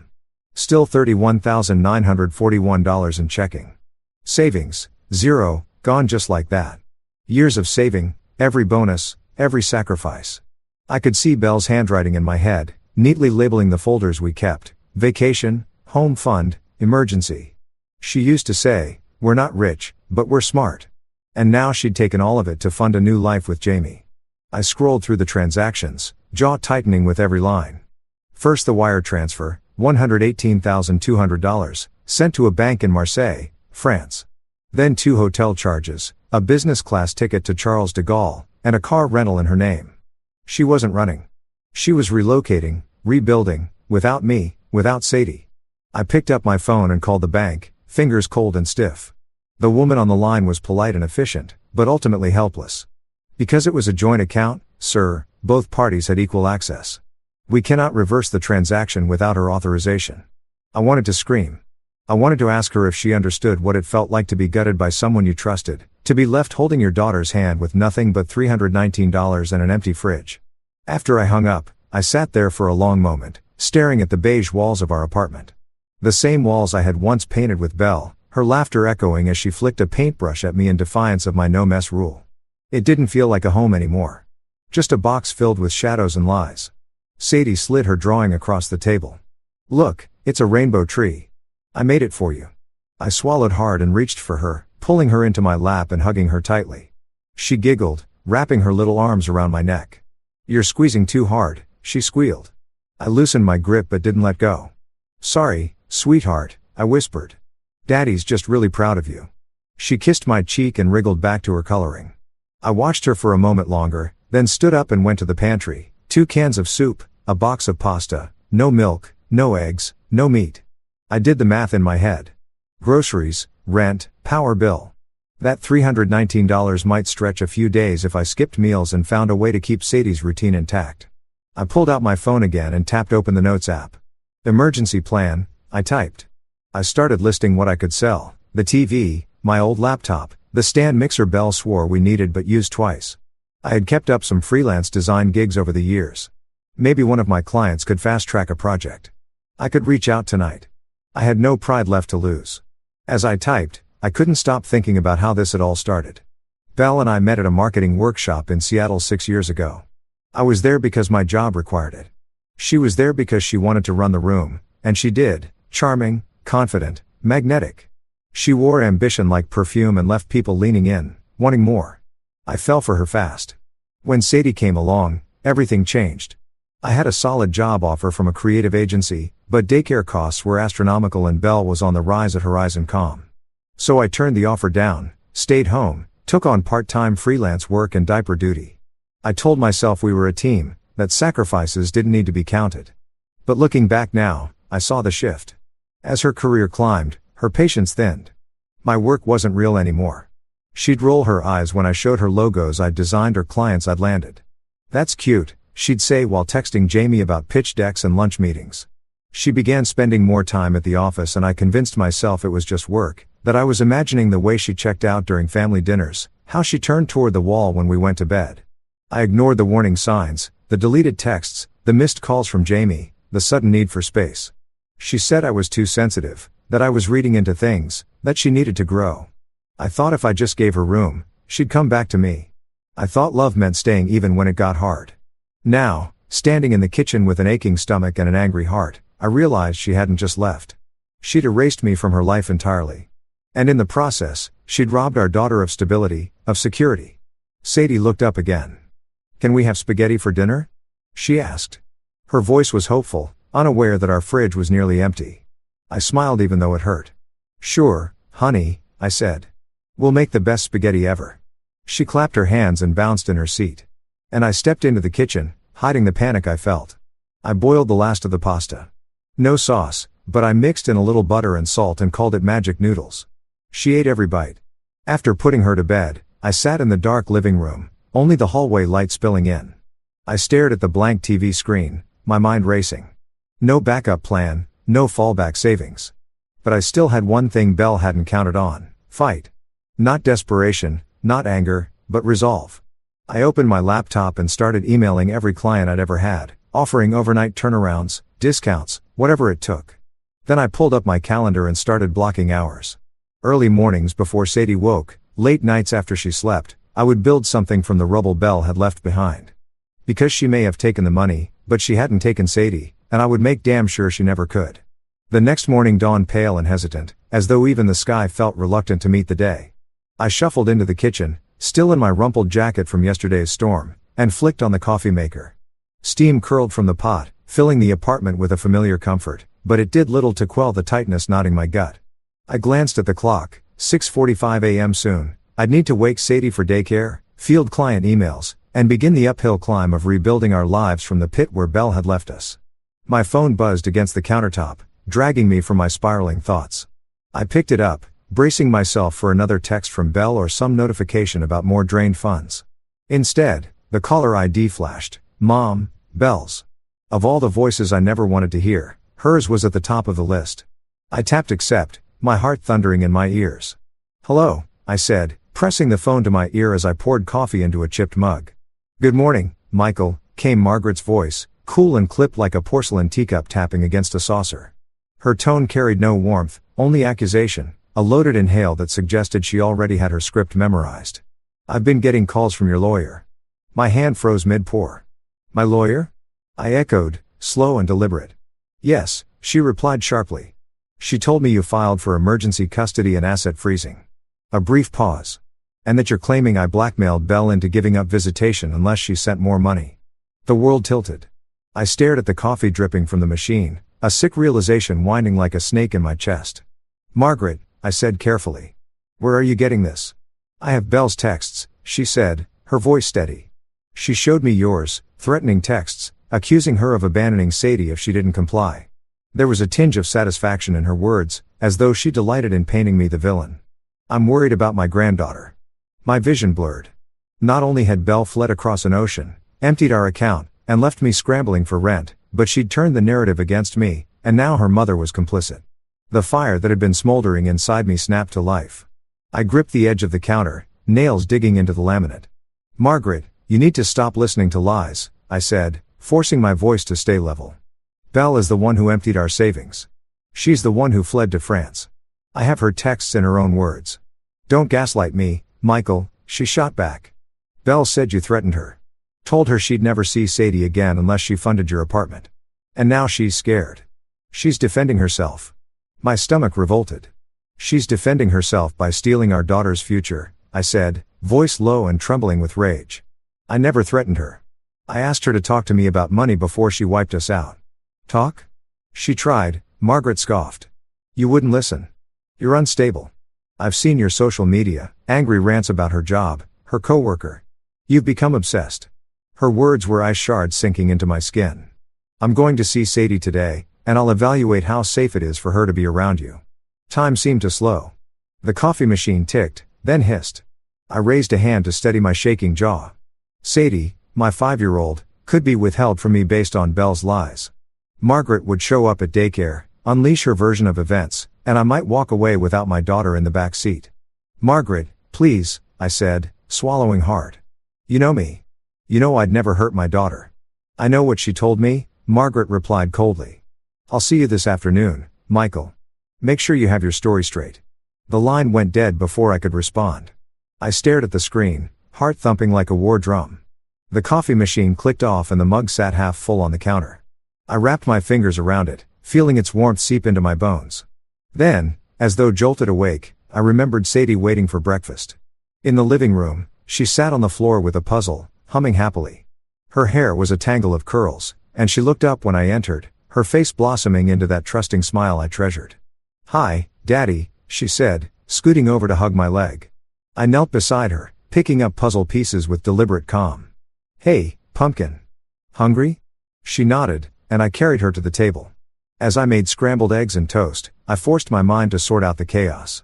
I'd expected Belle's betrayal, but her mother's attack was another blow, a reminder that the fight wouldn't be only against my ex-wife, but against an entire family willing to lie to save face. Over breakfast, Sadie chattered about her dreams, talking whales and flying squirrels.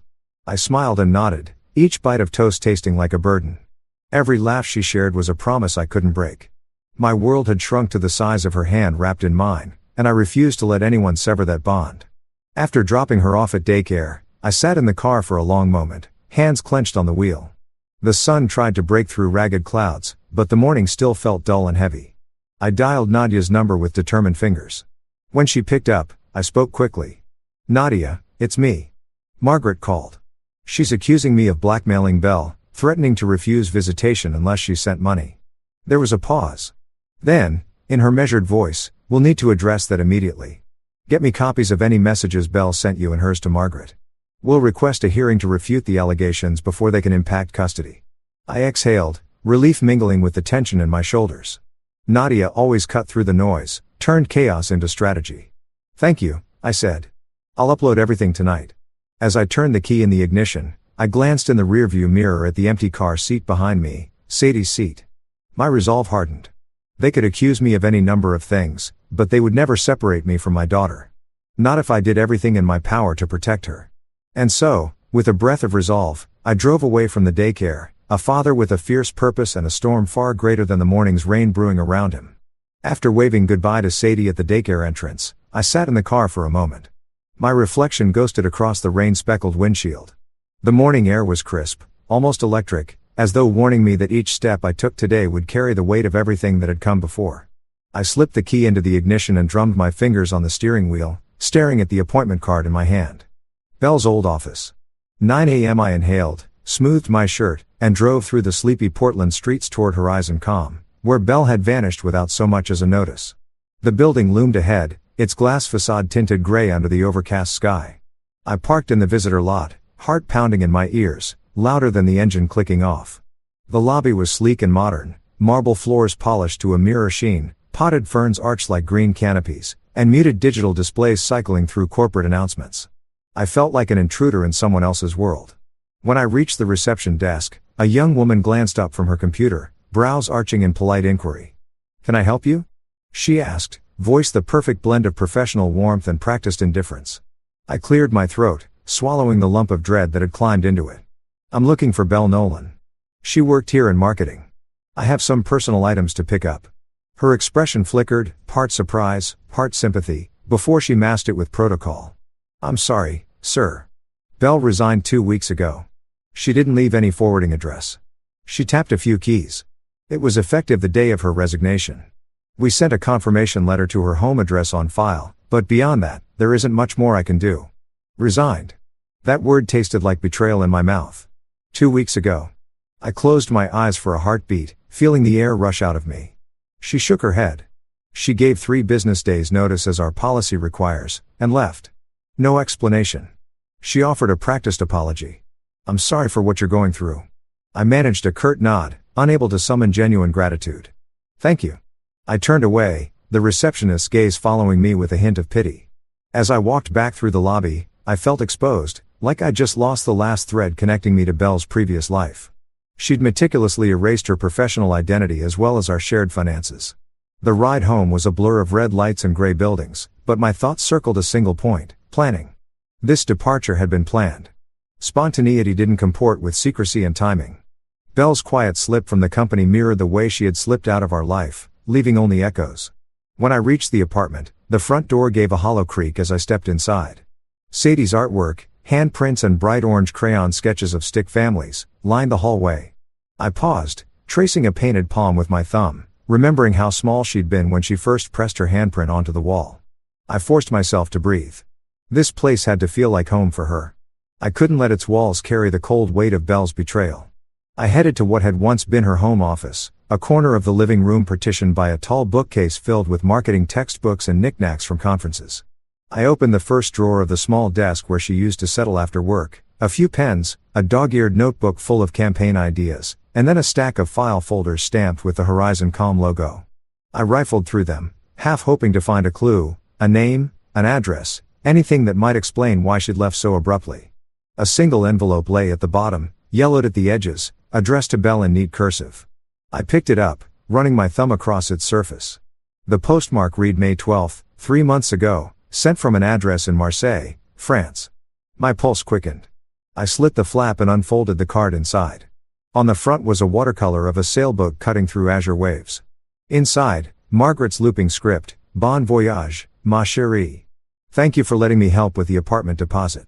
Love, Mom." Beneath that, a smaller note: I'm proud of you. Enjoy your new life. I sank onto the edge of the desk, the envelope falling from my numb fingers onto the carpet. My mind spun. Margaret, her mother, had funded the apartment in Marseille 3 months ago, long before Belle's final wire transfer. The money had been funneled discreetly, no suspicious activity flagged by our bank until it was too late. This wasn't a sudden breakup. It was a family conspiracy. Betrayal hadn't begun when Belle emptied our account. It had begun when Margaret cleared her own savings to set her daughter up for an escape. I thought of every phone call, every text message I'd brushed off as work stress or minor tension. I thought of Margaret's sudden interest in my parenting skills, her unsolicited advice on childcare, her quiet presence at birthday parties, as if she were ingratiating herself for some unknown purpose. I'd welcomed her help, believing her to be a concerned mother-in-law rather than an accomplice. My chest tightened with shame and anger. Sadie's laughter drifted from the next room, where she was playing with her stuffed giraffe. I wiped my face, clutching the envelope like evidence of a crime. I laid it on the desk and exhaled, voice trembling. You planned this, I whispered to no one. You all planned this. I stood and walked to the living room, glancing at the coffee table strewn with children's books and mismatched socks, breadcrumbs leading me back to reality. I scooped up Sadie and hugged her close, inhaling the faint scent of strawberry shampoo. She giggled and kissed my cheek, and I held her tighter. This wasn't a story about abandonment. It was a story about protection. I would fight for her, even if it meant taking on 2 generations of a family determined to rewrite the narrative. That night, I laid the envelope and card on the kitchen counter. I lit a lamp, its warm glow illuminating the handwritten note. The words "Happy Travels" seemed to mock me. But instead of breaking me, they galvanized a new resolve. This wasn't just a breakup. It was a setup. And now that I'd uncovered their paper trail, the next step was to expose it. I opened my laptop and drafted an email to Nadia, scanning the envelope and card with the camera on my phone. My fingers flew over the keys as I explained what I'd found, detailing every transaction and every secret payment. With each sentence, my anger sharpened into clarity. Tomorrow, I would take this to court. I would file motions to recover the illicitly transferred funds and prove that Belle and Margaret had colluded to steal our future. This wasn't the end of our story. It was the turning point. And as I tucked Sadie into bed later, brushing a strand of hair from her forehead, I whispered, "We're going to be okay, kiddo." In the hush of the apartment, as the night settled around us, I felt a fierce hope take root, a hope that shone brighter than the betrayal, stronger than the lies. I would protect her with every ounce of my being, and I would not let them rewrite our history. The morning I walked into Nadia Kim's downtown office, the sky was clear for the first time in days, as if the heavens had paused to watch what I was about to do. I parked in the metered lot and stood for a moment, staring up at the sleek glass facade of the building. My reflection wavered in the tinted windows, faces of worry, exhaustion, and determination all tangled together. I straightened my tie, patting my suit jacket to smooth imaginary creases, then stepped inside. The lobby's marble floors gleamed beneath my shoes, and a receptionist looked up with polite curiosity as I approached. I gave my name, Michael Carter, appointment with Nadia Kim, and she nodded, picking up the phone in one graceful motion. "She'll see you now, Mr. Carter," she said, voice calm and reassuring, as though she understood the gravity of my situation. I thanked her and followed her down a short hallway into Nadia's office. Nadia sat behind a dark wood desk, her kind eyes framed by a pair of understated glasses. She rose to greet me, offering a firm handshake that conveyed both warmth and confidence. Her presence felt like an anchor, cutting through the storm of my thoughts. Behind her, shelves lined with legal tomes and framed degrees hinted at the depth of her experience. A large window to her right offered a view of the city's rooftops where sunlight glinted off distant buildings. "Michael," she said. "Good to see you. Please have a seat." I settled into the chair opposite her desk, smoothing my palms on my lap. Nadia's assistant slid a thin leather folder across the desk. "I've organized everything you sent over, Belle's texts, Margaret's envelope photocopies, the bank statements, Alex's audio transcript. We're ready to build our strategy." I exhaled, relief mingling with the tension in my chest. "Thank you," I said, voice husky. "I don't know where I'd be without you." Nadia offered a sympathetic nod. "Let's talk through the timeline first to make sure we haven't missed any details." She opened the folder, revealing color-coded tabs. "We'll start with the initial wire transfer from your joint account to Marseille. Then we'll move to the discovery of the envelope from Margaret, and finally Alex's recording that confirms Jamie's involvement." As she spoke, I watched her hands move deliberately, opening the folder, lifting documents, adjusting her glasses. Every gesture exuded competency.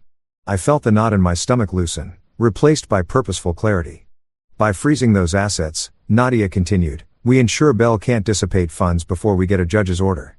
We'll file for temporary support payments to cover rent and basic living expenses until she's compelled to comply. She paused, searching my face. And we'll push for supervised visitation or suspended rights if she continues to pull these stunts. My heart pounded. Do you really think we can stop her? I asked, voice barely above a whisper. Nadia leaned forward, her eyes steady. Michael, the law is on your side here. She's diverted marital assets, abandoned her parental responsibilities, and now she's enlisting her mother to spread lies. That's not just unethical, it's actionable. We have a solid case. I nodded, drawing strength from her conviction. Okay, what's next? She clicked her pen and tapped it against her notepad. I'll draft the emergency motion today. We'll request a hearing within 72 hours, citing the urgency of rent, utilities, and child support. We'll submit affidavits from you, Alex, and our bank's fraud department confirming the illegitimate transfers. I'll also file a motion to compel Marie Nolan, Margaret, to produce any communication she had with Belle regarding financial assistance. We need to show collusion. The word collusion landed like a hammer blow. Margaret had wanted to help her daughter. Now she'd unwittingly become an accomplice to theft. I felt a mixture of anger and resolve bubbling within me. Anything I need to do? I asked, steeling myself for the work ahead. Gather any additional documentation you might have, emails, voicemails, anything that corroborates your timeline. I'll need your detailed affidavit as well. Describe how you discovered the transfers, what you and Belle discussed about finances before she left, and any misrepresentations she made. She slid a printed affidavit form toward me. Fill this out by the end of the day and we'll file tomorrow morning. I accepted the form, feeling the weight of it in my hands. It was more than paragraphs on paper. It was my path to protecting Sadie's future. Nadia stood, signaling the session was over. I'll call you tonight with updates. In the meantime, try to rest. I know this is overwhelming, but remember, you're doing the right thing for your daughter. I rose and extended my hand. Thank you, Nadia. Really? She smiled, a hint of compassion softening her professional demeanor. We'll get through this. On the drive home, I let the city blur past, focusing instead on the next steps, drafting my affidavit, lining up emergency funds, preparing for court. But beneath my anxiety ran a current of hope. With Nadia's guidance, I felt we could turn the tide. When I pulled into the apartment parking spot, the late afternoon sun filtered through clouds, casting a soft glow. I grabbed the folder from the passenger seat and headed inside. Sadie's laughter drifted from her bedroom. She was watching her favorite cartoon. My chest tightened with affection. I slipped into her room and found her curled beneath a blanket, eyes bright. Daddy, she exclaimed, scrambling out with a plush giraffe hugged to her chest. Guess what? I drew a rainbow tree for you again. I sank to the floor, taking the drawing she held out proudly. It was similar to the first, but more elaborate, roots winding into a heart, clouds raining glitter. It's perfect, I said, hugging her. Thank you. She yawned, and I scooped her into my arms. Carrying her to the kitchen table, I spread the affidavit form among her crayons, watching her small hand reach for the red pencil. My heart swelled with love and purpose. As she scribbled hearts around the edges of the form, I realized this was more than a legal battle. It was a testament to resilience. Belle and her family might have orchestrated the collapse of our savings, but they couldn't dismantle my commitment to Sadie. Together, Nadia and I would build a fortress of truth around her. That night, after tucking Sadie into bed and kissing her forehead, I sat at the kitchen table and began to write. Each sentence I penned was a brick in the wall I'd raise against betrayal. Outside, the city lights twinkled, but inside the glow of my laptop illuminated more than text.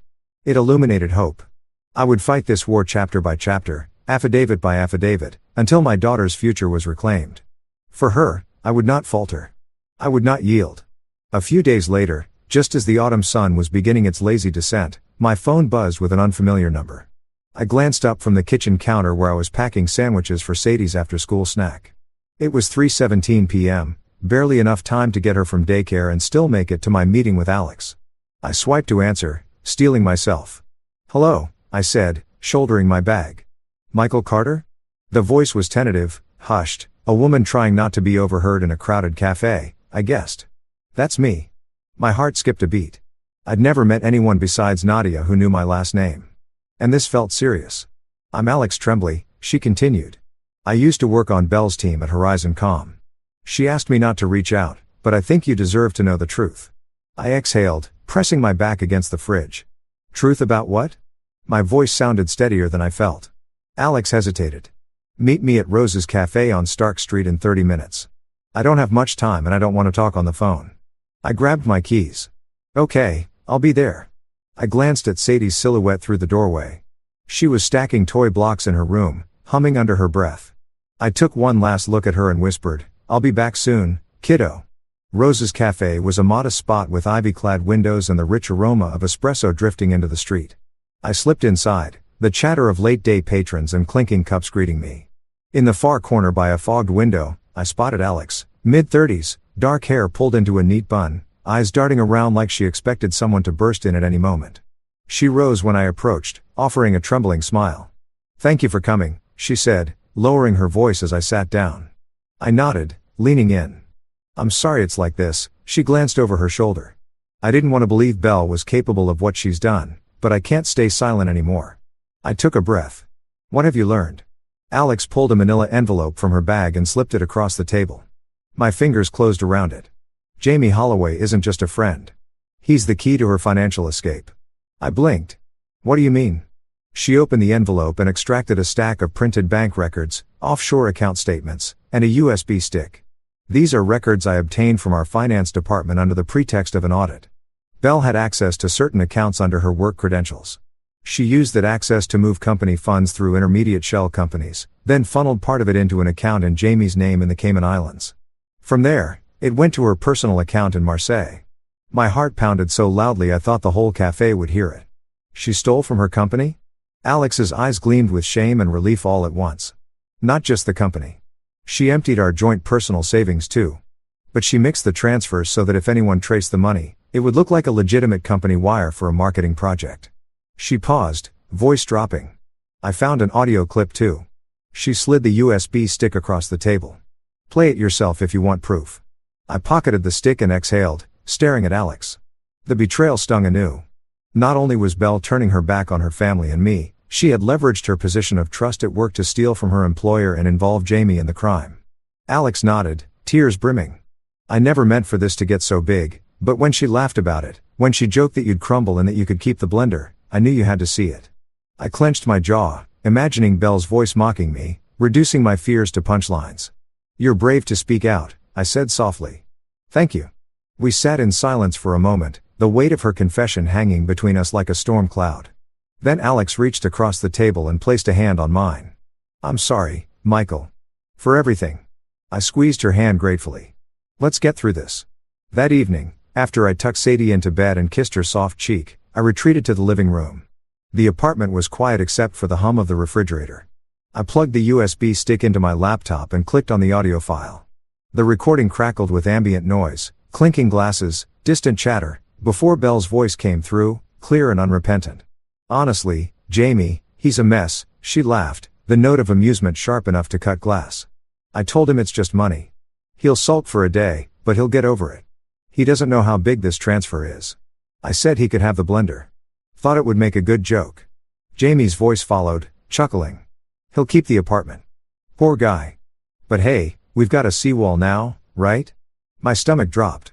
A seawall, code for the money she'd funneled. She wasn't remorseful. She was amused. I closed my eyes, recalling the text that had started it all, moving to France with Jamie. I emptied our savings.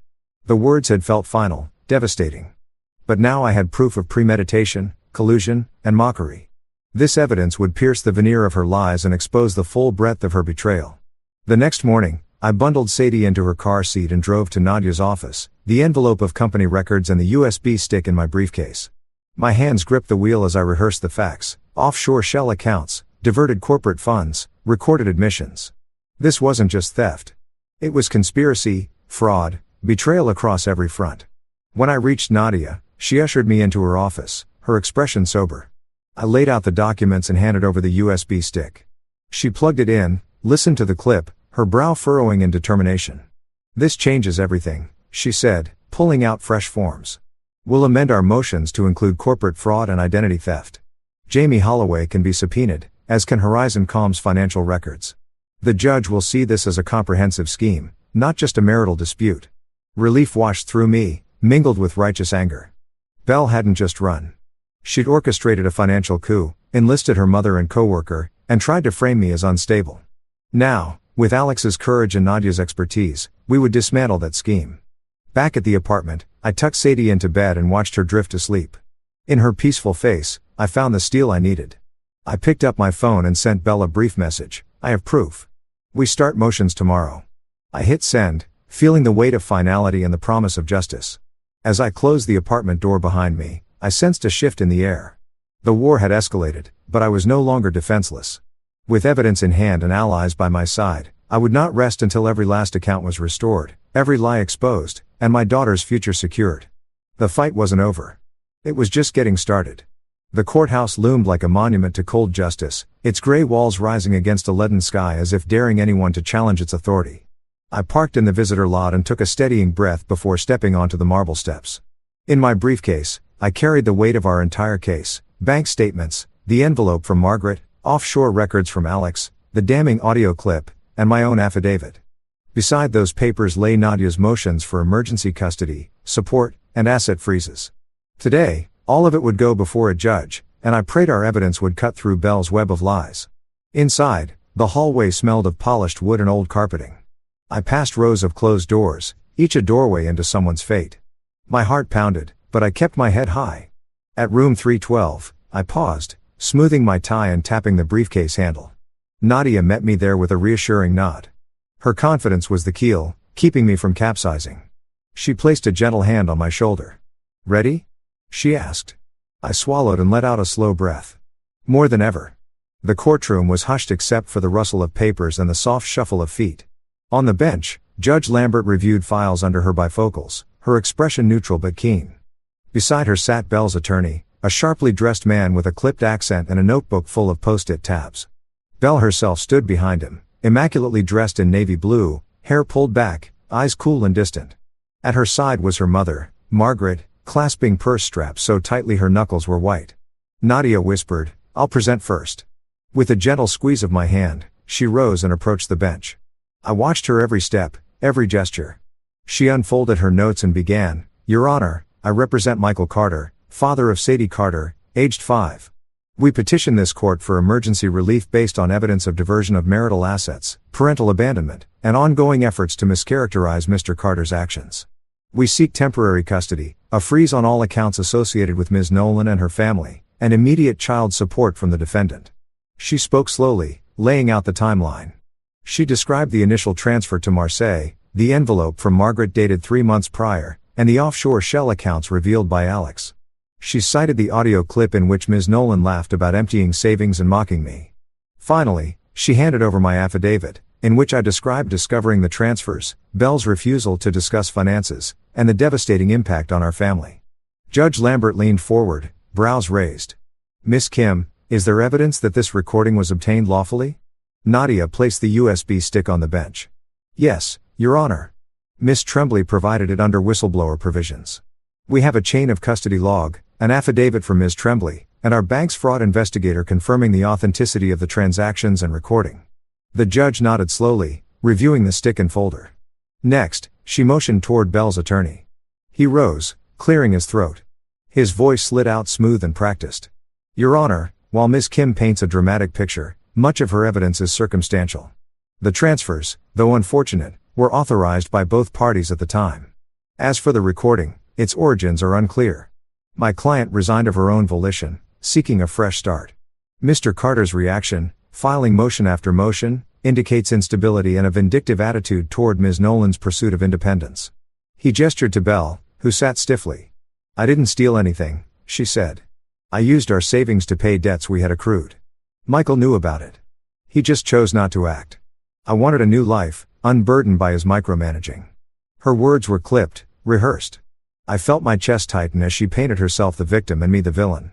Margaret's lawyer followed with a brief statement accusing me of threatening texts and fabricating allegations. Margaret herself fixed me with a cold stare, lips pressed tight as though daring me to challenge her. My stomach churned, but through the noise I saw Nadia's steady gaze. She rose again for her rebuttal, unfolding Alex's corporate records and the bank's fraud report. She highlighted the code used to disguise the transfers as company expenses, and she introduced the subpoena we'd filed to Horizon Com's finance department, requesting emails showing Belle's repeated unauthorized withdrawal requests. Then Nadia turned to the recording.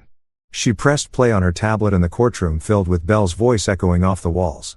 I watched as Belle's face paled and Margaret's jaw slackened. The judge closed her eyes for a moment, as though absorbing the full impact of hearing a mother laugh at abandoning her own child.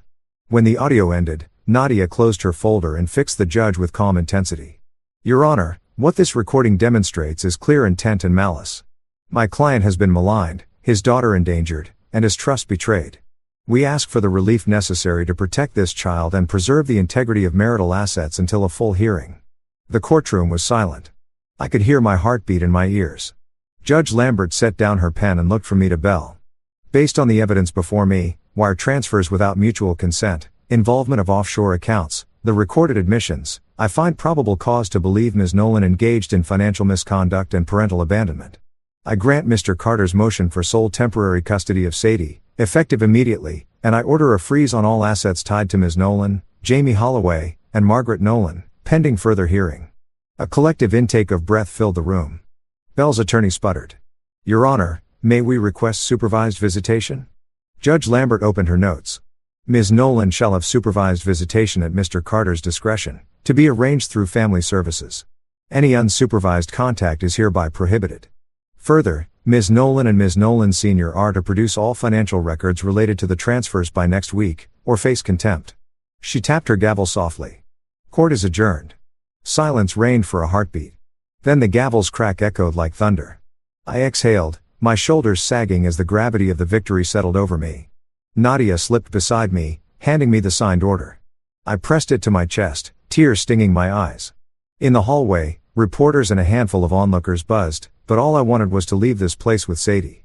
Outside, the air had cleared, gray clouds parting to reveal pale sunlight. I took Nadia's arm, and we walked down the steps together. The judge's ruling had bought us time and security. I slid into my car, briefcase on the passenger seat, and started the engine.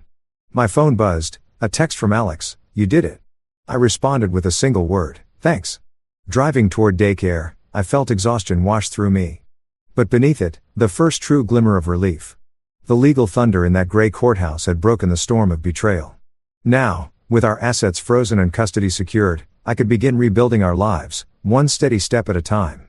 And above all, I would remind Sadie every day that her daddy would move mountains to protect her. The following morning, an eerie calm settled over our small apartment as though the whirlwind of court had passed, leaving only the hush of tentative relief. I brewed coffee and poured it into my favorite chipped mug, its handle a familiar anchor amid the storm of recent weeks. In the quiet kitchen, I paged through emails on my laptop, notifications of asset freezes, requests from Nadia for further documentation, and one unfamiliar subject line, Horizon Calm Inquiry, urgent. My pulse quickened. Had word of our case reached her former colleagues? I clicked open the message, revealing a terse note from Horizon Calm's legal department requesting details about the alleged misuse of corporate resources. I hesitated. This inquiry was a double-edged sword. It could further substantiate our claims, or it could escalate the drama beyond my control. At 7:45 a.m., I packed Sadie's lunch and woke her for breakfast, tucking a small drawing she'd made, rainbow suns and flying unicorns, into her bag. She bounded down the stairs, hair in sleepy tangles, and climbed onto her stool. I spooned oatmeal into her bowl, cinnamon swirling in the steam, and she ate with glassy eyes and murmured, thanks, before bounding out the door to catch the daycare van. Even though I was secure in custody, each goodbye still felt like a negotiation with an uncertain world. I kissed her temples, inhaled her strawberry shampoo scent, and whispered, I'll see you tonight, kiddo. Once the van rumbled away, I sat at the kitchen table and stared at the Horizon Calm email.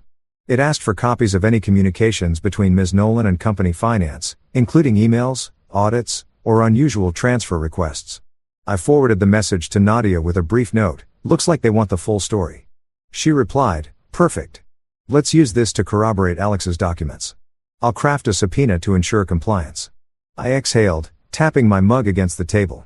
Each legal maneuver felt like a chess move, advancing toward checkmate against Belle and her family.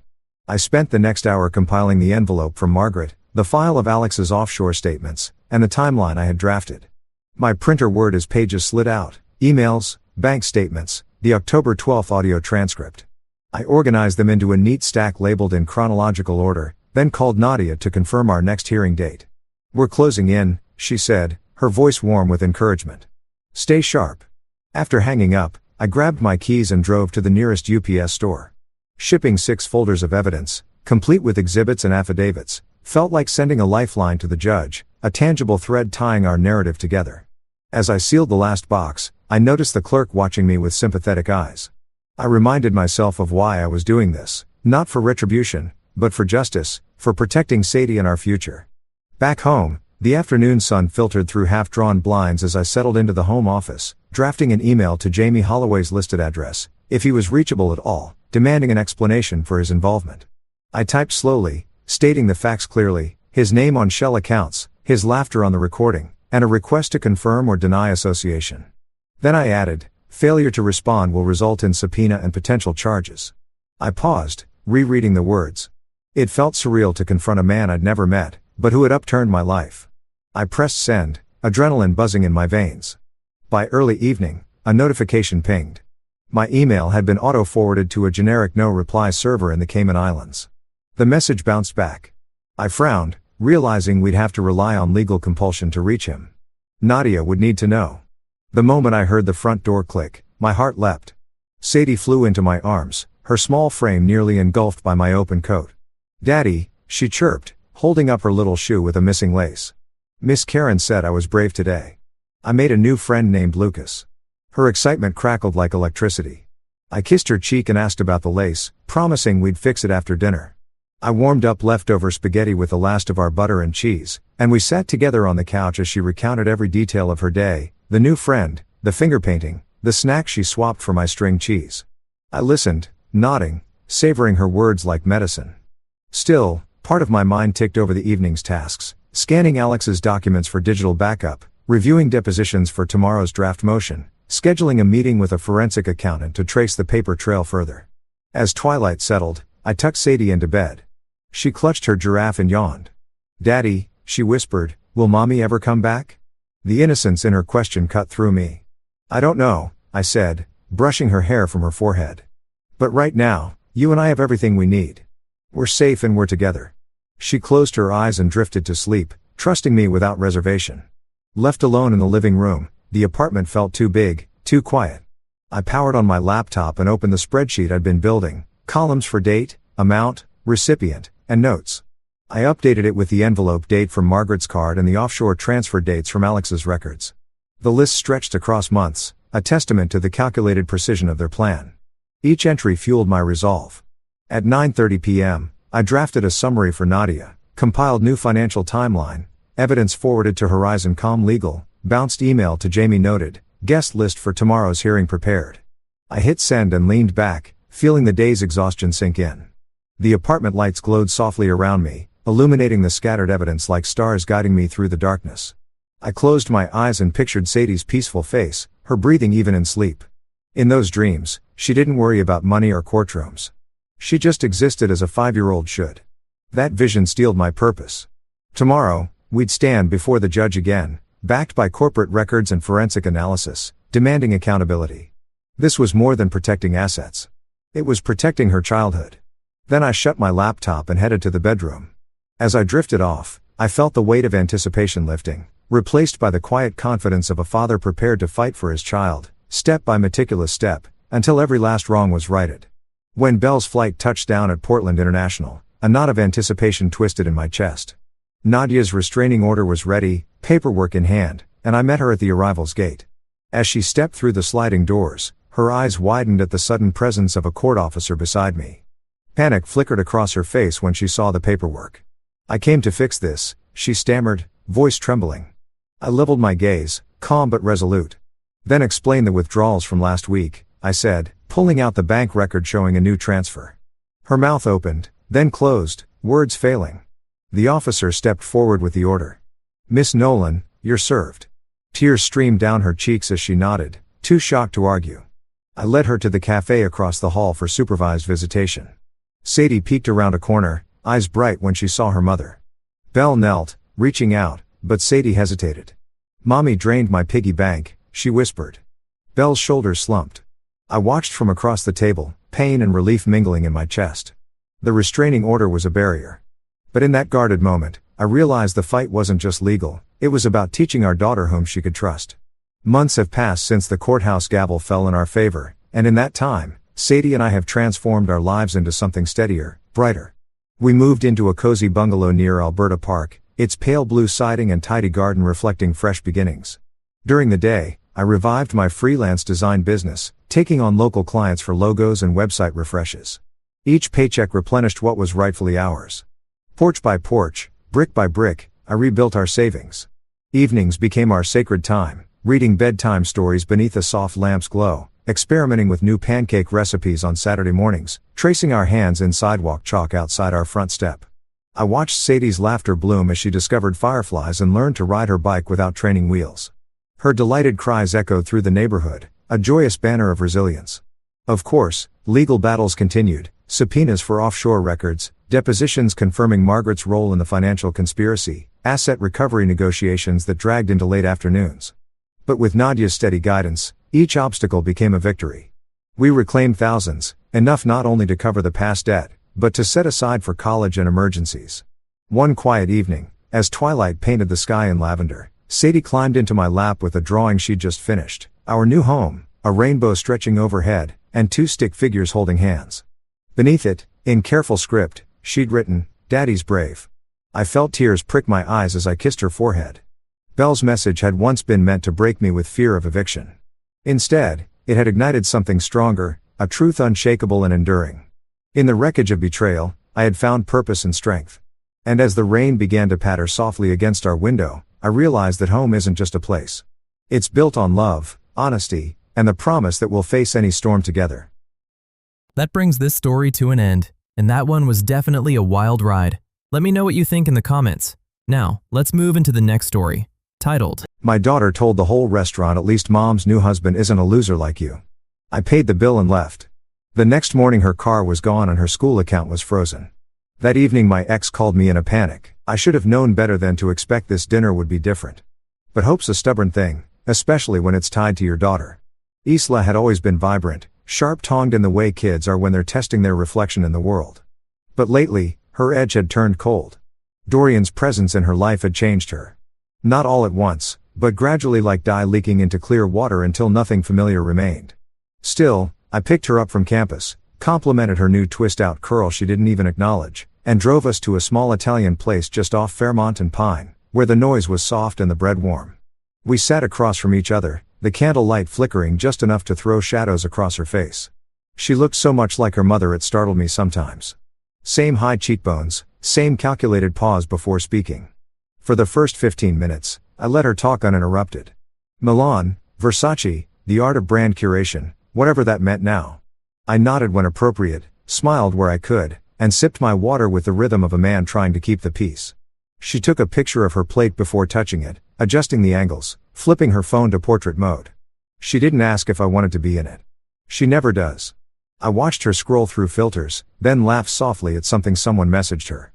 I tried to redirect. So, any thoughts on the internship we discussed last month? The green energy startup near your school, Dad?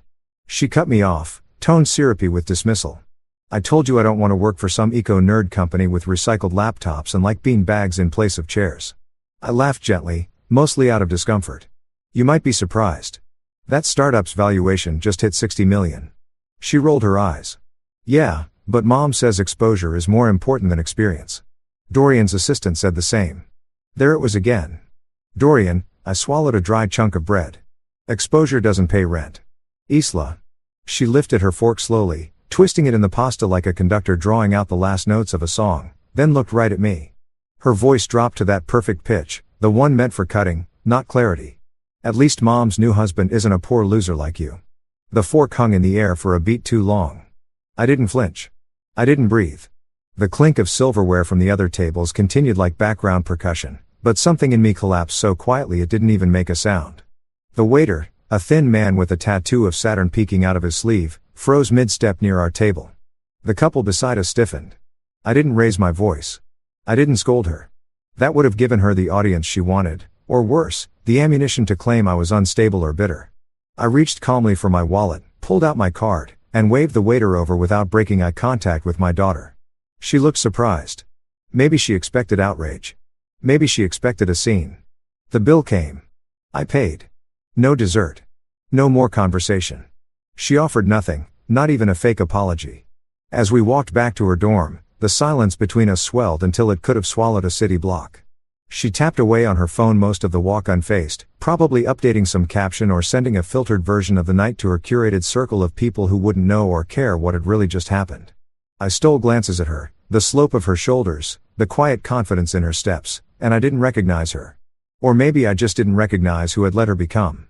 When we got to her building, she gave a distracted hug. It was more of a pat. Really, like she was checking a box. "Thanks for dinner, Dad," she said, eyes still on her screen. I nodded. Didn't trust myself to say much else. I watched her disappear behind the glass doors, swallowed by the lights of a campus that didn't need me.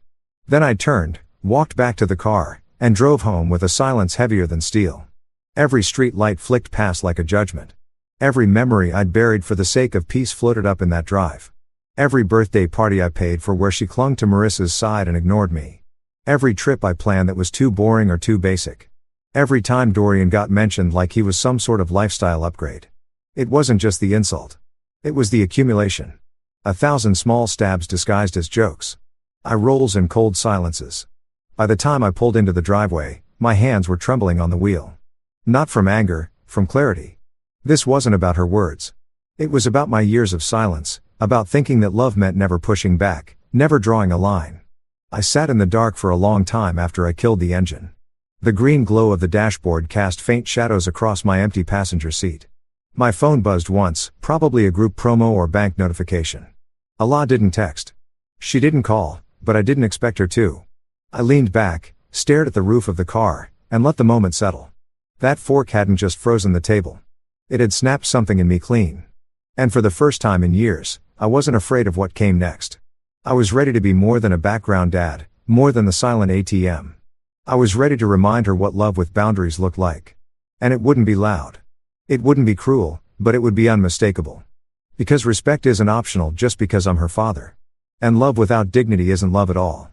By morning, the sting had crystallized into something sharper. Not grief, not sadness, resolve. I sat at the edge of my bed, the sunlight barely cracking through the blinds, staring at the old framed photo of Isla on my dresser, the one from her 7th birthday, when she insisted on wearing a superhero cape over her princess dress. Back then, she looked at me like I could fix anything. Now she looked at me like I was the inconvenience in her highlight reel. I wasn't just hurt anymore. I was finished playing the faceless wallet. The background noise in her designer narrative. I picked up my phone, heart calm, mind focused, and called the bank. I didn't raise my voice or ask questions. I gave them my ID number, confirmed my identity, and requested immediate cancellation of Isla's student card. No need for ceremony, just a decisive click that cut the fuel line to her extravagance. The tuition payment, I didn't cancel it. I froze it. A legal nuance that mattered. I wasn't sabotaging her education. I was pausing it, pressing hold until the character of the student matched the size of the investment. Afterward, I stood in the hallway of my house, staring at the keyhook where the spare Audi fob still hung. The car, her precious, sleek, cherry red Audi coupe, had been a graduation gift, my savings, a reward for surviving high school with decent grades and her mother's chaos. At the time, I thought it was the right move, a gesture of trust. But all I'd really done was give her a throne she now used to mock me from. I grabbed the keys. The drive to her campus was quiet, uneventful. No calls, no signs, just me, my thoughts, and a growing calm that I hadn't felt in years. When I pulled into the university lot, I spotted the car immediately. Sparkling under the morning sun like a monument to misplaced affection. No one was around. The students must have still been in classes or asleep. I approached with slow steps, pressed the unlock button, and slid into the driver's seat. The interior smelled like a perfume. I didn't recognize something expensive and clinical. There was a Balenciaga tote tossed carelessly on the passenger floor, a half-empty water bottle in the cup holder, and a used lip gloss on the dash. A snapshot of a curated life now interrupted. I adjusted the seat, turned the key, and drove away. I didn't speed. I didn't gloat. I didn't look in the rearview mirror. I just headed home with the same silence she'd driven into my life months ago. By noon, the car was parked in my garage. He's tucked into the drawer beneath the utility sink and a tarp pulled neatly over the hood. I stood there a moment longer, my hand resting on the fabric, feeling like I had just sealed up something bigger than metal and rubber. I had taken back something that had started to define the power imbalance between us. Not for revenge, not for punishment, for clarity. Back inside, I brewed a pot of coffee and sat down with my laptop. I logged into her school portal, reviewed the tuition summary, and set the freeze into official motion. My name was on the financial account, my bank, my funds. I hadn't needed permission to pay. I didn't need permission to pause. It was past 1 p.m. when I finally settled into the couch. I wasn't watching the clock. I knew the explosion would come, but I also knew it wouldn't be immediate. No, Isla wouldn't notice right away. She never checked her balances. She didn't need to. Things had always just worked. There'd be a cafe run, a card decline, then confusion, then panic, and that's when the wake-up call would begin. The hours passed slowly. I fixed a loose cabinet hinge in the kitchen. I vacuumed the floor. I even cleaned out the fridge, not because I was nervous, because I felt like I'd reclaimed some space in my own life that I hadn't touched in years. That cabinet, I hadn't opened it in 6 months. That fridge. It was full of takeout containers I'd bought for weekends. She rarely showed up for. Every corner I cleaned felt like a piece of myself coming back. By mid-afternoon, my phone vibrated once, then twice. I ignored it. At 3:15 p.m., an email ping. University Billing Department. Isla's payment had been returned due to administrative hold. I imagined her seeing the notification on her app, fingers fumbling as the screen told her she'd been locked out of the financial cocoon. At 3:47 p.m., the text began, "Dad, something's wrong with my card. Did the bank mess up?" Then, also, "The car is gone. Was it towed?" Then a single angry question mark.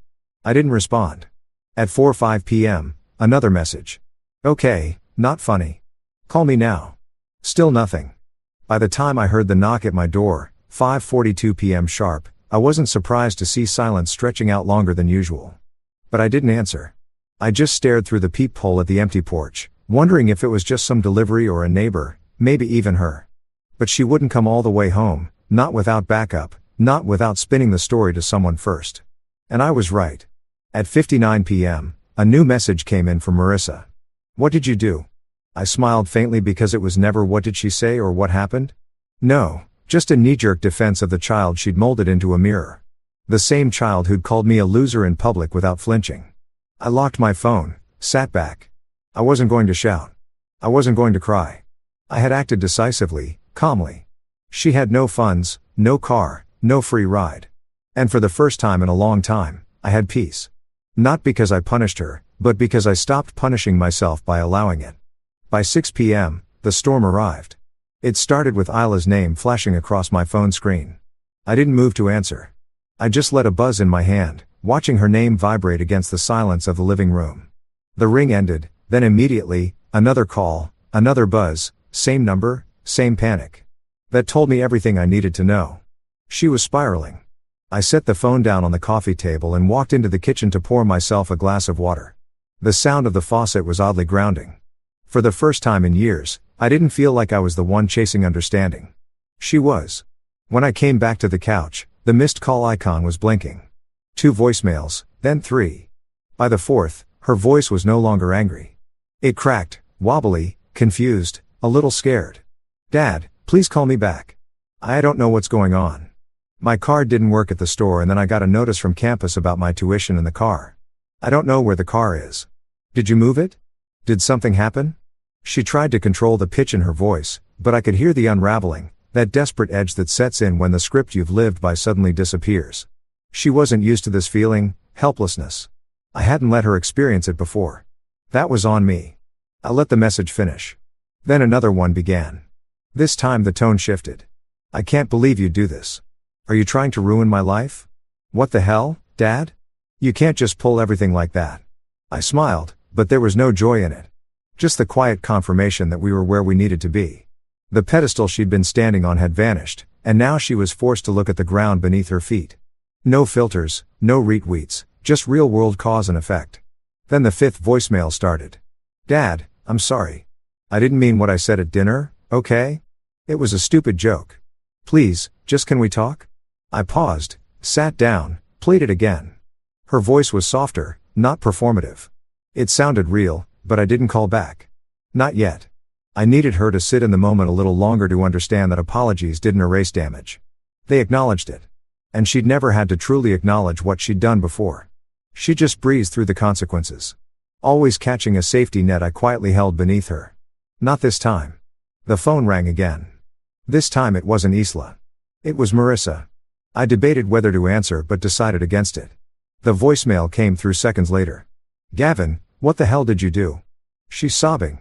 "I just got off the phone with her RA and she's in her room crying because she can't get to class, can't pay for anything, and her friends are all asking why she's borrowing money. This isn't how you parent." There it was, the pivot. No concern for what got us here. No thought about how I felt the night before. No ownership of the poison she'd let grow between Isla and me. Just a spotlight turned back toward me as if I had committed some cardinal sin by finally saying enough. I played the message twice, not because I needed to hear it again, but because I wanted to make sure I didn't misinterpret the tone. There was no worry in her voice from my experience. No, it was panic because her version of the story, the glossy perfect mother of the year illusion, was cracking and cracks get noticed. I sat quietly for a few minutes staring at the wall above the fireplace. A photo of Isla and me at the lake 2 summers ago still hung there. She was laughing, really laughing, not that curated half smile she gave her mom's camera. Her arm was around my neck and we were both drenched from a canoe mishap. It felt like a lifetime ago. Back then, Dorian was just mom's new friend, and I was still the person Isla called when she wanted advice on science projects or what kind of sneakers to get. Then came the yacht trips, the personal stylists, the rebranding of a child into a socialite. And now I was the problem. I shook my head and turned the phone over. The screen lit up again. Another message from Marissa. "You're hurting her to make a point. That's not parenting. That's punishment." That one almost made me laugh. Not a real laugh, just a breath through the nose. The kind you make when irony hits too close to home. Because for years, I had watched my daughter get slowly pulled away from me, reprogrammed to see me as the lesser parent, if even a parent at all. And I let it happen. Why? Because I didn't want to be the one who made waves. I thought staying calm, being patient, would prove my love. But love isn't supposed to make you disappear. And now when I decided to reclaim my place, I was the villain. The night dragged on. The phone kept buzzing. More calls from Isla. More voicemails from Marissa. By the 9th message, Marissa's voice was afraid.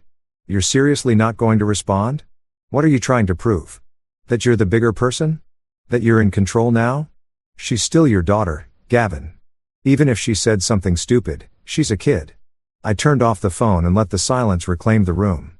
This wasn't about control. It never had been. It was about visibility. It was about value. It was about not allowing love to become a one-sided currency that only flowed when I was useful. They could call it punishment if they wanted to. I called it a reset, a necessary one. And if Marissa didn't understand that, well, that wasn't new either. The next evening, I was making tea, no sugar, just green with a hint of lemon, when my phone buzzed with a blocked number. I almost let it ring out, but something in me said to pick up. Maybe it was curiosity. Maybe it was instinct. Either way, I answered and said nothing at first, waiting to see who thought hiding their number would hide their agenda. "Gavin. Hey, it's Marissa." Her voice came through smooth, tight, rehearsed. I stayed silent. She cleared her throat. "Look, I know the last couple of days have been tense, but I think we should talk. Actually, I have Dorian on the line, too." Oh, there it was. I imagined her sitting in their penthouse kitchen, probably sipping imported wine, sliding the phone across the marble counter to her husband like they were running a boardroom. The same man Eslock couldn't stop quoting. The same man who, for all his wealth and charm, had never once offered to pitch in for anything related to her education. "Hi, Gavin," Dorian said, his voice a well-oiled version of sincerity. "Look, I know things got heated, but I wanted to reach out, Monto man. Isla's upset. We all are." "Really?" I didn't answer immediately. I let him swim in that silence for a bit. Let it weigh on him the way his name had been weighing on me lately. Every dinner, every phone call, every subtle jab from my daughter that carried his fingerprints. "I understand she said something hurtful," he continued. "Teenagers say things. You know how it is. I said worse to my father at that age." "She's not 16, Dorian," I said finally. "She's 21, a college junior. She's old enough to rent a car and sign a lease. Words matter." A pause. Then his velvet voice returned. "Of course. Absolutely. But I think we're all just looking for a way forward here. You've always been a great provider, and I think Eslock just took that for granted. If we could maybe unfreeze the tuition, talk about the car situation. Maybe," I interrupted, "you can pay her Ivy League tuition." There was a crack in his tone after that. Not loud, but enough. He didn't laugh. Didn't respond right away. Just that slight hitch of a man suddenly unsure where his feet were planted. "That's not really something we planned for," he said, slower now. "Marissa and I have joint commitments. We're investing in a development project in Tahoe. You know how it is, cash flow." "And so no," I said. Another silence. Marissa jumped in, her voice clipped. "Gavin, let's be adults about this. Isla's future is still secure," I replied. Calm as ever. "She's not out on the street. Her education is still within reach.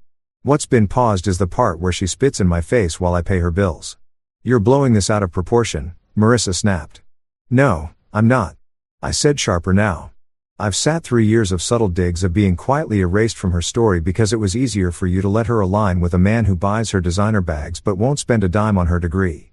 So, I asked him if he'd like to help. Turns out his generosity ends where his credit limit begins. Now, hold on." Dorian started the charm slipping. "No, you hold on," I said. "You walked into a family and thought your money gave you gravity. It didn't. It gave you distraction. You gave her gifts. I gave her grounding. And the second she decided one mattered more than the other, I adjusted accordingly. They were both quiet. I could almost hear them recalibrating on the other end, searching for the next angle. Dorian was the kind of man who always thought he could outtalk a problem. But this wasn't a negotiation. This was a consequence. And I wasn't interested in making him feel better about it. "I'm not here to make Isla suffer," I added. "I'm here to stop suffering in silence. She's just confused," Marissa tried. "You're the stable one. You always have been." "No," I said. "I was the invisible one, the silent donor, the man who raised her to feel secure, only to be left in the background the moment someone shinier walked in." Dorian exhaled like he wanted to say something, but he didn't. I continued. "Tell Isla this isn't about revenge. This is about recalibration. If she wants support, she'll have it conditioned on respect, honesty, and an actual relationship with me. Not just a credit stream." "And the car?" Marissa asked. Her voice cracked there. "Just a little.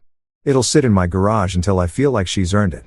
That car was a gift built on years of showing up, but believing she valued what I gave. Turns out that belief was misplaced. I won't sell it, but I won't hand it back until something real shows up in its place." No one said anything after that. "Anything else?" I asked. Dorian cleared his throat again. "No, I think that's clear."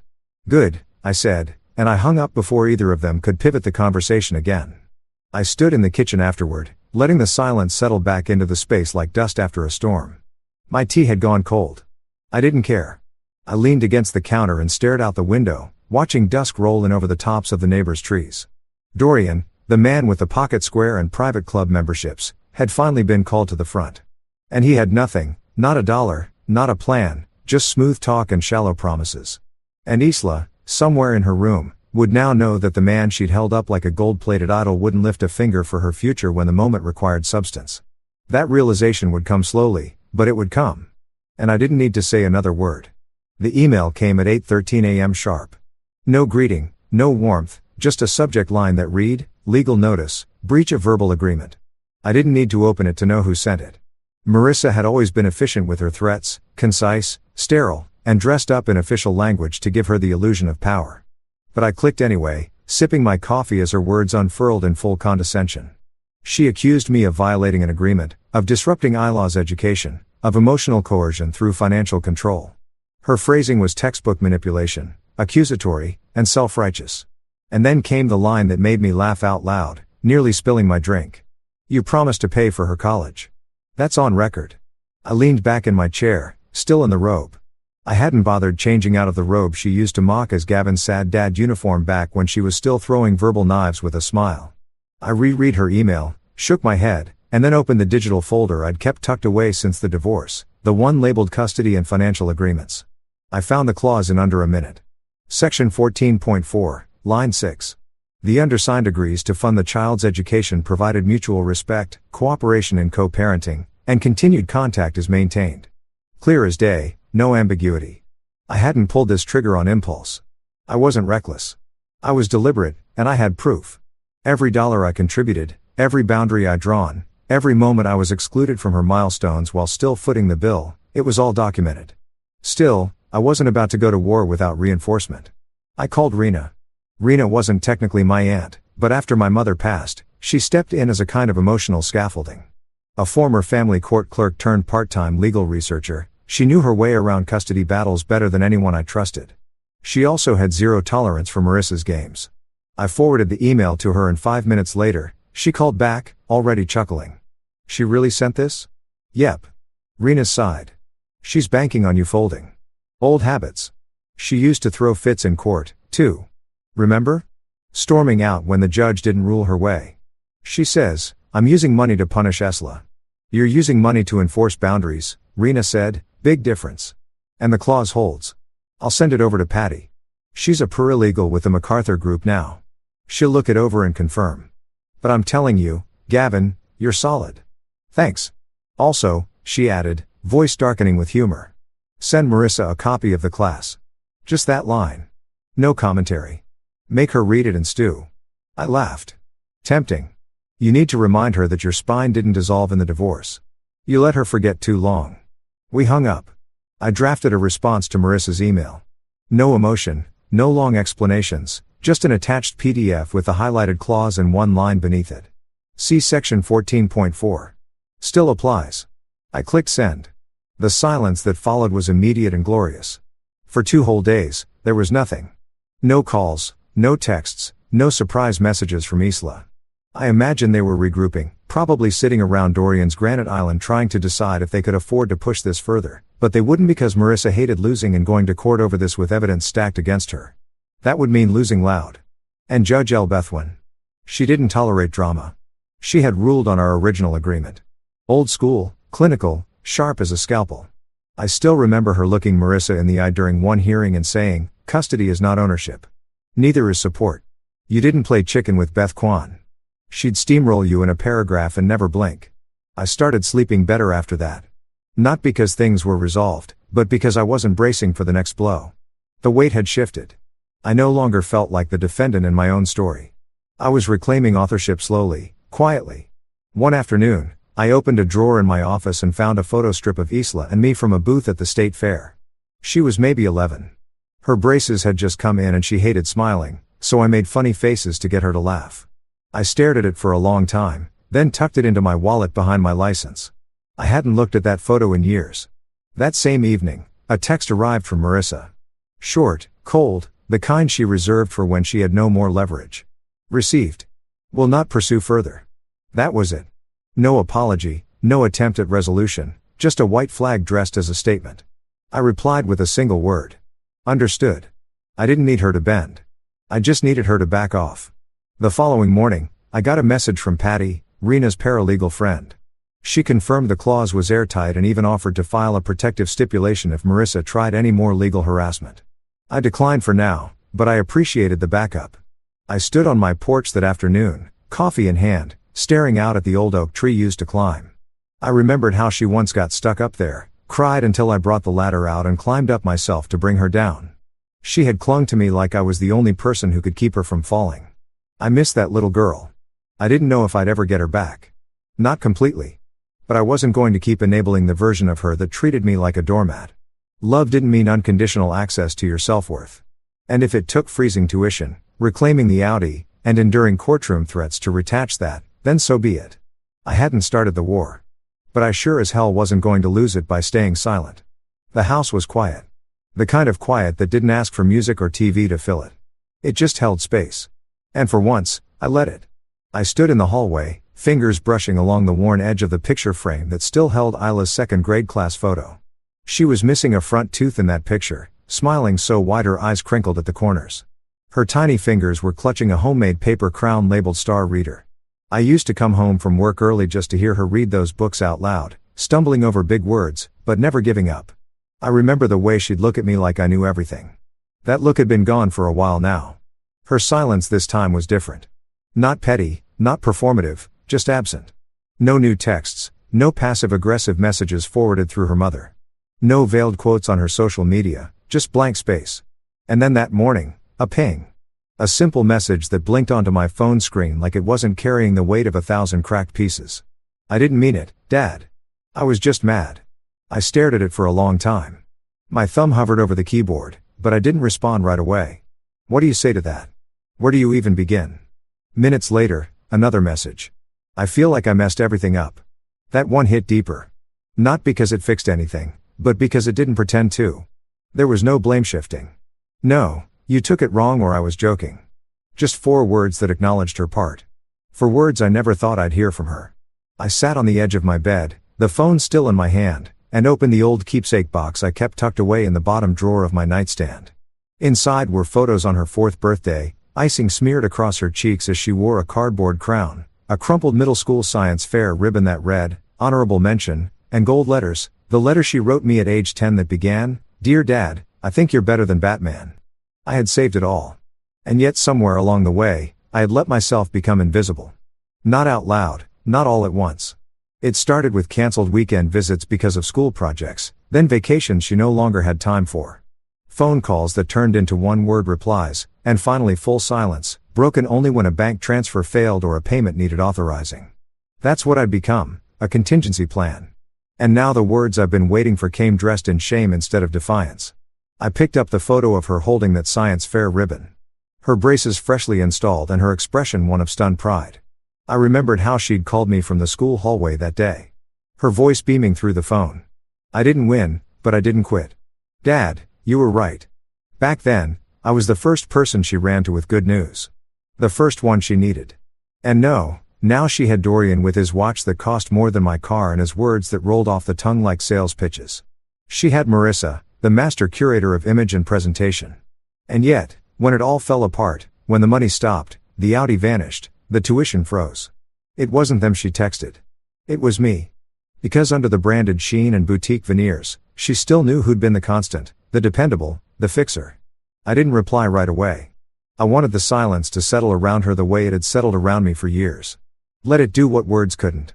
But I needed her to know I saw her message. That it didn't disappear into the void like mine so often had. So I wrote I know. That's it. I didn't say it's okay because it wasn't. I didn't say don't worry about it because she needed to. I said I know because she needed to feel seen, acknowledged without being absolved. Later that night, I made tea and sat on the back porch. The wind had picked up, pushing dry leaves across the deck in little spirals. It was the kind of evening that usually made me feel lonely, but not this time. This time, I felt something else, something quieter, like peace in transit. She texted again. Do you still have the car? I smiled. That was law, half apology, half negotiation. The bridge builder trying to secure safe passage back. Yes, I replied a beat later. Do you think I could earn it back? It wasn't a demand. It wasn't a plea. It was a question rooted in accountability. Maybe, I wrote. But you'll have to show me how much it means to you. She didn't text back right away, but when she did, it wasn't about the car. I miss when things weren't so weird between us. I stared at that message for a long time. I typed, deleted, retyped. Me, too. But weird can get better if we both work on it. No reply came that night, but I didn't need one. I went inside, turned off the lights, and for the first time in months, slept without checking my phone every hour. The next morning, I woke up to one last text. I want to fix this, Dad. I don't know how yet, but I want to. That was all I needed. Not a performance, not a polished apology, just intention. She'd chipped the ice herself. And the girl in the crown, the one who thought I was better than Batman, she was still in there somewhere. And now she was trying to come back. The call came just before noon. I was standing in the garage wiping my hands clean after rotating the tires on my old Civic. Something I hadn't done in years, mostly because I hadn't needed to. But that morning, I felt like fixing something, even if it was just rubber and bolts. The phone rang and I froze when I saw her name, Isla. My thumb hovered over the answer button. I could feel the ghosts of our last conversation standing in the room like silent judges. The version of her that sat across the dinner table, dripping contempt. The voice that called me a poor loser in public, but also the kid who used to call just to tell me she aced a quiz or needed help with her resume. The one who asked for my pancakes every birthday. I took a breath and answered, hey. There was a pause on the other end, then the sound of her exhaling, hi, Dad. Her voice sounded smaller than I remembered, not weak, just stripped of the layers she usually wore to sound older, cooler, more like the curated version of herself that lived online. This was Isla with the filter off. I'm sorry, she said. I really am. I sat on the edge of the workbench and said nothing at first. I wanted her to speak without being rescued, she continued. I didn't mean what I said. I was mad and I knew it would hurt and I said it anyway. I thought you'd just take it. You always take it. That part hit. She didn't mean it as a compliment, but it told the truth. I had taken it for years. The dismissals, the slow erasure, the way she and Marissa rewrote history like I'd only ever been a silent thunder. I'd absorbed it all, hoping things would swing back, hoping love meant never having to force respect. I would have, I said quietly. Until you made me invisible. There was a long silence after that. Then she said, I didn't realize I was doing that. I know, I replied. But that's the problem. You didn't realize because you didn't have to. I made it too easy. Her voice cracked. I feel like I messed everything up. No, I said, not to comfort her, but to correct her. You messed up. Not everything. And you're still my daughter. But we don't get to skip the hard part just because we love each other. She sniffled, and I could tell she was crying. Not performative tears. The quiet kind. The kind you cry alone in your dorm room when the armor slips. I miss you, she said. I swallowed hard. Then let's fix it together. But it has to be real this time. No more calling when something breaks or when you need a check. I want a relationship, not a transaction. She was quiet again. Then, okay, what does that look like? I stood, walked back into the house, and sat down at my desk. I pulled out a sheet of paper. I'm going to help with your tuition. I told her because I still believe in your future. But the Audi stays here for now. And the student card won't be renewed yet. We're going to start over. You're going to earn them. I expected resistance. Maybe a groan. Maybe a quick. You're being dramatic. But none of that came. Instead, she said, okay. I blinked. Really? Yeah. She whispered. I think I need to. Later that day, I emailed her a written agreement, not legal, just symbolic. A contract between a father and his daughter. It had 3 points. 1. Respect is the baseline, not a reward. 2. We speak honestly, even when it's hard. 3. No more Dorian praise sessions at my expense. She signed it within the hour. Marissa texted later that night, so she told me about your little contract. Controlling much? I stared at the message, then deleted it. I didn't need her validation. I wasn't negotiating with her anymore. She could stay in her corner of curated narratives and glass countertops. Isla texted the next morning. I read it again. I want to keep it in my drawer. She'd printed it. Physically, that meant something. The days that followed weren't suddenly magical. She didn't call every hour or send me morning selfies, but she checked in. A real check-in. Hey, Dad. How was your meeting kind of message. Do you still have that chili recipe kind of call and that meant more than the Audi ever could? One night, she sent me a photo. It was of the two of us at the beach when she was 9. I was tossing her into the air and she was mid-laugh mid-flight. Her caption read, I didn't realize how safe I used to feel. I want to get that back. I stared at the image until my eyes stung. She was trying, and so was I, not as the bank, not as the background, but as her father, which meant this was only the beginning. The first thing I noticed was how quiet it got after Marissa stopped texting. Not just in the literal sense. No more unsolicited opinions on my parenting. No more veiled insults, but something deeper, like the static had finally cleared, and I could hear my own thoughts again. It was strange being left alone without being ignored. For years, I'd been present in Ilah's life, yet treated like an intruder. But now that the dust had settled and her calls were consistent, her words less curated, I knew we had crossed a threshold. Rena was the first to say it out loud. Finally. Boundaries, she said, her voice crisp with satisfaction as we sat on her front porch sipping ginger beer. You've been running a charity for too long, Gavin.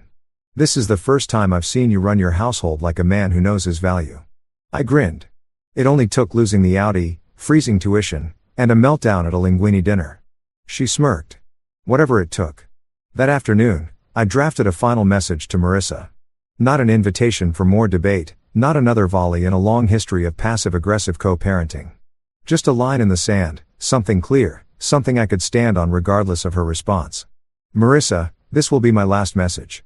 Unless it's about Isla's immediate health or safety. No more games. No more sabotaging co-parenting. No more loyalty tests. If you want Isla to thrive, don't poison her against me again. I hovered over the send button for a moment, then tapped it. I didn't expect a reply, but a reply came. One word, understood. Short, frosty, but controlled. And that told me more than a paragraph ever could. She knew she'd lost control of the narrative. She knew the Gavin she used to roll over with clever digs and condescending smirks wasn't the man on the other end of the screen anymore. And Dorian, the $sign in designer shoes. I hadn't heard from him since the call, no emails, no voicemails, not even a vague threat to reconsider Isla's living situation. Silence. I imagined it aided him not being able to spin his usual charm into another fix. For all his charisma, he never stepped up when it mattered. Isla had learned that too. She told me during one of our calls. He said this was between you and Mom, that he didn't want to get involved. Did that surprise you? I asked. There was a pause on her end a little, but not really. He's good at speeches, not follow through. That's when I knew she was seeing him clearly. Finally, the pedestal had cracked. She wasn't angry about it.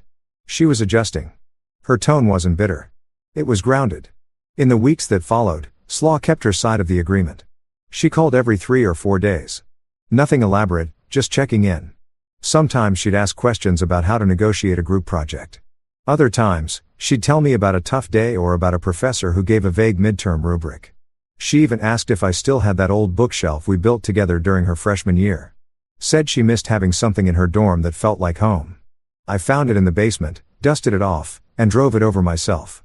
She met me outside her dorm in sweatpants and messy hair, no makeup, no phone in hand, just Isla, the one I used to know.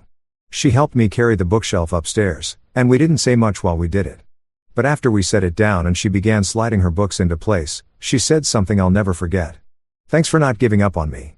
I looked at her for a long second. Thanks for making it worth it. We didn't need more than that. Not that day. After I got home, I sat on the back porch and watched the sun dip below the fence line. There were no new texts from Marissa, no veiled threats from lawyers, just the kind of quiet that means things are working again. Even if the repair is still in progress, I had set the new standard, not just for Isla, but for myself. No more invisible parenting. No more pretending that peace means silence. I wasn't here to be convenient. I was here to be consistent. There's a difference. The next morning, I emailed Isla's school and confirmed the tuition payment. I didn't do it with fanfare. I didn't announce it to her. I just did it because that's who I am. The dad who shows up. The one who pays for the roof. Yes. But also the one who expects the walls to stand up in return. Later that week, I got a text from her. Mom told me you sent her a message. She's been really quiet. I typed back. Good. That means she's thinking. A minute later, you're different now. In a good way. I see it. I smiled at the screen. So are you. I'd spent years thinking love meant giving without asking. That parenting was sacrificing silently without expecting even basic respect in return. But I was wrong. Love is a standard. Respect is a baseline. And this was the beginning of something stronger, something earned. Because Isla wasn't just coming back to me. She was becoming someone I wanted to know again. The Audi sat under a gray tarp in my garage like a forgotten trophy. Every Saturday morning, I pulled it back halfway, just enough to check the tires, wipe the windshield, and run the engine for 10 minutes so the battery wouldn't die. I kept it clean. Not out of nostalgia, but because I still believed in what it could symbolize.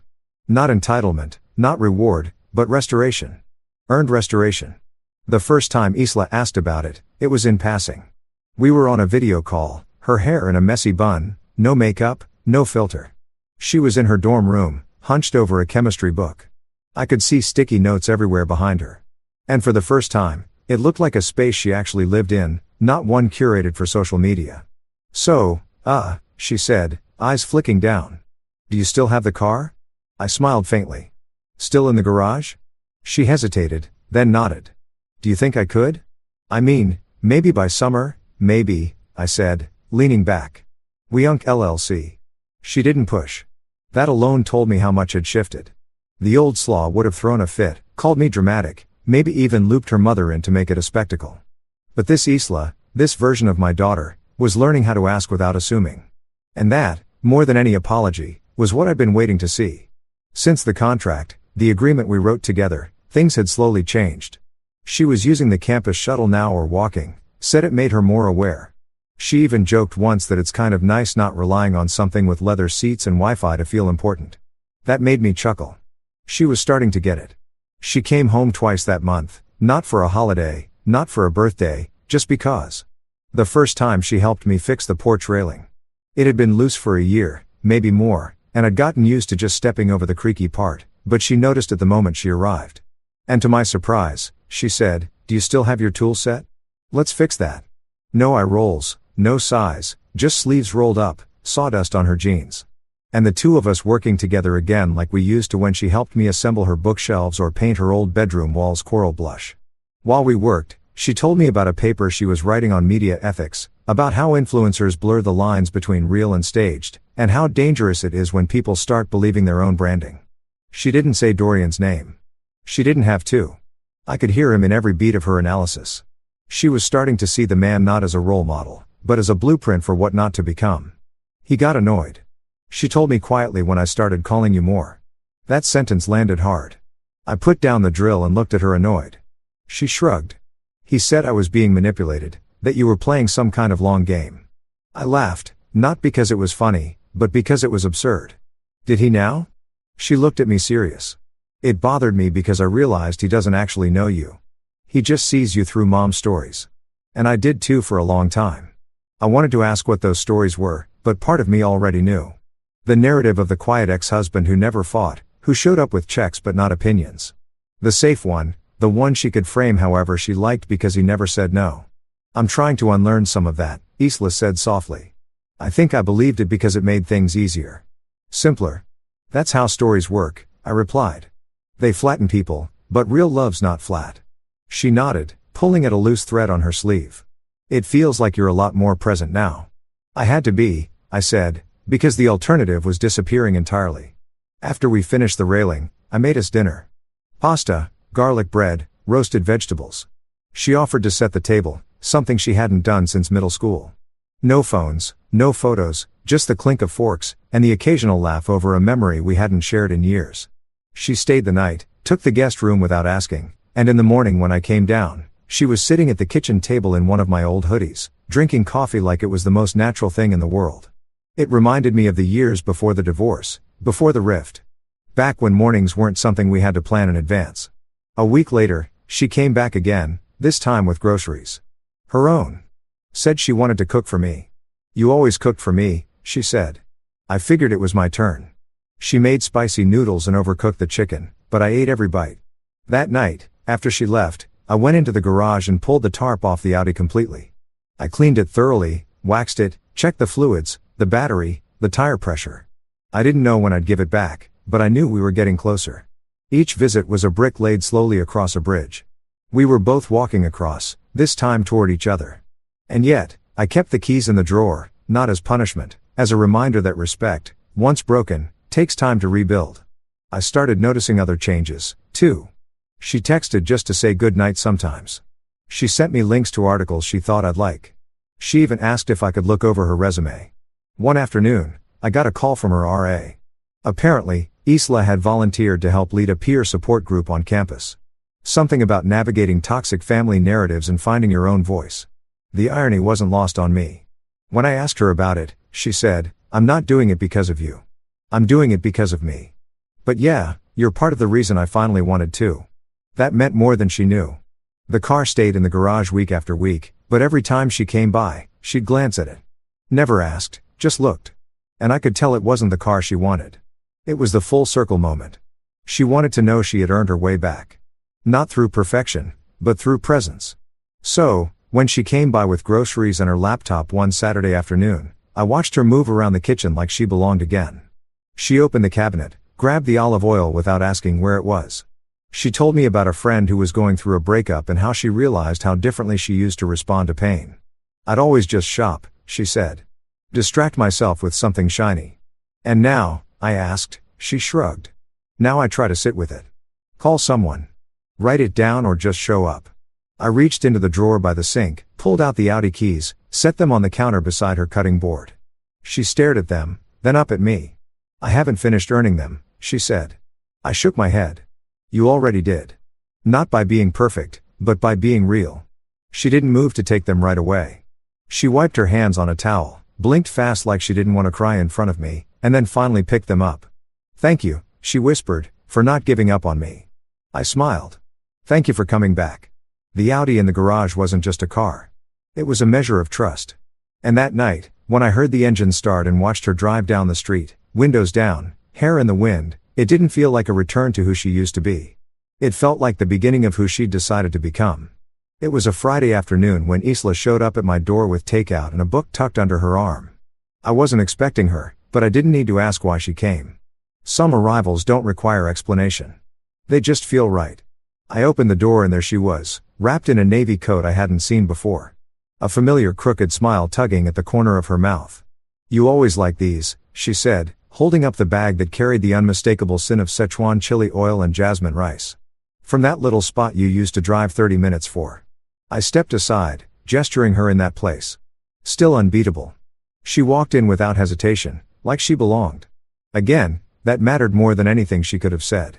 No hesitation, no nervous glances around the room like she was trespassing on something she once left behind. It was comfort. It was home. She moved into the kitchen like she'd never stopped knowing where things were. Set the food down on the counter, popped open the containers, and pulled 2 plates from the cabinet. I didn't say a word.